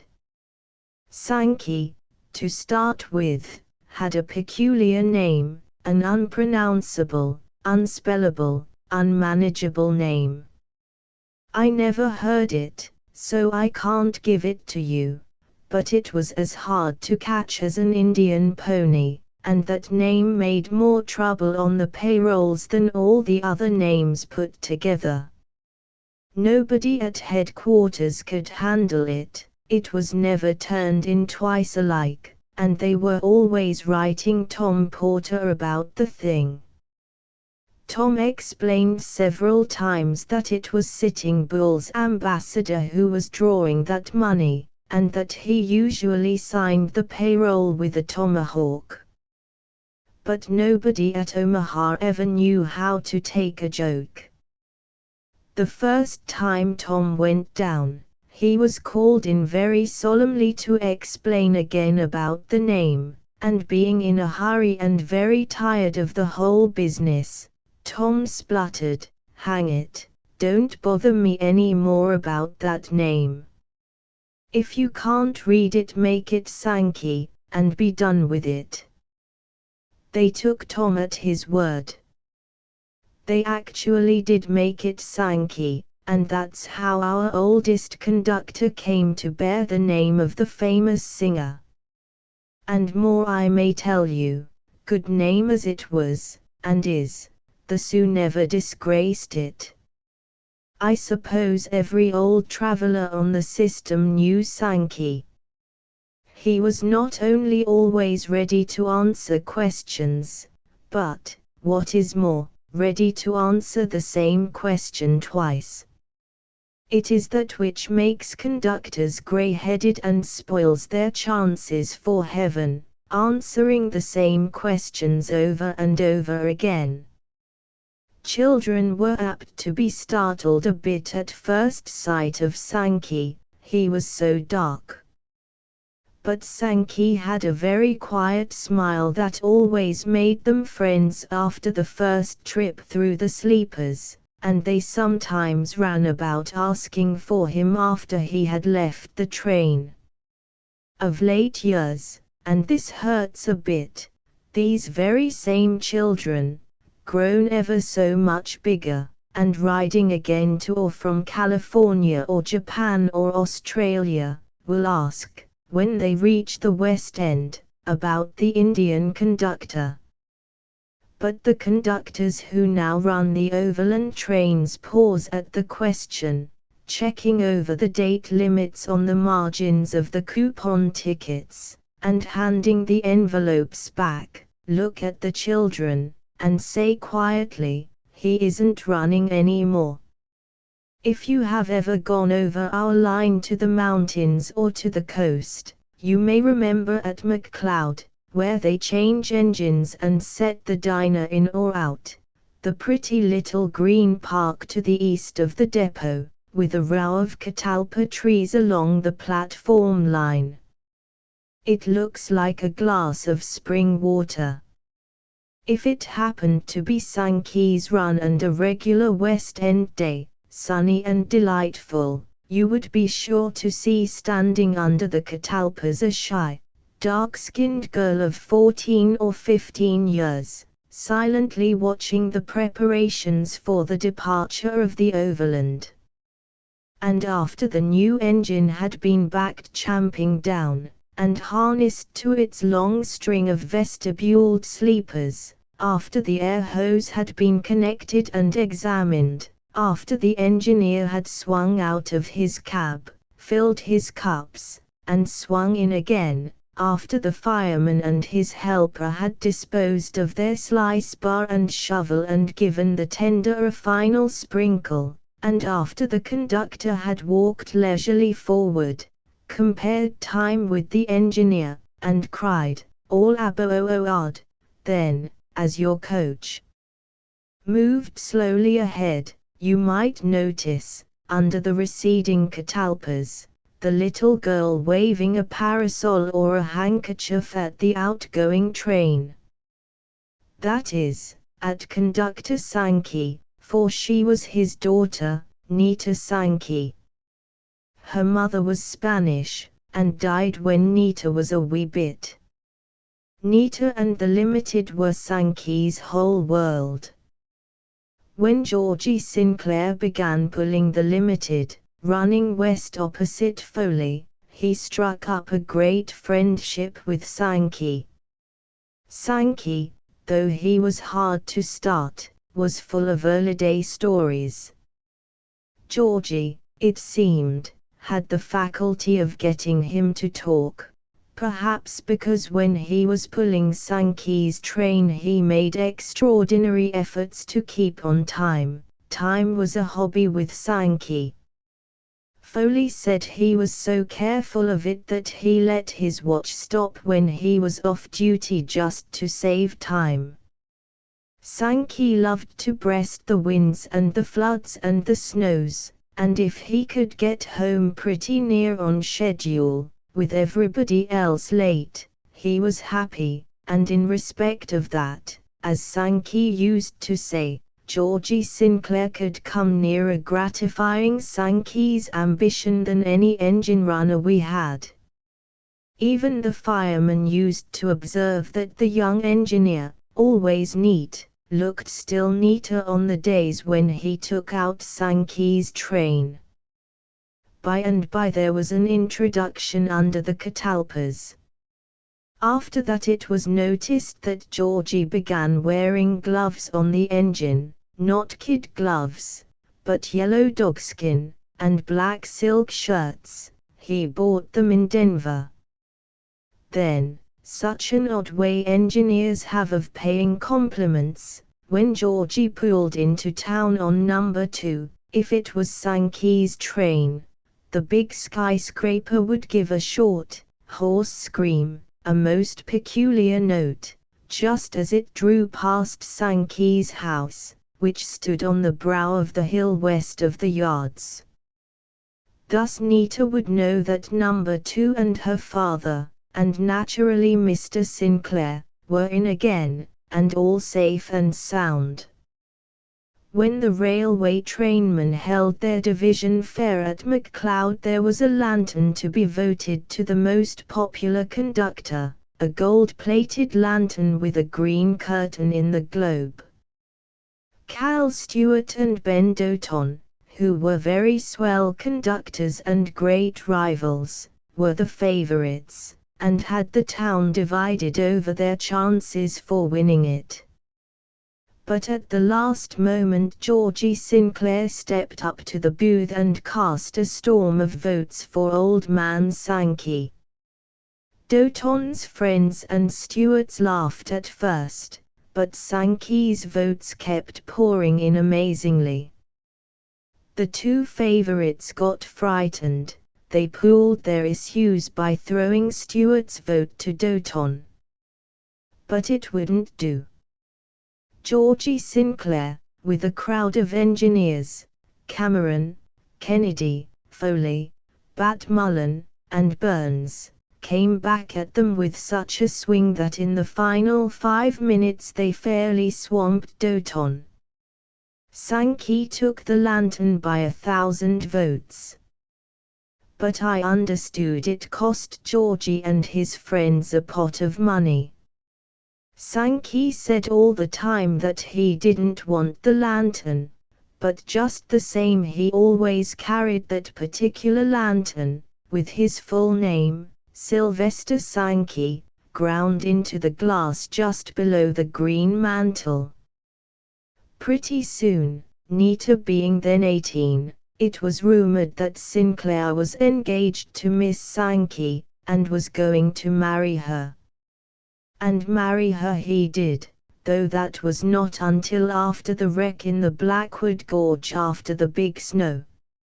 It goes by just that name on the West End yet, for never were such a winter and such a snow known on the plains and in the mountains. One train on the Northern Division was stalled 6 weeks that winter, and one whole coach was chopped up for kindling wood. The great and desperate effort of the company was to hold open the main line, the artery which connected the two coasts. It was a hard winter on trainmen. Week after week the snow kept falling and blowing. The trick was not to clear the line, it was to keep it clear. Every day we sent out trains with the fear that we should not see them again for a week. Freight we didn't pretend to move, local passenger business had to be abandoned. Coal, to keep our engines and our towns supplied, we had to carry, and after that all the brains and muscle and motive power were centered on keeping 1 and 2 hour through passenger trains running. Our trainmen worked like Americans, there were no cowards on our rolls. But after too long a strain men become exhausted, benumbed, indifferent, reckless, even. The nerves give out, and willpower seems to halt on indecision, but decision is the life of the fast train. None of our conductors stood the hopeless fight like Sankey. He was patient, taciturn, untiring, and in a conflict with the elements, ferocious. All the fighting blood of his ancestors seemed to course again in that struggle with the Winter King. I can see him yet, on bitter days, standing alongside the track in a heavy pea jacket and Napoleon boots, a sealskin cap drawn snugly over his straight black hair, watching, ordering, signaling, while number 1, with its frost-bitten sleepers behind a rotary, tried to buck through 10 and 20-foot cuts which lay bankful of snow west of McCloud. Not until April did it begin to look as if we should win out. A dozen times the line was all but choked on us. And then, when snowplows were disabled and train crews desperate, there came a storm that discounted the worst blizzard of the winter. As the reports rolled in on the morning of the 5th, growing worse as they grew thicker, neighbor, dragged out, played out, mentally and physically, threw up his hands. It snowed all day the 6th, and on Saturday morning the section men reported 30 feet in the Blackwood Cannon. It was 6 o'clock when we got the word, and daylight before we got the rotary against it. They bucked away till noon without much headway, and came in with their gear smashed and a driving rod fractured. It looked as if we were at last beaten. Number 1 pulled into McLeod that day 18 hours late. It was Sankey's and Sinclair's run west. There was a long council in the round house. The rotary was knocked out, coal was running low in the chutes. If the line wasn't kept open for the coal from the mountains, it was plain we should be tied until we could ship it from Iowa or Missouri.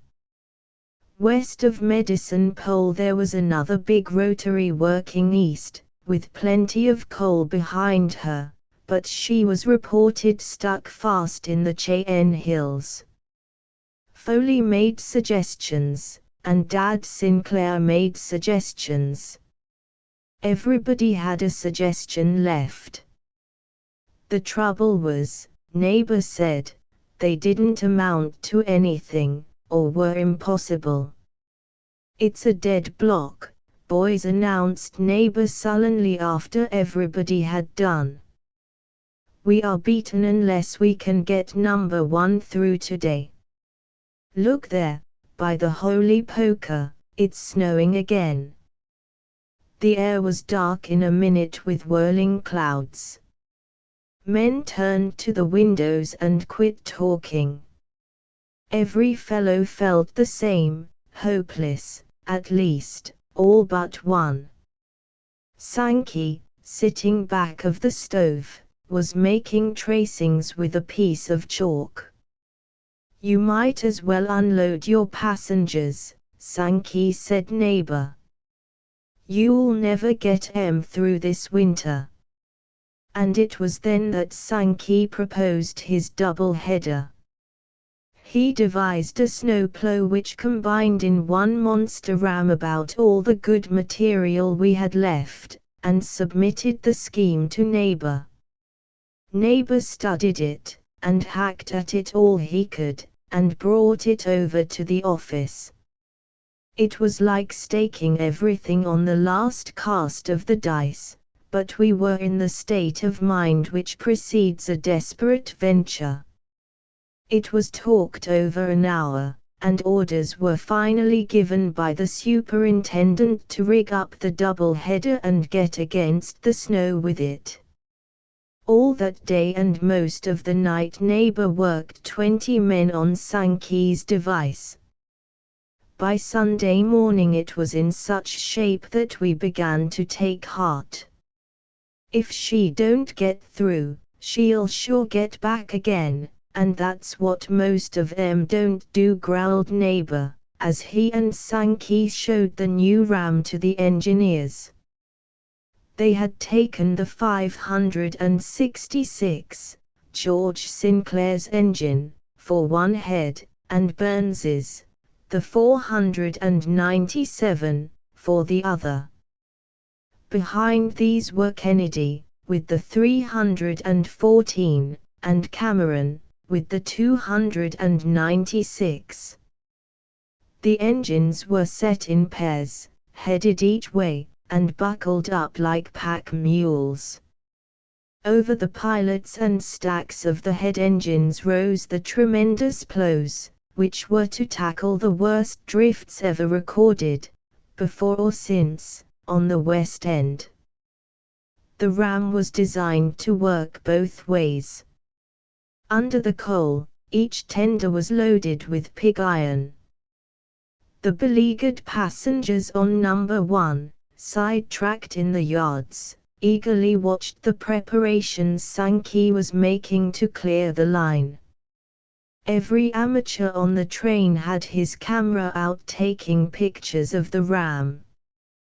The town, gathered in a single great mob, looked silently on, and listened to the frosty notes of the skyscrapers as they went through their preliminary maneuvers. Just as the final word was given by Sankey, conductor in charge, the sun burst through the fleecy clouds, and a wild cheer followed the ram out of the western yard. It was looked on as a sign of good luck to see the sun again. Little Nita, up on the hill, must have seen them as they pulled out. Surely she heard the choppy ice-bitten screech of the 566, for that was never forgotten, whether the service was special or regular. Besides, the head cab of the ram carried this time not only Georgie Sinclair, but her father as well. Sankey could handle a slice bar as well as a punch, and rode on the head engine, where, if anywhere, the big chances would come. What Sankey was not capable of in the train service we never knew, because he rose superior to every emergency that ever confronted him.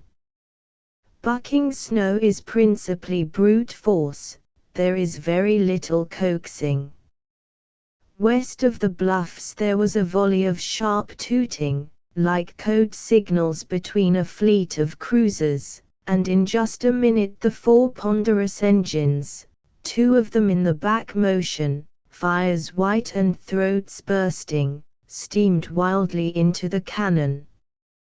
600 feet from the first cut, Sinclair's whistle signaled again. Burns and Cameron and Kennedy answered, and then, literally turning the monster ram loose against the dazzling mountain, the crews settled themselves for the shock. At such a moment there is nothing to be done. If anything goes wrong, eternity is too close to consider. There came a muffled drumming on the steam chests, a stagger and a terrific impact, and then the recoil, like the stroke of a trip hammer. The snow shot into the air 50 feet, and the wind carried a cloud of fleecy confusion over the ram and out of the cut. The cabs were buried in white, and the great steel frames of the engines sprung like knitting needles under the frightful force of the blow. Pausing for hardly a breath, they began the signaling again, then backed up and up the line, and again the massive machines were hurled screaming into the cut. "We're getting there," Georgie cried Sankey when the rolling and lurching had stopped. No one else could tell a thing about it, for it was snow and snow and snow, above and behind and ahead and beneath.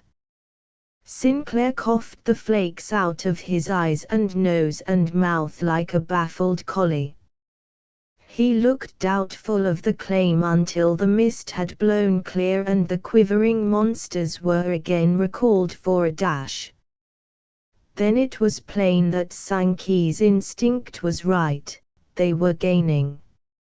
Again they went in, lifting a very avalanche over the stacks, packing the banks of the cut with walls hard as ice. Again, as the drivers stuck, they raced in a frenzy, and into the shriek of the wind went the unearthly scrape of the overloaded safeties. Slowly and sullenly the machines were backed again. "She's doing the work," Georgie cried Sankey. "For that kind of a cut she's as good as a rotary. Look everything over now while I go back and see how the boys are standing it. Then we'll give her one more, and give it the hardest kind." And they did give her one more, and another. Men at Santiago put up no stouter fight than these men made that Sunday morning in the canon of the Blackwood. Once they went in, and twice. And the second time the bumping drummed more deeply, the drivers held, pushed, panted, and gained against the white wall, heaved and stumbled ahead, and with a yell from Sinclair and Sankey and the fireman, the double-header shot her nose into the clear over the Blackwood Gorge. As engine after engine flew past the divided walls, each cab took up the cry. It was the wildest crowd that ever danced to victory. Through they went and halfway across the bridge before they could check their monster catapult. Then, at a half full, they shot it back again at the cut, for it worked as well one way as the other. "The thing is done," declared Sankey, when they got into position up the line for a final shoot to clean out the eastern cut and get head for a dash across the bridge and into the west end of the canon, where there lay another mountain of snow to split.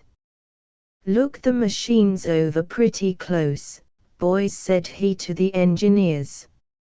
"If nothing's sprung, we'll take a full head across the gorge.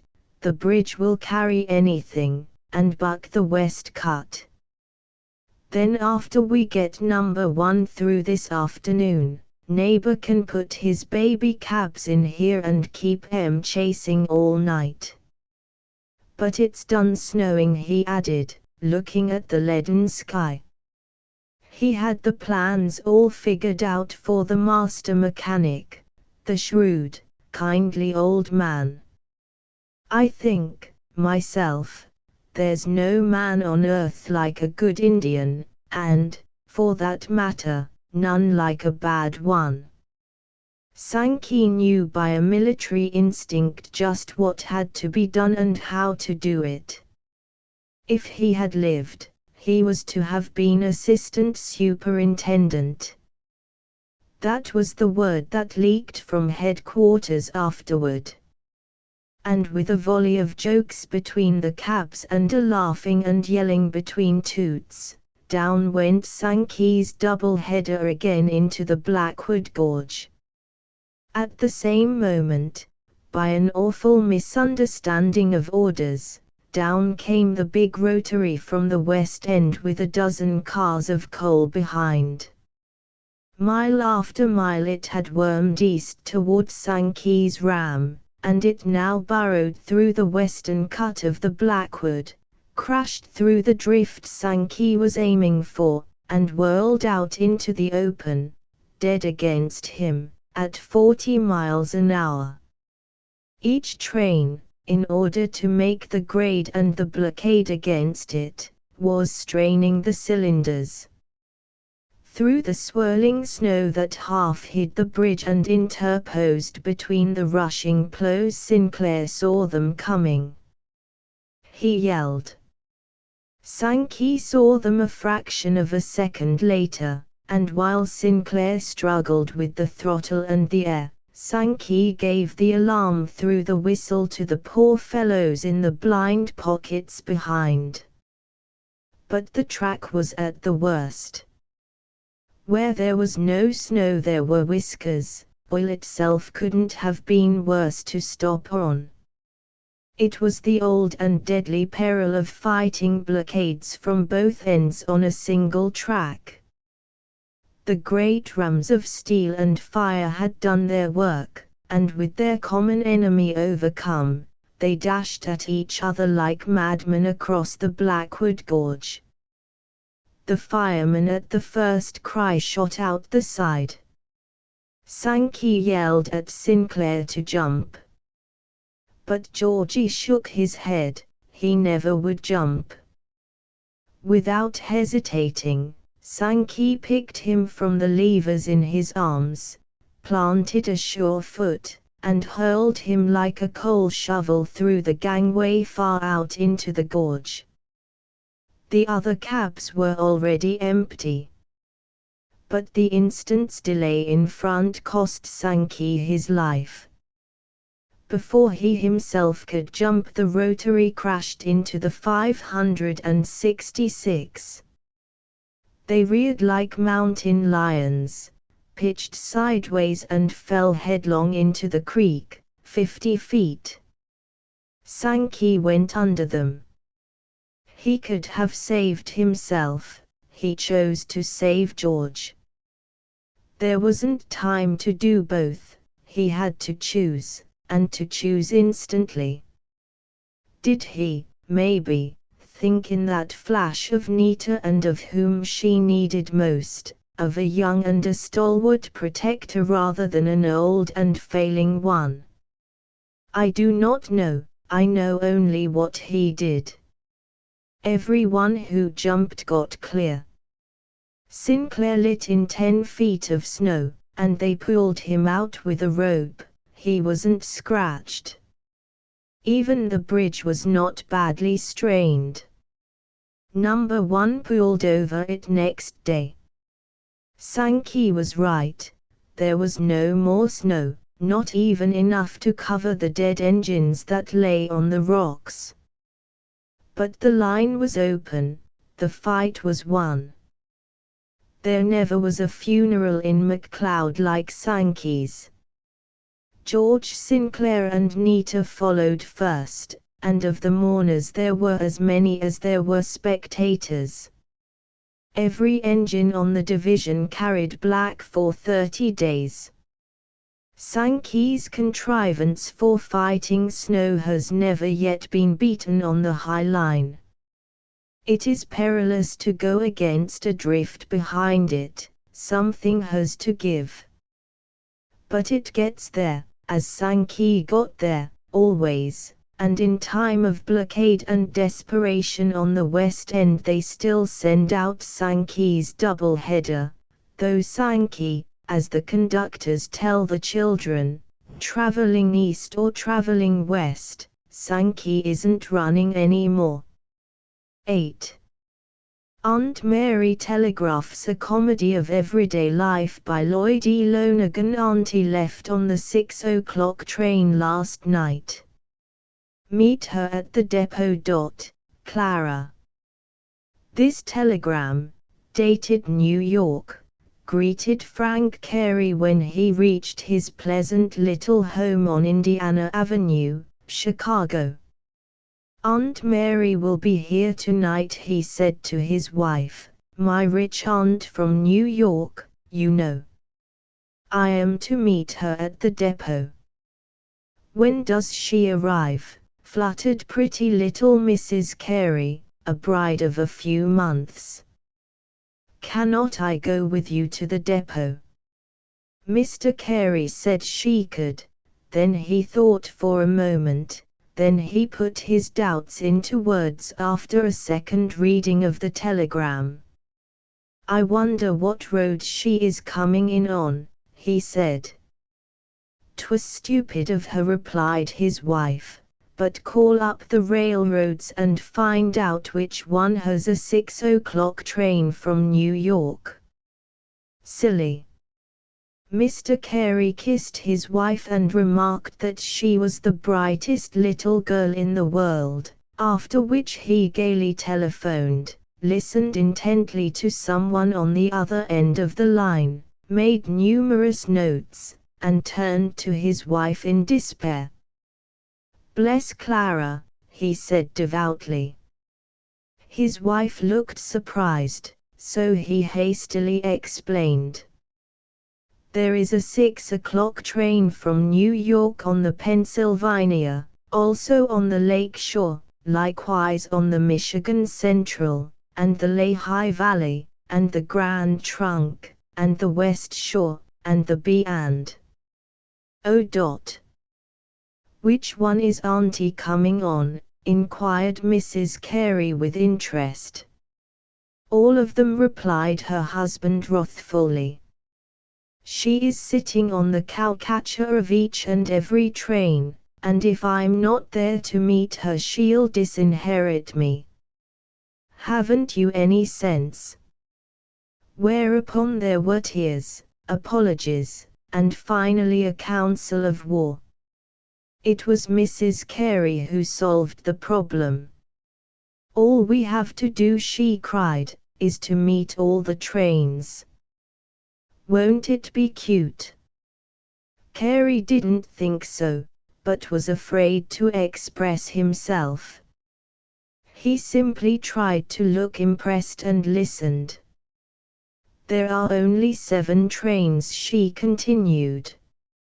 Now you counting on her fingers, are 1, and I am 2, and Mr. and Mrs. Haynes next door, who belong to my whist club, are 4, and Ella Haynes is 5, and I just saw Mr. What's his name go in to call on Ella, and he'll be 6, and that horrid man on the next block who is in your lodge will have to be 7.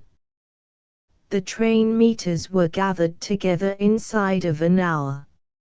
Mrs. Carey overruled all objections and laughed away all difficulties. She told them it would be a lark, and they believed it, at the time. As none of them had met Mrs. Smith, Aunt Mary, Carey was called upon for a description. Aunt Mary, he said, is of medium height, dark complexion, and usually dresses in black. She is 58 years old, but tells people she is under 50. You cannot miss her. And with this they were compelled to be satisfied. Ella Haynes was assigned to the Pennsylvania depot and arrived late.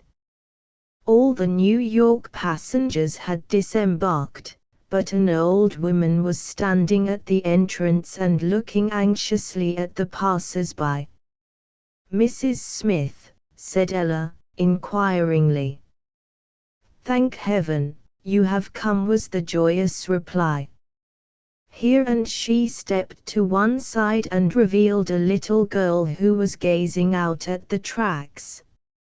I've had such a time with that brat, and I'll never travel with another again. I've just got time to catch my train for St. Paul.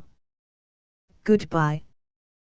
Whereupon, disregarding Ella's cries and her protestations, the woman rushed madly to the other end of the depot and disappeared through a gate which closed behind her with a slam.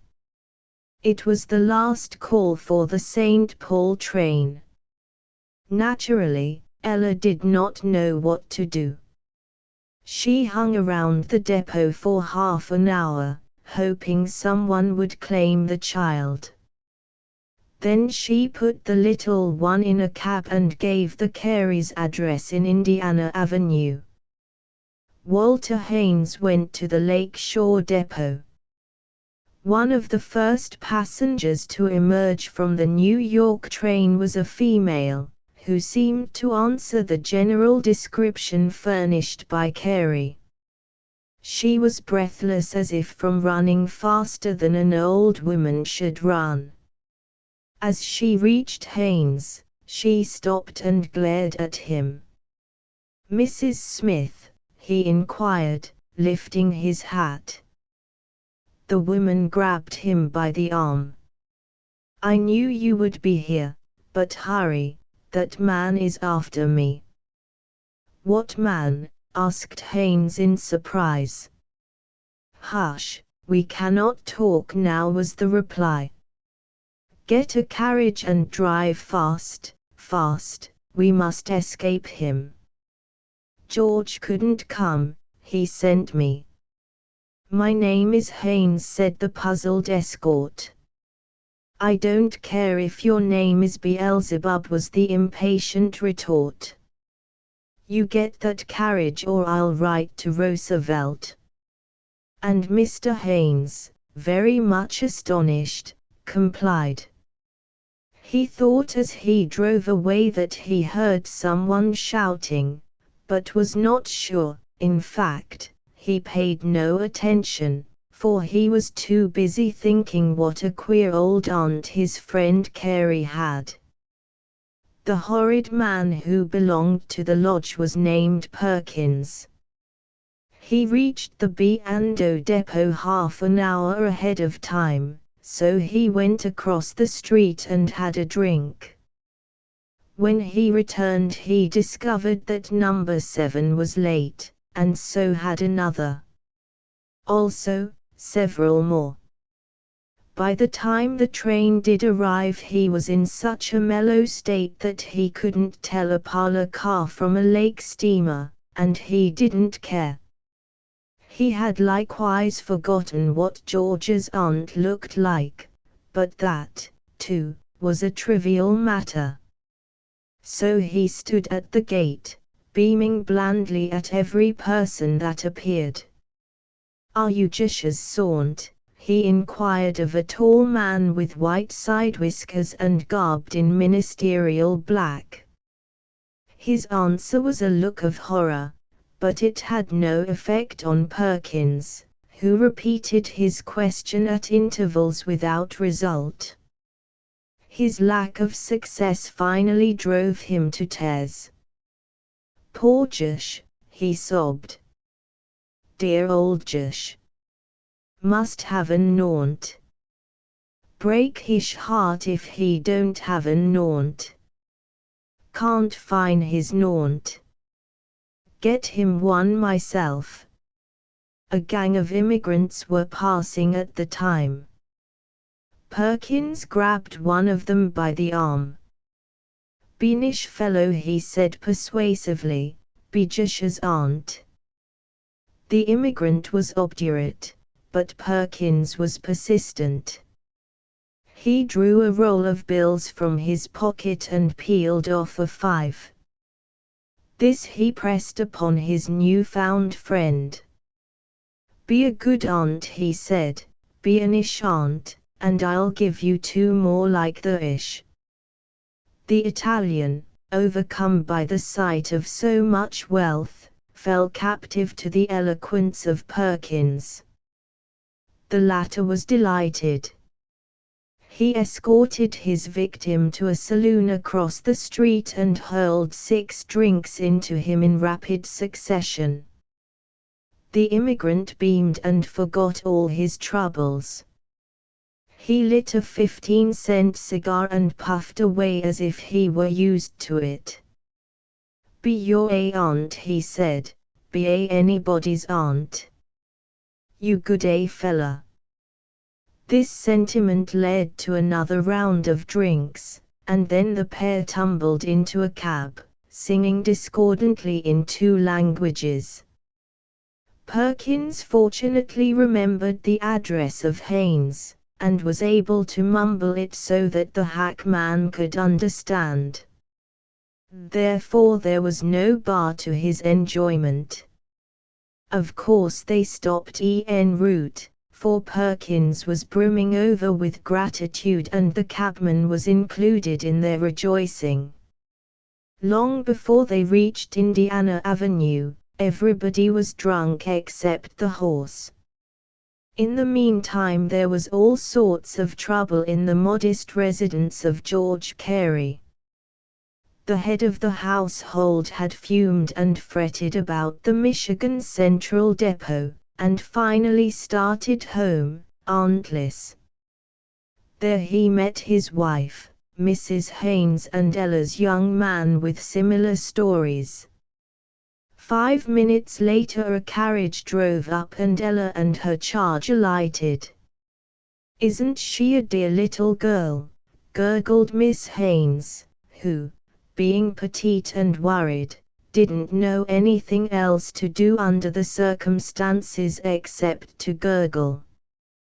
Carey gazed at the young woman with distinct disapproval for the first time in his life. "I know the popular impression is that old ladies shrink," he said, "but Aunt Mary could never have shrunk to that size. Where did you get her and why?" Falteringly, Miss Haynes explained. Then she cried. The child, who had regarded them gravely up to this point, took it for a signal. She screamed, then she roared. Nobody could comfort her or find out who she was. The arrival of another cab distracted their attention. The bell rang loudly. As Carey opened the door, an old woman bounded in. Her hat was on one side of her head and her eyes gleamed madly. "Safe at last," she cried. Then she ran upstairs, entered Mrs. Haynes's room, and locked the door. Through the panels came the sound of hysterical laughter. Walter Haynes entered the house at this moment. His attitude was distinctly apologetic. "Remarkable old lady, isn't she?" he ventured. "Who?" asked Mr. Carey. "Why, your aunt, of course. Didn't you see her come in?" Carey choked down his wrath out of respect to the ladies, but it was hard work. "I never saw that woman before," he remarked. "You brought her here uninvited, now you take her away." Naturally this provoked argument. Mrs. Haynes sided with her husband, Mrs. Carey flew to the aid of her worse half, Miss Haynes wept, and the little girl screamed. Upstairs, the bogus Aunt Mary was still laughing. None of the interested parties could tell afterward how long the talk continued. A louder noise outside drew them all to the front porch. In front of the house was a hansom cab drawn by a disgusted-looking horse. He looked and acted like one who had been compelled against his will to mingle with disreputable associates. The driver descended from his seat and fell full length upon the pavement.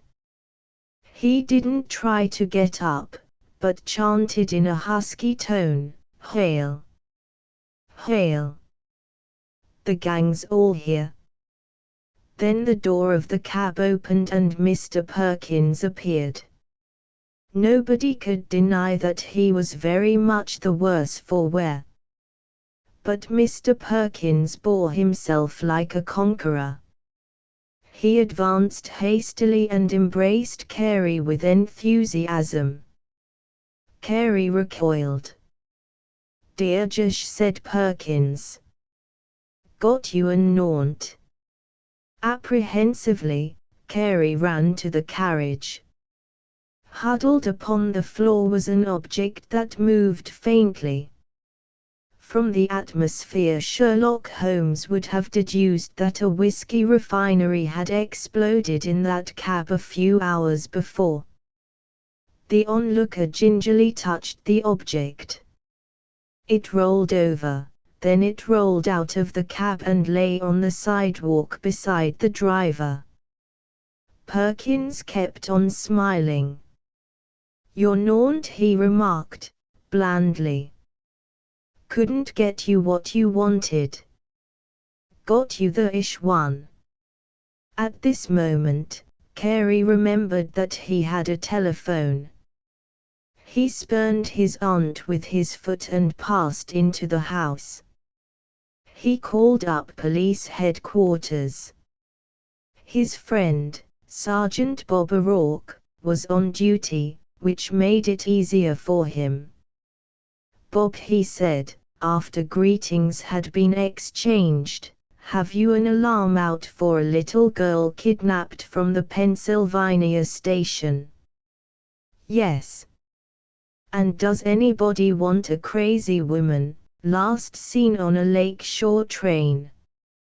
"Yes, her keeper was here half an hour ago," was the reply. "He was taking her to Kankakee and she made a getaway." "What do you know about her?" "They are both here," was the reply. "Send the wagon, and just for good measure I'll throw in an Italian immigrant who came in over the B&O and a cab driver. They are both drunk, very drunk, and please take the cab away too."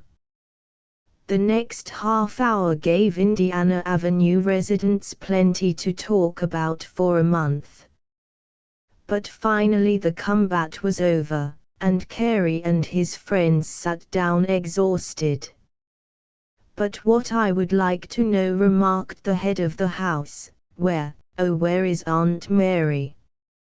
It was a messenger boy who brought the answer, a telegram dated Niagara Falls, current date and reading, stopped over here. Isn't the view from Goat Island wonderful? Leave for Chicago on the first train. Meet me. There was a sudden painful silence.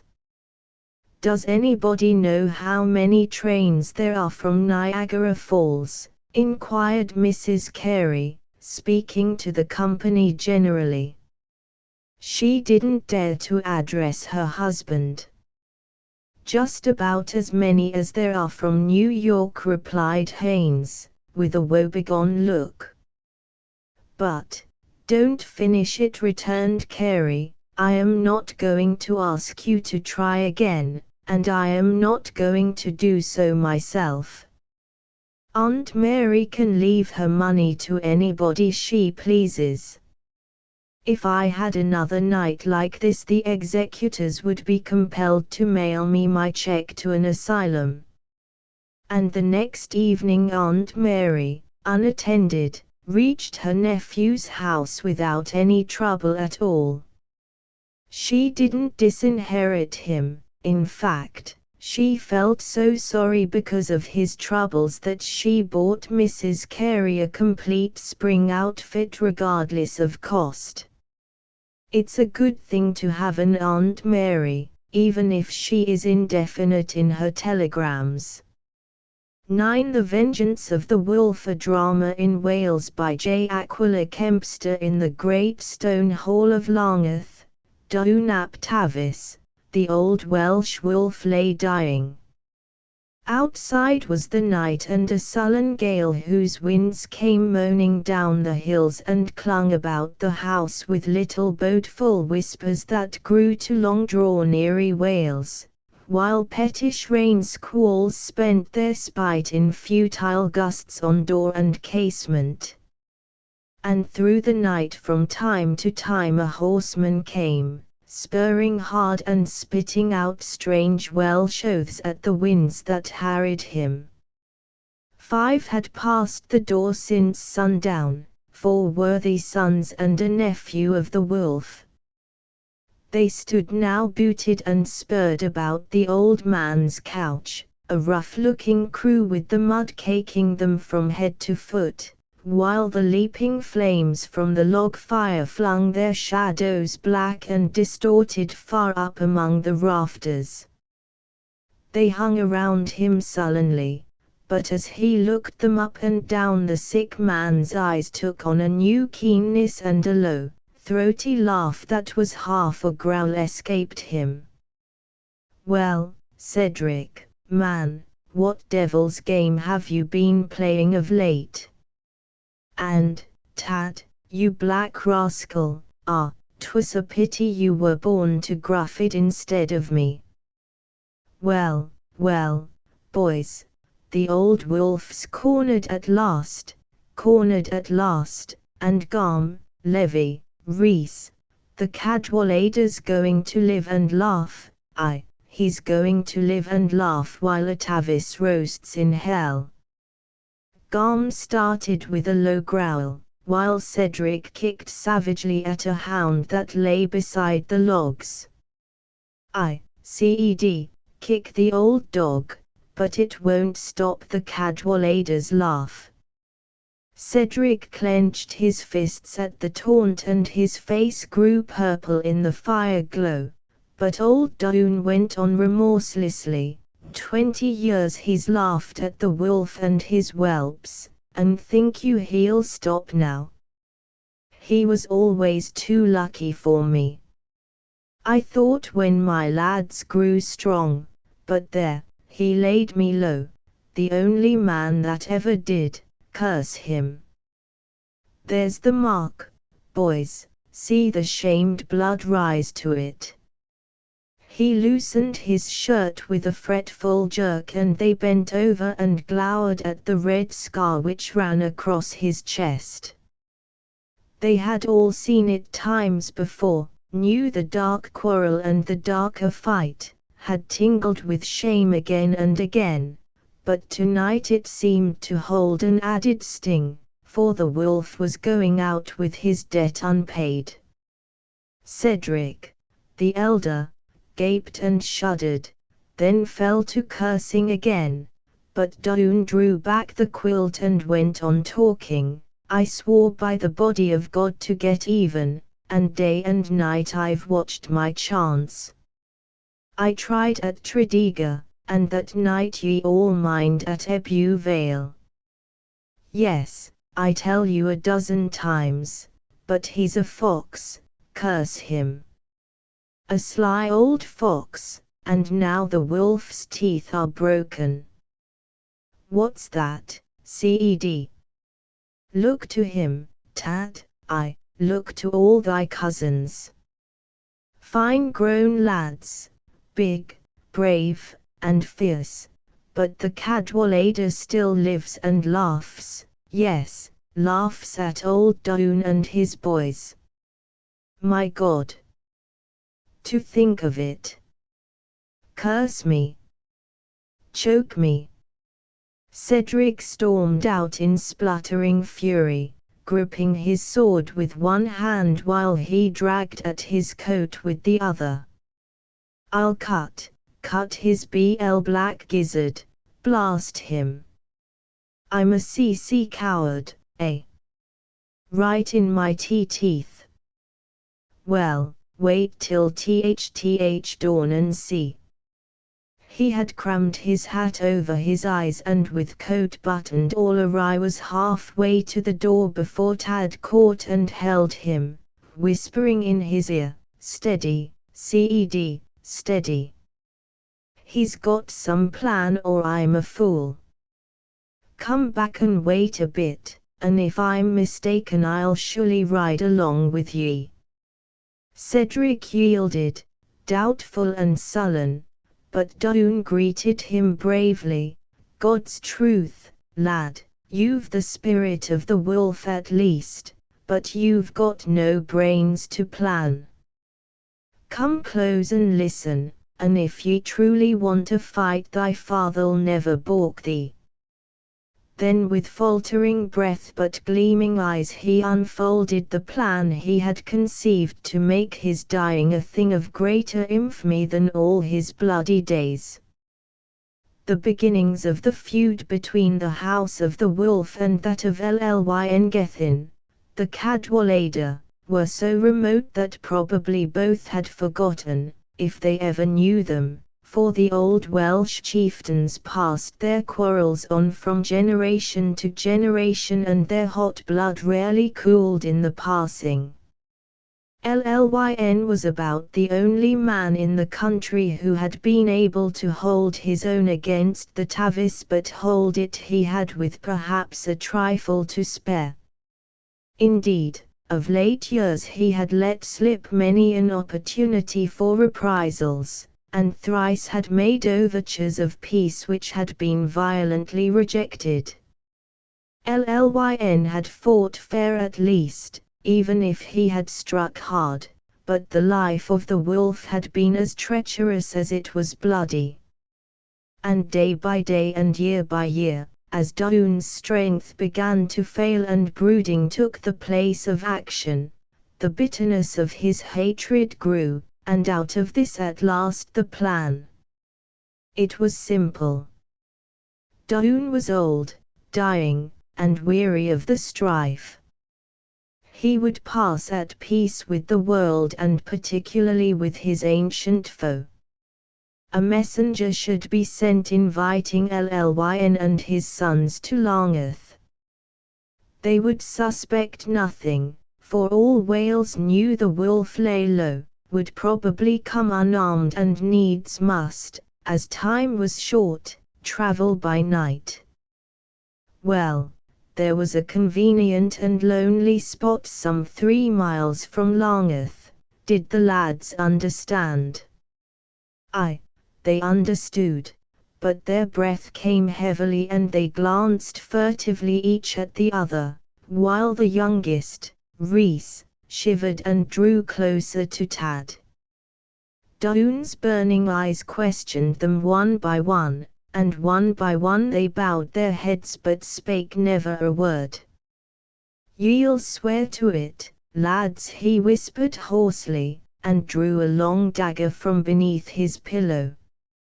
For answer there came the rattle of loosened steel, and as he again bared his breast they drew closer in a half-circle, laying their blades flat above his heart, his own dagger adding to the ring of steel. And then they swore by things unknown to modern men to wipe out the shame that had lain so long upon their house, and that before their father died.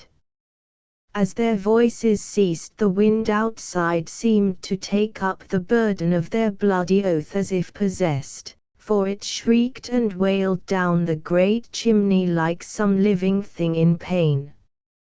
And then, in a little lull following on the sobbing cry, there came a curious straining push that shook the closed oak door.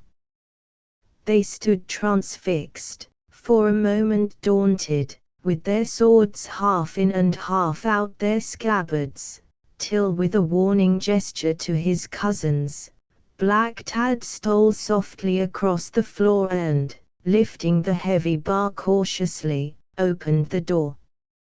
He paused an instant on the lintel, motionless and rigid to the point of his sword, his eyes fixed on the white face of a girl who was cowered back against the further wall. For a fraction of time he hesitated, but the awful anguish of the face and the mute, desperate appeal of the whole pose settled him. With a rough clatter he sprang into the dim passage, rattling his sword and stamping his feet, at the same time giving vent with his lips to the yelp of a hound in pain, and following it with rough curses and vituperation. Then, without another glance at the girl, he re-entered the hall and slammed to the door, grumbling at Reese for not keeping his dogs tied up. By 1 o'clock the great hall was still. The men were lying scattered about the house, for the most part sleeping as heavily as many jorams of rum made possible. But the firelight flickering in the hall caught ever an answering gleam from the old wolf's eyes as he lay there grey, shaggy, and watchful. From time to time his bony fingers plucked restlessly at his beard, and now and again his lips stretched back over yellow teeth in an evil smile as he gloated over the details of his coming vengeance. And out in a chill upper hall Gwyneth, the fair daughter of a black house, sat in a deep embrasure, her arms clinging to the heavy oak bars desperately. The wind moaned and sighed about her while her white terrified lips echoed the agony of her heart. And the burden of her whispered cry was ever, "Davy, Davy," and then, "For the Christ's sake, Davy, Davy, Davy." So the night drew on with the men and dogs sleeping torpidly, with the old wolf chuckling grimly as the shadows closed about him, and with the child in the cold above sobbing out pitiful prayers for her lover, for only yesterday she had plighted her troth to Davy Gethin, the Cadwalader's youngest son. These two had met in the early days when she wandered free over the rolling hills, a wild young kilted sprite, fearful of nothing save her father and his grim sons. And Davy had wooed her ardently, though in secret from the first. It had been charming enough in the past despite the fear that ever made her say him nay. Then yesterday he had won her from her tears and fears, won her by his brave and tender front, and she had placed her little hands on his breast and sworn to follow him despite all else when once her father had passed away. And now, 12 short hours after her fingers had touched him, her fear had caught her by the throat, for they would kill him surely, her prince, the only joy she had ever known. So went the night, with desperate distracted plans, and the dumb agony of cold despair. And in the very early dawn, when men and things cling close to sleep, she heard a gentle stirring, a muffled footfall on the stairs, and Black Tad stood at her side, a great shadow, questioning her. "Mistress, what heard you?" And she answered quick with loathing, "All. All the vile, shameful thing." "They are our foes," he muttered moodily. "Foes? Foes? Nay, none of you are worthy any foe, save the hangman. Ah, God will curse you. Cruel! Cruel!" She leaned out of her seat toward him, her panting breath and fierce words lashing him so that he stepped back a pace, dazed. She was ever such a gentle child. "What would you, Gwen? What would I? My God, a fair fight at least. Oh, Tad, and I thought you were a brave man. Damn, what can I do, and what does it matter? Matter, a foul blot, matter to you and Ced and father, nothing. Murderers. I hate you all. What has the Cadwallader done? All Wales knows 'twas ever father set on him, not he on father, always, always, I say. I remember that bloody night at Ebbw Vale. Shame! Shame! And the harrying and burning at Rhyll, when the mother and her babes perished. No, you weren't there, Tad, but you know and I know who was. Ah, Tad, she's crying to God, that mother, and holding the little dead things in her hands, close up to his face. And now you'd murder Lyn, for all he's ever been for peace. Hush Escher. Not so loud, Gwen. Not so loud. Not so loud, she gibed bitterly. If you fear my poor voice now, what will it be when all Wales is ringing with this last foul deed? Tad breathed hard, then caught her wrists suddenly, crushing them in his fierceness. Listen, Gwyneth. After all I'm no Tavis, I'm Gruffydd, and I love you. She shrank away with wide, fearful eyes, her breath coming in little painful gasps. What do you mean, Tad? I love you, Gwen. And? Well, I'm no Tavis, I'm Gruffydd. Slowly the meaning which he himself hardly understood dawned on her. You'll save them, Tad. Nah. A fair fight is what you said. 'Tis all I can do. And you will. I love you, he persisted stubbornly. She closed her eyes tightly and leaned back against the wooden shutter, her hands still held close in his grasp. And she strove to see clearly through the mist of horror and pain. It was a chance, at least a fighting chance, to save Davy, her prince, the only chance, the only way, and outside that what else mattered? Her eyes opened and her lips trembled, then she got her strength back and faced him in the dim dawn. My life for theirs, Tad, is that it? Her eyes and her question shamed him, but he clung to his text doggedly, for he had loved her long and hopelessly in his wild, stubborn way, and this was his first and only desperate chance. "I love ye, Gwyneth, I love ye." There came a stir in the far hall, a long-drawn yawn, and at the sound the girl whispered fiercely, "Well, it's a bargain. Give them fair warning and I'll give you your will." "Yes, I swear it by the dear Saint David." "Quick! Let me go." "No, not now, Tad, I command you, quick."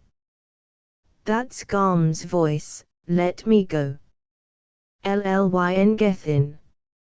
A word in your ear before we ride on." It was Tad who spoke to the old Cadwallader out in the moonlight. Llyn had answered Doon's urgent message for peace, and a few miles north of Langeth had met Tad. At the words the old man looked at him curiously, but reined his horse in, while his sons watched the pair suspiciously, for they were young, their blood and their hate still ran hotly, and save for their father would have had none of this deathbed reconciliation. "Well, lad, what is it?" asked Llyn, when they were out of earshot. "A word of warning, sir, from one who hates you." "Ah! You were ever a good hater, boy. What is it?" "'Tis a trick o' mine, sir, this visit, and you'd better ride back." "I think not, Tad." "Well, have your way, but if you ride with me you ride to hell." "We ride with you, Tad." "Your blood be on you and your sons, then, Llyn Gethin. You're safe to the stone bridge, after that fend for yourself." I'm a cursed traitor, but, by David, I strike with my house." "There, I've warned you, and God forgive me." "Amen, lad." "Will you shake hands before we ride?" "No, choke me. I'd sooner ding my dagger in your neck." So they rejoined the waiting group and rode forward, Tad moodily in advance, Llyn and his sons in a whispering bunch some yards behind. It had been Tad's own suggestion that he ride forward and meet the Gethins so they might be lured the more easily to the turn beyond the bridge.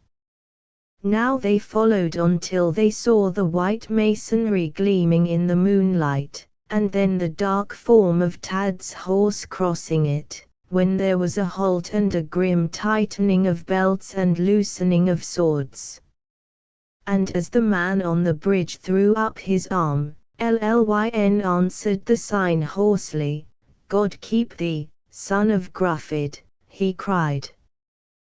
Then as his sons closed in he turned on them sternly, "Remember, lads. Who touches him touches me. Ah! Steady now. Forward." Even as they clattered on the bridge Tad's challenge and signal to his kinsmen rang out furiously, "The wolf! The wolf and Saint David!" Then came a rush of horse and steel and wild-eyed men, which but for their preparation would have swept the Gethins down. As it was they met it fiercely as it came. They had not come unarmed. Perhaps wise old Llyn distrusted such late penitence even as did his sons. Be that as it may, the cry of Cadwallader rose against the wolf, and bore it back, for even in the first wild rush, Cedric fell away before a long, swift thrust, and a moment later Rhys, the youngest of the house, went down and died beneath the stamping iron hoofs. When Lyn saw this he called to stop the fight, but Tad, in a frenzy of horror and remorse, flung on again with Garth and Levi striking wild beside him. 'Twas a wicked rush, but now the fight stood 5-3, and in the crash Levi slipped and got a dagger in his throat, while Tad spurred through an open way.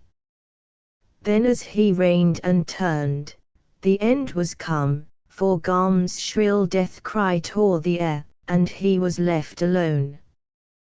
Thrice he charged like a wounded boar, shouting hoarsely for the house he had betrayed. The wolf!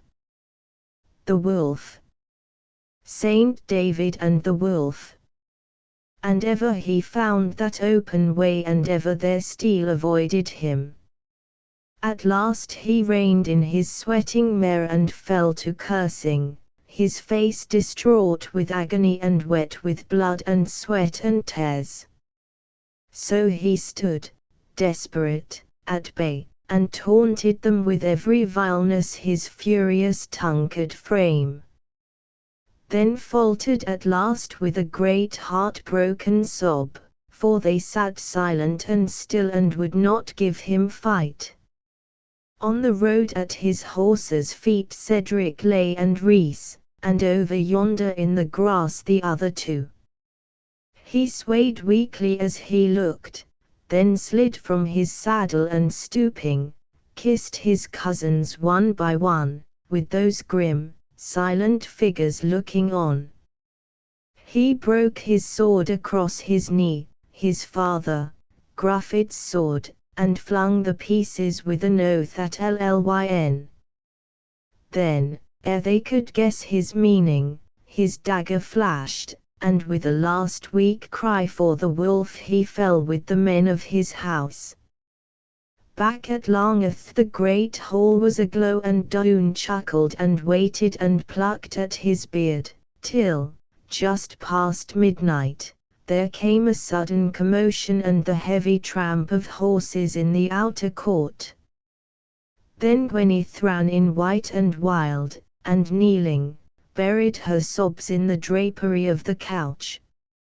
And ere her father could question her a group of sombre figures filled the doorway. 'Twas a dream, surely 'twas a fearful dream. Or were they ghosts? Yes, that was it, see the blood on them. He was either dreaming or these were the very dead. They drew up to the couch, Lyn and his tall, stern sons. Doune knew them well and strove to curse them, but the Cadwalader's grave voice hushed him to a sudden fear. Peace be with thee, Doune ap Tavis, we come, to bid thee farewell. Doune gasped and stuttered, his fingers clawing fearfully while a cold sweat broke out over his forehead. But ere he found his voice, two of Lyn's sons, David and Sean, drew away to the door, and later, Llewellyn and Pen. They came back heavily and laid their burdens gently by the fire logs and returned, then came again and went. 5 times in all.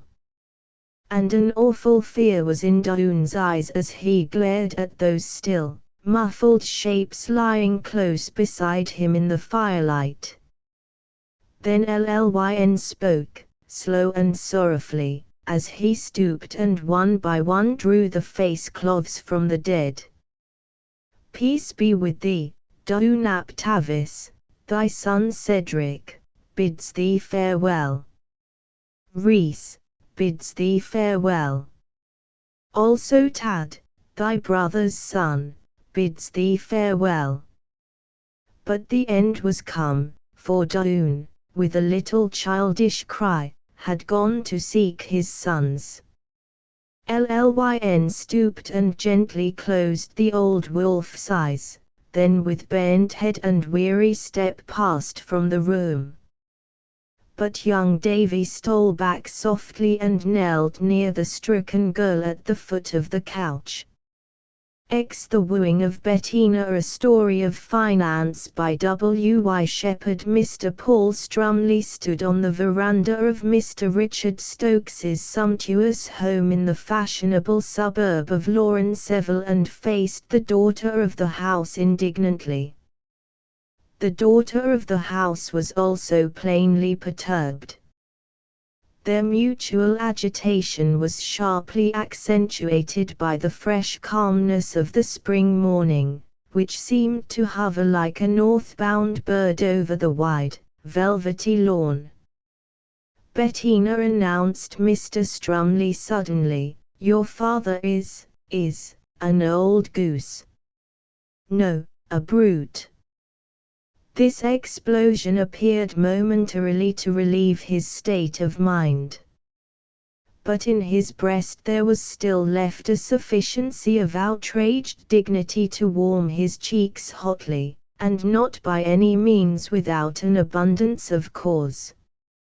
Scarcely an hour before he had nervously, yet exultantly, alighted from his big touring car in front of the Commercial Bank, to seek the president of that institution in the sanctity of his private office. There, briefly but eloquently, he announced the engagement of Miss Bettina Stokes to Mr. Paul Strumley, and naively requested for the happy young people a full share of the parental sanction and blessing.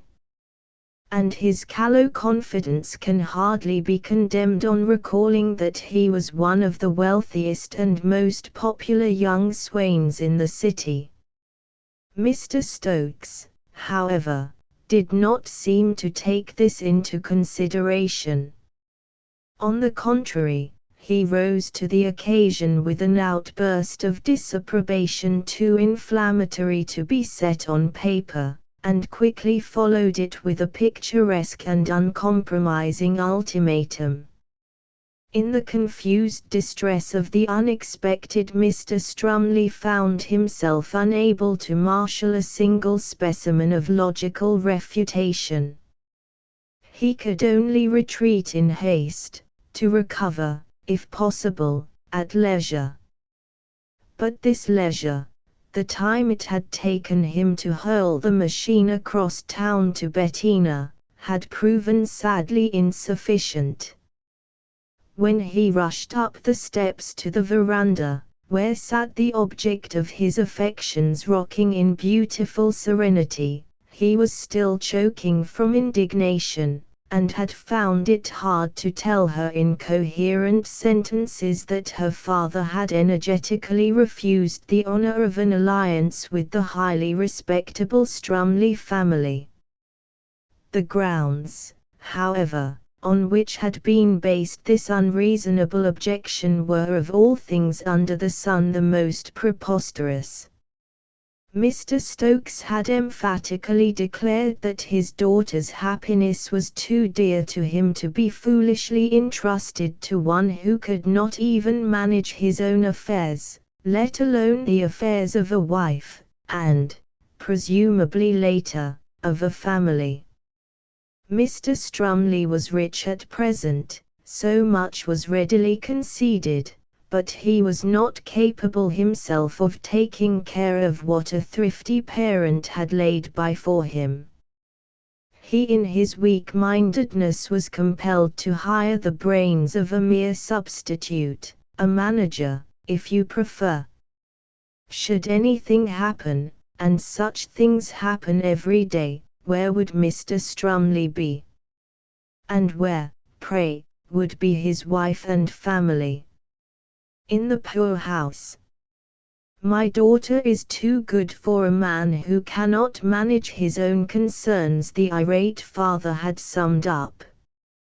When you have shown yourself capable, my lad, of competing in the world with grown-up intellects, then there will be time enough for you to contemplate matrimony, and not until then. Good morning to you, Mr. Strumley. and he snapped his jaws together like a vice, recalled Paul, coming out from his gloomy retrospection. If he shut them so and Bettina worked her pretty chin out to its farthest extension, well, that means he is like the man from Missouri. You've got to show him before he changes his mind one iota. I ought to have been humping over a desk from the start, regretted Mr. Strumley, feeling his bulging biceps dolefully. It's all right stroking a crew, and heaps of fun, too, but it doesn't win you a wife. Now there's your dad, he couldn't pull a soapbox across a bathtub, but he can pull through a deal I couldn't budge with a handspike. Miss Bettina sighed sympathetically, and smiled appreciatively. She felt deeply for her lover, and was justly proud of such a capable parent.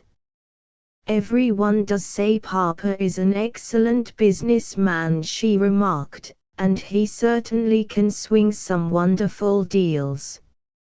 Only yesterday I accidentally overheard him telling Mr. Proctor that he held an option, I think that was the word, from Haynes, Forster and Company on thousands and thousands of acres of timberland in Arkansas. He said it would expire today at 2 o'clock, but that he was going to buy the land for cash. Spot cash, he said, was what they demanded. Mr. Strumley smiled ruefully. And I guess it will be some of my spot cash, he ruminated.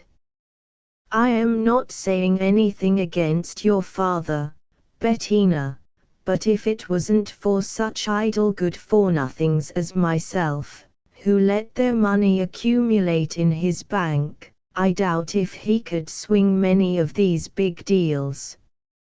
If we were like he wanted us to be, we'd be swinging them ourselves. After Mr. Strumley had finished his bit of philosophy, he fell to communing with himself. Apparently his own wisdom had stirred a new thought within his breast. It had. He was beginning to wonder what would happen if Bettina's father suddenly found himself bereft of sufficient spot cash to take advantage of this option. Anyone having a second call on same might be fortunate enough to swing the big deal, and profit by it, according to his intentions. Paul Bettina broke in upon his meditations, a little note of hopeful pleading in her voice. It might not be too late for you to reform. Mr. Strumley aroused himself with difficulty, and looked into her bewitching face before replying. Then, maybe you are right, he mused, at any rate I have an idea. And kissing her thoughtfully, he strode down the steps toward where encouragingly panted his car. The car proudly bore Mr. Strumley and his idea to the brand new offices of a certain young friend of his who had himself only recently metamorphosed from the shell to the swivel chair. Mr. Greenlee looked up in mute surprise. But Mr. Strumley ignored it and came to the point with a rush. Did Mr. Greenlee have $20,000 in cash to spare? He did. Good. Would he lend it to Mr. Strumley on gilt-edge collateral? Never mind exclamations, they had no market value. 8%. Did then Mr. Greenlee was willing to make the loan? That was talking business, and Mr. Strumley with the securities would call in 2 hours for the cash. That would give Mr. Greenlee ample time in which to get it from his bank, the commercial. When outside, Mr. Strumley allowed himself to smile. Suddenly this evidence of inward hilarity broadened into a heartily exploded greeting, as a familiar figure turned the corner and advanced directly toward him. It was another wealthy customer of the aforesaid bank. "I was just on my way to your office," Mr. Proctor Paul announced pleasantly, at the same time cautiously drawing to one side the customer of the commercial. "I intend investing heavily in real estate," he vouchsafed with admirable sang-froid, "and need, right away, in spot cash, about $30,000. Have you got that much to spare at 8%, on first-class security?" 8%. Mr. Proctor's expression expanded. He made his living by lending money for much less. If dear Mr. Strumley would call at his office within 2 hours, he should have it every cent, just as soon as he could get a check cashed at the commercial. Next the faithful machine whirled Paul to the rooms of his state attorney and general manager, Mr. John Edwards. That elderly gentleman welcomed him with his nearest approach to a smile. But the young man was in no mood for an elaborate exchange of exhilarations. Without preface he inquired the amount of his deposit subject to check in the commercial bank. $50,000.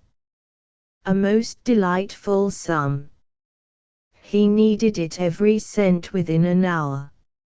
Also he wanted from his safe deposit box enough for one collateral to secure loans of $20,000 and $30,000, respectively. But first would Mr. Edwards kindly call up and get second option on all Arkansas timberlands represented by Haynes, Forster and Company. Mr. Strumley believed that the first option was held by a local party. Furthermore, he knew it expired today, and had reasons to believe that a local party would not be able to take advantage of it, and he, Mr. Strumley, thought that he could handle the property to a good purpose. For the first time Mr. Edwards learned that his young client had a will of his own.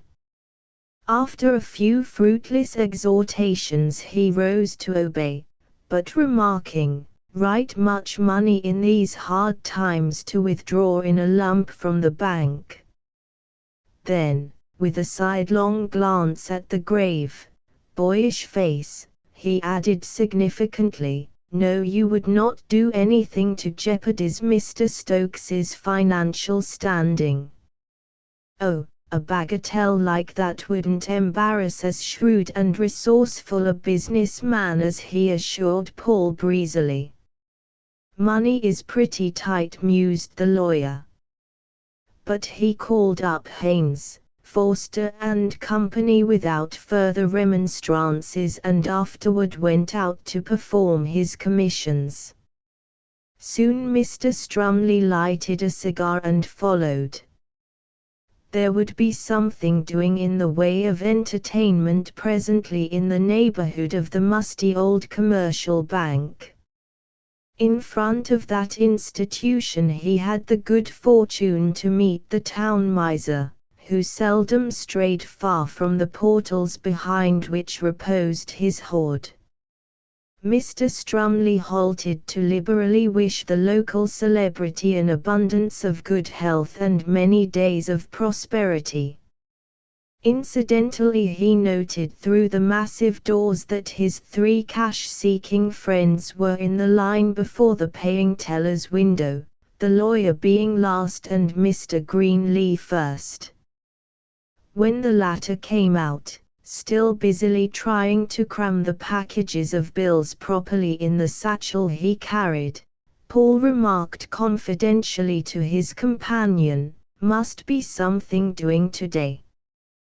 The big guns are drawing all of theirs out." The old fellow gave a start as the suggestion shot home.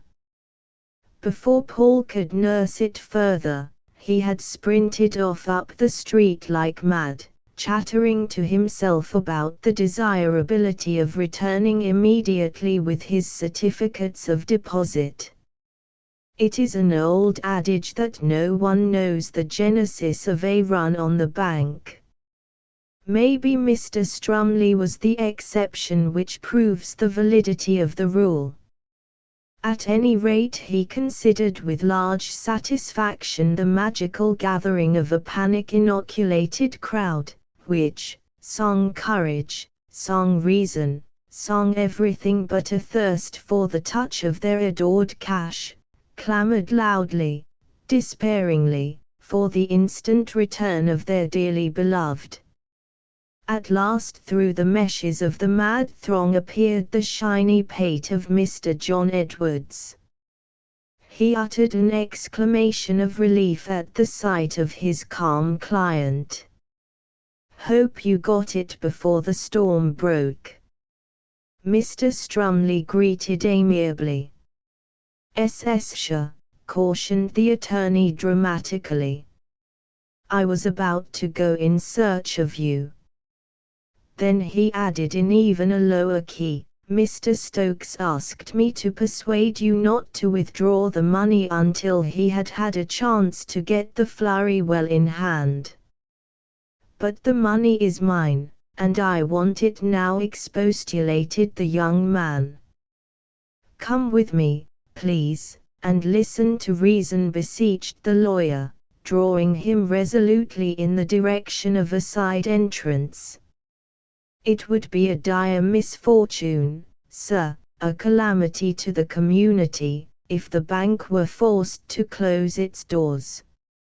So far, however, it is only the small depositors who are clamoring, but the others will quickly enough follow if you do not let your 50,000 remain to help wipe out this first rush. The bank, though, is as sound as $1.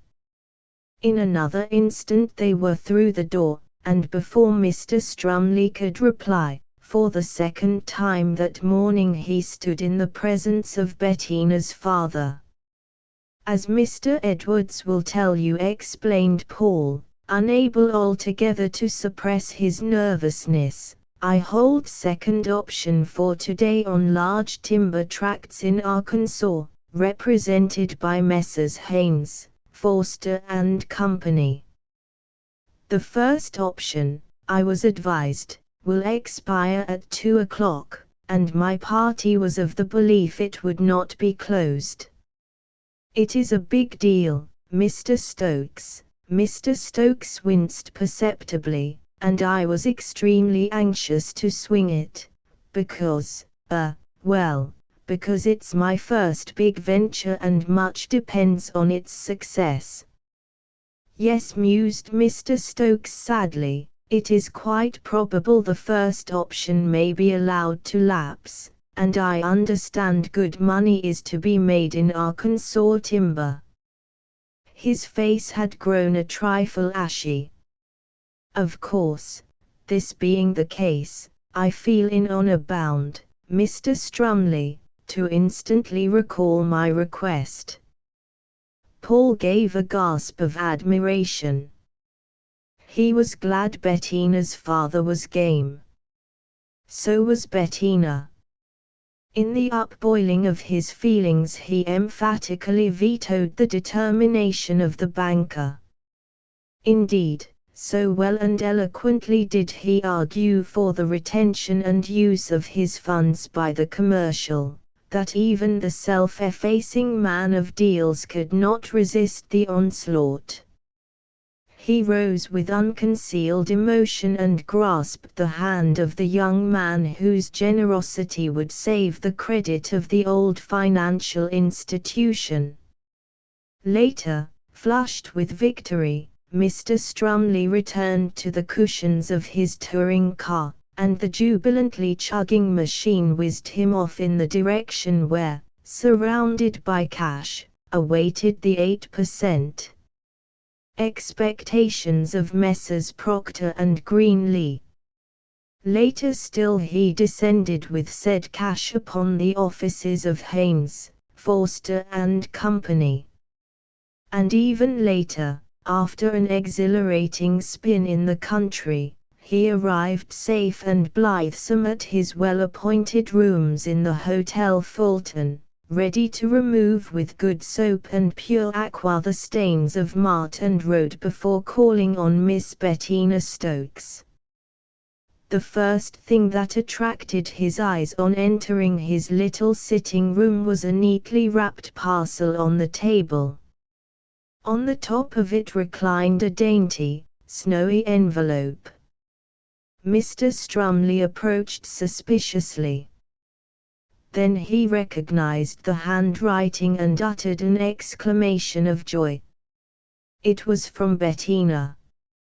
In the short time he held the missive poised reverently in his hand, Paul permitted a glow of satisfaction to permeate his being.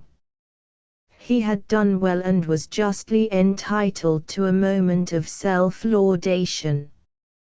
Mr. Stokes, Bettina's father, would no longer be against him, for who could not say he was not capable of competing in the world arena with full-grown, gladiatorial intellects?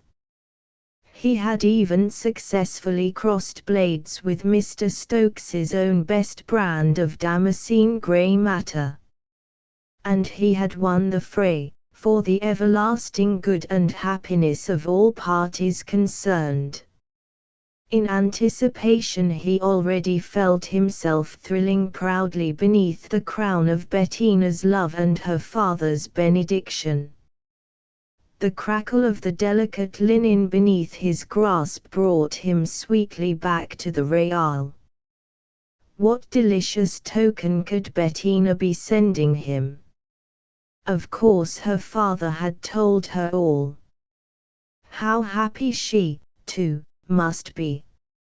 Mr. Strumley broke the seal of the envelope and read, Mr. Paul Strumley, City. Dear Sir, I herewith return your letters, photographs, etc. Papa has told me all. It was at first impossible to believe you capable of taking such a base advantage of my confidence about the Arkansas option, but I am at last thoroughly convinced that you incited the run on the bank to embarrass poor Papa and compel him to let the deal fall into your traitorous hands. And the byplay of yours in returning the money you did not really need, though it has completely deceived him, has in my eyes only added odium to your treachery. I trust that I have made it quite clear that in the future we can meet only as strangers. Bettina Stokes. Mr. Strumley let the letter slip unnoticed through his palsied fingers. He sat down with heavy stupefaction. So this was the soot spray of his beautiful bubble. It was incomprehensible. Bettina. Bettina. Oh, how could she? Where was her faith? No small voice answered from within the depths of his breast, and Mr. Strumley got clumsily to his feet. He was painfully conscious that he must do something, think something. But what was he to do? What was he to think? Could he ever make her understand? Make her believe? At least he could go and try. Mr. Strumley finished his toilet nervously, and repaired to the home of Bettina, to cast his hope on the waters of her faith and charity. The butler courteously informed him that she was not in. But Mr. Stokes was in the library. Would Mr. Strumley like to see him? Mr. Strumley thought not. It was a bad night for Paul. From side to side he tossed in search of inspiration. Day came, and he rolled wearily over to catch the first beams of the gladsome spring sunshine. From its torrid home 93 million miles afar it hurried to his bedside. It shimmered in his face and laughed with warm invigoration into the torpid cells of his brain. It awakened them, filled them with new life, hope, inspiration. Mr. Strumley leaped from his bed to the bathtub, and fluttered frolicsomely in the crystal tide. When he sprang out there was the flush of vigorous young manhood on his skin and the glow of an expectant lover's ardency in his breast. Everything was arranged satisfactorily in the space beneath Mr. Strumley's water-tousled hair, wherein sat the goddess of human happiness, Reason. Mr. Strumley, after a hurried stopover at the office of his astounded charge d'affaires, reached the commercial bank before the messenger boys. While waiting in the balm of the spring morning for the doors to open he circumnavigated the block 9 times, he counted them. Coming in on the last tack he sighted the portly form of the banker careening with dignified speed around the corner. Another instant he had crossed the mat and disappeared into his financial harbor. Mr. Strumley steered rapidly in his wake. Again he stood in the presence of Bettina's father. This time, however, he was calm. In fact, the atmosphere about the two men was heavily charged with the essence of good fellowship. Mr. Stokes held out his hand cordially. The younger man pressed its broad palm with almost filial veneration. He noted, too, with a slight touch of remorse, that the banker's countenance was harassed. Evidently his heart still ached for the lost Arkansas timber. Mr. Strumley smiled philanthropically. He had something to say to Mr. Stokes, and began to say it with the easy enunciation of one who rests confident in the sunshine of righteousness. He spoke evenly, fluently. Of course Mr. Stokes at first might be a trifle perplexed. But please bear with him, hear him through, then he himself should be the sole judge. He, Mr. Strumley, did not care a rap, no, not a single rap, for every tree that grew in the entire state of Arkansas. What he wanted to do was to show Mr. Stokes, Bettina's father, that he was worth the while. That is, he wanted to demonstrate, it was a good word, to demonstrate that he had brains in his cranium as good as many another variety that boasted a trademark of wider popularity. Had he done it? And if what he had done did not concur with the elements of high finance, he would like Mr. Stokes, Bettina's father, to tell him what it did concur with. Now, there was the whole story from its incipiency. And as conclusive proof that he did not mean to profit by the deal financially, would Mr. Stokes kindly examine those papers?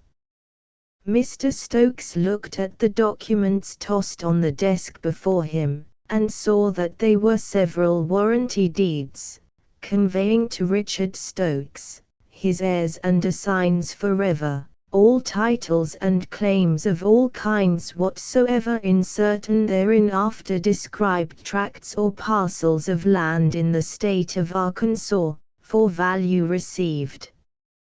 Mr. Strumley leaned back and contentedly watched a flush overspread the banker's face. His automobile waited at the door to whisk him to Bettina, and he was ready to carry on the campaign there the moment her father had finished his effusions of gratitude.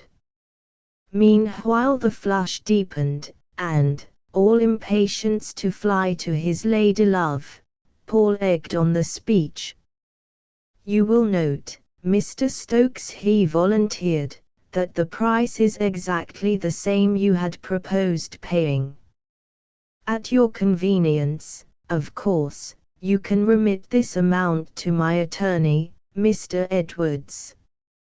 Mr. Stokes rose slowly. The flush had become apoplectic. "Mr. Strumley," he began, his large voice trembling, "this trick of yours is unworthy of an honorable man. Here, sir, take these papers and leave my office immediately." Mr. Strumley rose also. Like the banker's voice, he, too, was trembling.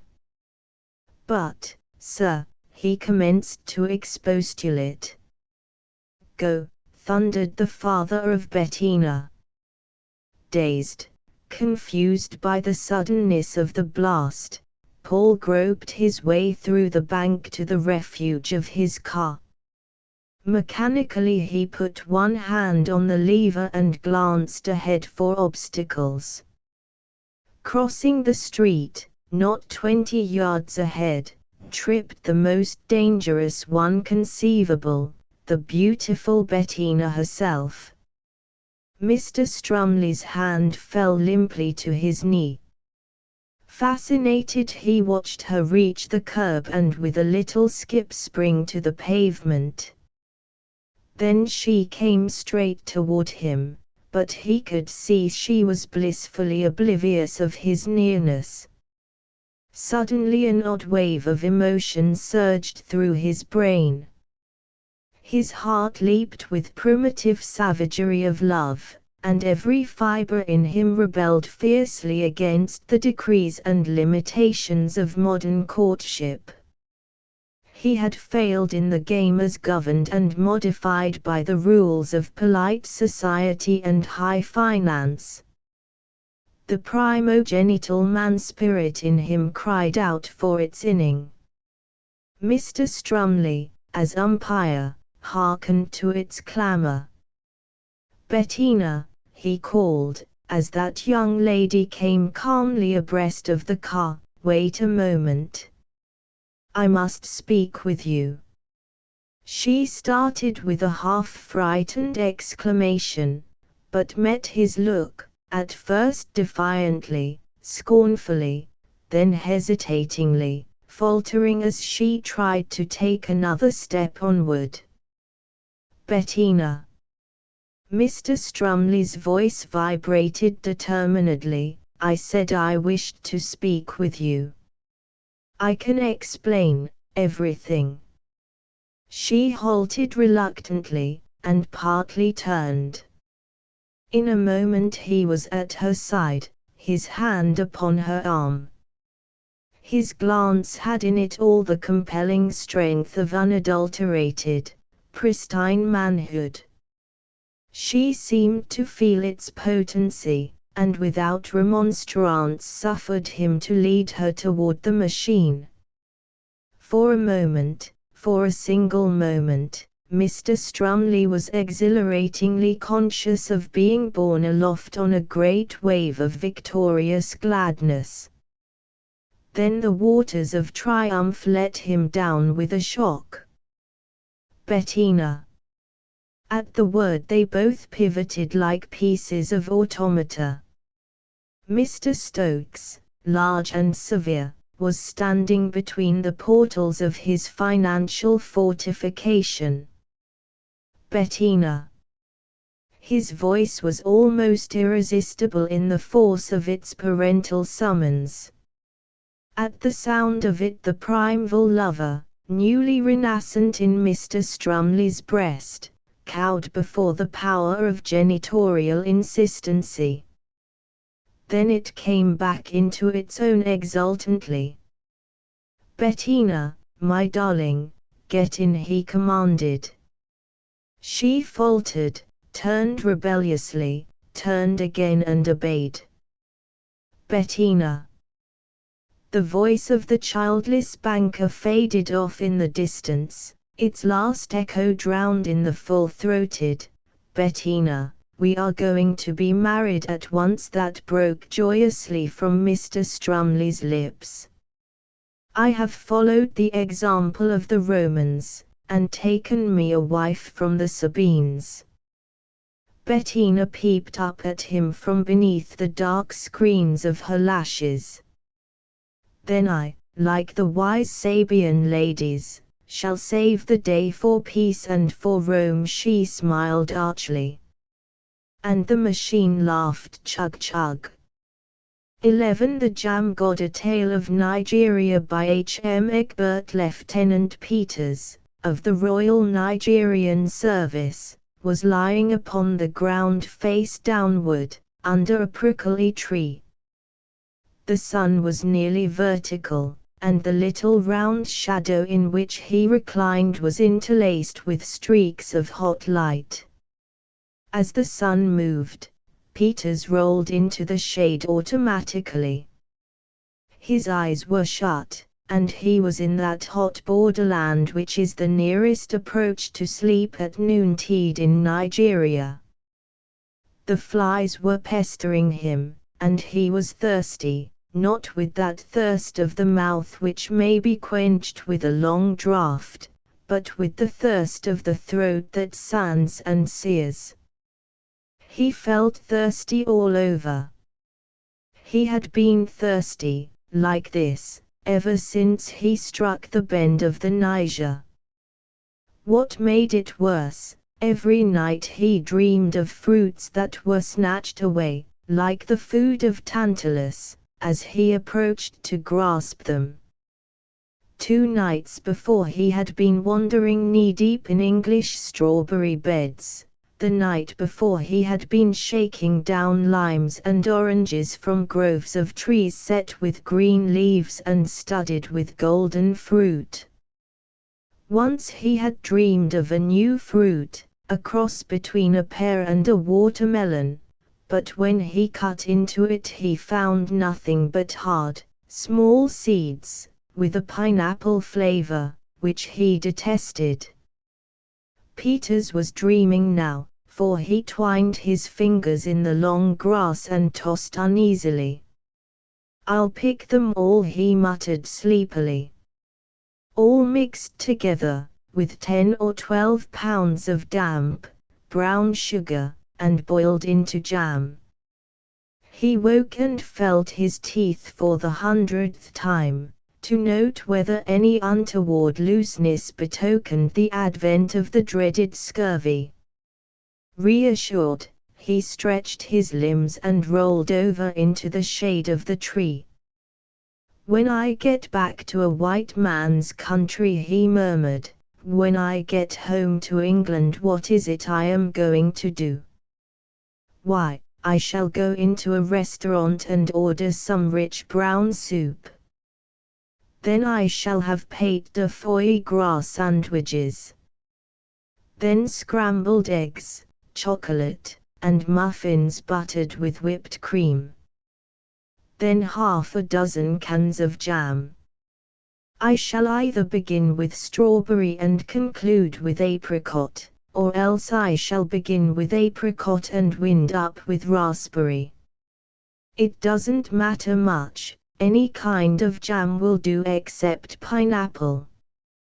He opened his eyes, brushed away the flies that swarmed noisily round him, took out his hardtack, and opened a small can of dried beef. He munched for a while, sipping occasionally from the tepid water in his canteen. When he had finished he put the can opener back in the pocket of his tunic and rose, his face overspread with a look of resolution. "I believe," he cried, "I believe that I could eat even a can of pineapple." He rose, the light of his illusion still in his eyes, and began staggering weakly under the blazing sun in the direction of his camp. He was weaker than he had thought, and when he reached the shelter of his tent he sank down exhausted upon the bed. Through the open flap he could see, 500 yards away, the round, beehive-shaped huts of the native village and, in their center, the square palace of King Titanyanga, built of sticks and Niger mud, surrounded by its stockade, the royal flag, a Turkish bath towel stained yellow and blue, floating proudly above. Lieutenant Peters had been sent by the Nigerian government along the upper Niger to conclude treaties with the different kings and sweep them within the British sphere of interest. The French were out upon a similar errand, for in this region the two nations possessed only a vague and very indeterminate boundary line. Peters had been successful until he came to the village of King Titanyanga, who had balked at affixing his cross to the piece of mysterious parchment on the ground that it was unlawful to do so during the festival of the Great Juju, whose worshippers could be heard wailing and beating tom-toms nightly in some unknown part of the jungle. What this juju fetish was nobody could tell. It had come into the village recently, from the coast, men whispered, it possessed awful and mysterious potency, was guarded zealously by some score of priests, who veiled its awful vision, and it was the greatest juju for hundreds of miles along the Niger. Tribes from distant regions frequently arriving to sacrifice pigs to it. However, Lieutenant Raguet, the French commissioner, had been equally unsuccessful in inducing the dusky monarch to affix his signature to the French treaty, and the ambassadors of the rival nations were both encamped near the village, waiting for the juju festivities to reach their plethoric conclusion before the king sobered up and attended to business. Raguet, strolling into his rival's camp that evening, found Peters in his tent, flushed, and breathing heavily. "Tcht. Tcht. You are sick," said the Frenchman sympathetically. "That is too bad. Have you quinine?" "Quinine be hanged," cried Peters huskily. "I've taken the stuff until I've floated in it. There's only one thing can cure me, Raguet. I've been living on crackers and canned beef for over a month, and I'm pining for jam. Have you got any jam?" "Jam? Jam," repeated Raguet with a puzzled expression. "Yes, les preserves, le fruit et le sugar, bouilli, you know what I mean." "Ah, z'e preserve," said the Frenchman, with an expression of enlightenment. "Z'e preserve, I have him not." "I tell you what," Raguet said Peters irritably, "I've got to get some jam somewhere or I shall kick the bucket. I'm craving for it, man. If I had one can of the stuff it would put me upon my feet instantly, I can feel it. Now it's 10 to 1, I'll be too sick to see the king after the ceremonies are over, and he'll sign your treaty instead of mine. And I've given him 3 opera hats, a phonograph, and a gallon of rum, curse the luck." "What did you give him, Raguet?" "Me?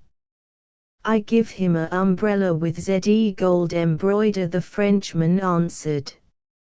"My government won't let me give the little king's umbrellas," said Peters in vexation. "It makes the big chiefs jealous. I say, Raguet," he rambled on, sitting up dizzily, "what is this juju idol of theirs? "I know not," said the French lieutenant. "Only Zeddy king and Zeddy priests have seen him. If ze tell, ze die, Zeddy idol kill them. I suppose they'll be keeping up these infernal tom-toms for another week," grumbled the sick man, lying back and half closing his eyes from weariness. "Well, I'll have to try to get well in time."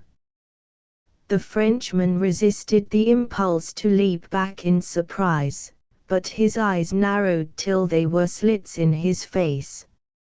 So, this Englishman did not know that this had been the last day of the sacrifices, that at midnight a hecatomb of pigs was to be killed and eaten in the bush in honor of the Juju.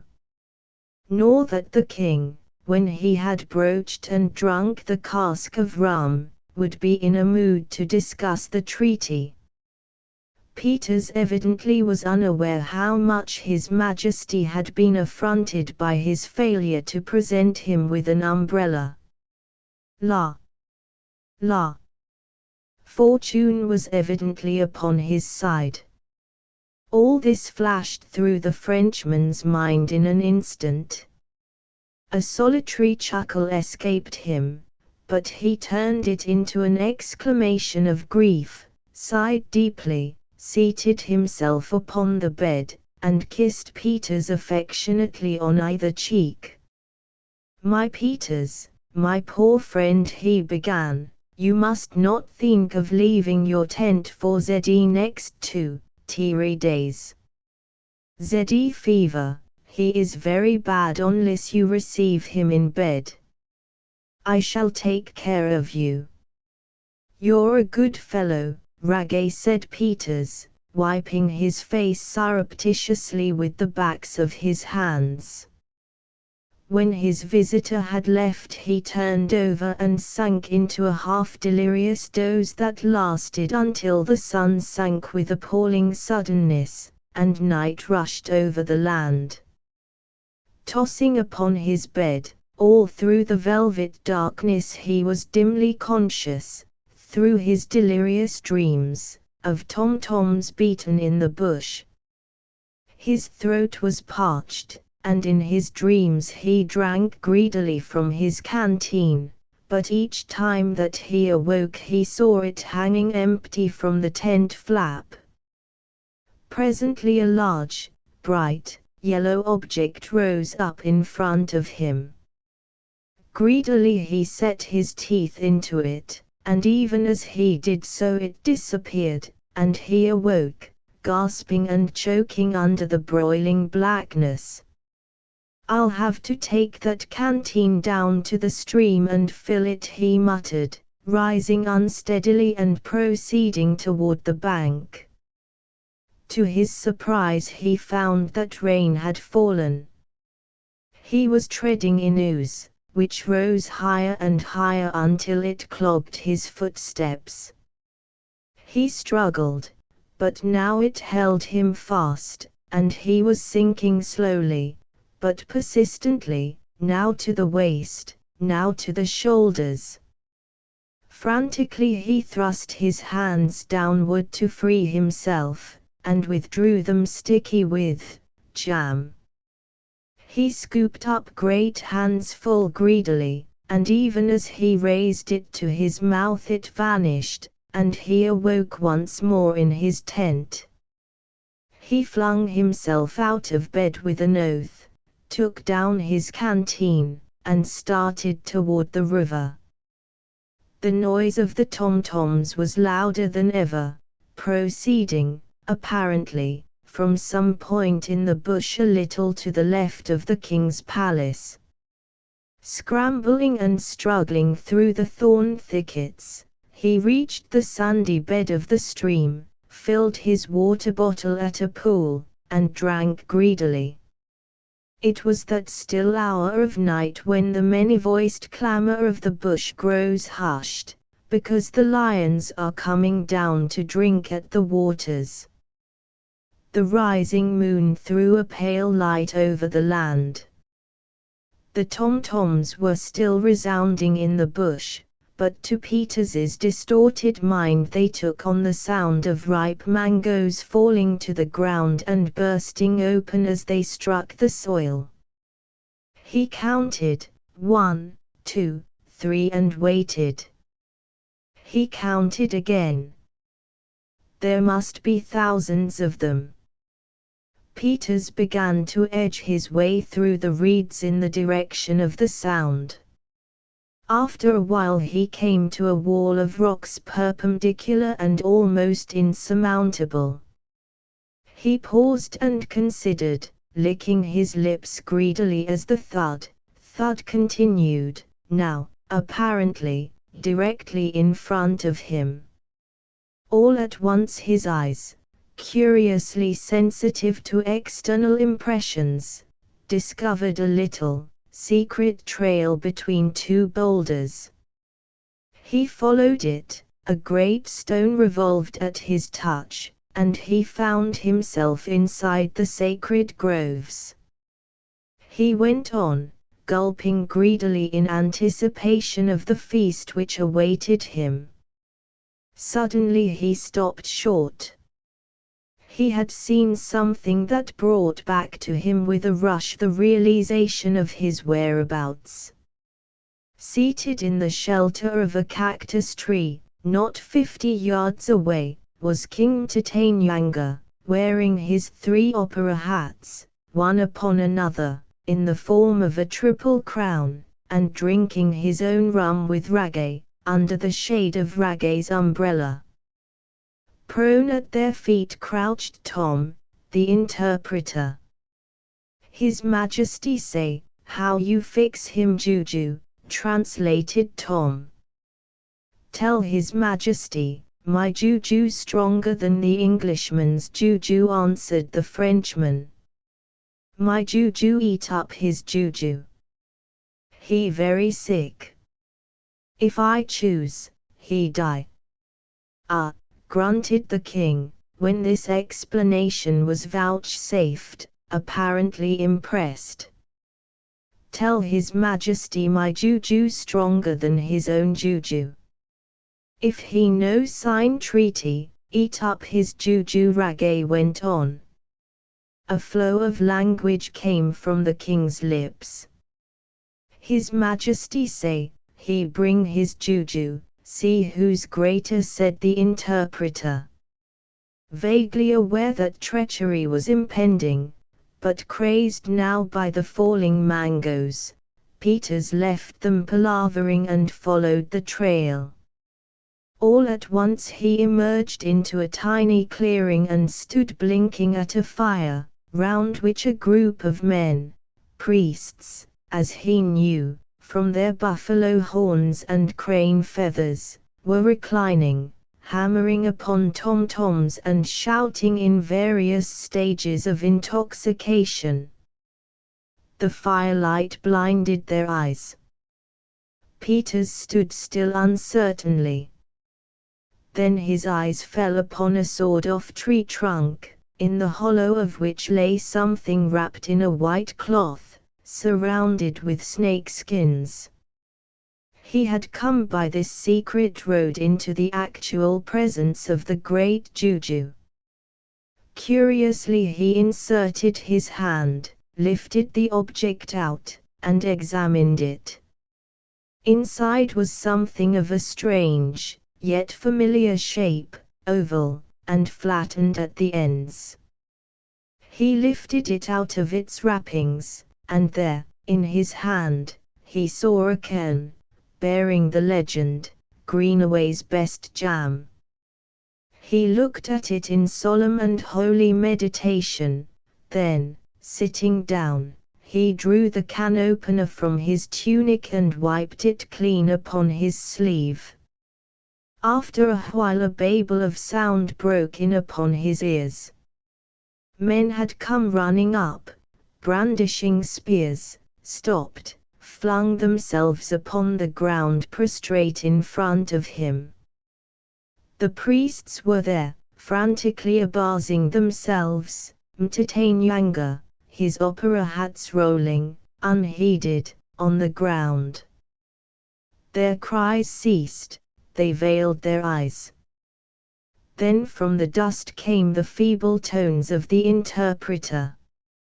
His Majesty say, you eat him juju, yours greatest juju, he want to sign treaty. But Peters, waving the empty can over his head, shouted, I've eaten jam, I've eaten jam. It's pineapple, and I don't care. 12 When father worked. A suburban story by Charlton Lawrence. At home everybody works but father, and E sets round all DIY. Thus in chorus shrilled the infant catches like the morning stars singing together, but still more like the transplanted little cockneys they were. The placid brow of Mr. Thomas Catch was darkened with disapproval. He shifted his stubby briar pipe to the other corner of his mouth, edged a little from his seat on the sunny front stoop and, craning his neck around the corner of his house, revealed an unwashed area extending from collarbone to left ear. "Shut up, you kids," he barked. "What for?" "Because I say so, that's why. I don't like that song, 'tain't fit for Sunday." With a soothing consciousness that he had upheld the sacred character of the Sabbath, Mr. Catch settled back to the comfort of his sunbath and smoke. But he had scarcely emitted 3 puffs before the piping voice of Arabella Catch was again wafted to his ears. She sang solo this time, and the selection was of a semi-devotional nature, more in keeping with the day. "Oh fadder, dear fadder, come home wid me now, de clock on de steeple strikes." "Shut up, drat you," again commanded her parent. "If I has to get up and go arter you." The balance of this direful threat may never be known, for at that moment Mr. Job Snavely, garbed in the black broadcloth which he wore one day out of 7, paused in front of Mr. Catch's door and bade him good morning. "Morning," responded the ruffled father. "Your little girl is quite a songbird," continued Mr. Snavely, with his usual facility in making well-meant small talk more irritating than a hurled brick. "She sings too much," commented Mr. Catch, shortly. "I likes people what knows when to hold their tongues." very true," amiably replied Mr. Snavely, "but for all that, there is nothing sweeter than the artless babble of babes. I declare it almost brought the tears to my eyes when I heard them prattling, 'Everybody works but father.' It is so very a-pro." Mr. Snavely checked himself abruptly, for the light in the small, green eyes of Thomas Catch was baleful, and his square jaw protruded menacingly. The kindly critic of music had a vague feeling that the subject might be changed to advantage. "Been to church this morning, I suppose?" he inquired briskly with the assurance of a man just returning from that duty. "No, I hasn't," he retorted Catch, "and what's more the old woman hasn't he, and the kids hasn't he neither." "'Cause why?" "'Cause in this air free country of yours, a laboring man can't make a living for his family, working hard as I does, Sundays, nights, and all the time. The missus and the kids stays from church 'cause their duds ain't fit, and I stays home 'cause I've got to work like a slave to pay you for $7 worth of spoiled vegetables and moldy groceries. That's the reason I works on Sundays, if you've got to know." "Work on Sundays?" gasped the grocer. Work. and he stared at the reclining figure of Mr. Cadge in unfeigned astonishment. Yes, work. This air construction company what's doing the job of grading this vacant block, employs me to sort of look after things, their shovels, scoops, and the like. A kind of private police officer, I am, he concluded, drawing himself up a little and puffing into the air. And when are you on duty? Asked Mr. Snavely. Nights, replied Cadge, nights and Sundays, when the tools ain't in use. I hope they pay you well for it. Ah, but they don't. How much do you think I get for staying awake nights and doing without my church on Sunday? $3 measly a week, and the rent of this 'ere house, if you can call it a house. It would have been difficult to determine just what name to give the residence of Mr. Thomas Cadge. It would hardly be called a cottage, though not because it was more spacious than the name implied, nor was it a piano box, in spite of the fact that a piano would have fitted snugly within its walls, for no manufacturer would have trusted a valuable instrument in so flimsy a shell. It was not a real estate office, as the sign which decorated its entire front proclaimed it to be, for through a jagged hole in the window facing the street projected a rusty iron stovepipe, which was wired to the facade of the building, and emitted the sooty smoke that had almost totally obscured and cancelled the legend, Suburban Star Realty Syndicate. Moreover, a litter of tin cans, impartially distributed at the front and back doors, indicated the domestic use to which this temporary office had been put. A smell of steaming suds that pervaded the place likewise indicated the manner in which Mrs. Cadge eked out her lord's stipend. This impression was confirmed by the chorus of irrepressible little Cadges proclaiming, "Mother Tykes in wash in, H and so does Sister H Ann, H everybody works at our house, but my old," a burst of melody which was abruptly checked with a tomato can hurled like a hand grenade by their unmusical father. "Look here, Cadge," said Mr. Snavely, with the air of proprietorship one adopts to hopeless debtors, $3 a week is not going to keep your family, to say nothing of paying up that $7. I can't carry you forever, you know. Why don't you get a daylight job?" "Ah, that is easy enough," protested that injured individual. "Haven't I tramped the streets day after day, looking for work? Them as a good-paying business don't know what it means to look for a job," pursued Cadge bitterly. "Yes they do," asserted the grocer cheerfully.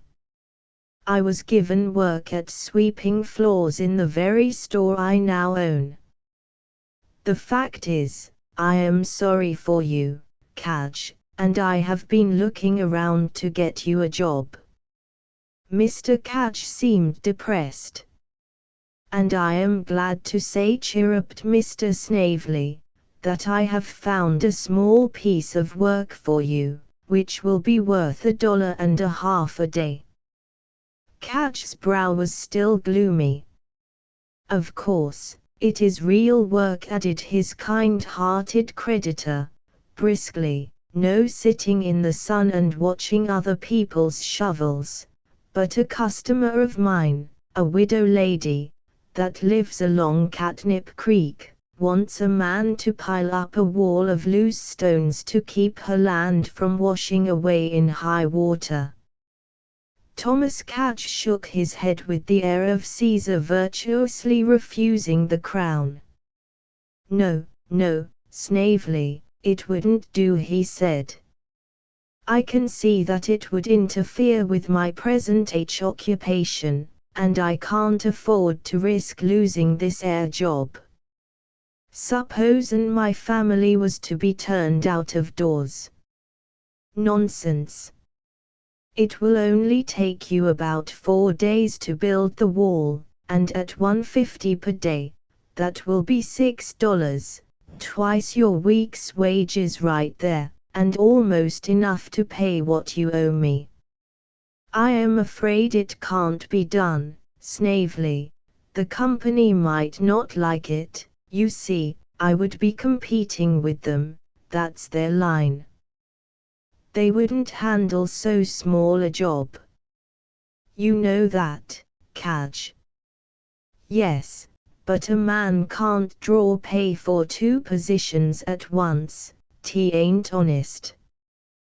Why, this is not a regular situation, protested the upright Snavely, who saw his bill still unpaid. You could work on it at odd times if you like. She'll pay you by the piece, I am pretty sure, and you will get your $6 cash when the wall is done. The furtive eyes of the hunter of work avoided those of his benefactor. He was pondering a new excuse when he happened to notice Master Kaj, aged 9, Thomas Kaj, Jr., aged 8, and Arabella Kaj, whose years were 6, busily constructing a fort of cobblestones, and an idea struck him. Very well, he said, loftily waving his pipe, I'll drop in Monday and talk this over with you, Snavely. Then if the job suits me I may take it. I don't like to talk business on Sunday, you know. Thus rebuked, Mr. Snavely resumed his homeward way. The following Monday Kaj overslept. Tuesday found him with a headache as a result, which by Wednesday had settled in a tooth. Thursday he felt so much better that he feared to do anything which might check his convalescence. Friday was an unlucky day, but so desirous was he of work that he manfully conquered his superstitious qualms and strolled over to the little shop where Mr. Job Snavely dealt in groceries and vegetables. The details regarding the work were furnished with cheerful alacrity, the tradesman going so far as to accompany his protégé to the home of their patron, Mrs. Pipkin, a withered little lady who lived with her cats on the bank of the creek. The work to be performed demanded more brawn than brain and no vast amount of either. All that was required was to pile up the boulders and cobblestones which littered the bed of the stream, as a rough, unmortared wall, along the sloping bank of Mrs. Pipkin's property. It was evident that Mrs. Pipkin herself had not the slightest notion of how much a wall should cost, as she was ignorant of the 2 factors which determined it, namely, the wages of day laborers and the time required to build the wall. Therefore she requested Mr. Snavely, as a man of affairs, to make the bargain for her. It was well that she did so, for Mr. Kaj's ideas on the subject were as boundless as hers were limited. Day wages, he affirmed, ranged from $2 up for common labor, and as building a wall was highly skilled labor he thought $3.50 or $4 per diem would be about right, going on the basis of at least 6 days of 8 hours each. Mr. Snavely, on the contrary, after looking over the ground, declared that 4 days' steady work would build a wall running the entire length of the widow's lot. Furthermore, that $1.25 a day was fair wages for such employment, while laborers would scramble for the job at $1.50. As a concession to Mr. Kaj, he was willing to allow him to take his own time and agreed to pay $6 when the wall should be completed. Mr. Catch waxed indignant and very voluble, while Mr. Snavely was a mild man of few words, but the simple laborer was no match for a man who made his living by small chaffering. He was forced to give in, and Saturday morning, bright and early, he appeared on the banks of Catnip Creek accompanied by Master Catch, Thomas Catch, Jr., and Arabella Catch. "Daddy's going to give you kids a treat today," he announced. "My, what larks we will have! Nothing to do all day long but play building a stone fort right on the brook, and Daddy will show you how to build it." The little Catches were perfectly charmed at this condescension on the part of their sire, who seldom acknowledged their presence except with a cuff in passing. They were eager to begin, and as they had no need to strip their legs, which were always bare, the work proceeded apace. Catch, Sr., ensconced himself in the sunniest nook of the bank, and directed his offspring what stones to select and where to place them, and above all, to make haste, since the enemy would soon appear to attack the fort. Before their Saturday holiday was over, the children had discovered that their father was a strenuous playfellow. In vain they suggested fishing, hunting in juns, or gathering wild flowers. They had set out to build a fort on Catnip Creek, and build it they must. They entertained hopes of sneaking off alone when they should go home for lunch, but Mr. Catch had provided for this contingency. His wife appeared at noon with slices of bread and butter for the Catchlings, to which was added a cold beefsteak and a bucket of beer for the support of their house. Having already lunched at home, she was permitted to lay a tier of heavier stones along the wall while waiting for her family to finish the repast. It was an arduous day for the tribe of Catch, excepting, of course, its head. Not until the first star came out and the owls began to hoot along the catnip did he declare himself satisfied with the day's work and proceed homeward to supper. Widow Pipkin's wall was half finished. Not until Saturday was the patient father able to enlist once more the services of his offspring, for, what if they are your own kids? Retorted Mrs. Catch from her washboard. "I've rubbed my hands raw to give them the education you and me lacks, and to school they go. You build that wall yourself, or wait until the week's end for your pay." The former alternative was not to be thought of, and the widow Pipkin wondered mildly whether the half-finished wall was ever to be completed. But Saturday at dawn Catch once more appeared, driving before him 3 tear-stained and reluctant Catchlets. They had inherited part of their father's disposition in regard to real work, likewise his unwillingness to be imposed upon. Constructing fortifications along the catnip was well enough for one Saturday, but their backs still ached from their exertions, and they had only disdain for the restricted paternal imagination which suggested that this time they build stone castles. Their sire waxed eloquent over the art of castle building and the sport of imprisoning ogres in them, but was finally compelled to assume the attitude of an ogre himself, and threatened to skin them alive if they did not do as they were bid. It was a long, hard day for the whole Catch family. The little Catches worked like galley slaves in fear of the lash. Their mother, out of pity for them, laid 2 tiers of cobbles when she came at noon, and even Catch himself was tempted on 1 or 2 occasions to descend from his nook and lend a hand, but restrained himself. Again the owls hooted along the stream and bullfrogs croaked from the reedy places. Catch knocked the dottle out of his pipe and arose, stretching his short, muscular limbs, which had become cramped from sitting still so long.